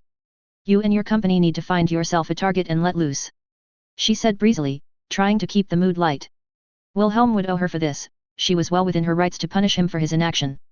However, she was in a good mood and she was willing to throw the boy a bone for the moment, she didn't want to spoil everyone's fun after all. But Tanya, this is... He began but soon fell silent as she pinned him with a glare, she only had so much patience after all. Why are you still so hesitant? She thought as she followed his frown to the remains of the once proud palace of the people. Oh, I see, does he think that attacking a political building might affect his inflated reputation? If it makes you feel better, stick to a purely military target. She continued, searching for something for him to shoot at. Honestly, you're lucky I'm such an understanding commanding officer, she thought as her eyes fell on a distant stately home with a Federation flag and a significant amount of materiel outside. It must have once belonged to the former czars or nobility and repurposed for the military. How about that? Wilhelm glanced over before turning to give her a pleading look. Amazingly, despite all her efforts, he was still reluctant to strike. Was he really so scared of the communists? She had to rid him of this new attitude, she couldn't allow him to shirk his duties, it might reflect badly on her, not to mention ruin the reputation he was so fond of protecting. Close combat company. 4 artillery rounds each on that compound. She yelled quickly, pleased to see Will complying by unslinging the seldom used rifle he kept on his shoulder. He may have been uneasy about attacking, but her training had at least ensured he would follow orders when she gave them. Or at least for the most part. Fire. Wilhelm's company fired their volley at the distant military installation, and to the boy's credit, they managed to score a decent hit even with the long range. Evidently, despite his company's speciality in close combat, he still kept them drilled in long-range attacks in case they should be required. The group of explosions hit all around the once mansion and caused a reasonable amount of damage considering the range. It wasn't quite as impressive as First Company's demolition of that hideous tower and statue, but Tanya considered any inconvenience to the Reds a worthwhile endeavor. There, that wasn't so hard, was it? Tanya thought at Wilhelm, although she was surprised to find he was still wearing a sullen frown. She didn't get the opportunity to question him further on this, however, as the Federation army finally managed to cobble together some sort of response to their intrusion and flak cannons began firing high up into the sky. Tanya smiled and shook her head. Was this really the best they could do? They'd still got the altitude set for aiming for bombers. The only way this incoming fire could threaten them at this point is if they died of boredom waiting for the gunners to properly range their targets. Their aim is terrible, remarked Visha as they watched the AA guns fire flak at almost double the altitude that the battalion were hovering. Should we engage the emplacements? Tanya ran a seasoned eye over the city defenses below to assess her adjutant's suggestion. She felt a small swelling of pride in the older girl, she was becoming a fine officer and under usual circumstances, it would be a wise move to quickly neutralize what little resistance the enemy was able to muster. Especially when they had made such a fundamental mistake on their range finding. However, this wasn't exactly a normal battlefield situation. We'll leave them be, an enemy stronghold is still an enemy stronghold. There's no point taking an unnecessary risk in such a target-rich environment. She replied thoughtfully as she planned their next move.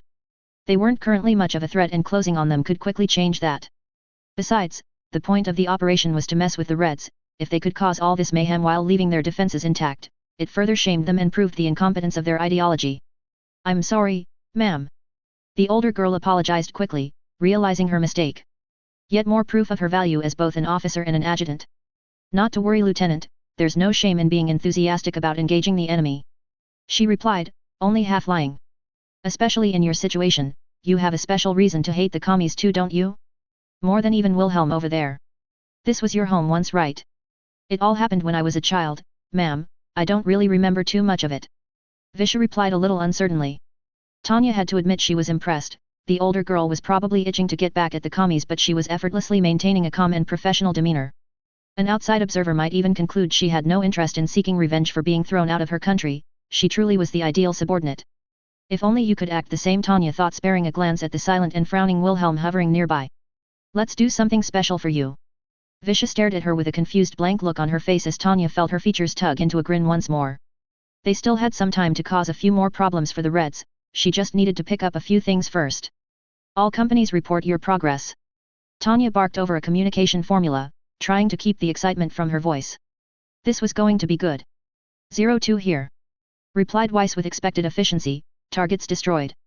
03 reporting, we have a great view here now the tower is down. Grants replied soon after, pleasing Tanya that he was coming along so well as an officer. 04 here, the Kremlin is proving to be a tougher nut to crack, even AP rounds aren't making a dent. Newman reported with a hint of annoyance in his voice, evidently he wasn't happy about being the only one not to produce results. Tanya clicked her teeth thoughtfully, sharing her subordinates' frustration that the seat of the Federation's government refused to break as easily as the rest of the city. Then again, she supposed it was too much to ask that the residents of the country's leader would be an easy target. Kremlin did mean fortress after all, and dictators always spent a lot more time and energy protecting their own miserable skin than their subordinates. Additionally, many of the defenses dated back to before the communists took charge, so were likely qualitatively better. It was hardly surprising it was proving to be so tough. Never mind, the point of this operation is to cause some trouble, don't overexert yourself. All units, keep up the pressure for now but prepare to regroup on my position. I have another idea.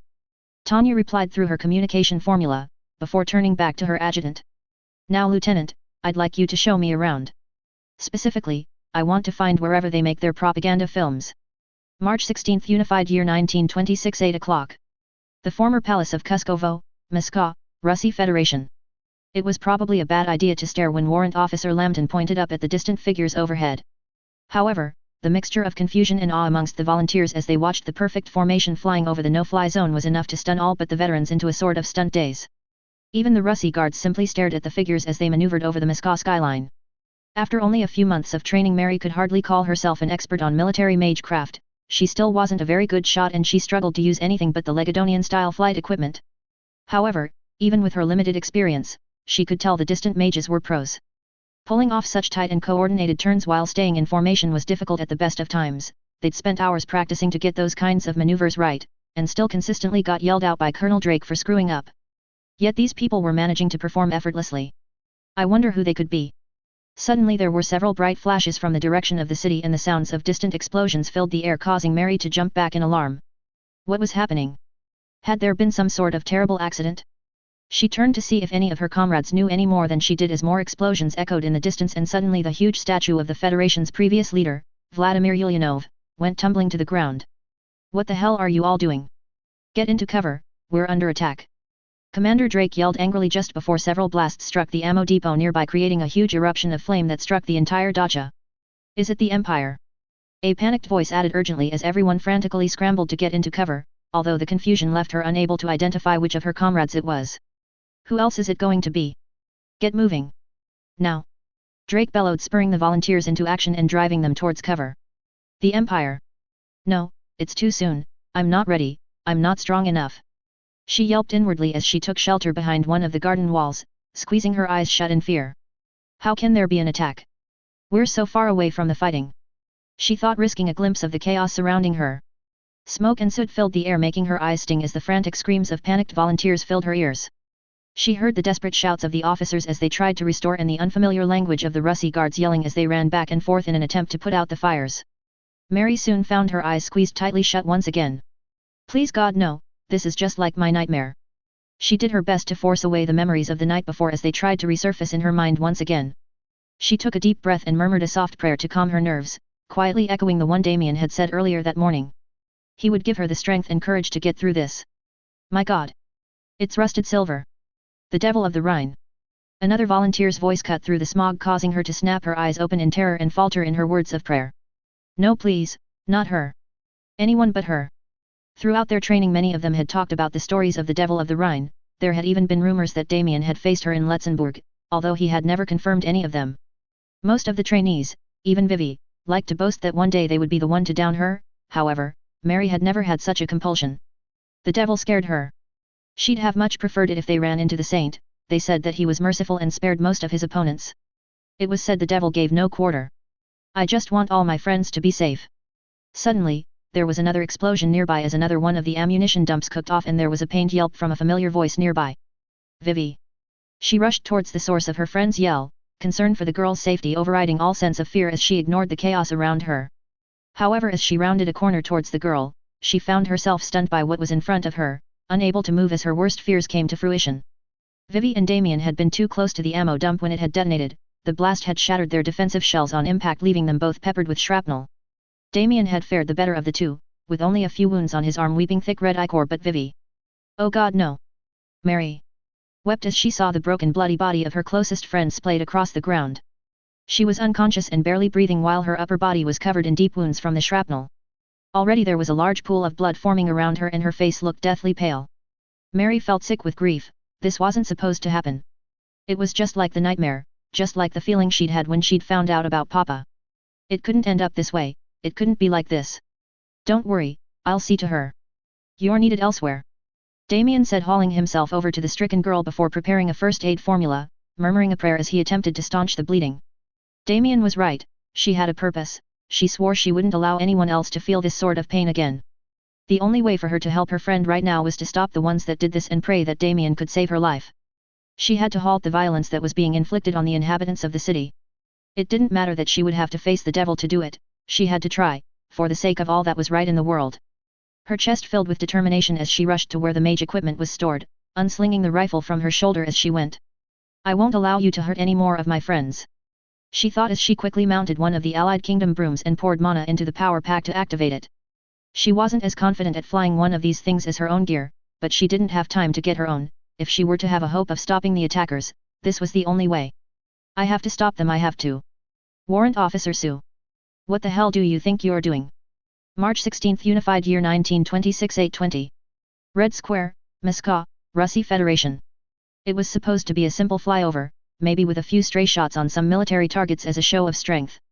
That would have been more than enough to spook the Federation into bringing some troops back from the front to defend some key areas. Enough to take the pressure off the front lines and distract the enemy long enough for the Great Army to ready a counterattack. Enough to make them question the wisdom of their assault on the Empire and a way for the diplomats to find a way to de-escalate the conflict and float the offer of a ceasefire. So how did it end up like this? Those were the thoughts that dominated Will's mind as he stared at the plumes of smoke now spiraling up towards the sky as he and the 203rd descended into the remnants of Red Square with imperial flags and insignia in hand. Locations that until recently had been places of great symbolic importance to the people of the Federation, or at least their leaders, were now aflame and Will couldn't help but feel deeply anxious about the whole situation. This was too much, Tanya had taken this way too far. They'd kicked the hornet's nest and the only thing that could happen next was that they'd get stung. Come on Wilhelm, give the audience a smile. I thought you were good at posing for public appearances. Tanya called gleefully, a wide grin showing on her face despite the bulky film camera she was holding blocking half of it. I have an idea. Let's sing the national anthem for the crowd. Will reluctantly slipped a mask of cheerfulness onto his face with practiced ease as he joined his voice to the impromptu choir led by the girl. Although he did not feel much like it, he had plenty of practice hiding his true feelings. Besides, he didn't dare disobey Tanya right now, not while they were so far behind enemy lines and certainly not while she was gripped by her newfound gleeful bloodlust towards the communists. He'd never seen her quite like this. Although when others looked at her amazing martial feats and saw a prodigy who took joy from her violent acts, Will had always seen something akin to a kindred spirit. Someone who killed as a means to an end, as a way to survive. However, since the communist attack, she seemed to have changed, she seemed to be relishing the idea of fighting these people. He hadn't realized she held such strong opinions against the communists. She saw them as the source of all that was evil in the world, or at least a close second to the cruel god that had flung them into this world. She'd been speaking this entire time as though she were leading a one-woman crusade against these people and had taken the idea of attacking the capital to the extreme as a result. It was all going wrong and she didn't see it. The damage the 203rd had done had already all but doomed any chance of a swift peace. They hadn't just shown the Federation's weakness, they'd humiliated their ruling party. No, they'd done worse, they'd humiliated their people. And worse still, she still hadn't finished. His eyes scanned the square where a small crowd of stunned onlookers watched them warily from a distance. Why they hadn't run, he could not say. It was a quirk of human nature that some people would stay and stare at a spectacle even if they were in danger. However, even at this distance, he could see the looks on these people's faces. There was fear to be sure, he'd be surprised if there wasn't after the destruction they had witnessed, but more than that there was anger and deep hatred. They really had gone too far. These people could never let this go unpunished. Regardless of whether they approved of their country's ideology or not, they'd seen their home attacked and all sense of national pride tarnished. These faces would do everything they could to punish the Empire for these transgressions, they would not give up until they were utterly beaten. For these people at least, there was no chance for peace. He bit back a curse as he sang a line about the Empire's glory. All they could only hope for now was that news of the attack would have the opposite effect on the Federation soldiers on the front lines. If not, the Empire's only choice would be to fight and hope they could completely defeat their army and force the country to surrender. That would be no easy feat and incredibly costly for both sides, but the Federation had a greater reserve of people to pay such a price. In the Federation, soldiers grow on trees. And they had just planted the seeds for more. Damn! I should have done more to stop her. He cursed inwardly as a knot filled his stomach. He'd all but convinced himself it was better to trust her than his own instincts. After all, she'd led them to victory countless times while all his own plans during this war had collapsed. He'd lost some important people because of his mistakes. Every fiber of his being had been telling him this was a bad idea, but he'd ignored it, hoping that she would come through for them again because she always did. She was perfect, there was no way she could steer them wrong. He supposed she had succeeded in her own way, but unfortunately, she'd been far too efficient. But then had she ever done anything in half measures? No, this was his fault. He should have seen her hatred for the communists, he should have talked her into a more measured approach. Explained the danger of angering the people who would otherwise oppose the regime. Damn it all. I failed again. Then again, could he have done anything to stop her anyway? Logic hadn't fled her, but she seemed to have a blind spot for how people reacted when backed into a corner. She didn't understand that most people don't act logically in a crisis. She couldn't see that people brought their emotional baggage with them to the battlefield. Additionally, her enthusiasm had gotten the 203rd all riled up for this attack. Even his own close-quarters company was eager to get into the fight with the communists. He supposed it was understandable given that the Federation had been the ones to attack, but with Tanya so keen to strike at the Federation's leadership and her unwillingness to listen to his concerns, there was no one here to help him restrain her. If only Sophia were here, I'd at least have another voice to fight in my corner. But then, if she were here she might be. He shook the thoughts from his head, he didn't dare think about that now, there was too much at stake. He did his best to maintain his smile as Tanya closed in with the camera to get a better shot of him and the others singing in front of the flag. The whole situation made him anxious and uneasy. Everything they were doing was making things worse, feeding the humiliation and anger that would fuel the Federation war machine. Making things that much more difficult for the Empire to win. Everything she was doing was taking him another step away from his deserved paradise, and he had no way to stop her. He was trapped. He wanted to curl up into a ball and cry. He didn't want to be here. These people wouldn't bring him any closer to what he deserved, but every shot fired might take it away from him forever.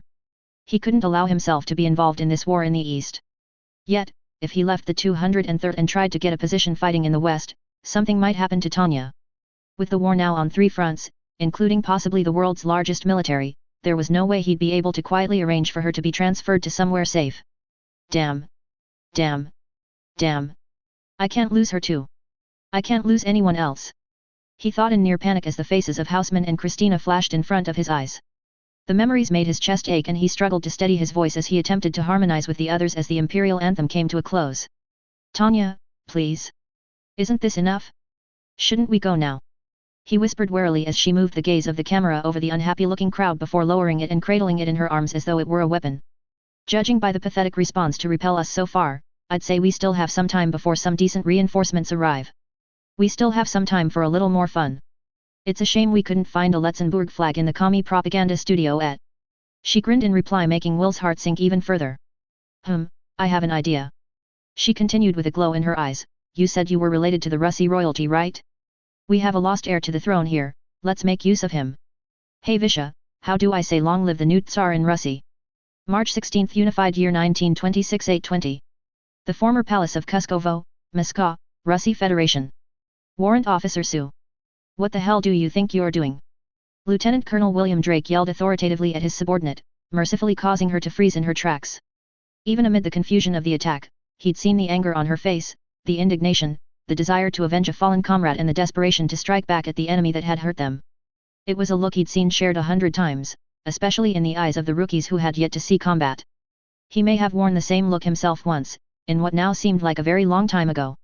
However, he knew well that it was a look that got you killed, and he'd seen far too many friends and comrades fall because of it. We can't let them get away with this. The headstrong newbie declared as she powered up some borrowed mage equipment.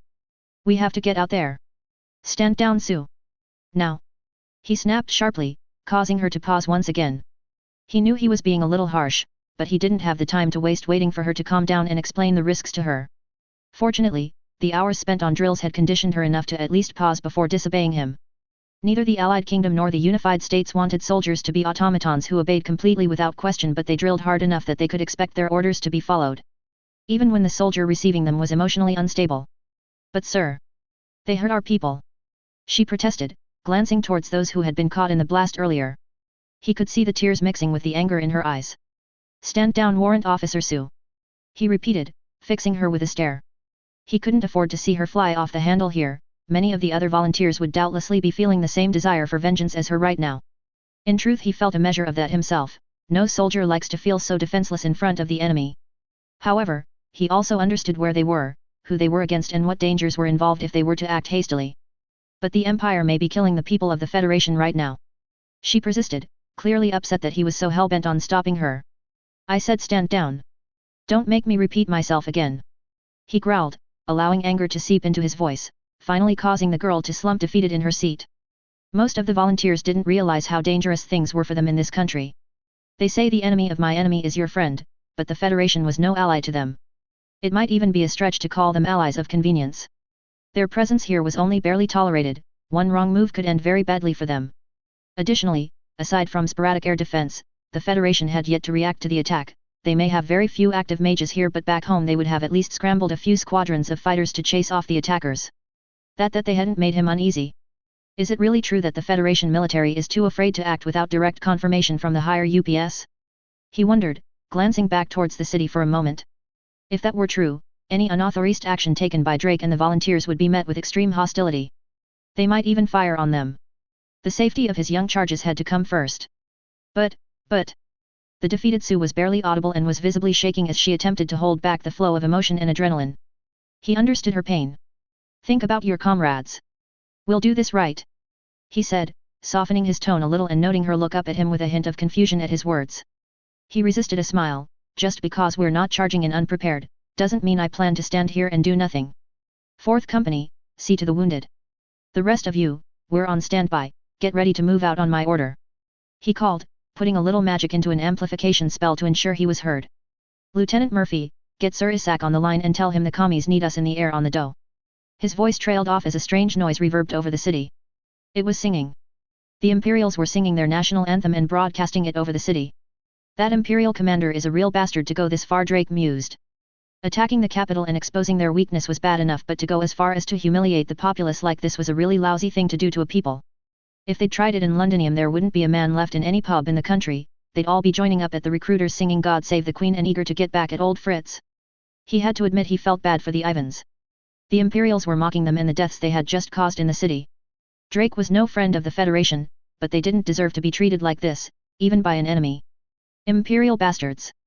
Mary yelled at his side, breaking him from his thoughts. I'll make you pay for what you've done to these people. Shit! Drake murmured quietly to himself as the girl took off and sped towards the Imperial's damnable singing. Part of him wanted to curse the impetuous girl, but in truth now she'd charged off, part of him was pleased. At least his hands weren't tied anymore. He could take the fight to the enemy too, if they were cautious. Besides, morale would suffer if he didn't act now. It was his duty to look after the volunteers after all, fighting spirit and all, even hers. Get geared up now and be ready to move. Murphy, tell Isaac we're moving out, he'll have to deal with the political fallout. He ordered before turning back and watching the girl speed away into the distance. Enemy of my enemy, hey, more like the lesser of two evils if you ask me. Author's notes. Hello everyone and thank you all for reading. As usual, I apologize for not updating sooner, but a variety of things held things back this time, too many to bore you with, so I can do nothing but beg your forgiveness. I would like to address the comments regarding the 40 years after the war stuff spoiling who will win the war. I have to admit I'm a little confused as to why the complaints happened now. I always thought it was obvious that the Empire loses, if from the tone of the series if nothing else. I have been pretty upfront throughout that I'm following the canon, and Andrew says in canon that it is confirmed that the Empire becomes a republic by the end and Skiggle is living as a priest in Londonium, in the movie at least. No matter which way you slice it, the Empire loses, even if the Republic of Germania survives and wins somehow. Either way, who wins the war is the least interesting part of the story anyway. What happens to the characters is what I'm interested in, and that is part of the reason the 40 years after stuff exists, and I find it funny that Andrew is wrong so often. However, I won't be putting the Ghost of Tanya thing in that's been doing the rounds, as I don't understand it and I have other plans in mind. On to the chapter. I'm not sure it's my best TBH. I invented Krugov so I didn't have to write so much Loria, but I think I'm going to have to anyway. There is more jumping around in this chapter than I usually have, but there is a lot going on around the same time, so it was a little unavoidable. Some might disagree with me on this, but I think the Moscow raid was the worst mistake Tanya ever made. Not because it was a bad idea, but because she went too far. Something Wilhelm also believes and is echoed by the General Staff and High Command in the LN. That is why I've tried to have Will so grumpy while Tanya is almost too enthusiastic. I'm not sure I've got her blanket dislike of communists being quite right though. Chapter 63, The Masquerade 2, Resistance. The Masquerade 2, Resistance. Citizens of the Russy Federation. The Federation government and its head, Comrade Jugashvili, have ordered me to make the following announcement. Today, at 8 o'clock in the morning, Imperial troops have entered our country, without making any demands on the Russy Federation and without a declaration of war. Unprovoked, they have subjected our nation's capital to aerial bombardments during which more than 200 people have been killed or wounded. Many of the great works we have striven to build since the revolution have been smashed asunder by the betrayal wrought by the Empire. This attack is unheard of and is a treacherous act that has no equal in the history of civilized peoples. The attack on our country was launched in flagrant disregard of the non-aggression treaty between the Russy Federation and the Empire of Germania that had been signed by the Federation, who has observed all conditions of this treaty in full honesty. The attack on our country was launched even though that during the entire period this treaty has been in force, the Imperial government has never once been able to dispute our observance of this treaty. The whole responsibility for this raid on the peace-loving Russy Federation lies in its entirety in the hands of the government of the Empire. Now that the attack on the Russy Federation has been launched, our government has ordered our troops to counter the imperial forces and we have begun an operation to invade and demilitarize the treacherous imperialists to prevent further unprovoked assaults on Federation citizens in our homeland. This war has not been forced on us by the Germanian population, nor by the Germanian workers, farmers, and the intelligentsia, whose suffering we understand very well. But by a clique of bloodthirsty nobility and capitalists who have suppressed the François, the Legadonians, and the various peoples who they have subjugated within their empire. The government of the Russy Federation is unshakably convinced that our courageous army, Navy and gallant eagles of the Russy Air Force shall do their duty towards their motherland and the people of the Federation in an honorable fashion and deliver a crushing blow to the aggressor. The Red Army and our population shall once more wage a triumphant war for the motherland, for honor, and for freedom. The government of the Russy Federation is firmly convinced that the entire population of our nation, all workers, farmers, and the intelligentsia, men and women, shall meet their obligations and devote themselves to their work with the necessary conviction. Our entire population must now be staunch and unified as never before. Each of us must demand discipline, order, and self-sacrifice from themselves and others, worthy of a true patriot, in order to attend to all needs of the Red Army, the Navy, and the Air Force in order to guarantee victory over the enemy. The government calls on you, citizens of the Russy Federation, to close the ranks around our triumphant Bolshevist party, around our loyal government and around our great leader, Comrade Jugashvili. Our cause is just. The enemy shall be defeated. Victory shall be ours. Speech delivered by Commissar of Foreign Affairs Vyacheslav Skryabin on the day of the raid on Moscow, 38 hours after Federation invasion into Imperial territory. March 16, Unified Year 1926 8:20. Red Square, Moscow, Russy Federation. Lavrenti Luria could not believe what he was witnessing. An angel had descended from the heavens right before his very eyes. Despite being raised by a particularly pious mother, he had never been a religious man. The world was too cruel for there to be an all-powerful being watching over humanity. He should know. He had inflicted a decent amount of that cruelty himself when the situation necessitated it. However, in that moment he felt as though he could fall to his knees and praise the Almighty for sending such a vision of perfection to him. He could feel the saliva running down his chin as he watched the girl hovering a little way in front of him, his enraptured mind blocking out all but the sound of her voice as she sang the Imperial National Anthem. None of the girls he'd had in the past could compare to her. She was the ideal specimen, everything he had ever wanted, everything he had ever deserved. After one look at this heavenly gift, there was no way he could return to one of the girls lifted from the streets or taken to control his political enemies. They could never satisfy him, not after he'd witnessed this, not anymore. I must have her. He'd initially been stunned about the sudden assault on the capital. The very idea that the Imperials would attack nearly 1,000 kilometers behind the lines was ridiculous. That they could attack the heart of the Federation itself was inconceivable. They weren't some backwater like Dacia, they were one of the great powers, the greatest if you believed the propaganda. It was impossible for their great city to be threatened like this. Yet that was precisely what had happened, and he, like so many others, had found himself staring dumbly at the sky as a handful of mages flew almost completely unopposed over the city. If not for the terrified masses struggling through the streets, he might have thought it were nothing more than a dream. Worse still, these Imperials had been incredibly destructive. Many of the state's great works had been brought down in mere moments, and government installations across the city were in flames. A panic-stricken soldier had even informed him that his own offices had been targeted. It was fortunate he had been out at the time, otherwise, he too would likely have perished in the blast. Soon his shock turned to anger at the ineptitude of their defenders. How had the Imperials been allowed to get so far? Where was the city defense force? Why hadn't the attackers been spotted and intercepted en route? Where were the fighters? Everyone knew aerial mages were uniquely vulnerable to them, why had they yet to be scrambled? However, then the answer came to him, and anger was replaced by fear. He and the rest of the Politburo had instituted the no-fly zone, they had ordered that no one act without prior authorization. Since the purging of the officer corps, no one dared take action without orders from the top. In truth, it was a miracle that the anti-air guns were firing at all. On any other day, the commanding officer would be sent to the loggery for such disobedience. Today he might just be made a hero of the Russi Federation. What was more worrying for Loria, however, was that as Commissar for Internal Affairs, state security was one of his primary duties. Although this sort of attack was most definitely the military's responsibility, it was possible that he might be forced to shoulder some of the blame for this debacle. The vast majority of troops in the city were his NKVD officers, therefore under his command. Although they were unlikely to be able to achieve much against the mages, they should at least be seen to be doing something. If nothing else, they should be dealing with the crowds. This was exactly the sort of incident that could embolden reactionaries to act against the party. The General Secretary was not a merciful man, and Loria doubted that anyone in the city would escape being touched by his vengeance when he demanded those responsible for this failure be punished. He would have to get Krugov and his men on the streets, and soon, or he might be among those to suffer the Secretary's ire. However, all his fear and anger had evaporated as soon as he'd seen the girl, replaced instead with a deep and primal longing. He'd not believed his eyes at first. An adolescent girl floating in the air and clutching a camera and a gun like a normal girl her age, might a stuffed animal or purse. Just the idea sounded like something out of a dream, yet here she was, and she was everything he had ever desired in a plaything. She is perfect. His thoughts were broken as the song came to a close, and Loria felt almost pained now the girl's voice had left his ears. He swore he would hear that voice again, he would not allow it shared with anyone. However, she would be performing a very different kind of song once he held her, one he was certain he would enjoy even more. He watched as the girl lowered her camera and turned to mages at her side. He felt a mixture of anger and jealousy as she spoke to her comrades. Anger because these mages were so unconcerned and overconfident that they could not be harmed that they were able to have a casual conversation in the middle of Red Square. And jealous because the girl's attention was focused on them instead of him. Particularly the little boy. He frowned as he studied the interaction between the two children. It was clear that they were close, or at least knew each other well. The boy looked at her like a lost puppy while she seemed to be teasing him while wearing a wide grin. A childhood crush perhaps? Have no fear, I will relieve you of that burden, my angel. And as for you boy, you would do well to stay away from her if you know what's good for you.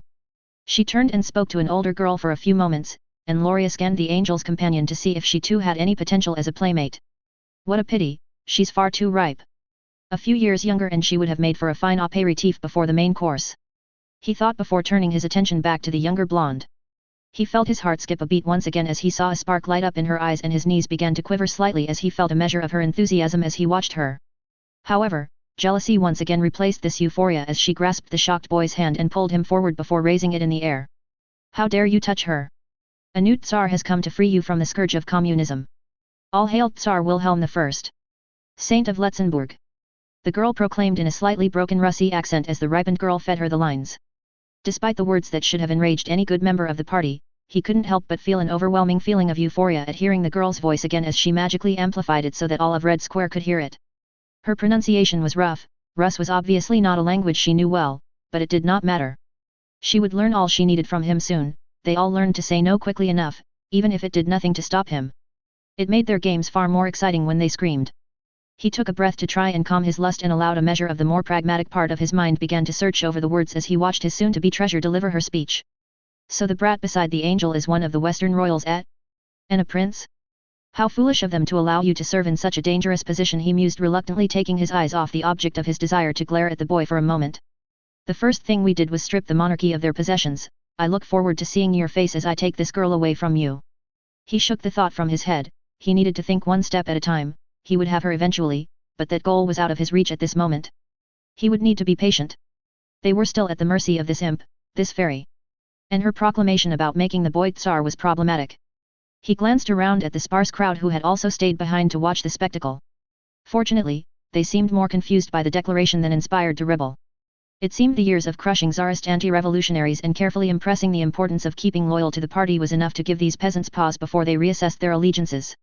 Even with such an overwhelming display from their opposition. Good, but we will need to be careful, It was then he became aware of a low growl at his side.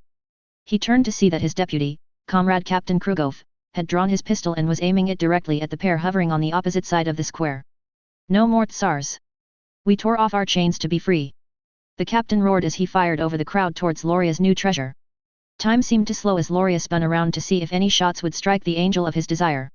He felt numb, fearful that he might lose his prize even before he'd been able to have a taste.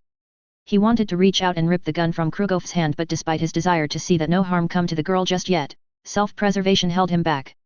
The man was beyond furious, his eyes filled with insane fervor. Even in his state of desire, Loria knew not to mess with such madness. The crowd began to panic and began running in towards the closest exits of the great square to escape the sudden bursts of gunfire. Meanwhile, Krugov's shot struck the unnatural barrier that the mages had erected in front of themselves, each shot grouped impressively in front of the young prince's face, causing the boy to flinch instinctively. The girl turned back towards their direction and returned the gesture with an unimpressed frown that was just as captivating as her smile. This silent admonishment was not enough to deter Krugov, however, and he soon began yelling orders as he hastily reloaded his gun. One by one, stunned soldiers that Loria had not realized were even there began adding to Krugov's fire, although both their accuracy and fire rate was dulled by the terrified civilians trying to escape the chaos. At least he could take solace that he could distract from his own inaction by pointing out theirs if any questions were asked. He was a bureaucrat after all, not a trained defender of the motherland like them. Fortunately, none of the shots marred the angelic girl's form, none had even penetrated the shield. Unfortunately, Krugov's actions seemed to convince her and her comrades it was time to leave, and they soon took to the air and were quickly out of range of any of the instruments Krugov and his men had on hand. Loria felt almost empty as he was left with nothing more than the memory of his prize. I will have you. He thought as he watched her drift away, I swear it. However, he could not afford to allow himself to be distracted by her now distant form for too long. There were now urgent matters to attend to. First and foremost, his deputy. That idiot Krugov had almost ruined everything. Not only had he nearly damaged his precious gift, but he had foolishly fired on a battalion of mages with nothing but small arms and no thought for the consequences. The man who had so carefully hunted down the Federation's mages had no right to be so sloppy. I should make you pay for your foolishness. No tsars, never again. Krugov whispered angrily as he glared at the retreating mages, his knuckles white around the grip of his now empty pistol. Ah, I understand, Loria thought, a smile reaching his lips as he began to comprehend the workings of his subordinate's mind. Krugov had always been a party fanatic. His upbringing had made him utterly loyal to the revolution and Comrade Jugashvili, even at the expense of his own family. Even at the expense of the true party values. The very idea that there could be a Tsar again was an anathema to him. He'd given so much, been so blinded by the cause, that any regression was unthinkable for him. Fool, can you not see how we simply replaced one dictator with another? We were just wise enough to place ourselves in the ruling class. This was why Loria had never had any fear of the man he knew the General Secretary had chosen to keep an eye on him. Krugov may have been unquestionably loyal, but he didn't have the ambition or creativity to try to undermine his position for his own gain. The fool would only act on the General Secretary's orders. As long as Loria continued to produce results, Jugashvili would not care what he did. That was the way of the Federation. Corruption was built into its very foundations, only men like Krugov were blind to it. It allowed Loria some other benefits, however. It meant he could use Krugov however he saw fit without fear of reprisals. Although the captain was hardly a towering intellect, he was useful as a show of muscle and, although he had not exactly exhibited it today, he was rather skilled, particularly when it came to dealing with more difficult captives. He was even useful for cleaning up Loria's playthings once they were too broken to use. That boy, he looked like, was he really that prince from Letzenbourg? The man asked, breathing heavily in an attempt to control his anger. Loria wasn't certain. From what he'd seen in the foreign press before it was sent to be censored, it certainly looked like him. He even held a passing resemblance to the old Tsar. However, he'd always assumed the stories of a young boy fighting on the front lines were fanciful nonsense engineered to instill some fighting spirit amongst the imperial rank and file. He'd even allowed the censorship board to publish those stories with the aim of painting the empire as a backward nation that sent its children to war. However, until a few minutes ago, he would never have believed the perfect little doll could lead an assault on the Federation capital either, so perhaps the boy really was the real deal. Regardless, it did not matter. It presented an opportunity to keep Krugov under control and ultimately, allow him to add the doll to his private collection. It would appear so, Comrade Captain, to think we would see the day when the bourgeoisie would return to the capital and claim it as their own. Yulianov will be spinning in his grave. Loria purred, injecting a tone of regret into his voice. In truth, he no longer felt anything about the attack, save for perhaps the usual amount of self-preservation required to keep himself from being held responsible. In the past, he might have been angry, but there was nothing now, only the need to capture her. Krugov didn't need to know that, however, and his fanatical devotion to the cause was by far the easiest way to direct him towards the capture of Loria's prize. The man was quiet for a moment, although Loria could hear the man mutter a few more words under his breath. Finally, the man's anger established control over him and he clenched his fists together tightly once more. I will not allow it. He growled through gritted teeth. Simple men are so easy to control. Loria grinned inwardly, he was certain they'd make a great team. No, we won't. Loria replied with a flourish, emphasizing their shared commitment, even if their reasoning for doing so was vastly different. It seemed to have the desired effect however, as Krugov returned a begrudged look of respect. But first we have work to do. Comrade Commissar. Krugov asked with a raised eyebrow as Loria turned and strode back towards the car. Had you not noticed that we have been attacked, Comrade Captain? We need to deploy the NKDV to take control of the situation on the ground and prevent panic or opportunistic attacks by counter-revolutionaries. He began falling back into his role easily, despite the image of the fairy still dancing in his head. Then we will see to it that the criminals responsible for this attack are captured and punished. I will even allow you to deal with this self-proclaimed Tsar personally. Krugov nodded with understanding, his expression hardening now that he had both orders and a target, causing Loria to smile as he added silently. And I will have that girl all to myself. March 16, Unified Year 1926, 8:30. Somewhere above Moscow, Russia Federation. Tanya couldn't help but grin as she and her battalion glided effortlessly back into the sky above the Federation capital. She hadn't enjoyed her work this much for ages, who knew that messing with commies could be so much fun. The looks on those people's faces were priceless. She hadn't realized doing the selfless act of trouncing the communists could be so fulfilling. In truth, she was a little surprised by how smoothly everything was going. Sure, they were commies, and you couldn't exactly expect even a decent second-rate response to an attack from them, but she'd thought they'd at least make some sort of effort. Other than the sporadic AA fire and a few overzealous soldiers ready to risk a dirt nap, they hadn't met any real resistance despite all the damage they'd done. Honestly, it was a little underwhelming. At this point Visha was probably feeling embarrassed for her former countrymen. Clearly, all the useful personnel had left during the revolution as she had. Those that had stayed behind were better suited to shooting dirty looks rather than firearms. They'd faced better defenses during the Letzenbourg uprising, and compared to the Federation the little country was barely even worth noting on the map, even after the territorial concessions awarded by the Empire.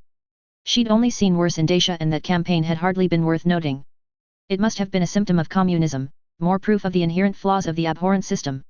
The lack of freedom left people unable to react and adapt to changing situations. The lack of rewards brought by a free market economy also prevented anyone from exhibiting the creativity that was needed to gain these skills. Why would any logical person want to strive to be better when there was no chance they ever be properly rewarded for it? Why would anyone risk their skin to please ideological fanatics that didn't respect good work ethic? There was no drive to make anyone work above their pay grade. These flaws meant communism was destined to go the way of the dinosaurs. Those unable to adapt go extinct, and she was more than happy to help speed the process along for the Federation. Particularly if they were too inept to properly defend themselves. We've done enough, can we please leave now? Wilhelm hissed as he floated up beside her, her smile disappearing as the boy's consistent foul mood dampened her previous high spirits. His poor attitude during this mission was starting to grate on her nerves. We're paid to get results, Captain Hozollern, not slack off. She declared loudly, hoping the admonishment would force him back into silence. He was being more irritating than usual today, and so far she'd been very forgiving of his behavior. However, enough was enough. If he truly cared about his inflated reputation, he would have to at least pretend he wanted to face the enemy. We're still relatively fresh and we've yet to meet any real resistance. We'd be remiss in our duty if we were to leave now. Honestly though, even she'd expected that they'd have been forced to withdraw by now. She may have enjoyed blowing up everything with a hammer and sickle, but the idea of a raid was supposed to be a hit and run. However, due to the communists' lackluster response, she found herself unable to give the order to pull out just yet. It would make her and her unit seem lazy if they were to leave before the communists tried to force them out. It made her wonder if the Federation's city defense plan was to wait until their attackers tired themselves out. You have no idea what you've done, do you? The boy replied with an angry incredulity, although he made an effort to keep his voice low so his objection wasn't overheard by the rest of the battalion. This. Tanya stared back at him with a raised eyebrow and a hint of annoyance as he struggled to find his words. She had no clue what the boy was talking about, but he was getting dangerously close to crossing the line of insubordination. Even if the stress was getting to him again, she still expected him to act professionally. NGH. Never mind. We can't do anything about it now. He grunted irritably, backing down under her gaze. But I'd like to point out we have met resistance. That captain shot at me for starters. Do I need to remind you that I'm not exactly popular in this country? And you haven't exactly done me any favors in that regard. We should leave, now. You can hardly call that resistance, and we were all fired upon, Wilhelm. Tanya scoffed, rolling her eyes at the boy's transparent attempt to avoid joining in with another attack. The boy's irrational fear of the communists was becoming problematic. If things continued like this, it might start to reflect badly on her. She'd hoped she'd be able to rid him of his anxiety with some easy successes during this mission. The proclamation in the square was designed to stroke his ego and stop his sulking as much as it was to upset the communists.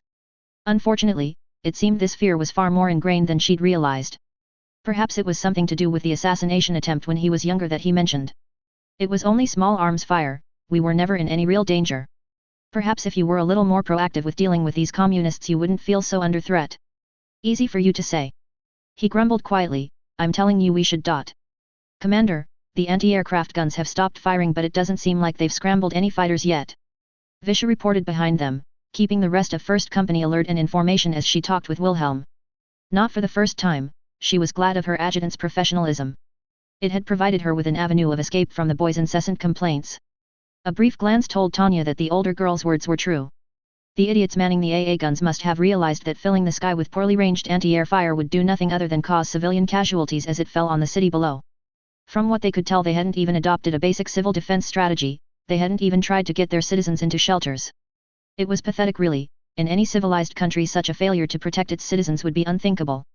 But then again, being communist and being civilized were practically opposing ideologies. She doubted the communist leaders cared what happened to their people. It seems we have more opportunity to have some fun, spread out and try to find a few more targets. She was pleased to hear the chorus of affirmatives from her troops as they raced to obey her orders. It was good to see her loyal band of war maniacs so eager after hearing Wilhelm grumble and complain so much. It seemed even the little captain wasn't able to dampen their spirits. Tanya, please. He began but fell silent as she shot him a look that told him the conversation was at an end. Suitably admonished, he spared one last pleading look before slowly turning and floating off back towards his own company. She held her gaze on him for a moment to be certain he wouldn't try something stupid before turning away and letting out a sigh. The boy was putting a real dampener on what would otherwise be a fine day. She could only hope that the boy's attitude would improve once Captain Zerbest returned. If not, I may have to consider. Her thoughts were broken as several gunshots whipped through the air nearby, one creating a bright flash of mana along her shield while a surprised yelp from behind her told her that Wilhelm had also been caught off guard. She accelerated upwards instinctively and began searching for the source of the incoming fire and was surprised to see a lone mage struggling to keep their balance as they sped towards her and fired at extreme range. However, they were a lone combatant, at least for the moment. It seems the Federation does have a few mages, Tanya thought as she tried to gain some distance from the approaching mage. Normally she would have tried to put another member of the battalion between her and the enemy, however, since this mage was acting alone, she sensed an opportunity to assess the capabilities of these communist mages without too much risk.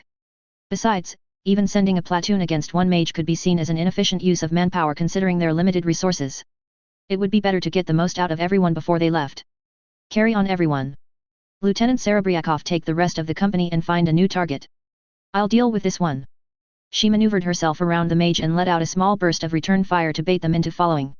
She was confident that she could both outpace the mage and maintain a higher altitude than them. All the information they had suggested the Empire's orb technology was vastly superior to anything else currently available. However, she was soon surprised to find the mage starting to close the gap on her as they fired once again. The mage's attacks had all the signs of an overenthusiastic newbie, accuracy was sloppy and charging headlong without support was foolish, to say the least.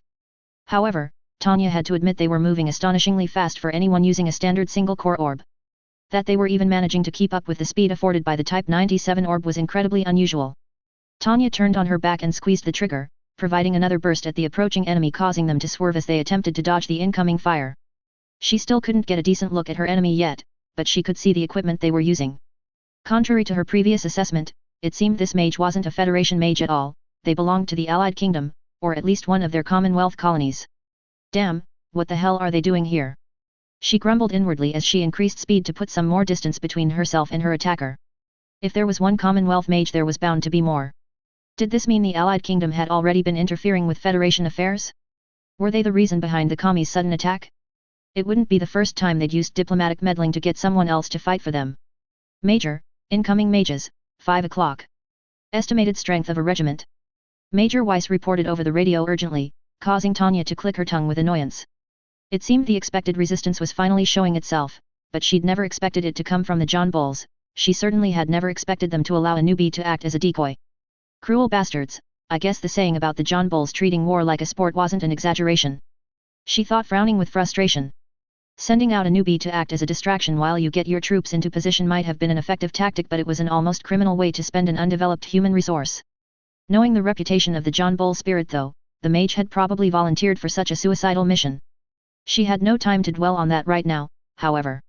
In ideal circumstances, her augmented battalion might be able to hold its own against a regiment, but being so far behind enemy lines meant she had to act more carefully. They had quite a distance to go to reach friendly territory, and any injured would have to be carried or left behind. She'd be damned if she was going to allow any of her precious meat shields to be captured by bloodthirsty commies. It looks like target practice is over. She broadcast to her soldiers, mentally changing gears to adapt to the new threat before broadcasting her new orders. Regroup and keep them at a distance, prepare to withdraw. Her words were cut off. The novice mage unleashed another volley of fire in her direction, lighting up her shield once more. Tanya swore. She'd expected that the mage would break off her attack now that her task as a distraction was done. Any sane officer would. Then again, she'd seen her fair share of glory seekers on the Rhine and knew that many green soldiers seemed to lack the sort of rational thinking to keep themselves alive and would fight on even when it was unnecessary and unwise. This was obviously one of them. Tanya let out a frustrated grunt and increased her speed and altitude, fingering the trigger of her weapon to loose a small burst of fire to allow her to gain some distance. She glanced over her shoulder towards the rest of her battalion and was pleased to see they had already begun to form back up into formation. Even Wilhelm had finally started pulling his weight, ordering his company into the aerial equivalent of a skirmish line in front of the 203rd and providing covering fire to keep the approaching mages at a distance as the rest of the troops regrouped. Evidently, the fear that drove him to inaction against the communists didn't extend to the John Bulls. Commander, the attacking unit has a mix of equipment. I suspect it's a multinational force, probably volunteers. The little captain reported via a communication spell. Sometimes she wondered if the boy could tell when she was thinking about him. You're certain? She replied hurriedly, feeling a twinge of anxiety. The presence of a volunteer force meant that more countries not directly involved in the fighting had started to take an interest in the conflict. It meant they were one step closer to the world war that Tanya had warned of. I've flown with enough volunteers to know what they look like. My company is made up of them, remember? He replied testily. Does this qualify as resistance yet? Tanya opened her mouth to rebuke the boy for his dissentious attitude but was cut off as more shots struck her barrier. She cursed as she saw the persistent mage was still managing to keep up with her. Worse still, she could see another platoon heading her way. She didn't have time to be messing around trying to outrun a foolish glory hound anymore. With the new threat from these reinforcements, Tanya had no choice but to teach the newbie the hard lessons of war. She halted and turned in the air before unleashing another torrent of fire from her submachine gun directly at the mage barreling inelegantly towards her. She didn't need to try anything fancy to deal with this one. She had the high ground and she had greater firepower. It was over. Her bullets struck the mage's shield, causing a cascade of light with each strike. It held longer than Tanya had expected. The mage must have been a powerful magic user, a pity they were too foolish to live up to their true potential as a human resource. However, the barrier could not last under Tanya's unrelenting fire and it soon began to waver before a sudden flash signaled that it had finally shattered. She fired off a few more shots and was rewarded with a scream. She'd struck a hit, however to her surprise, the mage was still charging forwards. Tanya frowned irritably. The mage was now getting close and she was getting annoyed with how much energy she'd had to expend on a novice mage that by anyone's reckoning should have pulled back by now. This is why I don't like dealing with newbies, their inexperience always leads to extra work. She squeezed the trigger once more but instead of another burst of fire to finish off the charging mage there was a soft click telling her that the magazine was empty. She cursed under her breath, angry at herself for not accurately keeping track of her ammunition. It was an unforgivable lapse of judgment on her part. She would not have long to dwell on this, however. Even a novice knew that a soldier was at his or her most vulnerable while reloading, and the look of determination on her face as she tried to force a little extra speed to close the gap between them was enough to tell Tanya that she planned on exploiting it.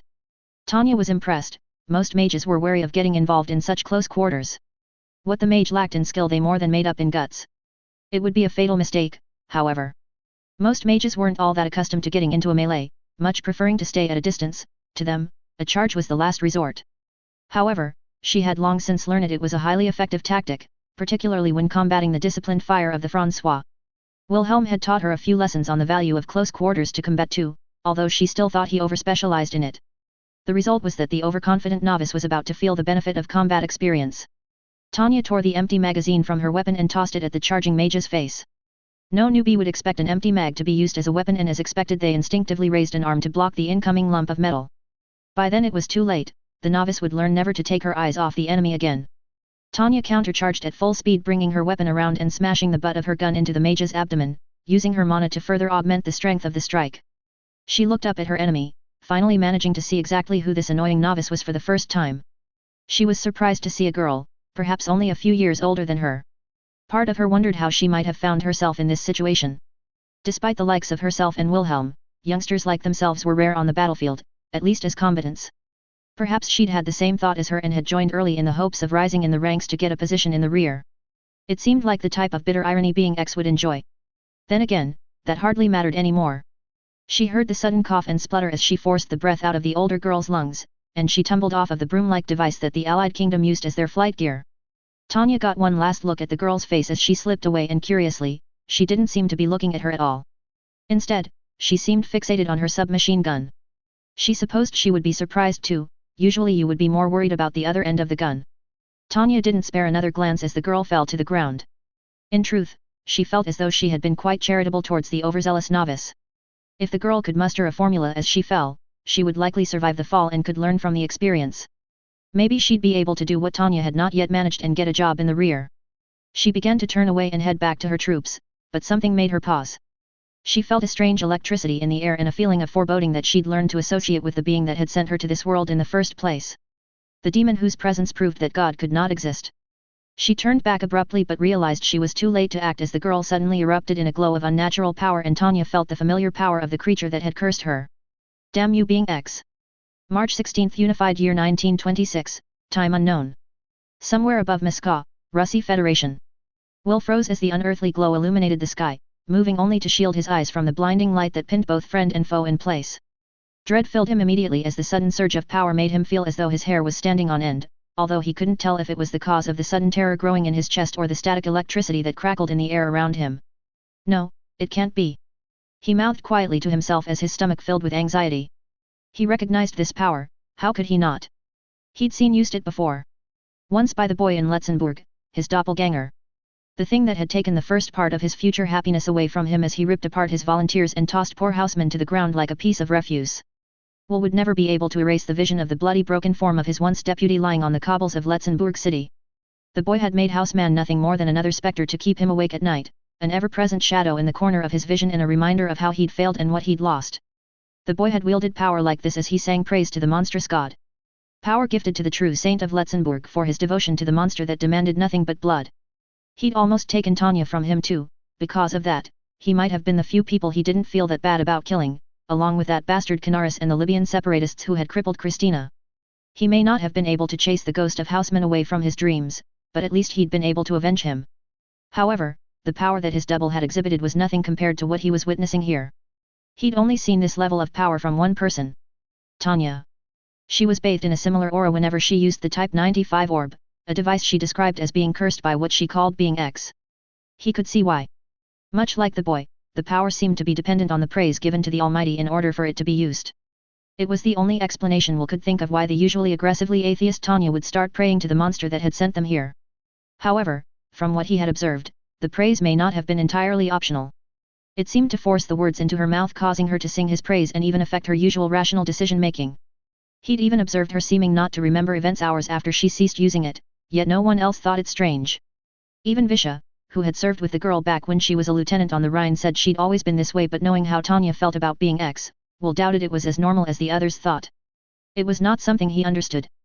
The only power he had experienced from the monstrous deity was the void unmaking him and taking away everything he cared about. However, the power Tanya drew on was completely different and incredibly destructive. The things she could achieve with it even be described as akin to performing miracles.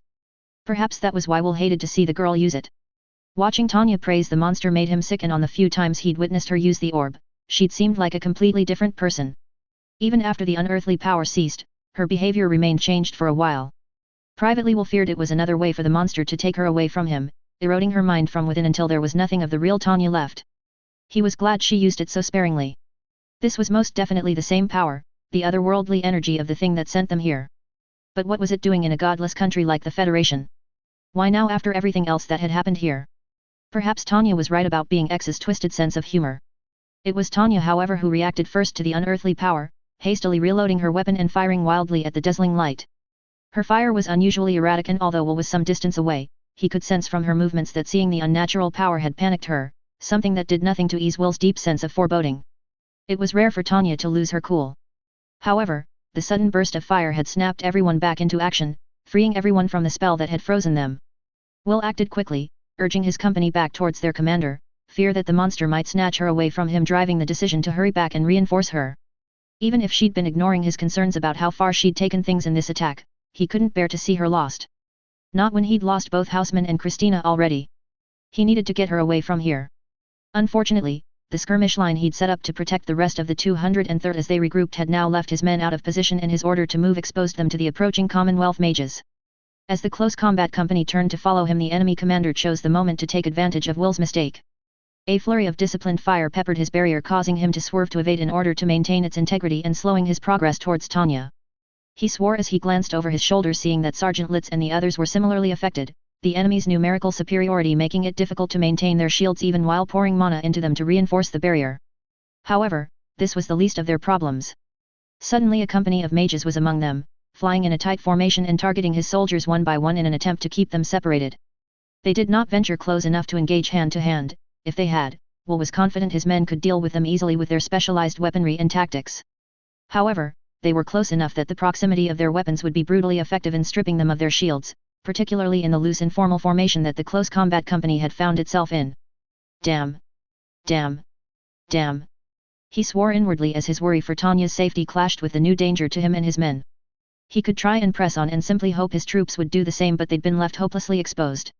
Worse still, now the light had dimmed, he'd lost sight of Tanya, and he no longer had any clue as to how she was faring against whatever the evil god had unleashed upon them. He hesitated for a moment, unsure of what to do, but the sound of nearby combat filling his ears forced him to reluctantly turn back toward his company. Tanya would never forgive him if he abandoned his men to save her. She'd probably call it an inefficient use of human resources. He would just have to hope she was safe for now. If there was any hope of them getting out of this mess, they would need every man they had anyway. He accelerated back towards his men, their discipline beginning to waver as the scattered formation left them isolated and desperately fighting for their lives. In truth, it was a miracle none of them had been downed yet. Had he not known it impossible, he might have thought that God was on their side. Their luck did not look as though it would last long, however. An enemy platoon concentrated their fire on Warrant Officer Fukunaga, the last remaining volunteer from the Akitsushiman Dominion, and the weight of fire shattered his shield in an instant. Will sped forward, raising his rifle to fire on the man's attackers, but he was too late, and a second volley of artillery fire ripped into him, leaving him nothing more than a cloud of pink mist. Will drew a breath through his teeth as he winced, feeling a stab of guilt in his stomach as he saw his subordinate disappear. It had been his fault the man had died, just like Houseman and Christina. His mistake had led to his doom. Damn you! He yelled, pouring a generous amount of mana into his rifle as he returned fire on the warrant officer's killers. Much like with Houseman, he could no longer save him, but he could still avenge him. He just hoped it would be enough to keep the man's spirit away from his nightmares. His shot struck the mage leading the formation, the explosion causing the man's shield to falter before disappearing completely. Will took his chance and charged forward, releasing his grip on his rifle and allowing the strap to take it as he drew his sword. He impaled the first mage in the larynx, knocking him from his flight gear before grabbing his pistol and turning to fire on the next. He did not get the chance to fire, however, as the previously close formation of Commonwealth mages scattered in a panic, making it impossible for Will to get a clear shot. Meanwhile, the sword, still entangled in the platoon leader's throat, made it difficult to track their movements. Will cursed as he withdrew his sword, calling for the rest of the company to regroup on him as he fired toward another group attacking Sergeant Litz. He hadn't done nearly as much damage to Fukunaga's killers as he'd wanted, but he hoped the distraction would be enough to help the rest of his men from suffering the same fate. At least this one counted towards the debt, he thought sadly as he caught sight of the numbered blade on the edge of his vision. It was as he had suspected. The Allied Kingdom and its colonies would provide better prospects for liberating him from what he owed than the godless Federation. Yet it was here he would likely be stuck fighting for the foreseeable future. 4th Company. Support the Letzenbourgers. He heard Captain Weiss' order over the radio. Evidently he and the rest of the 203rd had managed to regroup and were now ready to counterattack. Visha, take the rest of 1st Company and regroup with the commander. Everyone else, return fire. Will let out a sigh of relief as Grantz's company charged forward, causing the remainder of the enemy mages harassing his men to fall back to the rest of their battalion, who were still taking pot shots from a distance. Evidently, the enemy commander was cautious about committing his forces to an all-out brawl. Annoyingly, that was probably the only way the 203rd could tip a prolonged fight against the numerically superior enemy. He just hoped the mages didn't plan on chasing them as they withdrew. He glanced upward to see Visha lead the 1st Company into another, now depleted, company that was assaulting Tanya, quickly dispatching 2 more enemies and forcing the rest to hastily withdraw. He felt a strange stab of jealousy. Sure, he was happy that Tanya was okay, but part of him had wanted him to be the one to make sure of it. Still, what worried him more was there was no sign of whatever it was that had held the strange power. Did she use the Type 95 again? Will frowned anxiously, worried about what he'd heard Tanya mumble to herself about mental corruption. He needed to know what had happened. Sergeant, let's take over. He called, speeding his way quickly towards her position, trusting the sergeant would follow his command. He felt a knot of anxiety as he approached, watching Tanya staring down at a cloud of smoke where the light had once been. A feeling that only increased as he saw the strange expression sitting on her face. There was a mix of worry and confusion, she looked distant as though lost in thought. However, he could see no sign that she had used the Type 95. For the moment at least, the Tanya that floated next to him was still his. He followed her gaze towards the smoke below. The power had dissipated but Will still felt on edge. His instinct told him that it was still there, lurking on the edge of his senses. Worst of all, he felt like it was watching him. Major, the enemy has fallen back out of range, but Lieutenant Newman reports fighters have been spotted from the south. Visha reported as she and the rest of 1st Company returned from seeing off the rest of the enemy mages that had been close to the Major. Should we withdraw? Yet. Tanya answered absently, still staring at the smoke below before her expression hardened and she turned back to Visha, readying a communication spell. All units withdraw, rendezvous on my position. Will might have usually directed a snide comment towards Tanya considering how he'd been begging her to withdraw for what felt like an eternity now. But there was something about the way she'd been staring that gave him pause. He took one last look in the direction of the fallen mage but still could see nothing. However, the feeling of unease had not disappeared. He felt the build-up of mana from Tanya and her company as they prepared to speed away, and Will followed suit, struggling to shake the feeling that something was watching him. They moved as fast as they could, hoping to retain their lead on the approaching fighters and mages, however, they needn't have gone to the trouble. It soon became apparent that both the Commonwealth volunteers and the Federation aircraft were more interested in protecting their bruised and battered city. Or rather, what was left of their pride. With the immediate danger under control, Will took the opportunity to catch up with Tanya, and soon he found himself on the receiving end of a harsh glare as he made his way to her side. "Why are you out of position, Captain Hozollern?" she asked neutrally, acting as though nothing had happened. Will wasn't about to let the matter drop, however, and he pressed on regardless of the creative punishment she would probably find for him later. "Tanya, what happened? That thing. It was like. I dealt with it." She cut him off quickly. "But. I said I dealt with it. I shot her, she's dead. It's not worth worrying about." She finished shooting him a glare that told him that she would say nothing more, although Will didn't think she truly believed her own words. However, he could not press her further as she turned to the rest of the battalion with a wide grin. "Just like we dealt with the Federation. Captain Weiss, I hope you remember your promise about treating the men to your personal stash of alcohol when we get back." Tanya's words garnered a cheer from the troopers following them, as well as an exaggerated groan from Captain Weiss. Will didn't feel much like joining them though, he knew this had all been a mistake. The destruction of all the Federation symbols might have seemed like a good idea on paper, but Will was certain that it was something they'd all live to regret. They'd wounded the bear, that much was true, but a wounded animal fights all the harder. Tanya might not have seen the will to fight in the faces of the crowd, but he had. Each looked as though they would have killed them if they could. It reminded him of the way Ludwig had always looked at him. Peace would not be an option for some time. Then on top of that, the monster that Tanya called being X had reared its ugly head. Tanya said she'd dealt with it, but Will wasn't so sure. He felt sure something was not right. The monster was hungry for the debt he owed. He would try to take something more from him, he was sure. He would try to take Tanya from him. "I need to get her away from the front. Somewhere more difficult for the monster to take her." He glanced back towards the now distant smoke of the Federation capital and an idea began to form in his mind. "And I think Tanya has given me the way to do it." March 16, Unified Year 1926, Time Unknown. Tversky Street, Moscow, Russy Federation. It hurt to fall to the ground. It hurt even more to be shot. But such pain was nothing compared to the ache that Mary experienced in her heart. It felt as though the pain ran so deep it scarred her very soul. "Papa," she mouthed, tears welling up in her eyes as the memory of the man's smiling face entered her mind. She could almost feel his warm embrace as she remembered the last time they'd been together. Almost feel the tickle of his stubble on her face as he pulled her into a tight hug. Yet rather than the comfort it should bring her, she felt only misery after what she'd seen. She stared blearily at the sky, drifting in and out of consciousness as she tried to come to terms with what had happened. Tried to reconcile what she had seen through the fog of pain and anguish. The Imperials had attacked the city, her friends had been hurt, and she'd needed to do something before it was too late. Too many people were suffering, too many would lose their loved ones, suffer the same ache that she did every day, and she'd sworn she would do everything she could to prevent anyone else experience such anguish. Then there had been the singing. She'd rushed forwards as fast as she could, furious that the Imperials could be so cruel. Not only were they attacking a city full of terrified people, but they sought to taunt them, bully them, mock the sacrifices of those who died. It was too much, too cruel, she couldn't stand it, they had to be stopped. Much of the fight was a blur, perhaps the fall had scrambled her memory or maybe it had simply been the adrenaline, she wasn't certain. However, she remembered chasing one of the mages. She'd tried to focus on one target in particular in the hope that it would help her stay upright, even if her target had been small and difficult to hit. In response the mage had fired on her, her shield had dropped, and her shoulder had erupted in pain. At the time she thought she would never experience such agony and it had taken all she had to stop herself from falling. However, it had paid off. She'd gained an opening. Commander Drake had drilled into them the importance of staying protected whilst reloading your weapon. She'd had enough lectures and stern looks from the imposing man that she could never forget it, so when she realized her enemy had run out of ammo, she'd taken her opportunity to charge. That's where it had all gone wrong. The enemy had thrown something at her and as she moved to shield her face, she'd felt a heavy impact strike her stomach, forcing the wind from her lungs. Time seemed to slow as she looked upon the face of her attacker. It was a girl, even younger than her, yet she wore an almost emotionless expression as she casually smashed her from her flight gear. This was the Devil of the Rhine, she realized, the stories were true. She really was just a little girl.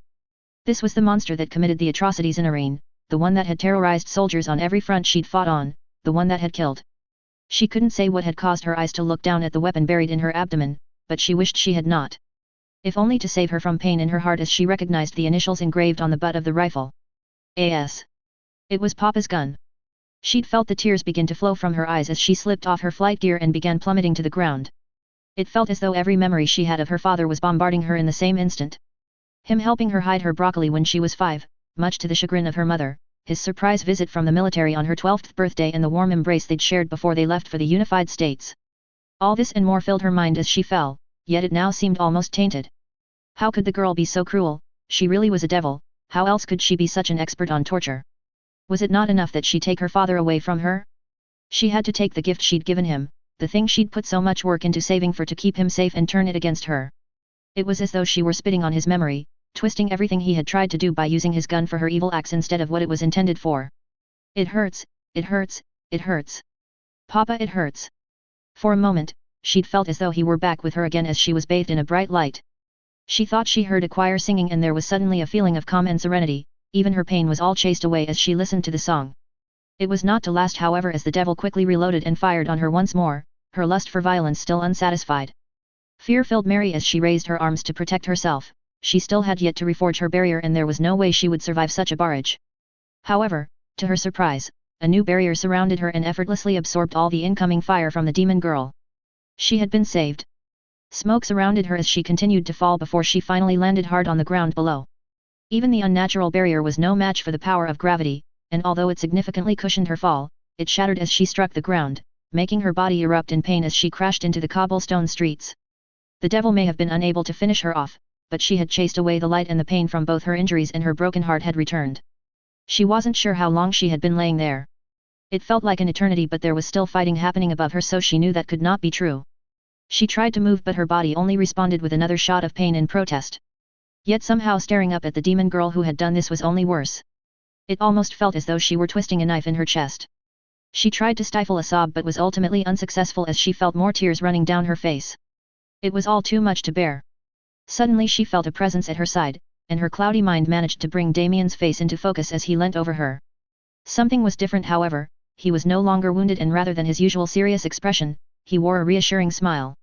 "Be strong and courageous, do not be frightened or dismayed, the Lord is with you wherever you go," he whispered before gently placing a hand on her forehead. She felt the pain recede a little as the boy scrunched his face up in concentration before he stopped and let out a breath. "Don't try to move, the others will be here soon. You are safe now." Had the boy cast a first aid spell, she wondered? The pain was still present, both in mind and body, but it had lessened to a point where it was bearable. She wanted to question what he was doing here, but her mouth refused to move and her mind remained cloudy and confused. She felt herself slip closer to the edge of consciousness once more. The boy climbed to his feet and stared up at the sky with a worried frown.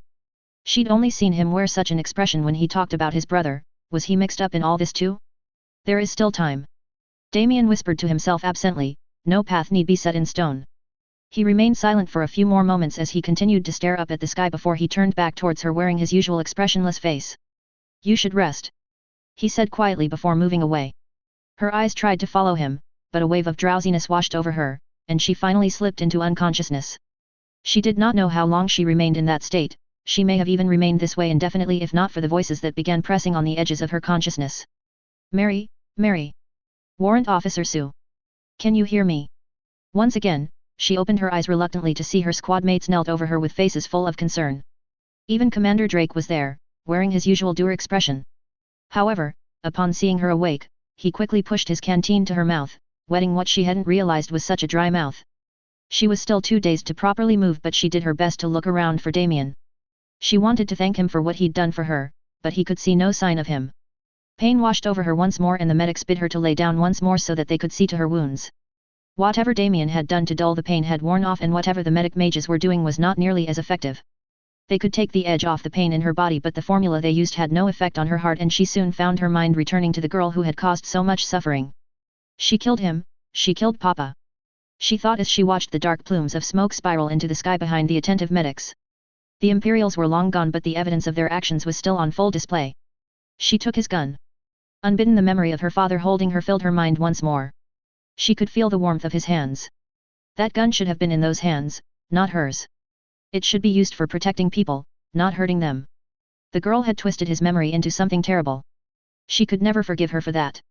Dear God, please give me strength. Give me the strength to kill that devil. Author's notes. Hello everyone, and as always thank you for reading. For those not pleased with there being a Loria POV, I understand and apologize. Writing it made me feel a bit gross, but unfortunately, I think it was needed for the sake of the story.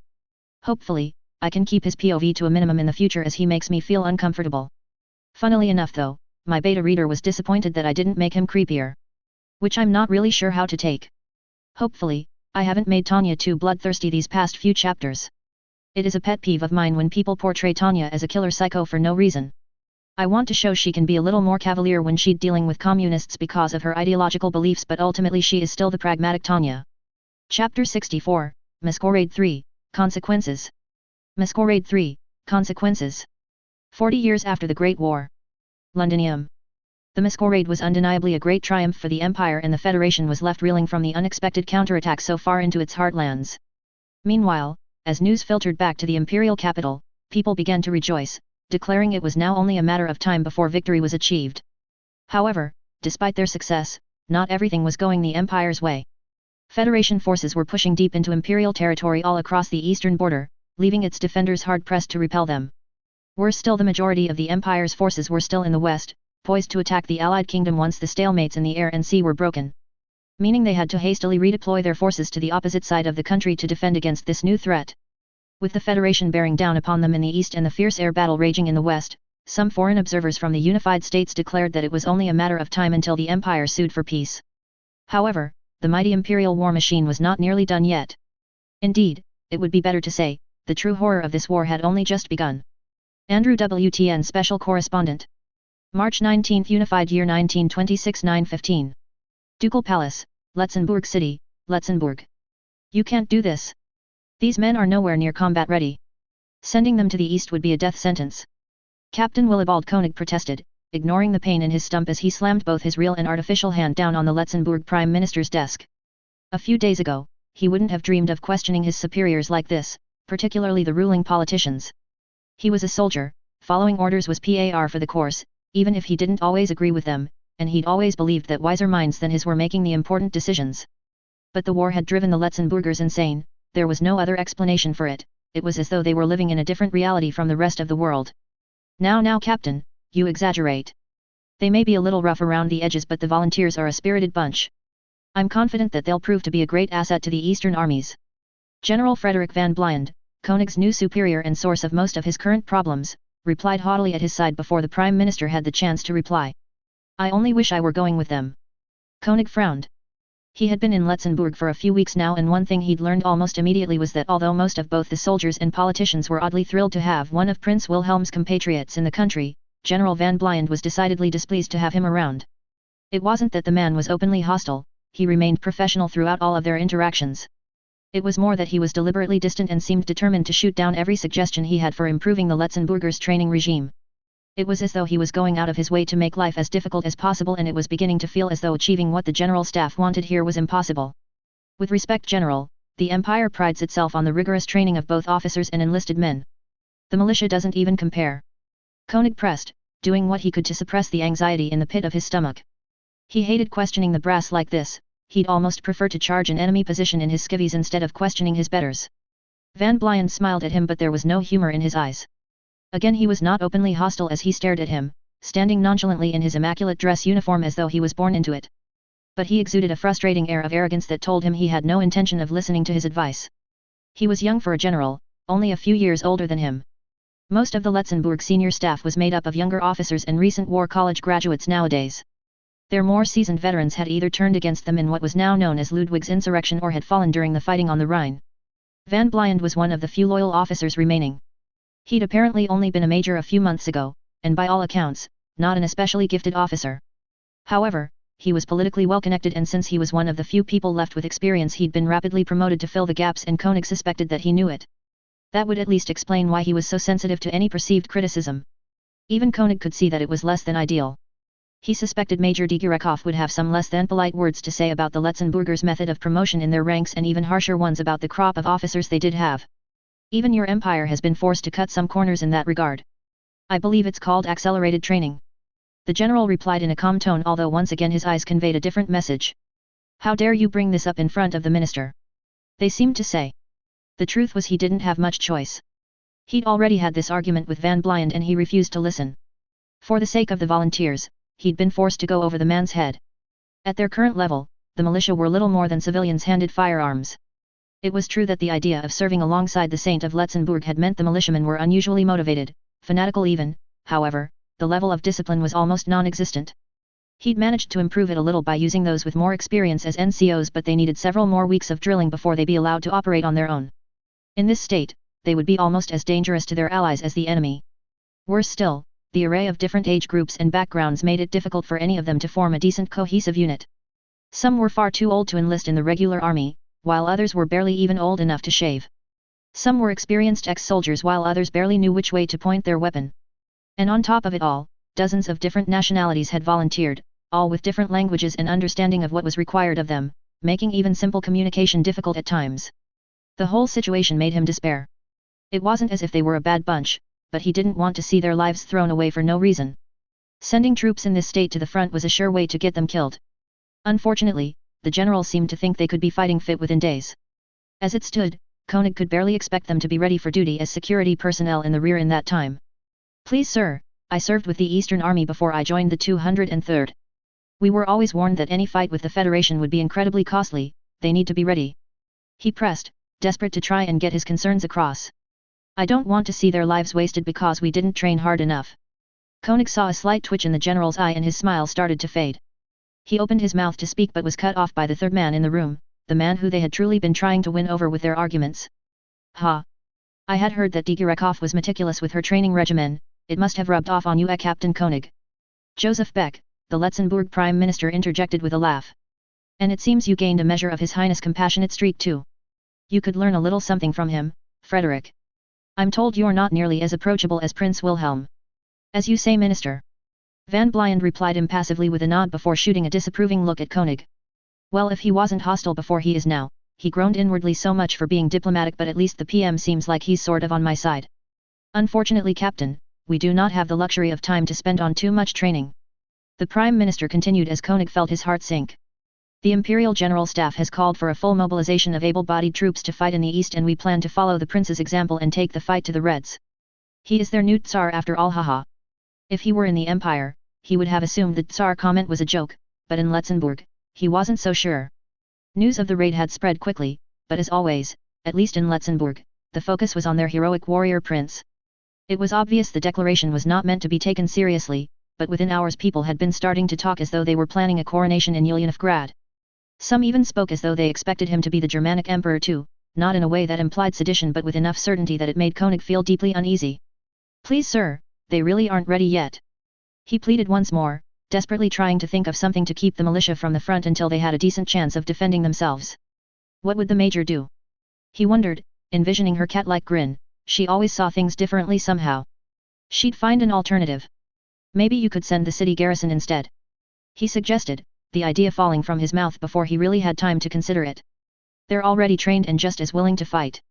It wasn't a great suggestion, the Letzenbourg regulars were also undertrained compared to imperial troops, and security forces were always considered layabouts by those on the front lines. However, they at least should know what they are doing, some might have even seen action. But then who will defend our fair city? Van Blind interjected, glaring at Koenig once again despite his polite tone. The militia, we can work their duties into their training, and when the next batch of recruits arrive, we can switch them out and deploy the trained troops. Koenig wondered where all this was coming from, he almost felt as though his mouth was moving of its own accord. Fortunately, his hasty and ill-thought-out suggestion seemed to impress the Prime Minister. Excellent idea, my boy. I'm certain I've heard some of the guards grumbling about ceremonial duties, they'll be thrilled to get at those damned Reds. He declared with an expansive grin, getting up from his chair and slapping Koenig on the back. We can give the militia another 2 weeks to work out the kinks and send the prince his personal guard in the meantime. Willem, see to it straight away, will you? Koenig's heart sank. He'd hoped to gain at least 2 months, not weeks. He wasn't sure how much he could improve the militia in that time. However, both the minister and the general had decided the matter settled, and he doubted he had anything left to change their minds. Besides, there was still one more thing he wanted to bring up with the chief minister. Sir, there was one more thing. He began carefully, knowing that it was something that the fanatical Letzenburgers were unusually sensitive about. The child soldiers. The maskets, I mean. Not this nonsense again. Snapped General Van Blind irritably, finally giving up his veneer of politeness in favor of open hostility. I have explained at length the Letzenbourg tradition of taking in youngsters without homes to perform menial jobs and learn from the soldiers. Why, even Prince Wilhelm took inspiration from this. Yet unlike His Highness volunteer mages, these are not soldiers. They are perfectly safe. But General, you have them learning to use grenades and firearms. They believe they'll be sent to the front with the others, and if anything, seem even more determined to fight than the regulars. Koenig pressed, already feeling himself losing the argument. Prince Wilhelm and your major are fighting, how is this any different? Van Blind retorted with a tone that suggested he'd had enough, yet Koenig was determined to push on. There is an exception for mages, it's said we mature faster, but even I'm not convinced the prince and major should be out there. He countered, trying but failing to imagine the major doing anything else but being a soldier. She was different from a normal child, but then again so was Prince Wilhelm. Regardless, he knew deep down the Letzenbourg children shouldn't be with them in the barracks. Some of these kids are even younger than the prince and major, they should be playing war, not actually fighting it. I understand your concern, Captain, but we are at war. What's wrong with letting the little ones feel like they're doing their part? The minister cut in diplomatically, placing himself between him and the general to ease the tension in the room. Doing their part is one thing, sir. He began, thinking of the hate-filled looks of the houseman boy and the other maskets as they talked about taking the fight to the enemy. But it seems to me you're training them to kill for their country. Suddenly the usually cheerful Prime Minister's face went dark, and Koenig felt a twist of anxiety in his stomach. And why shouldn't they? They saw what the François did to us. They lived through it and lost their families in the process. Why shouldn't they be allowed to do everything in their power to protect themselves and prevent it happening again? The man yelled angrily at him, spittle flowing from his mouth as he raged. Both Koenig and Van Blind stood stunned and silent at the man's sudden outburst, uncertain of how to react. Neither had seen the jovial man so much as frown before, let alone get angry. The minister glared at him as he huffed, out of breath from his sudden outburst, before regaining control of his temper, shrinking slightly as he retook his seat. My apologies, Captain, I didn't mean to yell.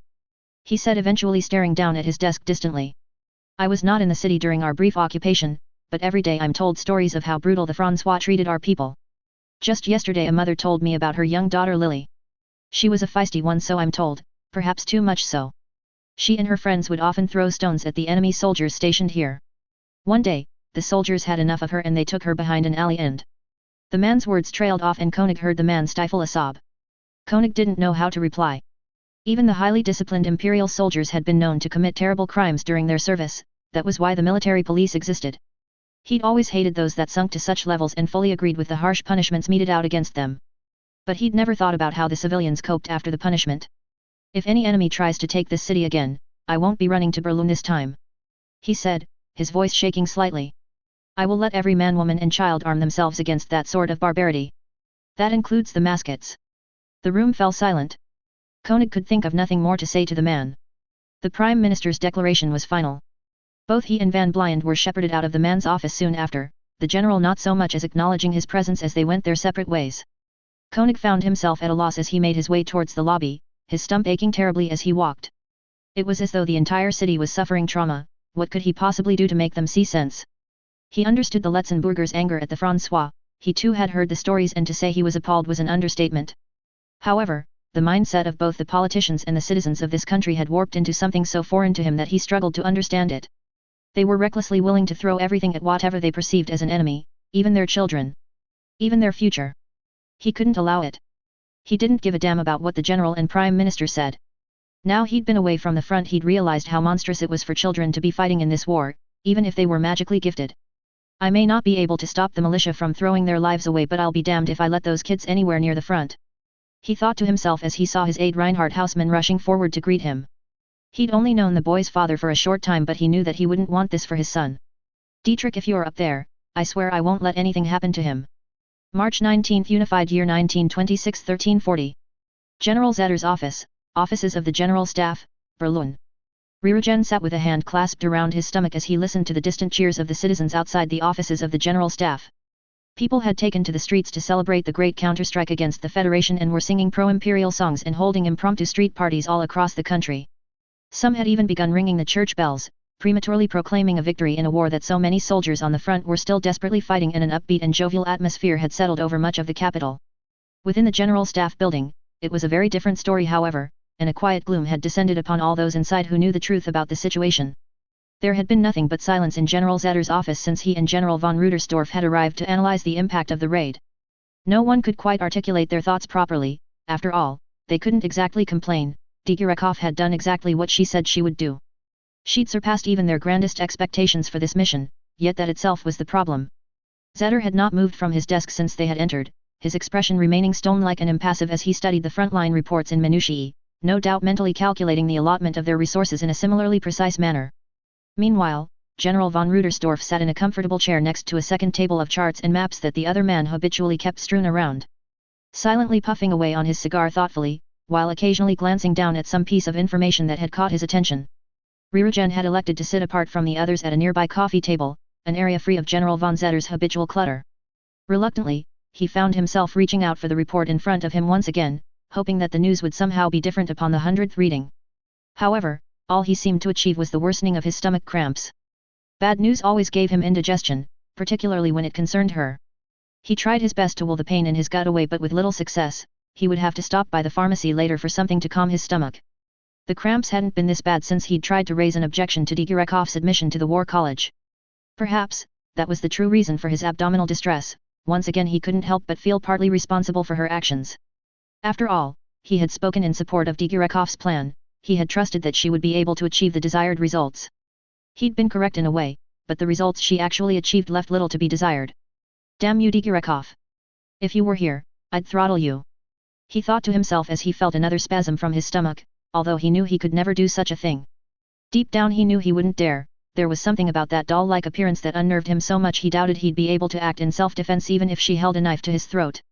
Let alone harm her, as she radiated threat with a simple salute and expressionless gaze. He sighed, trying to push the idea of violence out of his mind and focus on his work. He owed it to his superiors to at least try to undo some of the damage his support for the girl had wrought. Somehow the situation felt like a Pyrrhic victory despite the massive success of the operation. On a purely military level, the raid had fulfilled its mission parameters, easily realizing the strategic goal of forcing the Federation to draw troops from the embattled front lines. However, the sheer overwhelming success had introduced a greater strategic threat. A political one that no one had thought to consider. Why would they? No one had dreamed that unleashing Digirikov could yield results like this. Well, it looks like I won't need to part with a bottle of my best wine. General von Rüdersdorf said eventually with a wry smile as another puff of cigar smoke filled the room. Although I'm beginning to think I'd be better off without it. I thought she just wanted to cause a distraction. I never would have expected they'd destroy every symbol of the Federation, plant the flag, sing the national anthem and proclaim a new Tsar. I see why some call her a mad dog. I think it could be said she went too far, but we can hardly complain about our soldiers doing their jobs too well. Zetter returned, drawing a humorless laugh from the other general. Rürugen remained silent as he listened to Rüdersdorf's mirthless laugh. He wasn't surprised that both men were able to rally so quickly to the news where others like himself may become angry or emotional at the sudden paradigm shift. They were both pragmatists at heart, always ready to accept the situation for what it was and move on, regardless of how ridiculous the circumstances were. It was what made them such invaluable staff officers. He could not agree with the general's assessment of the girl as a mad dog, however. If that was all she was, Rürugen would be far less uneasy about her. We can at least say the assault was successful in the strategic goal of drawing troops away from the front. Rürugen interjected with the only piece of untainted good news he could gain from the document. Already, they'd seen the enemy advance slow in some places in the wake of the raid, proving that it had at least been successful in this respect. True, but Rudersdorf began but was interrupted by a soft knock at the door. Ririgen caught Zetter's stoic expression flicker for a moment as a twinge of annoyance reached his features before it disappeared again as he bid the visitor to enter. All of them turned to stare at the intruder, but any feeling of irritation directed at the unexpected visitor was quickly dispelled and replaced with surprise as the figure of Crown Prince Adalbert stepped quietly into the room. "Please, don't get up," he said quietly, waving the men to return to their seats as he crossed the room. Ririgen hadn't even realized he had started to stand until the man mentioned it and felt slightly embarrassed as he carefully returned to his seat. He took the opportunity to study the Crown Prince as he moved to join them, taking a seat opposite him. The man wore his military uniform, although it was largely ceremonial since he had long since retired from active service. He looked tired and sported bags under both eyes and dragged his feet slightly, as though he were both physically and mentally drained. Evidently he had been the victim of some sleepless nights recently, something Ririgen could relate to all too well. "Your Highness, to what do we owe this honor?" Zetter asked, allowing a sliver of concern to slip past his stone-like expression. A social call from the future emperor was far from an everyday occurrence, and certainly not one that would lack pomp and ceremony like this visit. "I'm merely here as a messenger, or rather I'm here in my capacity as Chancellor, rather than as a member of the royal family." He began with a sigh, and Ririgen realized the source of the prince's fatigue. Since the incident with Canaris, there had been a great deal of reshuffling within the high command. With the emperor unsure of exactly who he could trust in his government, he'd elected to give his eldest son the title of Chancellor and rebuild the entire cabinet from the ground up. It was an unenviable task, particularly in wartime when all departments of the government needed to project an air of unity, and not all of the prince's appointments had been well received. He'd even had to bow to the will of the Diet and elevate some of their number into the ruling council, something not popular with the old guard in court or the general staff. Ririgen had heard many of the generals complain that too many people elected to the Diet were unqualified. They seemed to believe that the people had no idea of the true geopolitical struggles that they faced, and allowing them to place a representative of their own anywhere near power was a recipe for disaster. He wasn't so sure, but he was certain that trying to balance the wishes of the Diet, the general staff and the imperial court was no easy task. It was hardly surprising that the Crown Prince was exhausted. "I assume you know why I'm here," he continued, rubbing his temple. "The rest of the council wanted this to be delivered at an official staff meeting, but I thought..." There was a notable spike in tension in the room as the prince's words trailed away. Both the usually stoic Zetter and relaxed Rudersdorf seemed to sit up a little straighter, and Ririgen couldn't help but notice Rudersdorf's hand reflexively tighten into a fist. Even Ririgen found himself bristling slightly at the man's words. Although nominally their superiors, the high command did not meddle in the day-to-day running of the military, and it certainly did not sit in on general staff meetings without an invitation. There had always been a measure of trust between the civilian and military arms of government, neither interfered with the business of the other, and they all answered to the emperor. To suggest a high command representative force themselves into a general staff meeting was a major breach of that trust and a slap in the face to the honor of the military, especially if the purpose was to admonish them. What were they thinking? The relationship between the high command and general staff was strained enough already. The recent scandals and reshuffle had left the general staff reluctant to report to the high command at all. Now was the time to try to mend fences, not deepen the divide. Ririgen found himself thankful that Prince Adalbert had been wise enough to foresee the potential political mess they might have made and opted to see them personally. It also explained why he'd donned his uniform rather than his civilian attire. He wanted to at least tacitly give his support to the military, even if his words did not completely echo the sentiment. Ririgen found himself glad the man was around to lead the council in these difficult times. At least someone in the high command seemed to know what they were doing. We all of course applaud the great victory against the Federation capital. However, there are some within the Foreign Office that fear the officer in charge may have gone too far. The man said, and Ririgen noted the slight wince as he spoke. They weren't his words, he realized, or rather he wasn't foolish enough to want to say the obvious out loud. Ririgen spared a glance at the two generals. Zetter remained unmoving, his fingers arched thoughtfully in front of his face as he took in the prince's words. However, he fancied he perceived another flicker of annoyance cross the man's face. Rudersdorf, however, did not hide his displeasure, and his frown only deepened behind the smoke of his cigar as he listened. "On a personal note, I have read the reports and the minutes from the last general staff meeting, and I don't question the decision made. Indeed, it seems that Marchese and von Brock thought the raid unlikely to succeed at all," he continued, his tone shifting in an attempt to mollify the mood of the generals. "And as for Major Digirakov, I believe her intentions were honorable, but she has been a little overzealous in the implementation of her duties. I would appreciate it if you assign her to less politically sensitive missions in the future, particularly if my cousin is still serving with her." Ririgen winced slightly at the mild rebuke. None of them had considered the implications of sending Prince Wilhelm on the raid. They had been too busy dealing with the fallout of the sudden attack to think about it. It must have been quite a scene in the imperial court to hear the story of one of their number being proclaimed the new Russian Tsar during such a politically calamitous operation. even if it were nothing more than a childish stunt. He doubted the emperor would have approved. However, it has made things rather difficult. He went on, furrowing his brow as his tone became more serious. The foreign minister reports that all diplomatic contact with the Federation has been severed. Even the more unofficial channels and third-party routes have been closed. Some doubt if they'll ever make diplomatic contact ever again. In short, there is currently no chance of a ceasefire or negotiated settlement for the foreseeable future. They were prepared for this, it was something they'd all expected since they'd learned of the extent of Digirekov's rampage. Yet the words hung in the air uncomfortably amongst the sounds of bells and celebration outside. I see, then we have no choice but to beat them in the field. General von Rudersdorf stated matter-of-factly, seemingly unfazed by the seriousness of the Crown Prince's comment. Coming from anyone else it might have seemed like empty bravado, but Rirugan had served with the man long enough to know it was not so. It was not just that the man was confident, although it was a trait he held in abundance, but that he was used to focusing on the objective rather than worrying about the consequences if they failed. Colonel, how many divisions have they committed to this offensive? Latest intelligence suggests 175 divisions across the entire front. Rirugan replied quickly, comfortably falling back into his familiar role of support for the two generals.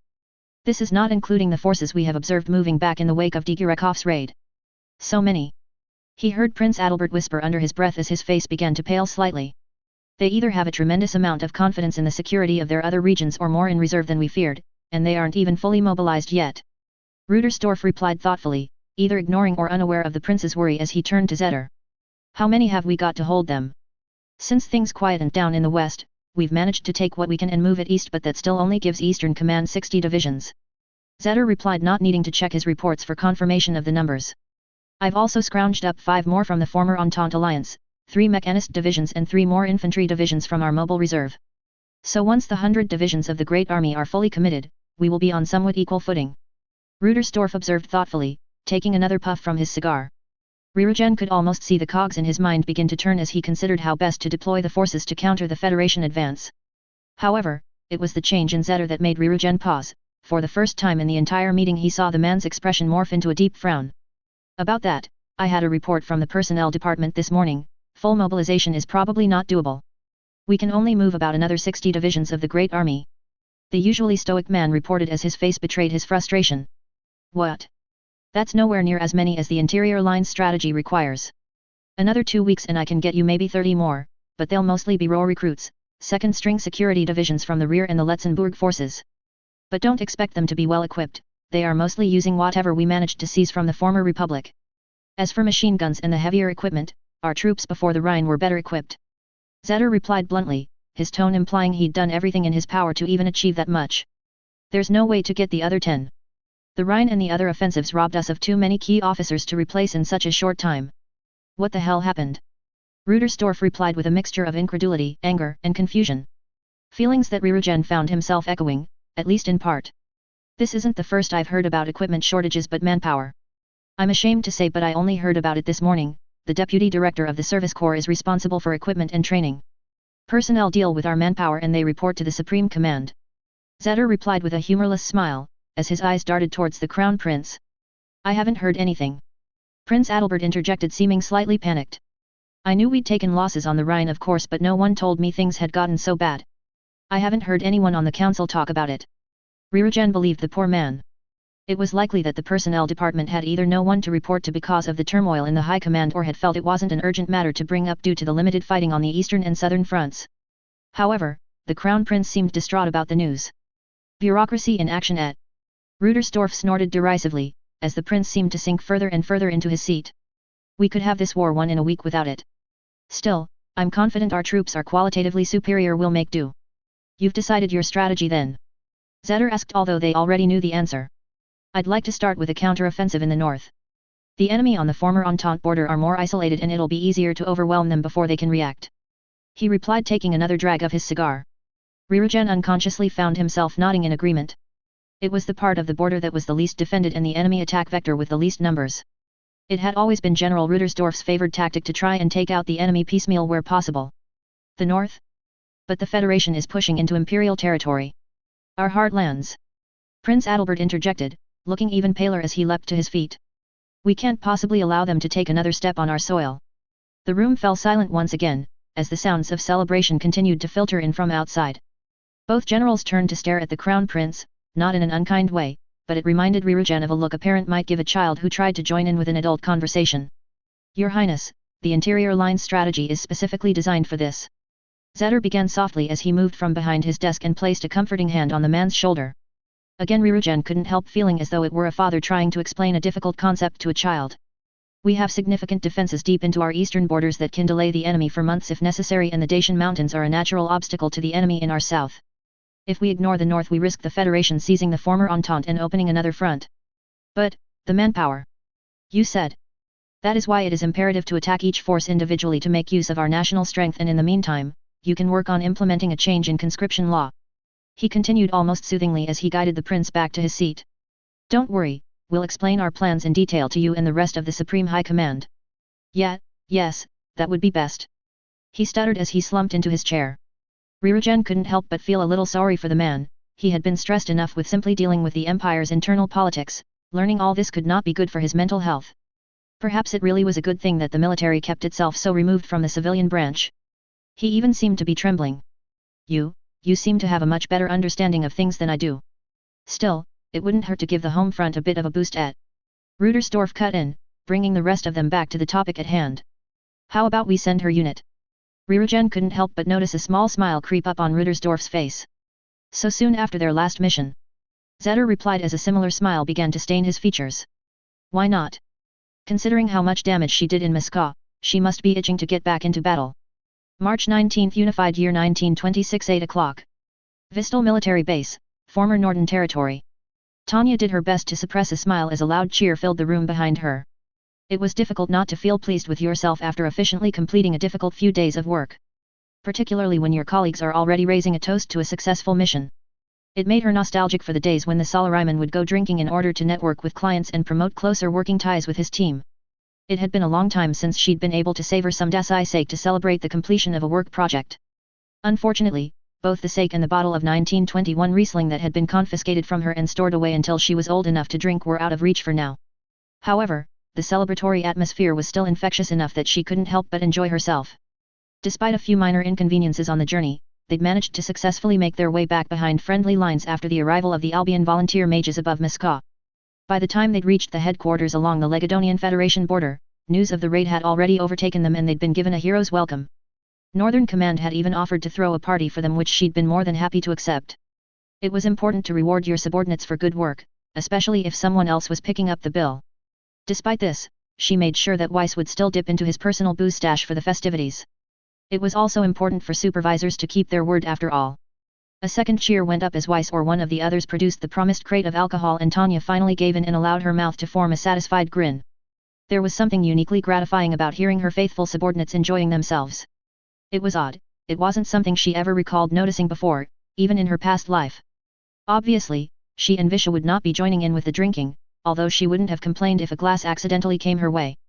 But that didn't mean they were completely excluded from the festivities. Aside from the inevitable game of cards that Visha would subject everyone to, the older girl had managed to find some fruit, cream, sugar, and other various ingredients to make a parfait. They were mostly canned and dehydrated goods, of course, this was the military after all. But her adjutant had done a fantastic job with what she had on hand, and Tanya found herself very much enjoying the sweet treat the girl had provided. I never used to be one for desserts, but this body has much more of a sweet tooth than my old one. I might as well make the most of it and enjoy myself. She thought happily as she spooned a cream-covered strawberry into her mouth. It had always felt a little strange that some of the tastes of her past life had not carried over to the new one, but since she could derive some pleasure from the difference, she thought it better to embrace it. I'm glad you like it, Major. Visha grinned from behind the counter, causing Tanya to redden slightly with embarrassment. She obviously wasn't hiding the pleasure she derived from the treat all that well, and she was painfully aware of how her childlike form cheerfully snacking on desserts might look. She didn't think it would do too much to erode her professional image. She'd spent years cultivating that by now, and it wasn't as though her ego was as fragile as a certain minuscule captain's. But it was still slightly humiliating to be seen this way. Indeed, my compliments to the chef.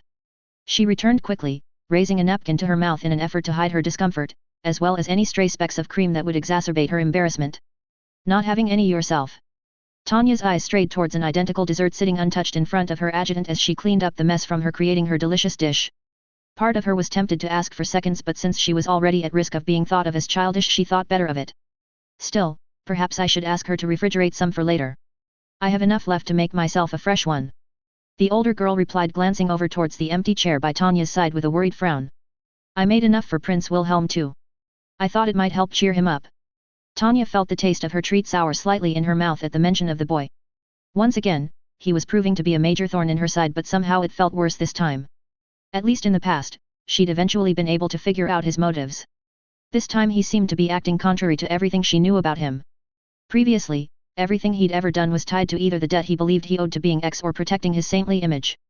Although she still didn't quite understand the particulars of the former, he was convinced it could be achieved by destruction on the battlefield. This had made him bloodthirsty and desperate to fight so he could remove his curse as quickly as possible. Even going so far as to provoke further confrontations to do so, as he had in Letzenbourg and during the François retreat from Brest.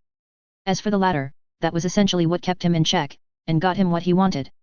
Not only did he use the image of the saint to hide his true motive from the world, but he also used it to enhance his already formidable skill at persuasion and manipulation. It was both a strength and a weakness that Tanya had been able to exploit to keep him under control from time to time. However, his actions during the raid didn't match either of his usual modus operandi. Rather than eagerly charging at the enemy so he could pay his so-called debt, he had been extremely reluctant to attack the communists at all. And rather than acting as his saintly persona would usually demand, he had spent the majority of the mission openly complaining and begging for them to withdraw. Some of his reluctance might be explained by his irrational fear of the communists, but she couldn't believe that was all there was. Especially since he'd managed to pull himself together so quickly when the Commonwealth volunteer mages had arrived. Yet despite even that, he remained anxious even once they reached the northern base. He hadn't even bothered to join the victory celebration. The rest of the troops seemed to have dismissed his behavior as that of kind Prince Wilhelm, saddened by the escalation of the war, but she knew better. For him, more war should be a good thing. I don't think he'll be coming, you should have that one yourself and save the rest for later. She replied eventually between spoonfuls and privately pleased that there would indeed be some leftovers to exploit later. Still, Wilhelm's behavior couldn't be allowed to stand, she would need to have another talk with him and get him to man up. She could not allow his poor behavior to affect her evaluation. Will you go see him? The older girl asked expectantly, her blue eyes betraying a strange look of concern. She also became acutely aware that the celebration behind her had also become suspiciously muted, and a glance over her shoulder told her that there were more than a few officers attempting to surreptitiously listen in on their conversation. Particularly from Grants and the Letzenbourg contingent. You could at least try to be stealthy, she grumbled internally while making a mental note to put the offenders through a particularly grueling training mission whenever the next opportunity arose. However, she also noticed the odd glance in her direction from some of the others too, and she let out a sigh as she began to understand. It could be difficult for workers to let their hair down in this sort of situation when their boss was around, particularly with the booze flowing and inhibitions relaxed. Usually, this tension would be lowered as the boss would be actively involved, and maybe even providing the drinks as Weiss had. However, in her case, this was an impossibility. The understanding that her inability to join in with the celebration as a good supervisor was expected made her realize another thing: the way she looked was probably off-putting too. In her past life she wouldn't have dreamed of getting drunk in front of a young girl. Not only was it embarrassing, but it was also a bit of a social taboo. That was part of the reason children weren't allowed in beer halls after all. Visha was old enough to not cause too much discomfort, particularly since she would likely be the one to encourage secondary activities such as music and gambling.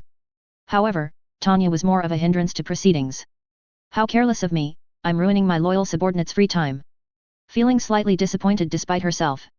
I wouldn't want to be thought of as a tyrannical employer that doesn't let her employers enjoy themselves. I'm not a communist after all. This parfait really is delicious, Lieutenant. She said, ignoring her adjutant's question for the moment as she quickly finished the last of her dessert. Unfortunately, I'm not used to such rich food. I may have made myself a little ill. It was an obvious lie, of course, but it would allow her to extract herself from the party and allow her subordinates to unwind. She also made sure to phrase it so that Visha wouldn't feel insulted by her words either. Everyone knew she'd been raised in an orphanage and she'd rarely had the opportunity to eat foods like this, and the military rarely provided anything better than K-brat. It would hardly be surprising that a growing girl might feel a little sick after eating too much. I think I'm going to go and rest, she said, hopping off her stool and giving Weiss a sideways grin. I imagine I won't feel better for at least 24 hours, and I most definitely won't want to be disturbed for anything that isn't urgent. I'll see to Captain Hozollern before I retire. I'm such a considerate supervisor, she thought as she exited the officers' mess. No doubt her loyal warhounds would now return to happily enjoying their free time by drowning their brain cells in beer. Meanwhile, she would have to be content with catching up with some rest. It had been a busy few days after all. Unfortunately, she would have to deal with Wilhelm first. The air was chill as she stepped out into early evening gloom, instinctively letting out a shiver as her boots crunched on the light dusting of snow that still persisted in Norden. Spring may have forced winter from the empire, but its influence still persisted in the occupied Legadonian territories. She hoped the cold would pass soon. She recalled dozens of horror stories about fighting when General Winter was around. She yawned as her feet took her back towards her billet. The battalion's senior officers, including Wilhelm, had been assigned some private rooms in one of the barracks on the far side of the base. Since there was little to do out here, and since the annoying little captain had decided to be antisocial again, it stood to reason that he would be somewhere in the area. Hopefully, she could get his reprimand over and done with quickly so she could get an early night. It didn't take long to find him. Much like when he had been sulking in the south, he had decided to slink off towards the perimeter of the camp, once again staring at the blade of his sword as though it held some secret that needed to be deciphered. He was not immune to the cold however, and was wearing his long black greatcoat, still ripped and battered from the last time she'd seen him wearing it in Letzenbourg. Beyond the fence, there was a thick forest, and to her surprise, there were a few distant flashes from the fighting on the front lines. Despite both the weather and the humiliating defeat they'd been handed, the commies were still trying to press the assault up here. Still, judging by the atmosphere in the base, they were in no immediate danger. Not celebrating your great victory? The boy muttered sardonically as she approached, not bothering to take his eyes off his sword. Tanya would not rise to his bait this time however, she was a professional with a job to do after all. I think we need to talk about your recent performance, Captain Hozollern. She stated bluntly, drawing on the salaryman's wealth of experience in reprimanding underperforming employees. Your recent behavior is not consistent with what is expected of an imperial soldier. You failed to adequately take the fight to the enemy and actively resisted my orders. You need to change your attitude and improve your numbers. Her speech was almost a copy of one she'd delivered in her past life, with some contextual changes for the situation of course, but she thought it an acceptable verbal warning. She was all too aware that taking further action would be troublesome. The boy still had friends in high places and had a nasty habit of making things difficult when he wanted to. Besides, she still wanted the boy around so she could keep an eye on him. However, she could not allow him to drag her battalion down, and more often than not a verbal rebuke was enough to improve performance. The boy was silent for a moment, tearing his eyes from the blade for the first time to stare at something beyond the fence before he spoke again. My numbers. Wilhelm murmured as his fingers tightened on the hilt of his blade and she could feel his anger rise. Had she not known better, she might have thought the boy would attack her, but instead, he quickly sheathed his blade and spun on his heel to glare at her. And what about your performance? The one where you single-handedly destroyed any chance of preventing a full-scale war with the Federation. He snarled, advancing on her. The performance where you dragged us into an extended conflict we don't need to be fighting. Tanya blinked with confusion, unable to understand what the boy was blathering about. Had his warped views completely misinterpreted the situation they were in? What are you talking about? Have you forgotten that they attacked us? There are thousands of commies charging over the border as we speak. She replied, gesturing at the distant flashes beyond the fence. Chances of peace were lost when they unlawfully crossed into imperial territory. So why weren't we fighting them there? If we could have beaten them back at the front, we could have opened up negotiations, maybe cede some land in exchange for peace. Tanya almost laughed out loud. Surely the little captain couldn't be that naive. He was supposed to be a political expert. We discussed the reason for the attack at length. It was a strategic decision to draw their forces away from the front line.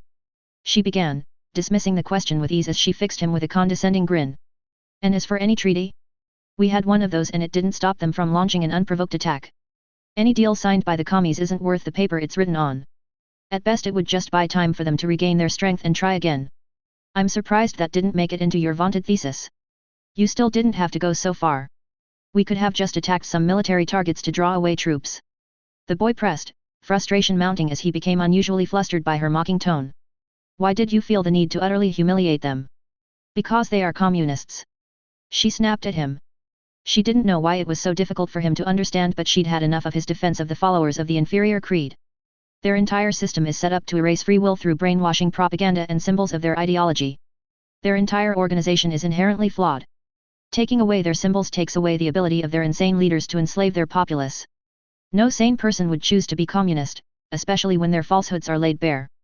Wilhelm stared at her, his thoughts unreadable save for the frustration staining his features. She became aware that she had allowed her emotions to overwhelm her for a moment, an unforgivable lapse on her part. Her point was still valid of course, however, allowing her personal feelings to taint her argument was not the right way to win a debate. Particularly against someone who could be so irrational as Wilhelm. Honestly, why do you always bring out the worst in me? Kick the door down and the whole rotten structure will come crashing down. Is that what you think? He asked eventually in a low growl, and Tanya felt a sudden knot of anxiety. It wasn't the tone that caused it however, it was the words themselves. She'd heard that phrase used in relation to communists before. However, At its core, the idea held true, particularly since the commies were fighting an offensive war. The situation was different from the salaryman's world, events may be similar but they were very different and therefore malleable and exploitable to change. In the old world, the Eastern Front had been a war of flawed ideologies but things were different here, the empire was fighting in self-defense, not at the whims of a mustached madman. Aggression was the key here. Soviet aggression in the Afghan-Soviet War had led to the collapse of the USSR in her old world, the same could be achieved with the Federation and Empire in this one. As the defender, the Empire had the moral high ground and as long as they could hold, they would see the end of the communists to the east. Body bags were a more effective symbol for the average citizen than a hammer and sickle, especially when there is no reason for the soldier in it to be sent to fight in the first place. You could put it that way. She answered carefully, still wondering where the boy had picked up the phrase. Few people are willing to die for an ideology they don't really believe in. And what if they find something else to fight for? He asked quietly, his voice darkening. Tanya found herself staring at the boy once again, he clearly had no idea of how the communists worked. There was only a handful of people that actually believed their nonsense, and even they weren't the ones running the country. It was a dictatorship that controlled the markets with the disguise of socialist values, most people were only kept in line by fear. Once the leadership could no longer project that fear, why would anyone fight for them? Why would they find any reason to fight for their oppressor? No rational human being would do something like that. She tried to find the words to drill the idea into Wilhelm's thick head but the boy had not finished yet. Worse still, what if our other enemy attacks again? He asked, his voice now almost a whisper as he shook slightly, his eyes darting back towards the fence for a brief moment. Ah, I understand now, this isn't about the communists at all. The boy had been shaken by whatever being X had tried to do over the Federation capital. Honestly, his paranoia was too much. The power of her opponent had been unusual to be sure, it had reminded her of the man she'd faced when the Allied kingdom had tried to intervene on the Rhine. However, if suicidal zealots were all being X could muster, they had nothing to fear, a rational mind would always win out over blind fanaticism. I told you I killed that soldier, there is nothing to worry about on that front. But what if? He began pressing but his words trailed off as he noticed something behind her, his expression morphing into a mix of surprise and concern. Sophia. Tanya turned to see the second Zerbst sister striding towards them and she felt a smile begin to tug at her cheek. It appeared reinforcements had arrived. The woman may have been loyal to Wilhelm but she also had his best interests in mind. She too would doubtlessly be confused about the boy's odd behavior recently, if all went well she could leave Captain Zerbst to babysit the brat while he pulls himself together. Your Highness, Major. She saluted as she came to a halt in front of them before passing Tanya her transfer notice. I'm returning and ready for duty. Duty? I won't allow it, go home. The boy bit back quickly, his voice slightly panicked upon seeing his exiled underling. However, Tanya wasn't about to let this descend into another pointless argument. This was a good opportunity to hurry up and get back on track. You don't have the authority to do that, Wilhelm, I arranged to have her brought back. She replied with a smile as the boy rounded on her and fixed her with another hateful glare. Impossible. I made sure that she'd be kept from active duty. They wouldn't listen to your word over mine. The boy snarled, reaching to grasp her collar. Fortunately for him, Captain Zerbst stepped between them before he could do something that he would live to regret. Please calm down, Your Highness, this wasn't Major Digirekov's doing. The woman interjected as Wilhelm did his best to ignore the older woman and continue to glare at her instead. I appealed to Colonel Rirujan in person to allow my reinstatement, he hadn't yet made a decision before then. The choice to return is entirely mine.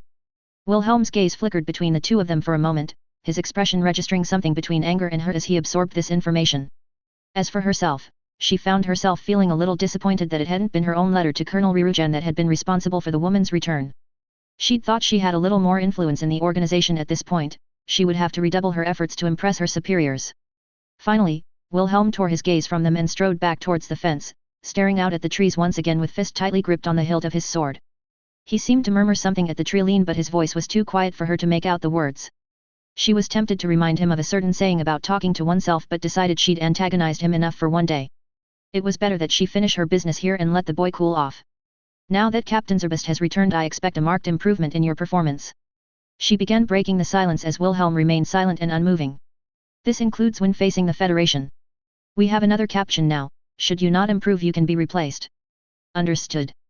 Unsurprisingly, the Zerbst woman opened her mouth to object, however a subtle gesture from Wilhelm swiftly silenced her.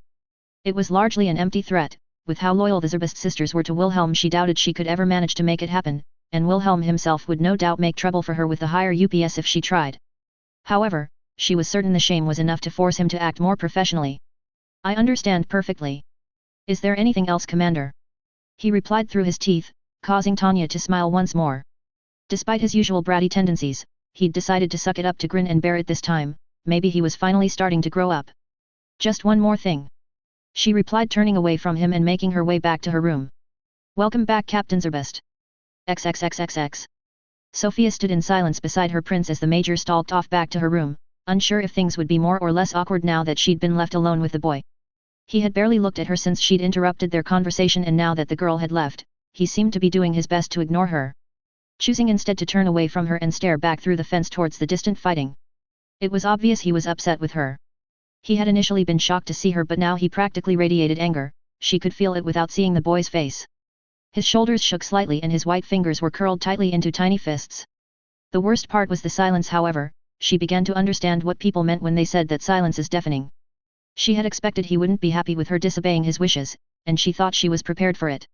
However, now she stood next to him, the anxiety bubbling up in her stomach felt almost unbearable. She wished he would say something, anything to break the tense quiet that sat like a barrier between them. But then she thought of what would come next, when she learned the true scale of her prince's disappointment with her, and despite all her mental preparation, she had no idea what he might say. She felt a lump in her throat but did her best to force it down and control her emotions. He may not have liked it, but she was doing this for him. She knew he'd sent her away because he feared for her safety, but that was precisely why she had to come back. He was in just as much danger as she and Christina were, more even. She couldn't go home and hide knowing he was out here fighting.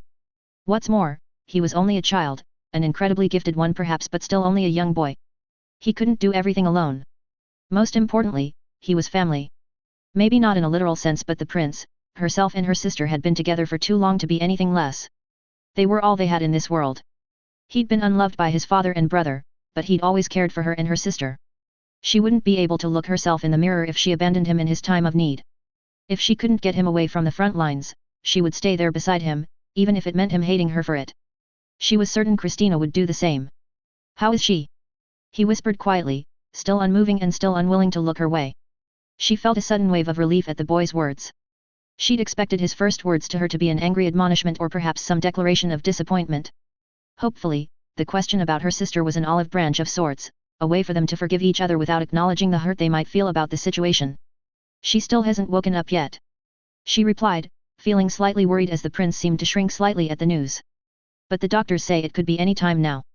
When we're next in the capital you should come with me to visit her, I'm sure she'll... Her words trailed off as the boy turned and glared at her. His was filled with fury that bordered on hatred, and although it shocked her to see such a look like that directed at her from him, it was not the worst thing she saw. He looked physically pained, as though simply mentioning Christina had cut him right to his core, and the redness around his eyes told her he hadn't been shaking with anger, he'd been crying.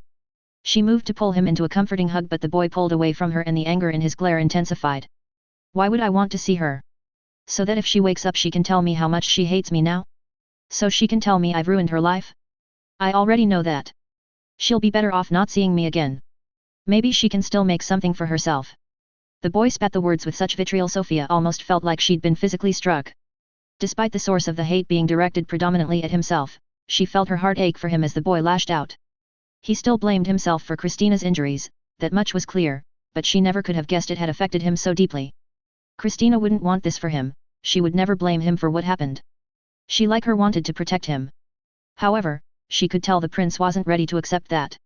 The look on his face made her doubt he would even accept the truth from Christina. And you? He growled, his voice growing darker as his pained frown deepened. I told you to go back, I told you to stay with her. You'd be better off without me too. But instead, you go behind my back and plot with Tanya and Rirujen to betray me. The words stung far more than she could have ever expected. She knew he would be angry, but to view it as a betrayal? A breach of trust? To think he would ever consider that to be the case filled her with a mix of anger and sadness. Did he really think she'd done this just to spite him? After all, they'd been through together? No, he doesn't mean it, he's worried and upset. She reassured herself, doing her best to push aside her feelings. It would do neither of them any good for this to descend into an argument. Besides, it had taken all she had to go against his orders to come back. She wasn't sure she had it in her to argue with him to his face. I will never forgive you for that. The final words hit like a shot through the heart. Not simply the words themselves, but the icy and near emotionless manner in which they were delivered. The shock of his cold pronouncement made her feel sick and her body weak, as though his words had somehow stolen all the energy she had. But worst of all, was the pain in her chest, the physical manifestation of the heartache she was feeling. I swore I would be by your side, even if you hate me for it. She reminded herself, squeezing her eyes shut to halt the tears she felt forming at the corners of her eyes. She had told herself again and again that she was prepared for this, but she heard the words from his mouth, she realized there was no way to ready herself for those words. How could you prepare for the pain of knowing one of the ones you loved would hate you forevermore? Still, she would do anything for the sake of her little prince. Even endure his enmity. There was a sudden thud against her stomach, almost causing her to fall backwards. Her eyes jerked open reflexively and she looked down in time to see her little prince wrap his arms around her waist and pull her into a tight hug. She froze for a moment, not sure of how to react as the boy squeezed a little tighter. However, as she heard a small sob from the little prince, she found herself moving automatically, pulling him closer with one hand and running the other through his hair soothingly. I missed you. He said, his words muffled through her overcoat. Despite everything he had said in the last few minutes, Sophia couldn't help but smile as she continued to comfort the boy. She'd been completely taken in by his act. He had been angry, she was sure, but he had been putting on an act in order to rebuke her. One that even her perfect little prince couldn't keep up. Me too. She replied quietly as she knelt down and hugged him properly. She couldn't be angry at him, he was hurting and suffering in silence here on the front lines. She had at least had Patrick to talk to about what had happened. The prince may have still had the major here, but by the looks of things, their relationship had been rocky since she'd been forced to leave. She may not have been able to help him. It was right for her to come back, whether he admitted it or not. The prince needed his big sister, and although she could never replace Christina, she could still be there for him. Well, since you're here to stay for the moment, he said, pushing himself free from her embrace and turning away once more, wiping a sleeve across his face in an attempt to wipe away his tears. We have work to do. Yes, back to work, back to how things should be, she thought with a smile. It was better to put all this behind them and get back to how things were, or at least as close as they could without Christina. Sir. She saluted, feeling re-energized, trying not to smile as the young prince tried to hide his embarrassment about crying in front of her. He may be a talented child, but he's still a child. I've prepared some messages for some officials, but I need to be sure of something first. He began, still sniffling slightly. How is the foreign ministry taking the news of the raid? From what I've heard from my contacts, it's fair to say many in the high command aren't happy. She replied, feeling a little confused. She hadn't expected to be thrown a question like this so soon. What was the prince planning? The foreign minister has even been talking about an inquiry, but everyone is sure the general staff would oppose it. Prince Adalbert is having a difficult time smoothing things over between them. I think an inquiry would be a wonderful idea. The prince commented with a hint of a smile as he reached into his pocket and passed her a bunch of letters. Could you send these out for me? You always have an easier time getting them through than I do. He continued before frowning slightly as he paused. The last one is for Patrick. Warrant Officer Fukunaga didn't make it. I'd like the money we put by sent to his family. Sophia nodded with understanding. The prince always cared for the families of those who fell fighting alongside him. Most didn't see how much it ate away at him when they lost one of their number. After that, I think we should go join the others. He continued, masking his previous sadness with levity. Fighting the Rus is no reason to celebrate, but seeing you again is a good reason to party. Author's notes. Hello everyone, and as always thank you all for reading. This ended up being a bit of a tricky chapter to write. In part because I really struggled with how to properly finish each section. I felt like every part was starting to drag a little bit, and because finally having Tanya and Will have it out with each other was much harder than I thought. I wanted to have them try to explain their views about the raid to each other, but also not really understand the other's point of view. I was a little worried it would just make them seem dumb, or the fact they are essentially talking past each other would be frustrating. You'll have to let me know how it turned out. I did enjoy writing Sophia's return, however, even if Will comes across as a little dickish in it. I'm not sure if Koenig and the Letzenbourg section is a little out of place in this chapter, but I have a side plot there that I wanted to start getting moving. I thought about moving it to the next chapter but was advised to leave it. So blame my beta reader Vickers if you don't like it, haha. Chapter 65, Ongoing Operations, Preparing to Redeploy. Ongoing Operations, Preparing to Redeploy. 40 years after the Great War. Londinium. Perhaps one of the most surprising things about the Empire's raid on Moscow was the domino effect it had on other nations around the world. Until the 16th of March that year, no one had thought it possible that the capital city of one of the great powers could be so badly mauled, and now both belligerents and neutral countries alike looked to their own defenses anxiously. Indeed, even the far-off Unified States found itself desperately shoring up its forces around the White House and Pentagon, fearing a possible copycat attack should one of its rivals decide to strike. However, despite the shock it brought to the world, it is important to note it only provided a minor strategic advantage to the Imperial troops fighting on the front lines. Indeed, within a few days of the start of the invasion, Federation forces had begun advancing deep into Imperial territory, and without the Great Army, the Empire's eastern forces were struggling to hold back the red tide. Despite the setbacks caused by the raid, anyone could have been forgiven for assuming that the Federation might still succeed in striking a quick victory. However, we all know that the war was far from over. Andrew WTN Special Correspondent. March 19, Unified Year 1926, 8 o'clock. Cabinet Room, 10, Downing Street, Londinium. Major General Donald Habergram was beginning to feel as though his entire life now revolved around either giving or receiving bad news. He'd long known that most of the intelligence business involved looking for and analyzing the worst-case scenarios, but before the war he at least felt as though he could find some sort of silver lining to deliver to his superiors. Lately, he felt as though he were being treated like some harbinger of doom. Every time he was called upon to give an intelligence update his colleagues looked at him as though they desperately wished he were somewhere else. It was getting rather depressing. You're certain these reports are correct? From what we know of the Federation's military capabilities, this doesn't seem possible. Asked the Army Chief of Staff incredulously, unwilling to believe what he was hearing. Habergram could understand his skepticism. Considering the Federation's initial success on the front lines, it was shocking to see such a failure in the rear. And the last thing the Allied Kingdom needed was to be tied to yet another floundering ally. I'm afraid so, Sir Robert. The Federation capital has come under a major attack and several key installations have been damaged or destroyed. In truth, it is a miracle that they didn't lose any senior members of their leadership. Habergram replied, feeling a headache forming behind his temples as the others in the room murmured to each other with undisguised concern. A group of mages snuck in behind their lines and hit the city before they knew what hit them. We intercepted their orders through Ultra, but by the time it was decrypted it was too late to warn the Federation or our unit in Moscow. He didn't bother to add that the orders they had intercepted only stated to carry out a raid to draw troops from the front lines. He was worried it might spark a debate about whether the Empire knew about Ultra or that they were either being deliberately vague or sneaking further secrets into their messages. Professor Turning had assured them that no such thing was possible, but Habergram was nothing if not cautious when it came to the Empire's capabilities. They'd been stung before. However, until he was certain, he couldn't afford to throw the power of their ace into question. The worried reactions from the other officers were not unexpected. He'd been similarly affected when he'd first learned the news. Less than a year ago they would have rejoiced at such a catastrophe befalling the communist giant in the East. There was no love lost between the two countries and they weren't above a little schadenfreude. Yet now it was enough to send panic through the very heart of government. Not only because of their reluctant alliance but because they all wondered if the same thing could happen to them. Londinium may well be in danger. Now then, gentlemen. A calm voice cut in from across the room, accompanied by the sound of a striking match as the figure lit his cigar. The room quietened as everyone turned towards the man at the head of the table, the old bulldog himself, Prime Minister Chibol. How prepared are we for something like this? What's the risk? The new radar systems and the continued air war over the Channel mean we're a little more prepared than Ivan against something like this, but we may struggle if they time an attack to coincide with an air raid. The Chief Air Marshal replied, maintaining a professional tone despite the grave news and mild rebuke he had received from the Prime Minister. I'm not sure we can guarantee the airspace over Parliament and the Palace. It may be wise to move the royal family to a safer location. There was a rumble of agreement from almost all those present, although no one seconded the issue. The safety of the royal family had been discussed before but without much success. Her Majesty and her husband will not be moved. Chibol replied firmly but with a hint of frustration. Habergram knew that the Prime Minister had advised the royals to move to one of the dominions until the threat of invasion was over.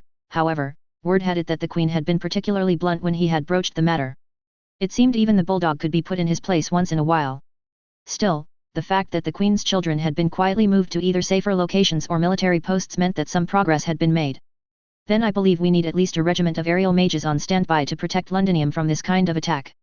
The Air Chief replied flatly with an air of exasperation.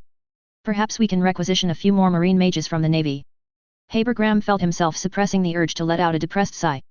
It looked as though the meeting was going to devolve into another round of arguments about who should give up their precious reserves of manpower. No one dared spare any resources without a fight. Impossible. We're already stretched as it is. The Home Fleet, the Southern Sea and the new Arctic convoys all need marine mages for protection. The new First Sea Lord interjected quickly, unwilling to allow the others to erode even a portion of the senior service's strength. Not to mention the increased Akitsushiman threat to the east.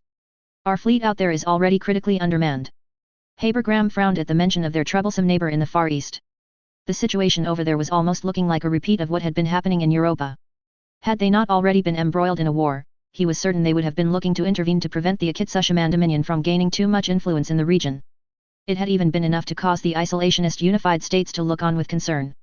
Either Chibol or the American president would likely have to make a move soon or the world would have a second empire to contend with. We're hardly flush with mages either.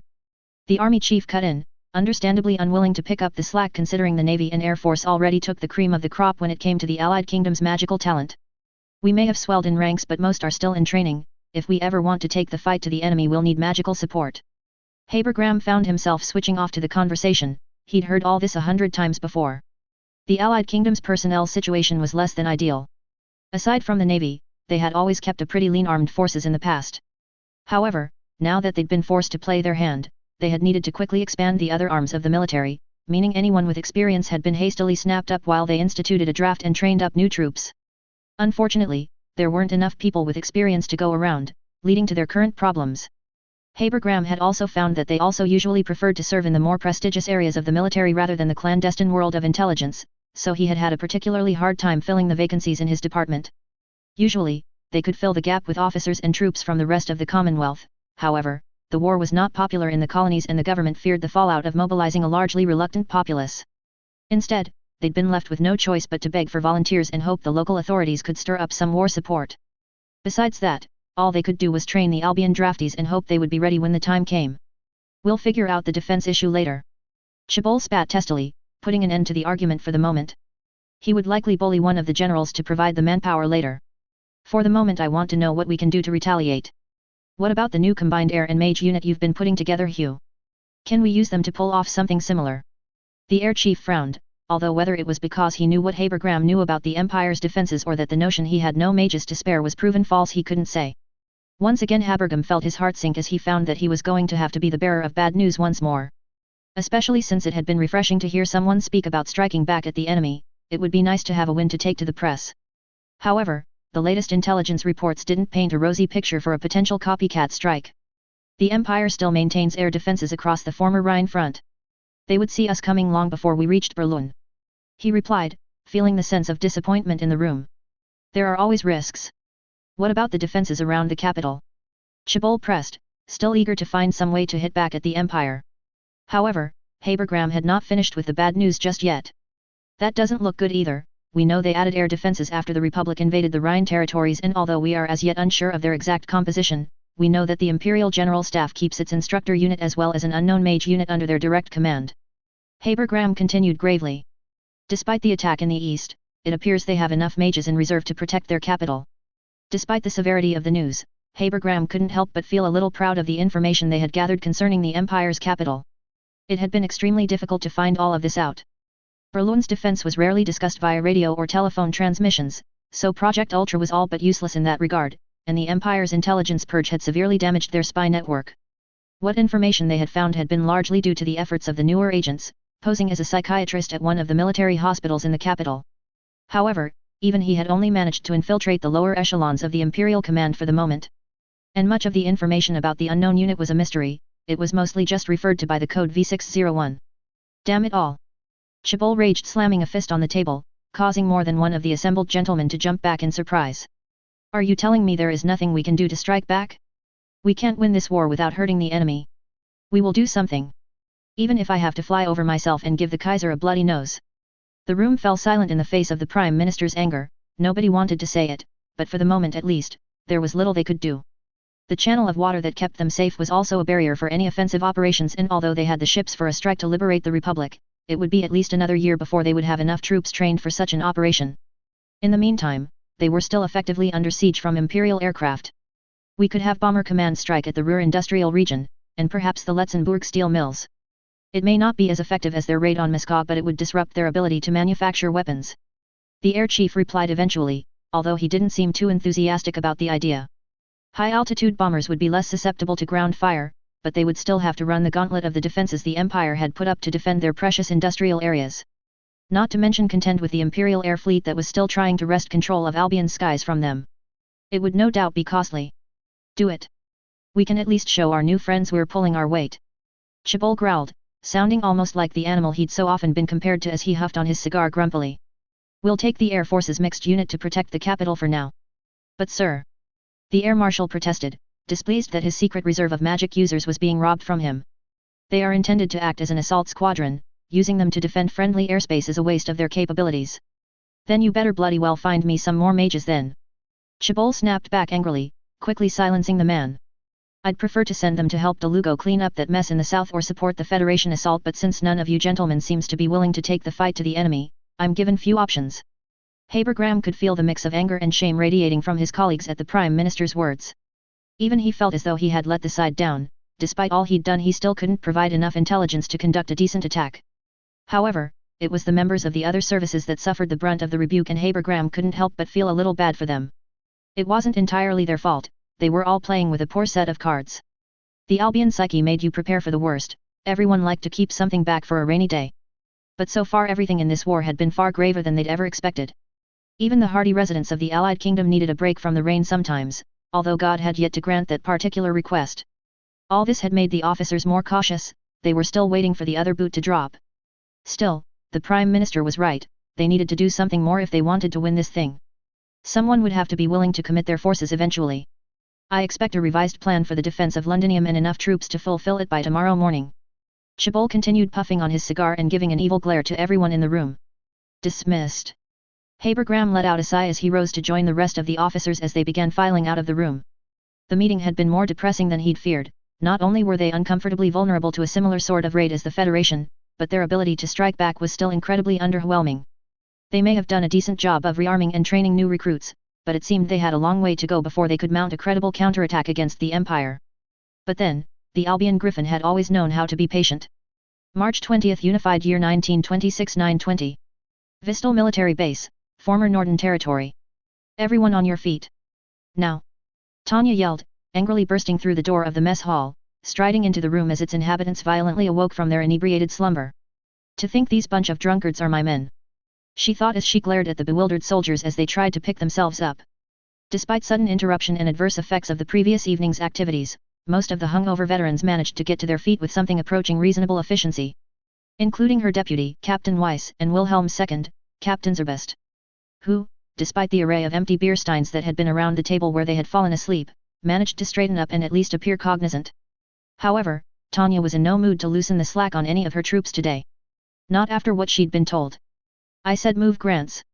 She shouted as the young officer sluggishly joined the other officers in the line. He looked especially worse for wear, and Tanya couldn't help but notice the bottle he hastily discarded as he rose from his sleeping place in the corner of the mess hall. She would have to keep an eye on him in the future.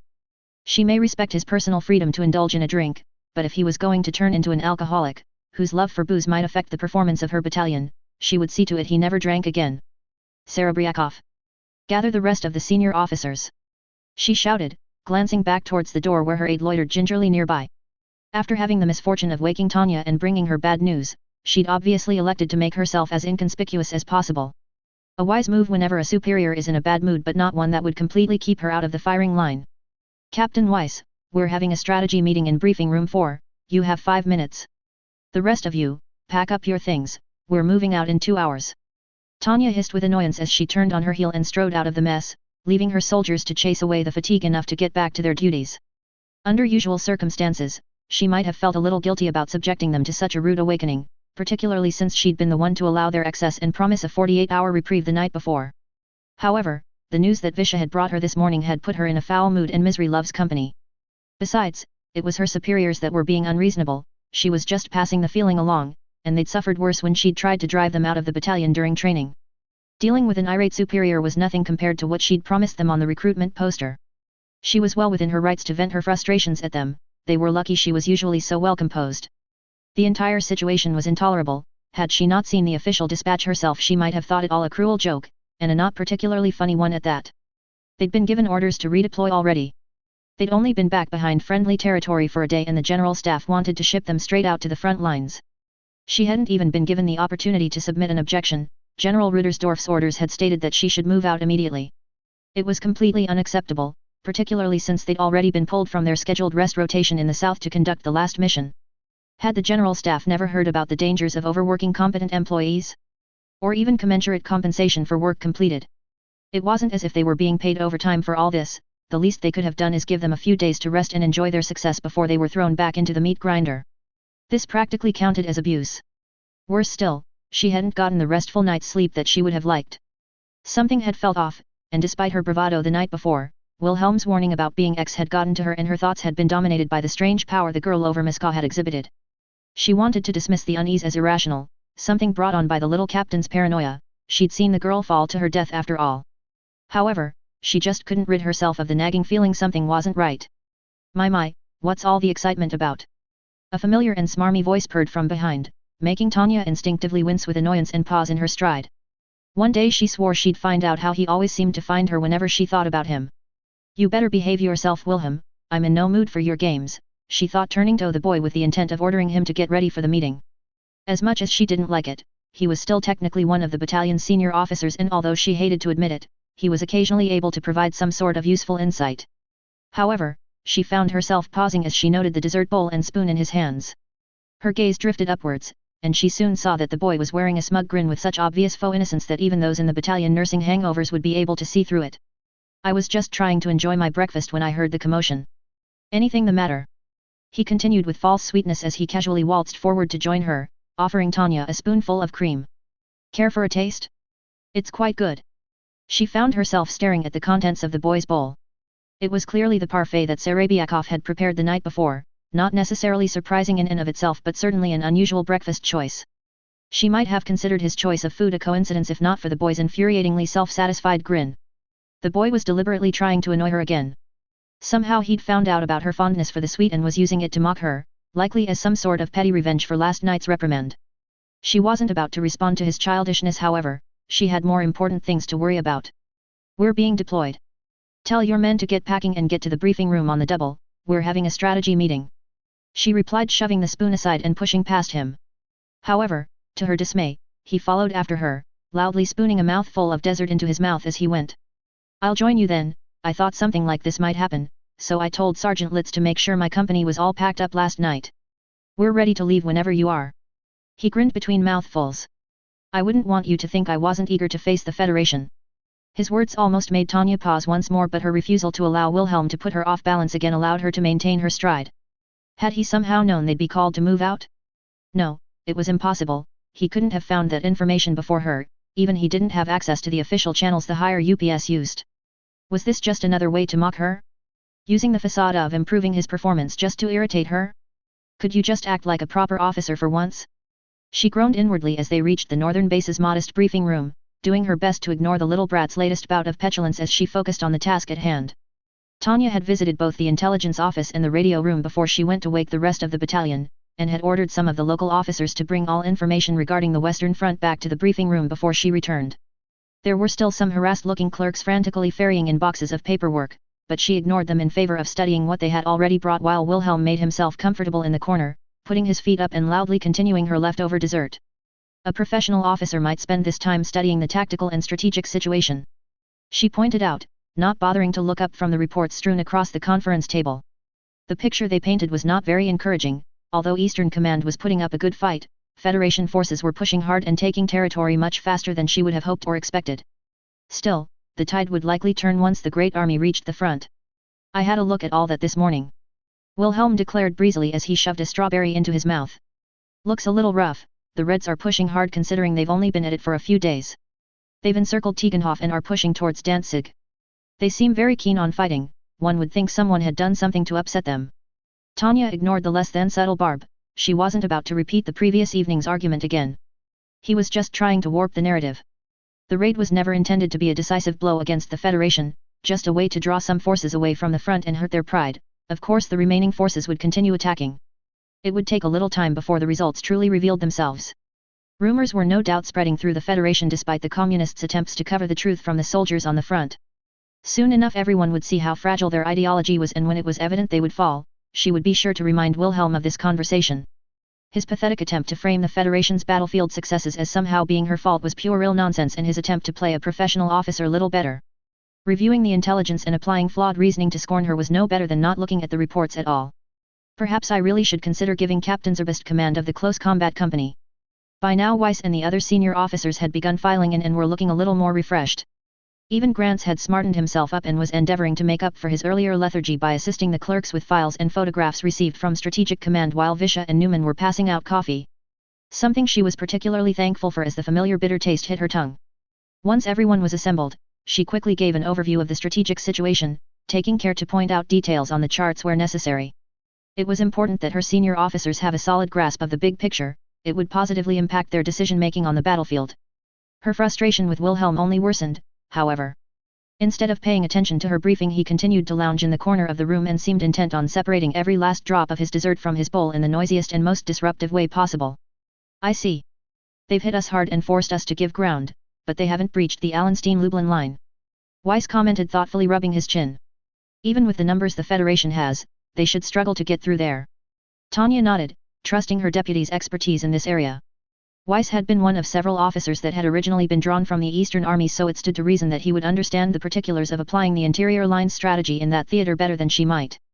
As suspected, Wilhelm's due appraisal of what was happening on the front was proven false. His limited experience in the south and on the Rhine left him almost as ill-equipped as green officers like Grant's to properly assess the situation in the east. But what exactly does that have to do with us? What are our orders? Newman asked, voicing the question aloud that everyone no doubt was wondering. As you know, the Great Army is being mobilized as we speak as per the interior line's strategy. Strategic Command has decided to assault the forces in the north first. Meanwhile, we are to form a flying column and support the Eastern Army as it tries to buy time and stabilize the lines along the Imperial Federation border. Tanya explained, doing her best not to show too much disapproval in her voice. Although she couldn't deny that their mission was a logical one, she couldn't help but be annoyed about it. This type of operation was notoriously hard work. They would be on the move near constantly, essentially fighting fires when anything came up along the entirety of the Eastern Front. It was the sort of task that entailed a lot of work with very little reward or opportunity to excel, the worst sort of job for an officer who wanted to climb the ladder like Tanya. They're attacking the north first. Wilhelm chimed in, finally deciding to show some interest as he abandoned his now empty bowl and joined them at the map table. Surprisingly, his sudden bout of curiosity seemed to be genuine, and Tanya could almost see the cogs moving in his mind as he assessed this new information. Although considering what the boy was usually like, she wasn't sure if this was a good or bad thing. Why defend the Entente territory? Do they think the Federation will try to liberate it? Grants added with confusion, causing Tanya to smile. She almost wanted to laugh out loud at the idea of the Communists liberating someone else's territory. Most of their own citizens were lucky if they lived in one of the Federation's so-called republics, puppet states that pretended to play democracy with only the choice being which state-sanctioned stooge was in charge. The most any liberated country could expect from the Federation was a new people's government staffed entirely by similar people chosen for their loyalty to Moscow. Rather than liberation, it was better described as a poorly rebranded conquest. Still, she supposed she couldn't be too hard on Grants for his naivety. Few people in this world knew how truly terrible and corrupt communism could be. This world's history had yet to see them catastrophically fail. That was the reason they managed to dupe so many people into following the flawed ideology in the first place. I don't pretend to know Strategic Command's full plan, but I would guess they plan on isolating and destroying the weakest force first, then use the Northern Army to flank the main force while they bring the Great Army back to the Imperial border. She continued explaining calmly. It was exactly the sort of tactic the Imperial General Staff would put together. It was in the very nature of men like Zetter and Rudersdorf to seek out decisive victories. Despite her earlier gripes about them overworking her, she had to admit they worked hard at minimizing losses by planning out such significant gains. The plan itself also had all the hallmarks of the men she knew preferred to be careful about how they expended their resources. Although Northern Command still needed to garrison the Legadonian territory to suppress any resistance movements, they could still bring some extra fighting power to the table. Neither Zetter nor Rudersdorf were the sort to allow their limited resources to stand idle. Something she was learning to both respect and dislike about the pair. She was about to expand further, but a knock on the door put an end to any additional strategic analysis as one of the radio operators she had pressed for information earlier arrived with a message. He saluted and quickly apologized for the interruption, not even glancing in her direction as he passed a paper to Visha before hastily excusing himself. If she didn't know better, she might have thought he was purposely trying to avoid her. It's from Eastern Command. The commander of Tegenhof requests any assistance in helping relieve the siege as soon as possible. Visha reported urgently, passing the message to her commander. Tanya took the message from her adjutant and scanned it for confirmation, although it was more out of habit rather than because she believed Visha had made a mistake.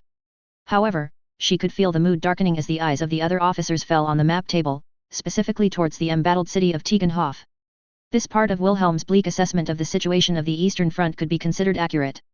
The port city and rail hub perched on the Baltic Sea was not especially close to the Federation border, but it was close enough that it had obviously presented a tempting target for the assaulting Federation. The forces within the city had managed to put up a decent fight and had resisted initial attempts to storm the city. However, the forces guarding the southern flank had taken a beating and had been forced to fall back, leaving the city surrounded. That wasn't the reason for the sudden gloomy atmosphere, however. Eastern Command had sent a request rather than orders, meaning that they were unsure if they'd be able to spare the forces to help out the defenders. It was essentially a cry for help. All of them had seen messages like this come through before, and they all knew it meant that it was unlikely anything could be done, the defenders would have to fend for themselves. Not that it was really her problem, of course, their orders came from Berlin and superseded anything from Eastern Command. Besides, their unique position in the command structure meant she had a great deal of autonomy when it came to interpreting orders. Still, no soldier wanted to hear about their comrades being left to hang out to dry. It was a terrible reminder that it could happen to any of them, and such news was terrible for morale. Things don't look good for them. Weiss murmured glumly. They can still get supplies by sea, but the Navy might not want to risk it with the Reds in artillery range. Another nail in the coffin for the city forces, but understandable from the point of view of the Navy. Ships were almost ruinously expensive to both repair or replace, and although it was an ever-present annoyance that the fleet wasn't pulling its weight, even she could see it wasn't worth risking them for an otherwise doomed city. She hated to admit it, but it might not even be worth the risk of an evacuation if all it did was give the Federation an opportunity to take pot shots at their transport ships. It would be almost literally shooting fish in a barrel. I can't say I envy them. Wilhelm added gravely, abandoning his earlier petulant behavior in favor of a more somber tone. Obviously he'd decided his saintly reputation needed reinforcing. However, something about his tone seemed a little strange. She almost believed that he felt sorry for the trapped soldiers. Still, she couldn't help but agree, losing the city was a tragic waste, especially given the location. As a major rail hub, it was robbing the Federation of a great deal of logistical capacity while it was still under Imperial control, and its position behind the rest of the lines meant it was an awkward threat to their rear. If it were possible to prevent the fall of the city, a flying column would be unnecessary. Its strategic goal could be achieved by striking from a base in Tegenhof. Meanwhile, more Imperial soldiers lost meant less precious human resources for the Empire, not to mention more work for her, neither of which Tanya liked thinking about. But still, it would only be a waste of further manpower and materiel if the Eastern forces mounted an unprepared counterattack to save them. I've read that the Federation favors mass battalions of artillery. Wilhelm continued, a frown staining his features. Once they move up the big guns, they'll flatten the city. Considering everything that's happened, they might not even let them surrender. The other officers shared a grim look for a moment, no doubt perturbed by Wilhelm's words. She opted not to reprimand him for his defeatist tone, however, at least not for the moment. It served as a helpful reminder that the Federation was not a signatory of the various treaties that regulated the rules of war, and so were not bound the same way that they were. This was of particular importance if they were captured. Unlike the other powers, the Federation had no obligation to keep them alive. Still, this wasn't the only thing that stopped her from speaking out. Something else about the boy's words had caught her attention. Had they really not brought up the artillery yet? It made sense. Even on the Rhine it had been difficult for the artillerymen to keep up with the situation at the front, and that was when the lines were practically static. Back when they had been serving under Lieutenant Schwarzkopf, there had been plenty of times that she and Visha had called in artillery support only to find the guns weren't in position. And that had been with the Empire's famed logistical efficiency. The Federation had gained a great deal of territory very quickly. It stood to reason the heavy stuff couldn't keep up. That was something they could exploit. Serebriakov, bring me all the aerial reconnaissance we have around Tegenhof. Grants, fetch anything about the composition of enemy forces around the city. She ordered urgently as she stared at the beleaguered city on the map once more, the cogs turning in her head as she studied the possibilities. Both officers produced results gratifyingly quickly, and after a brief glance through the information, she felt a smile start to tug on her lips. Wilhelm had been right, they hadn't brought up the big guns yet. Neither did they have a great deal of dedicated anti-air in the area. Ladies and gentlemen, pack your things. She declared with a wide grin. She had a plan that would make life much easier for both herself and Eastern Command. We're going to help out our brothers in arms in Tegenhof. March 24, Unified Year 1926, 12:40. Golitsyn Hospital, Moscow, Russia Federation. Mary winced as she staggered through the hallways of the Federation Hospital in search of her commander, sharp stabs of pain shooting through her body with every step. She'd been told she was healing remarkably well considering her injuries, and the doctors had been surprised that there were no signs of long-term damage from the fall. However, to her, it felt as though her bruised body was hurting more now than when she'd first hit the ground, especially around the bullet wound in her shoulder. But it had been her heart that suffered the worst. Since seeing Papa's gun in the hands of that monster, she'd suffered a near-constant ache in her chest that no painkiller could erase. In truth, the pain from her other wounds almost served as a welcome distraction in comparison to the sorrow that had buried itself in her chest. She knew she should be thankful that she had been spared from what could have been life-ending wounds. Damien said that God had protected her from the devil, and in truth, she found it difficult to disagree with him. She could think of no other explanation for how she could have survived against that monster. The girl had not only been cruel but efficiently so, not even showing a sliver of emotion as she plunged the butt of Papa's gun into her stomach. Had that been the look on the demon girl's face as she'd rained death down upon the city? Did she not care at all for the lives she was taking? Anyone so uncaring had to be pure evil, only God could save them from that. Then there had been the power that had enveloped her, the warm glow that had saved her from the indiscriminate fire of the monster and cushioned her fall. There was no other explanation for what it was other than it was a miracle. For whatever reason, God had spared her. Still, she found it difficult to give thanks when so many others had been killed and injured. She knew it was childish to think that God would step in and protect everyone, perhaps even stop the war, but part of her desperately wished it were so. Particularly since some of those who had been lost in the fighting had been both her squad mates and her countrymen. That was why it was so important to see Commander Drake. "Sist, Mary, you should be resting. Let's return to the ward, we can see how Miss Vivi is doing." The familiar voice of her friend Damien called behind her as he struggled to keep up. The boy had visited her regularly since she'd awoken, offering her company, news, and prayer whenever he was able to sneak away from his own hospital bed. She'd thought his presence strange initially. When she'd seen him after the fall his wounds had disappeared, so she had not expected to see him in the hospital, at least not as a patient. However, when he had appeared to keep her company, he had sported bandages and a sling, as well as a limp from some shrapnel that had embedded itself in his leg. She had later found out that he had been sent here before her and had been convalescing in another wing of the hospital. When she'd asked him about his appearance on the Moscow streets after the fall, he had responded only with a look of confusion, so she'd had no choice but to conclude the whole thing had been a dream or hallucination. Quite why she had thought of him as she hovered at the edge of consciousness she couldn't fathom, and she couldn't help feeling a little strange about his visits. Still, she couldn't turn away her friend for trying to keep her company, particularly when he was the only one bringing her news about Vivi and the others. "I can't, Damien, I need to see Colonel Drake about this. Tor and Eva deserve better," she replied, pressing onwards as she felt tears beginning to form in the corner of her eyes. She hadn't been close to either of the other Entente exiles, they had mostly kept to themselves and had rebuffed offers of friendship for fear the others might exclude them. All of them already sensed that they were quietly being blamed for the war, but Tor and Eva had worried that if they formed a group, it would only make things worse. Mary had respected their wishes, even though she desperately wanted someone to talk to about home. Despite the distance between them, they were still Mary's countrymen and she knew she needed to speak out. She was certain that if the situation had been reversed and she were the one being treated this way, they would have done the same. As one of the few Legadonians left in the unit, it was up to her to speak out on their behalf. Her thoughts were quickly broken however as the boy gently took her hand and bid her halt in her stride. "The Lord will hold them close no matter where they lay," he replied quietly as he looked up at her offering a reassuring smile, and for a moment, she felt herself calming down. It was not to last however, as a vision of her father entered her mind, accompanied by another stab of pain in her chest. No, there was a reason she needed to speak with the commander. She had not been able to bury her father, not been allowed to mourn. She wouldn't put Tor and Eva's families through the same thing. She couldn't erase the pain of their deaths, but perhaps she could lessen it. "That isn't the point, Damien," she replied, reluctantly pulling herself away from the boy's warm hand. "They should be allowed to go home one last time." Damien didn't reply as she turned on her heel and continued on her way, but she felt grateful for his continued presence as he followed her, silently offering her his support. Despite all her bravado, she was nervous about facing the commander. Unfortunately, the hospital was a labyrinth, and all the signs were written in the Federation's cryptic alphabet, making it all too easy to get lost. Worse still, the longer it took, the more her wounds ached and the fire that stoked her desire to see the lieutenant colonel began to weaken slightly. She was close to giving up when she finally turned a corner and found what she was looking for. She looked out over a small garden courtyard attached to the hospital grounds. Despite only being early spring, the garden was green and full of life, with flowers already starting to bud amongst the well-tended flower beds, and she couldn't help but feel as though some of her aches were chased away by the beauty around her. At its center was a large statue of a man that Mary didn't recognize. It almost seemed strange. She would have expected to see a statue of an angel or a saint in such a place, and although the man stood with his arms out offering mercy as the others usually would, the effect somehow felt a little odd. He stood on a plinth decorated with the Federation stars along with a plaque of names, and she found herself wondering what they must have done something to earn such reverence.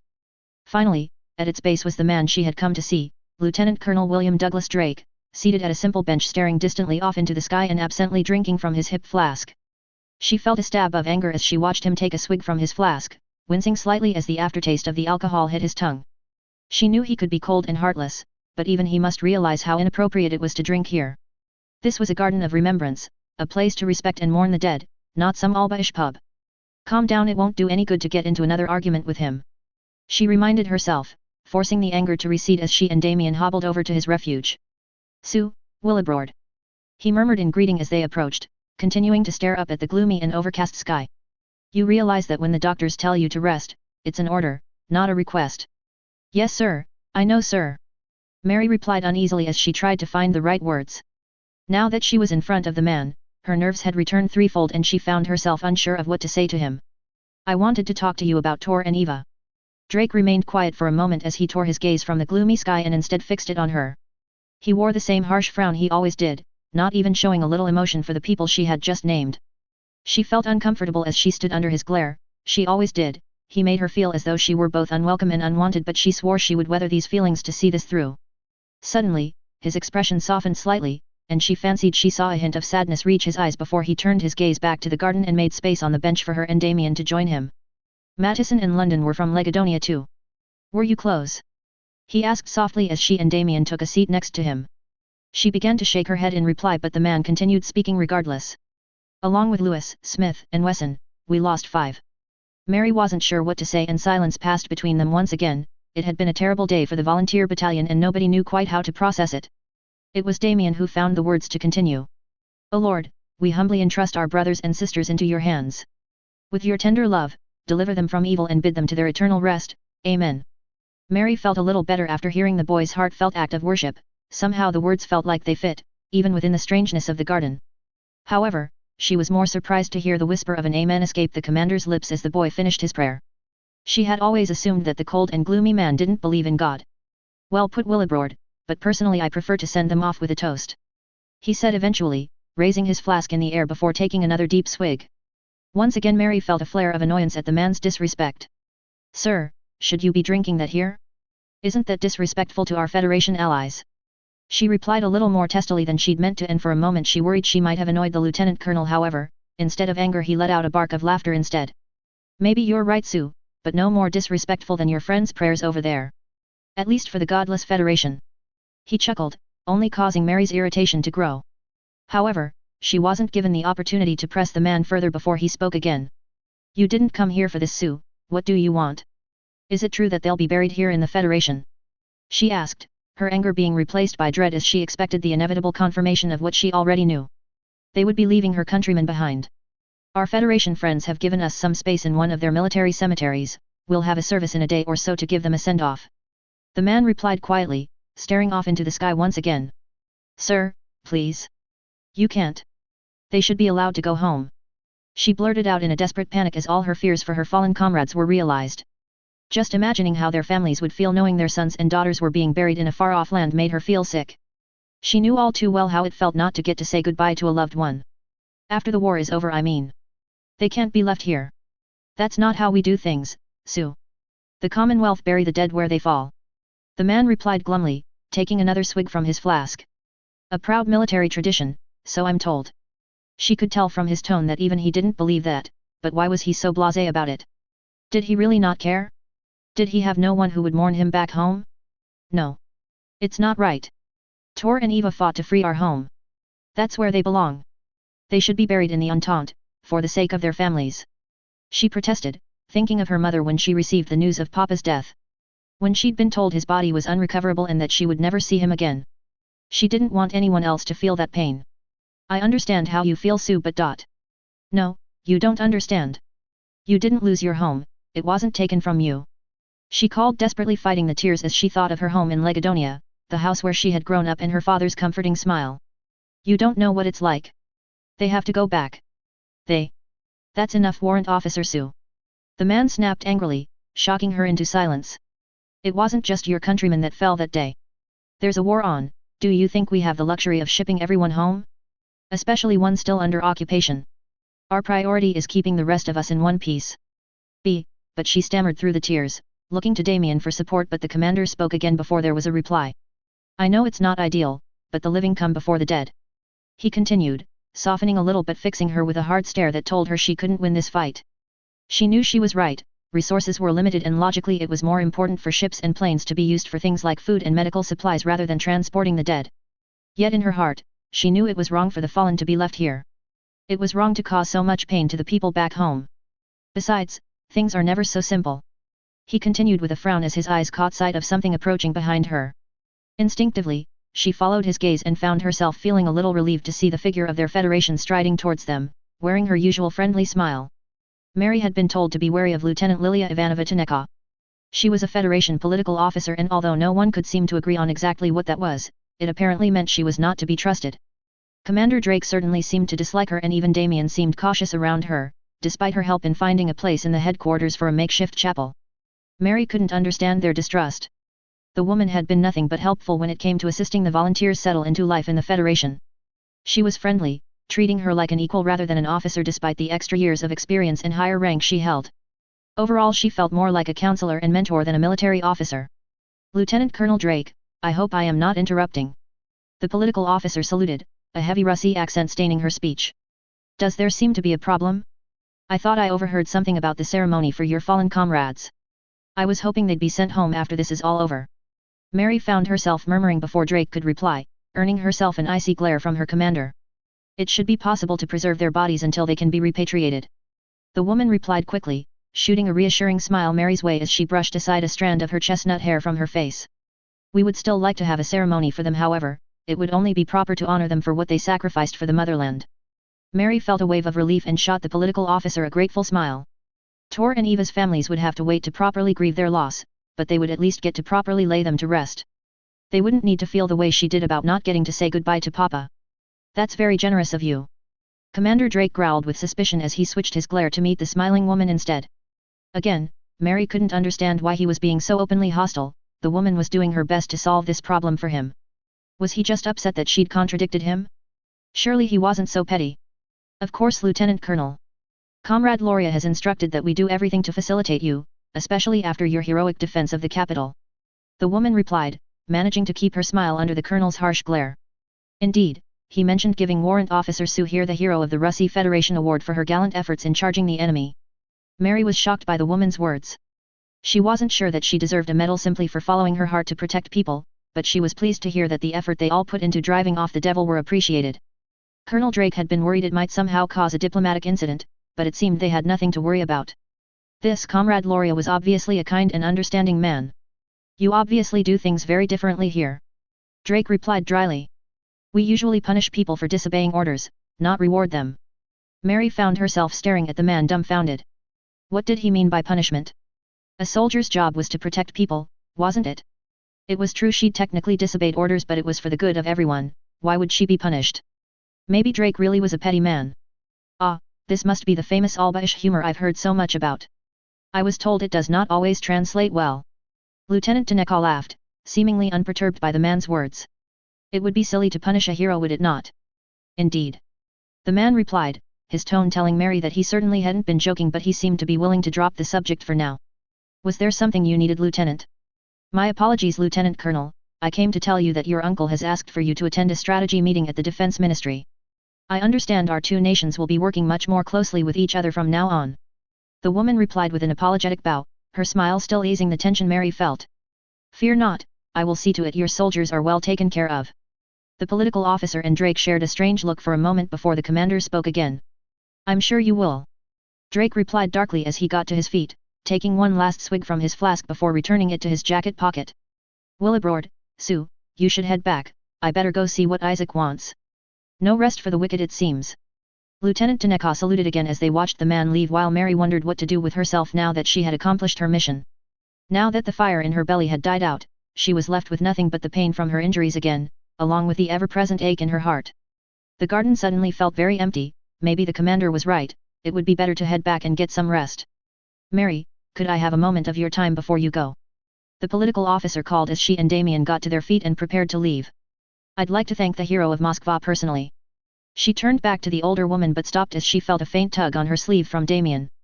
The boy shot her a worried frown, glancing at the lieutenant before settling his gaze back on Mary.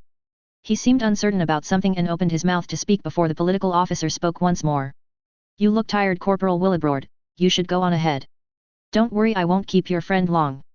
The woman smiled reassuringly. She was right, the boy did seem a little drained, and Mary found herself feeling a little guilty about dragging him halfway through the hospital when he still had his own injuries to worry about. I'll catch up with you later. She added, adding her own smile to the older woman's. It was sweet that he was worried about her, but she didn't want him to exhaust himself or make his injuries worse. He still seemed uncertain, but after another glance her way he reluctantly headed out of the garden, leaving her and the political officer alone. I really must thank you once again for what you did to drive the invaders away from the city, said the lieutenant once the boy was out of earshot. I meant it when I called you a hero. Thank you, Lieutenant. She replied, blushing slightly. It felt a little uncomfortable to be praised so openly for something she'd done without thinking. Please, call me Lilia. I'd like us to be friends. The woman returned cheerfully holding out her hand. Mary found herself a little overawed by how confident this lady was. You're sure? You don't blame me for the war? Or my people, I mean. She replied as she shook the older woman's hand. Although people were rarely hostile towards her and her countrymen, it was obvious that people quietly blamed them for everything that had happened. Few people wanted to be friends with a Legadonian these days. Why should I? Your people might have started a border scuffle, but it was the empire that created the tragic conflict we find ourselves in today. What do you mean? Mary asked with confusion.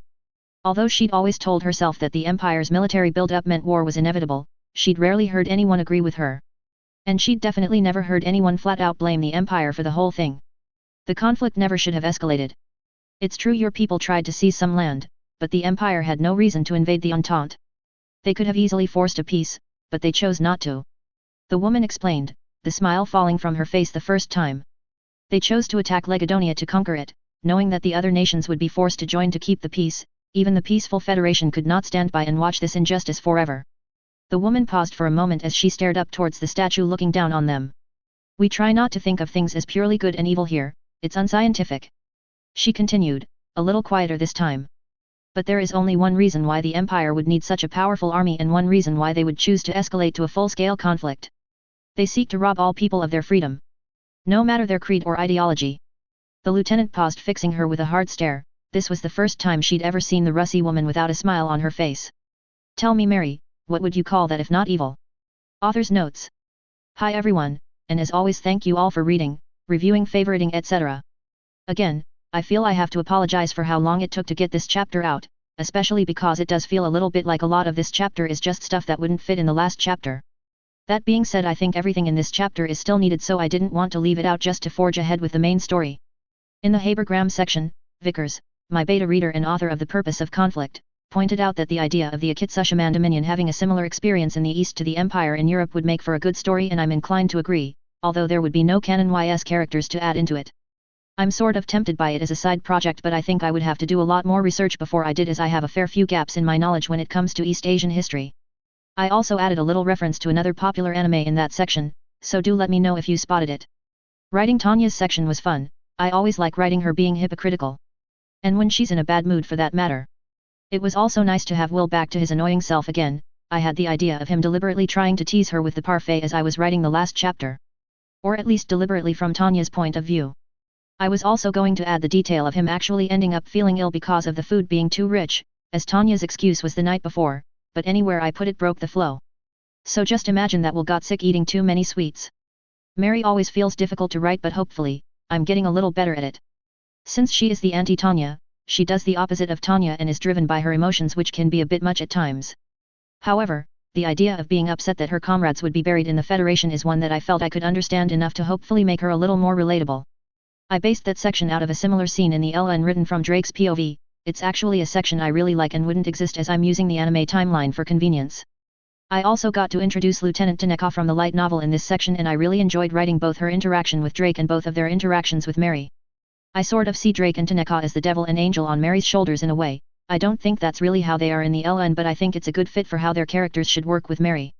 Although Mary wouldn't think of them that way, of course. Chapter 66, Tegenhof Reinforced. Tegenhof Reinforced. 40 years after the Great War. Verloren. Dear Andrew. It looks like I'll be continuing my fieldwork over here in Germania for a bit longer. I'm having a devil of a time getting a meeting with Frau Ansbach. The Eurodla Corporation has pushed it back 4 times now. I understand she's a busy woman, but it's getting difficult not to take it personally at this point. It feels like I'm being deliberately ignored. I was a little worried the magazine would cancel the project altogether over the cost of staying over here, but Ansbach's personal assistant contacted me and offered to pay my expenses. So I suppose they must not be too hesitant for me to interview her. Either way, it seems I can continue acting as your researcher for a while. I managed to speak to General von Rirugen again for you, and I can see why you had so much trouble with him. He's a cagey one, that's for sure, not to mention frustratingly vague on any of the details relating to his Kampfgruppe. If we hadn't got all the paperwork to confirm it, I'd think he wasn't even there for all the engagements on the Eastern Front. He describes them like he's looking at a map instead of recalling a memory. It's almost like he can only imagine the events at a strategic level. Then again, they say great military minds can be eccentric, and we know the Empire had plenty of those.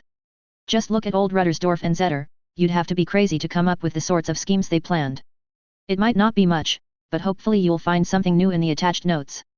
At the very least you can check them against the information you already have to see if it all lines up. I did find something odd however, he seems to have some connection to Frau Ansbach. Specifically, she's a major donor to several of Ryugen's veteran charities. It might be nothing, but my palms are itching, telling me to dig deeper, so I'm going to look into some financial records while I wait for the interview. You never know, I might have stumbled onto something big. I also visited a couple of the veteran charities when I got back to Berlin, to see what some of the old soldiers thought about Ryugen. There were quite a few who claimed to have been part of the Ryugen Kampfgruppe at one time or another.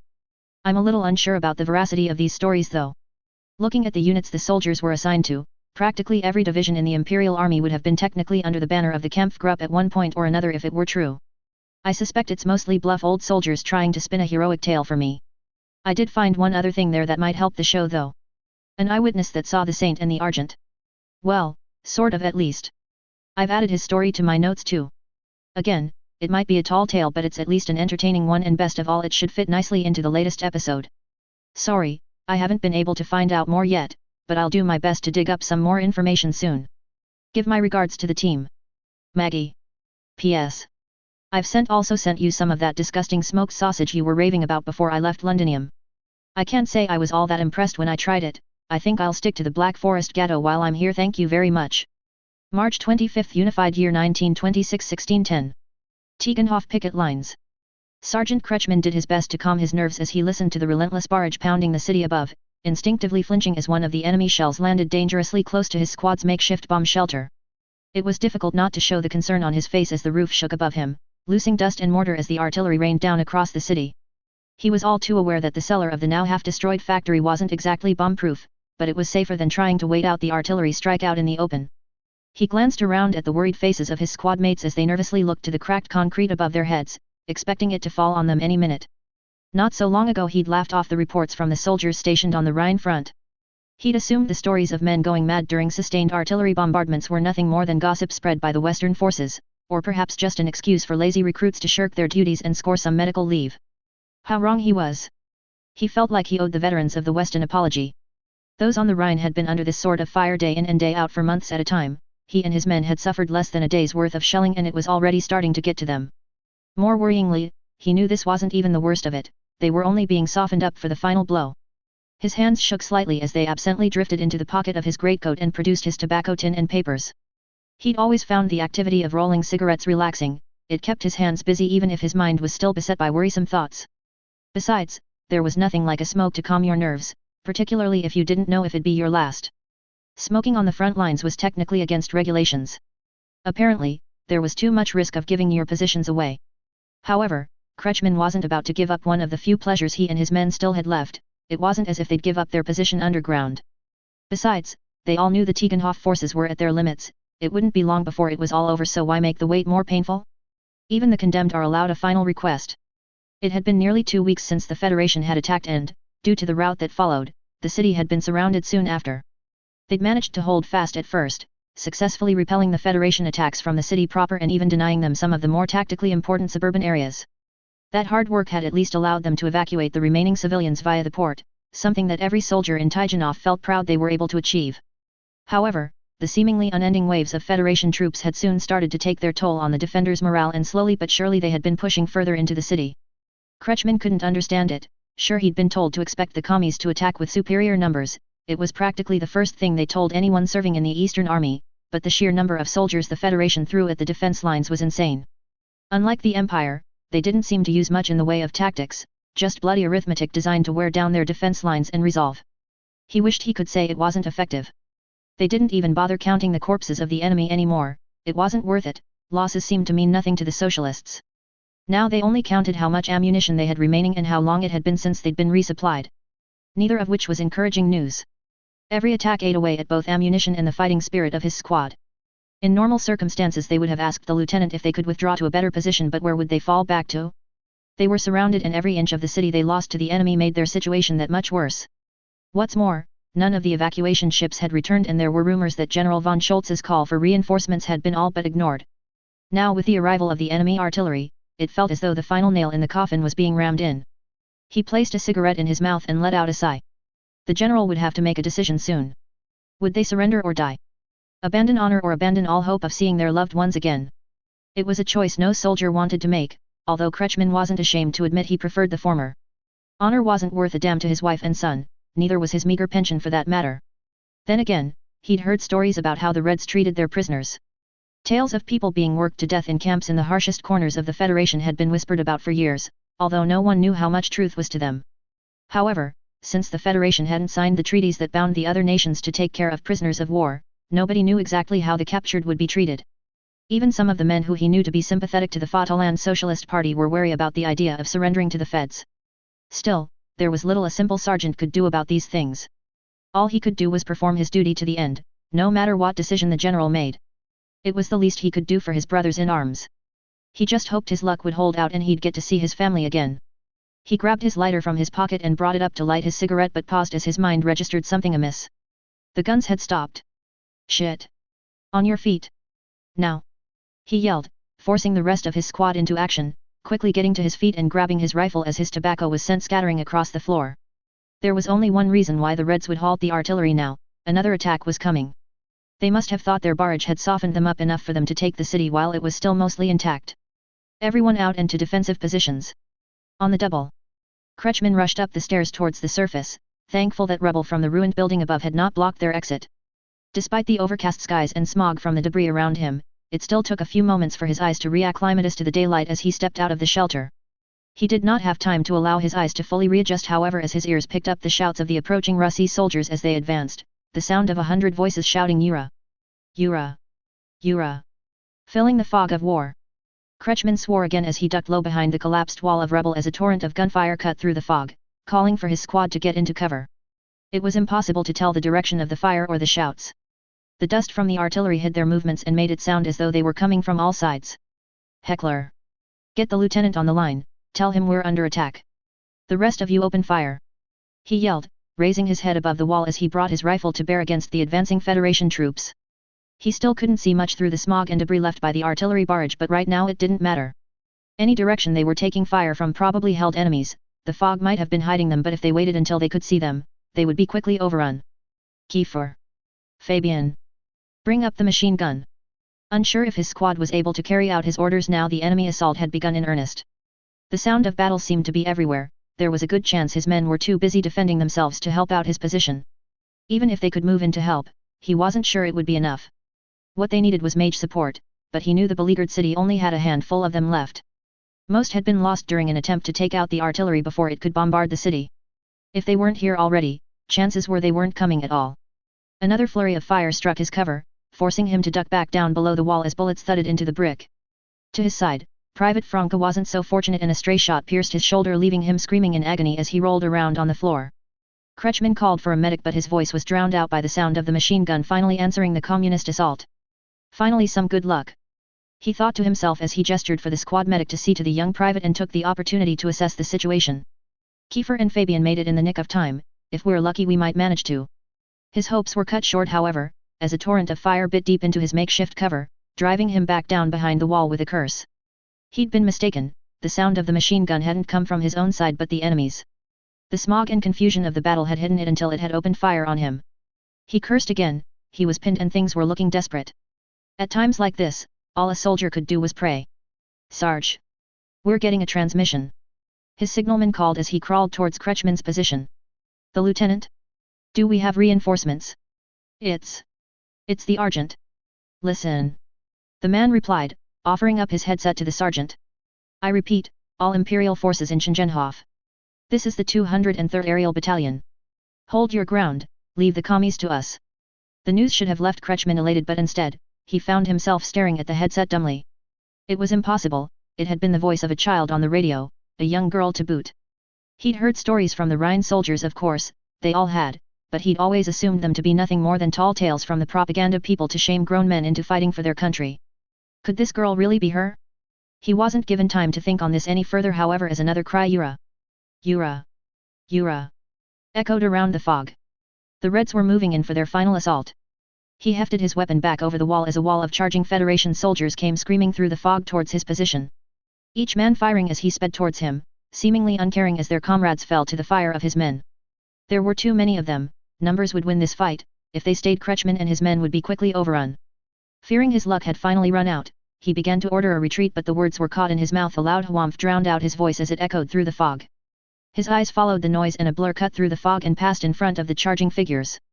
Screams now replaced the Russi war cry as blood and ichor erupted in the wake of the mysterious blur, the front rank of advancing enemies falling as they were sliced to ribbons. A sudden series of eruptions followed, erasing the second rank before Kretschmann could even make out their features in the smog, and the Russi assault began to falter as it reeled from the unexpected chaos. He heard more screams from the fog, accompanied by a frenzied bark of gunfire and the clash of metal. The remaining visible Federation troops began to panic and run, disappearing back into the fog and the mercy of whatever the blur was. He watched, mystified, as the enemy that had been so close to driving them back evaporated in front of him. His prayers had been answered, an avenging angel had spared him from the communist onslaught, but how could that be? What had saved them? Suddenly, more figures descended from the sky like the Valkyries from the Old Norse legends. At their head was a beautiful young woman, firing twin pistols towards the fleeing communists as she glided down in front of him. "Looks like we got here just in time," she said with a smile that forced Kretschmann to remind himself that he was a married man. "What's your status? Where is your commander?" "I'm not sure, ma'am. We were about to be overrun. Last time we heard from him was ... That was when the sorrowful childlike voice filled the air. He could not understand the words, he had never learned the Russi's strange alphabet, but the boy's mournful tone cut through the air regardless and sent shivers down his spine.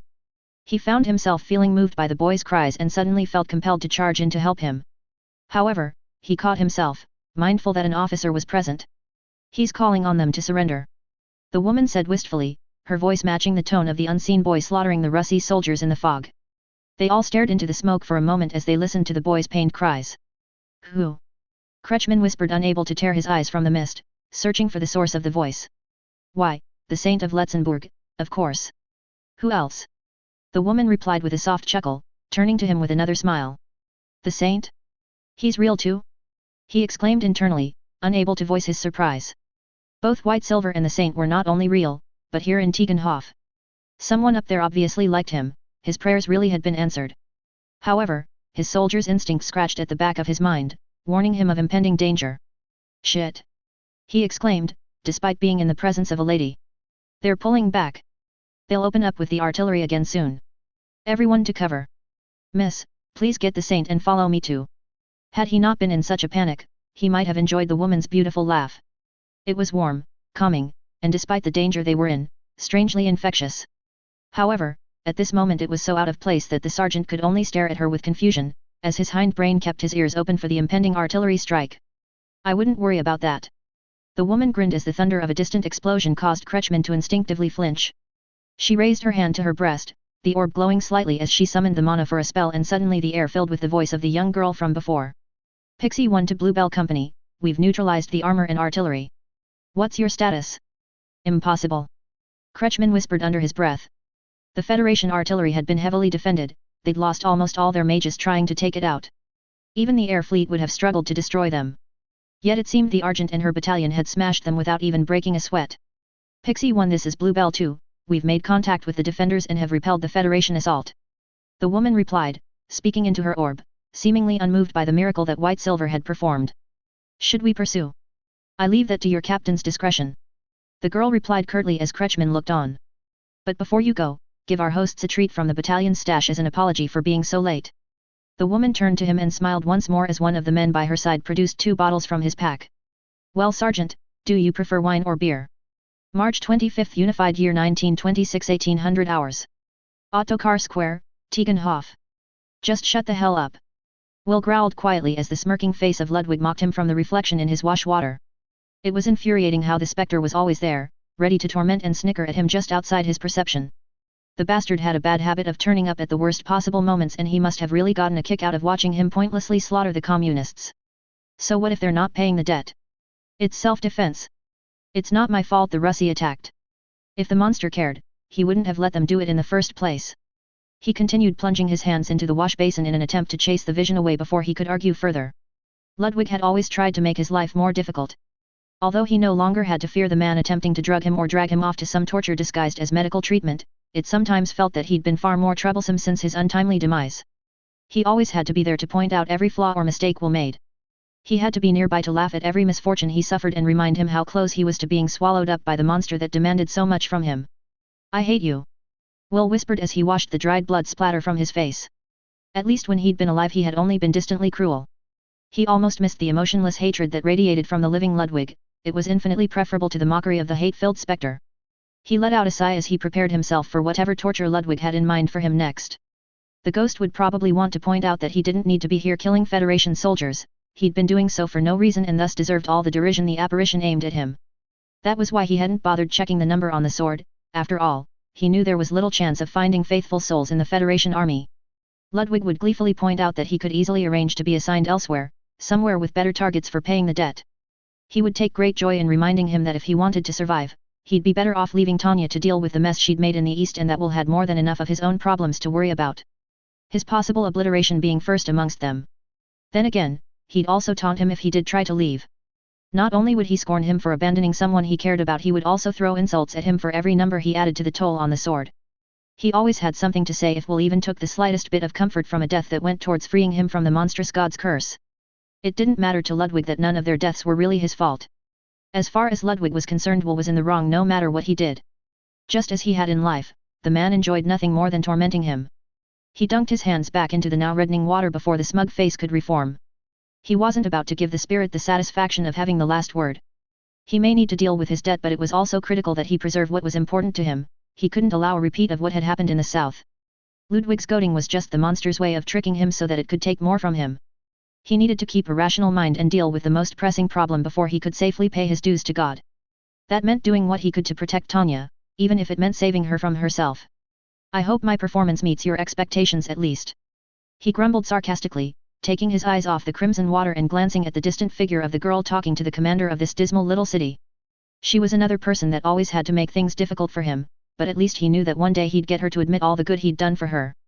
He was genuinely looking forward to hearing her apologize to him. He might even get to see her blush. That being said, this time he'd probably gone a little too far in his attempt to make Tanya eat her words. The reprimand he'd received on the day of Sophia's return had still stung when they arrived at the besieged city, and he'd resolved to do his best to make her regret ever accusing him of failing to take the fight to the enemy. He couldn't allow her to claim he was lacking on the battlefield after all, and there was a reason why people said to be careful what you wish for. He'd made a point of being especially aggressive in this assault, making sure that there was plenty of evidence for Tanya to see how much effort he'd put into taking down the enemy. If she was so worried about his performance, he'd make sure to put on a show for her. At least that was the idea. In hindsight, it might have been slightly petty. By the end of the assault, he'd been covered in enough gore that he could have passed for a clumsy abattoir worker. Although the monster had preordained the deaths of the soldiers he'd needlessly killed, it didn't make him feel much better about the manner of their dispatch. The idea that the creature had placed them here purposely so he could show Tanya his enthusiasm for war was particularly distasteful. Then again, from what he knew about what Tanya called being X, he could hardly be surprised that the thing would do something so foul. Still, it did have the desired effect. He'd almost wanted to laugh when he saw the initial look of surprise on the girl's face when he'd reported back to her. It was funny to see her so shocked considering her own reputation for brutality. She couldn't possibly claim he wasn't putting the effort in now. He'd been less fond of the mild look of disgust that had followed soon after, however, or the muttered comment about how he was a war maniac, but he had at least proven his point. Still, the reward of seeing Tanya's face scrunch up in irritation as he'd innocently asked, "Isn't this what you ordered?" almost didn't feel worth it. Particularly since the whole operation had come at a price. Being covered in the blood and brain matter of one's enemies was not exactly conducive to his saintly reputation. Even with his habitual calls for the enemy to surrender in their mother tongue, it didn't really fit with the persona he preferred to project. He'd been so focused on getting one up on Tanya that he'd gone a little overboard, and there was a good chance that some of the others might be a little worried about the change. He imagined his own men would be concerned at the very least. He'd managed to mostly play it off though, or at least he hoped so. A few well-placed tears were enough to convince the local soldiers that he'd only gone so far because he feared for their safety. Acting like an upset child was quite effective at times. His excuse had been convincing enough for them to fetch him some water to clean up with at least, along with a hot drink and some time alone to pray for those who had fallen in the battle. Or at least as alone as anyone harassed by spirits could be. Meanwhile, he'd kept some distance between himself and the rest of the battalion. He would need to be more subtle to convince them of his well-being, especially Sophia and his own company. Such things took time and needed to be done properly. Besides, they had other duties to see to. He would have time to do something to reinforce his image later. He hadn't been able to join Tanya for her meeting with General von Schultz as he would have preferred, however. Tanya had been adamant that he not go near the man while he was in such a state. Perhaps she thought him an embarrassment? Damn, I shouldn't have let her get to me, I shouldn't have been so petty. He cursed himself, feeling Ludwig sneering in agreement at the edge of his perception. He hated that the spectre was pleased with all this. Of course, showing up to a meeting with a general covered in was a stupid idea. He looked a far cry from the heroic prince he was supposed to be. This meant he was left watching her attempts to ingratiate herself from a distance, unable to interject or steer the conversation towards more useful subjects and away from any potential pitfalls. It would be just like her to inadvertently suggest another mission to score some extra brownie points. It was like she wanted to put herself in harm's way. He just hoped she wouldn't say or do anything to make things too difficult for him. "Prince Wilhelm, sir." The voice of Tanya's adjutant called, breaking him from his thoughts, quickly followed by the more familiar voice of his own assistant. "My prince." He broke his gaze from the distant figures and allowed himself a genuine smile as the two young women approached. Although he had originally wanted to be alone, a combination of his brother's taunting and his own dark thoughts had put a swift end to that desire. Ludwig usually stayed quiet when there were other people around. Some company was most welcome. Visha had been hanging around Sophia quite a lot lately, whenever their duties permitted, and she'd been one of the most excited to see Sophia return. Perhaps it was simply because there were so few female officers in the group, but she seemed to see her as a sort of surrogate older sister. Will almost felt a little jealous about how well they were getting on. Strangely, Sophia seemed eager to reciprocate the gesture and Will wasn't sure how he felt about it. Although she and Christina were twins, it had been the latter that had always filled the role of the responsible older sister in their little family. It felt strange to see Sophia stepping into that role now she was gone. But whose fault is it she isn't coming back? He heard at the back of his mind, causing him to instinctively glance at the reflection in the water again. This time he only saw his own face. Ludwig had retreated for now and Will wasn't entirely sure who the thought had belonged to. "Since we'll be staying here for a little while, I asked the lieutenant here to help arrange our billets," Sophia began, breaking his thoughts away from the spirit and causing another involuntary twinge of sadness in Will's chest. Christina had always been the one to sort out that sort of thing. She'd been so organized that accommodation for him and his soldiers had usually been planned before they had arrived, even on the worst battlefields. She'd always done her best to make sure everything was perfect so that he and Sophia could see to their own duties without distraction. The only time she'd ever failed was in the south, and that had been entirely his fault. His attempt to undermine Tanya with paperwork had inadvertently sabotaged her efforts in that regard, but even then, she worked tirelessly to clear up the mess that he'd made. It was hardly surprising Sophia needed Visha's assistance. Even after he'd sent the sisters away, everything had all been taken care for him. One of the last things the bespectacled maid had done before the incident was to arrange the company's accommodation and replacement gear. She'd even planned for Sergeant Litz to act as a valet if either she or Sophia were unavailable. Neither Sophia nor Will had ever needed to organize this sort of thing by themselves. She'd always been there to look after them. The sad twinge was soon replaced by curiosity, however, as he noted the mischievous smile forming on Sophia's face. A glance towards the worried-looking adjutant next to her confirmed that things weren't quite what they seemed, and Will began to wonder what trick the older woman had up her sleeve. "We've been given the use of part of the Imperial Grand Hotel to use as a barracks and HQ," Visha began to explain, continuing to look a little worried. "The major said to assign rooms depending on rank, but due to the space, most of the company commanders are sharing. But I thought, well, you are royalty, an ERM." Will felt his lips turn into a grin as he began to understand. The dear major had put the girl in a little bit of a dilemma. On the one hand, due to Tanya's meddling, Will was now only a humble captain and company commander. As such, according to her instructions, he should be given rooms comparable to the other middling-grade officers. Tanya's strict adherence to the idea of meritocracy meant it was unthinkable that he might stay anywhere else. However, the empire outside the military was still very much built on status and social connections. People expected certain individuals to be treated a certain way. Visha was a little more socially aware and had realized that, as a prince, his status easily trumped all of them. On top of that, everyone was aware that he had certain security concerns. She probably thought he expected a suite to himself. The adjutant had also likely realized that it would likely make her superior look bad if the emperor's favored nephew was offered subpar accommodation. The girl was fiercely loyal to Tanya, as well as a little cautious about upsetting her. She would do everything in her power to make sure the younger girl didn't inadvertently shame herself. He and the close combat company had been forced to share before, of course, but in that case, it had been at his request, so they had neatly stepped over any potential pitfalls. This time the shoe was on the other foot, however, and although he did not doubt all the mages being quartered in Tijenhof's premier hotel would all be very comfortable sharing the opulent rooms, it would still be odd for a VIP to be placed in a makeshift dorm. There was the potential the Tijenhof garrison might get the wrong idea about the Honorable Argent if she was seen to snub him. Or at least, that is what the girl likely feared. "Oh? Has Tanya already taken the Kaiser suite?" Will chucked, shooting Visha a smile. She was honestly making far too big of a deal about the whole thing. Cousin Regina said it was very luxurious when she visited last summer. I was quite looking forward to staying there myself.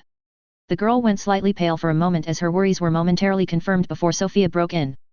I still have the list of the other places she visited if you want to see them while we're here, my prince. I understand Tegenhof has some beautiful botanical gardens. Sophia added, stifling a giggle at her side. You're making fun of me, aren't you?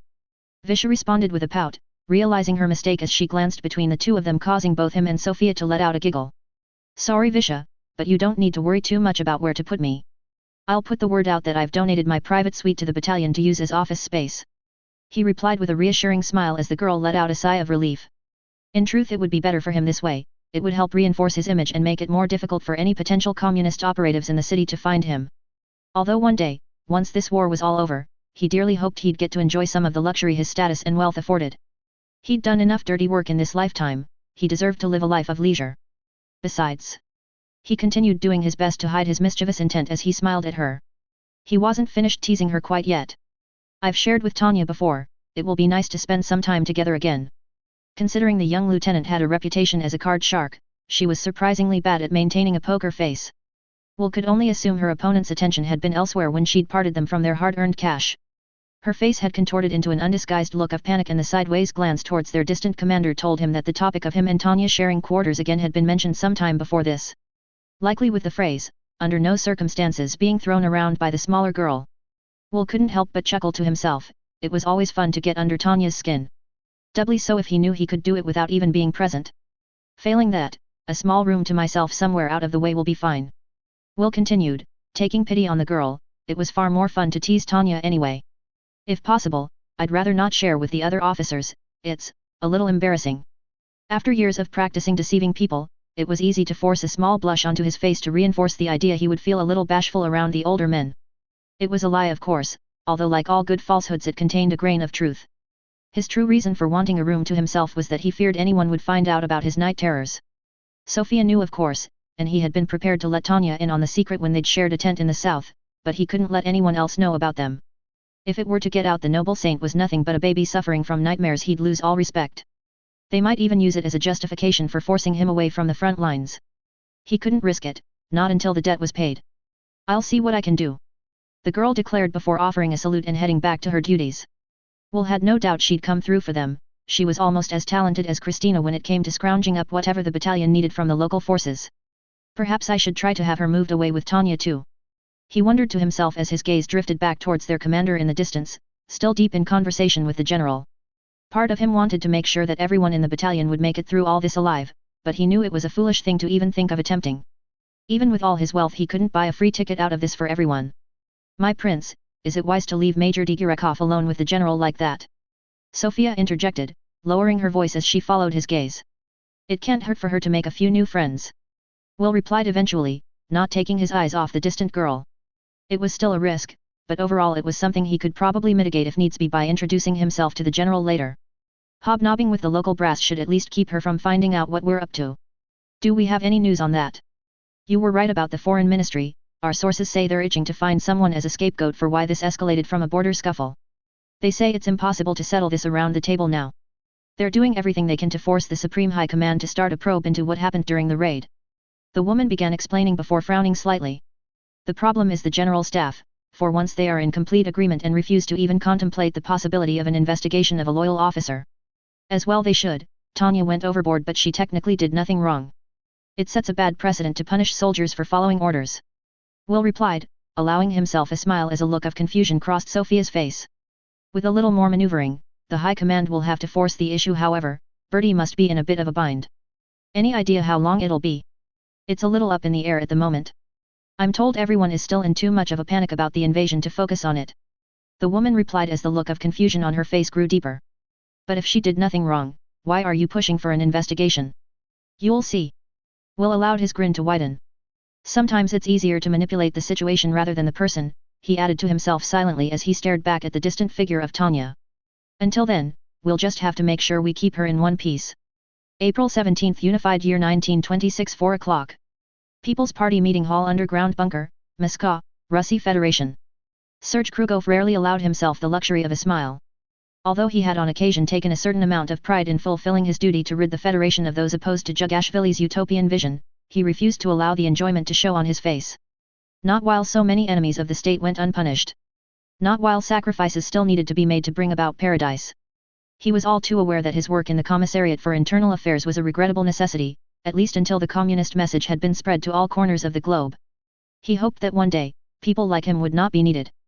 That was when he would allow himself to feel the pride of a job well done, to smile as he once had when he was a child. However, until that day he considered it a betrayal of party ideals to take joy from a task that ran counter to the ideals of the revolution. Even the pleasure of delivering justice to traitors was, in a way, sedition against the cause he had always fought for. In the same way that it was his duty to suppress sedition in the populace of the Federation, it was also his duty to suppress the failings of his spirit. And in that, he would not fail. This view was not something shared by his superior, however, it never had been. It wasn't unusual to see the spymaster wear a sly smile or self-satisfied smirk after uncovering some particularly interesting information or performing an especially brutal interrogation. However, the smile he wore today was different, one normally reserved for his more private and distasteful activities. One rarely seen by others. It was all Krugov could do to restrain himself from beating the odious little man to a pulp. It was bad enough watching him wear that lecherous smirk when he was leering over the young girls of the capital or after he'd finished with one of his playthings and expected Krugov to clear up the mess. But to wear such a face in front of the Central Committee? In front of Comrade Jugashvili himself? Such disrespect was intolerable. Had he not been so useful to the General Secretary, Krugov would have dragged him off to the darkest cell in the Lubyanka by now. However, the General Secretary's attention was focused elsewhere and unlike Loria, he wore a deep and thoughtful frown as he puffed on his pipe. A look directed at General Pavlov, the commander of the forces invading the Empire, who was now fidgeting awkwardly under the man's gaze. Comrade Jugashvili had summoned the man specifically for this meeting, whether he would leave it in chains or not had yet to be decided. Comrade General, you assured me that the eastern sectors of the Empire would be completely under our control by now. Yet this is not the case. The General Secretary observed quietly, removing his pipe from his mouth and placing it by the ashtray in front of him as he spoke. The Secretary did not ask why, but the question was implicit in his tone.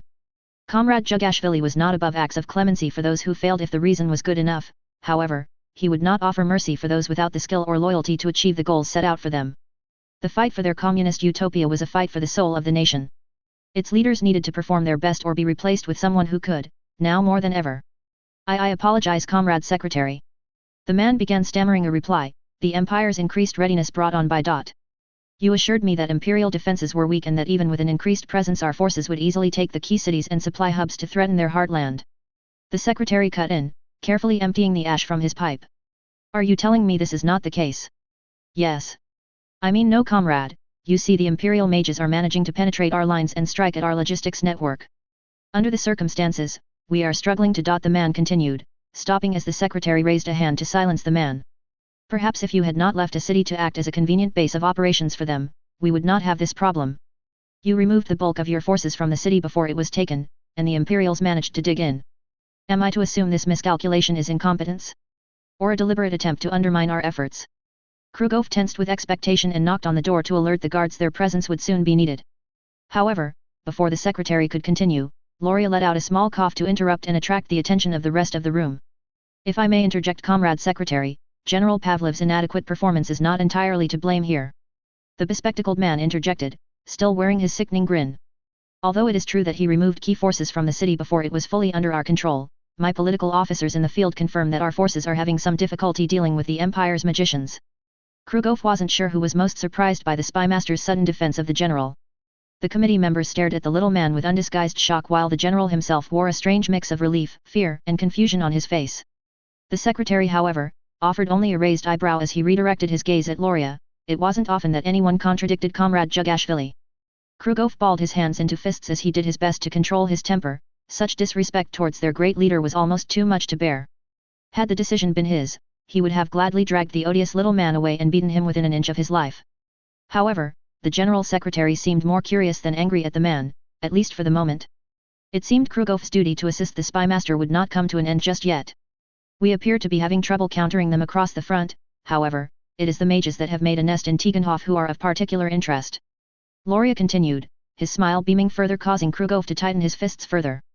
Yes. As I said, they are able to cut off our supplies to the front and have made it almost impossible to move our artillery closer to the city. That is not why they are of interest, fool. Loria snapped, the smile falling from his face as he silenced the man with a hateful glare before turning back to the Secretary with his sickening smile returning. My information suggests that the unit stationed in Tiganhof is the same one that attacked the capital. The one that dared make a mockery of our great nation. The room filled with surprised murmurs as the committee members processed the shocking news. However, Krugov maintained his gaze on the disgusting little man proudly smirking at the table in front of him. Loria had been wearing that disgusting grin since he had heard the news, along with the occasional faraway look as he muttered to himself about his precious angel. Krugov had even caught him drooling at times. No doubt imagining what he might do once they captured the girl who had led the devious brigade that had shamed the motherland. It sickened him. "You're certain?" asked Comrade Bukharin, the People's Commissar for Communication, urgently, looking as though he'd just been handed a gift. As the de facto controller of the country's propaganda, he'd been having a difficult time since the attack on Moscow. Faith in the party had been shaken and it was up to him to bring the people peacefully back into the fold before they were tempted to do something they'd regret.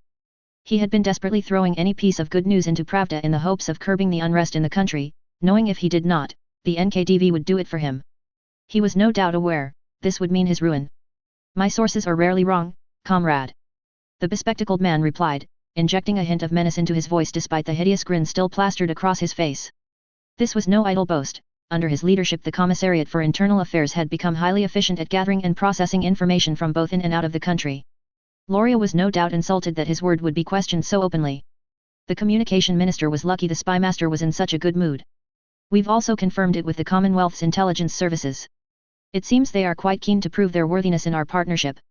Krugov ground his teeth at the mention of the island nation and its puppet dominions. Although he could see the need to collaborate with those already fighting with the Empire, he found the idea of working with the Anglo-Saxons repulsive. Of all the nations of Europa, they were the most attached to the flawed notion of class structure. Not only did they have an unfathomable attachment to their monarchy, but their so-called democracy was dominated by rich and powerful men that had gained it through centuries of oppressing those they deemed below them. Despite this, they had somehow managed to shackle the workers so thoroughly that they believed they were content to be enslaved to the bourgeoisie and nobility. It was disgusting how brainwashed they all were. It grated on his nerves to have to work alongside people whose values were so far removed from his noble communist ideals. Especially since he was certain that the Allied Kingdom had not ceased their clandestine intelligence gathering in the Federation as they had promised. When he found evidence of their wrongdoing, he might even allow himself to feel a small amount of joy when unmasking their duplicity. However, until then he had no choice but to put up with their snobbish attitude. They were after all, frustratingly good at unearthing the Empire's secrets. Dastardly minds think alike. "I propose mobilizing our reserves to assault the city and capture the magicians that shamed the motherland," Loria declared, spreading his arms out theatrically, excitement filling his voice. "If we are able to bring them back to Moscow, their punishment would both inspire the people and shame the Empire." The man was breathing heavily by the end of his declaration and his eyes glowed with zealous passion. For those that did not know his dirty little secret, he might have seemed overcome by patriotic fervor. They may have even been inspired by the display. Krugov knew him better than that, however, and found the shameful display repulsive. It was his desire to do unspeakable things to the mage girl that was driving him, not some sense of pride and duty to the motherland. That he would show this perversion so openly in front of the General Secretary, was an affront to everything he stood for, and Krugov found himself willing Comrade Jugashvili to order his immediate execution. However, the secretary simply nodded thoughtfully before packing fresh tobacco into his pipe. Such an outcome would be most beneficial, both on a domestic and international level. He observed, his intervention taking the attention away from the salivating spy chief. "Will anyone second this motion?" Several of the committee members practically jumped at the opportunity to provide the necessary supporting opinion to the proposal. Each of the sycophantic councillors eager to score political points with the General Secretary by endorsing the plan that he had given his tacit approval to. It was only General Pavlov who was willing to voice an objection. A curious decision, considering it had yet to be decided if he would survive the meeting. "If we move so many of our forces up to the city, it will surely be noticed. They'd be targeted by the same mages we want to eliminate," he warned, causing the room to fall into silence as all eyes fell on him. "That is why we will use the same method as when we originally moved our forces to the border," Loria cut in, breaking the sudden silence. "I will see to it personally that no one will leak the details of the attack this time." The implied threat silenced almost everyone in the room. No one wanted to end up like Pavlovich. However, it seemed the general still had some concerns that even a threat from the Commissariat of Internal Affairs could not keep him silent about. "The Empire will be watching the rail routes around the city. As soon as they see anything, they'll reinforce the city and commit more air power to harass our units as they prepare." By this point, he almost sounded as though he were pleading, but Loria had an answer to his worry ready and waiting. He'd been planning all this from the moment he'd found out the mages were in Tikhonov. "That is why your remaining forces will redouble their efforts along the rest of the front. Both the mages in Tikhonov and other imperial forces along the front will be too preoccupied to pay too much attention to the movements so far behind our lines. But the casualties are a regrettable necessity of war," Comrade Jugashvili interrupted, relighting his pipe and putting an end to the debate as the general shrank further into his chair. For the first time in his life, Krugov felt a twinge of doubt as he considered the secretary's decision to back Loria's scheme. On the one hand, smashing such a tactically important position was a wise strategic move, and the capture and punishment of those who had wronged the Federation would go a long way toward restoring faith in the party. He was certain that such an outcome would be worth the sacrifice of the soldiers along the front. If it had been him in their shoes, he would be honored to die for the motherland. Yet, knowing Loria's true reasons tainted the entire plan. It appalled him to know that his great nation's strength was, in part at least, being expended to satiate the perverted lust of such a disgusting little toad. Sacrifices must be made. He whispered to himself under his breath, taking strength from the mantra as he balled his fists in frustration. How many troops can we bring against the city? The secretary continued. We have 10 divisions in reserve, including armor, air, and artillery support. A force like that should be easily able to force them into submission. Loria proclaimed proudly. It was quite likely he had a better understanding of what forces the military had available than the Red Army Chief of Staff at this point. He had directed a decent portion of the NKDV towards the task of finding what was necessary to achieve success in this endeavor. And I suggest General Pavlov oversee the operation. Me. The general spluttered in surprise, a sentiment echoed by much of the room. It seemed Krugov wasn't alone in the assumption that the general wouldn't be returning to the front. He couldn't help but wonder why Loria would choose him to lead when he had already failed to deliver the results he had originally promised. Of course, comrade. It will be a fine opportunity for you to redeem yourself. Loria turned on him, his grin morphing into something more sinister as he spoke. The failures on the front were in part your fault after all. Ah, now I see, Krugov thought to himself as he watched the spymaster's grin turn from perversion to calculating cruelty. Despite his dislike of the man, Krugov couldn't help but marvel at how devious he could be. He'd positioned himself so that he could take all the credit if this operation was successful. Simply proposing the plan was enough to gain the favor of the General Secretary, and with 10 divisions, success was practically guaranteed. However, by putting Pavlov in command of the operation, he shielded himself from any responsibility should it somehow fail. His previous failure made him a perfect scapegoat while motivating him to do his best to succeed. Such politicking was how Loria had gotten his position on the committee in the first place. He'd even seen to the removal of his predecessor. However, this was precisely why he, like the others, should be purged from it once his usefulness was up. None of them could be trusted to act in the name of the party as Comrade Jugashvili did. I would be honored, comrade. The general replied, although it was clear he felt nothing of the sort as the committee put the motion to a vote. I also suggest using the Commonwealth's International Volunteer Army in this assault. Loria added once the vote was passed unanimously, although all the members had waited until the secretary raised his hand to cast their votes. It would go some way towards countering the mage disparity and allow our allies to feel as though they are doing something other than tying up the Imperial Air Fleet in the West. Krugov frowned again as he thought about the Alba'ish volunteers. As far as he was concerned, foreign mages were no less of a threat than those he had worked so hard to imprison. Just because they were agents of a so-called allied power didn't mean their goal wasn't the same as the Tsar's lackeys. All any mage wanted was to flaunt their power and oppress those that did not possess their gifts. They were no different from the nobility that had done the same with their wealth and influence. However, the rest of the committee did not seem to share his disdain. Yes. We can frame their participation as the world united against the imperial dogs that committed the atrocities in Moscow and Irene. The communications commissar added enthusiastically, keen to do all he could to turn the public's anger into something constructive. But is it wise to rely too much on their support? We've had Pravda reporting our fighters are easily dealing with the Imperial's magicians. If we rely too heavily on the Commonwealth mages, our rivals might start asking questions. Interjected Commissar for Foreign Affairs Skryabin, much to Krugov's relief. At least someone in the group had a healthy distrust of relying on foreigners. It's only one unit. We can easily downplay any contribution they might have. The communications commissar replied dismissively, besides, with such a large attacking force, it's doubtful they'll have much to do anyway. Krugov sighed as the committee echoed a chorus of agreement. He would have much preferred the Federation gain vengeance without the help of such fair-weather allies. Still, the man was probably right. If there is nothing else. Comrade Jugashvili declared, getting to his feet as the motion once again passed unanimously. One more thing, General Secretary. Loria cut in urgently, his perverted grin returning to his face. The Imperial Mage Girl. Jugashvili stared at the little toad for a moment, and Krugov silently wished for his leader to finally order what needed to be done with the man. To finally allow him to rid the world of him and bring some sort of justice to all of his victims. But it seemed, today was not that day. Bring me victory, comrade, and you can do with her what you will. Author's notes. Hello everyone, and, as usual, thank you for reading, reviewing and favoriting. I know I always apologize for how long I take to update, but since it's taken over 2 months now, I feel I really owe you all an apology. I took a little break from writing over Christmas and New Year, and then a combination of struggling to get back into the swing of things and wanting to rewrite everything I'd already done on this chapter really put me behind. Hopefully, the wait is somewhat worth it. There is some good news though, new artwork for the Saint. One sent to me by one of you kind readers Kuroheim25 and created by Radobe27 on Twitter, and one commissioned by my long-suffering beta reader Vimy Vickers and created by _Jebby8, the maestro who has created all the artwork for me in the past. Please go check them out. I have changed the cover of the story on here, however if you want to see all the artwork more easily, please search LORD0SOLUS in DeviantArt. This site won't let me add a link here unfortunately.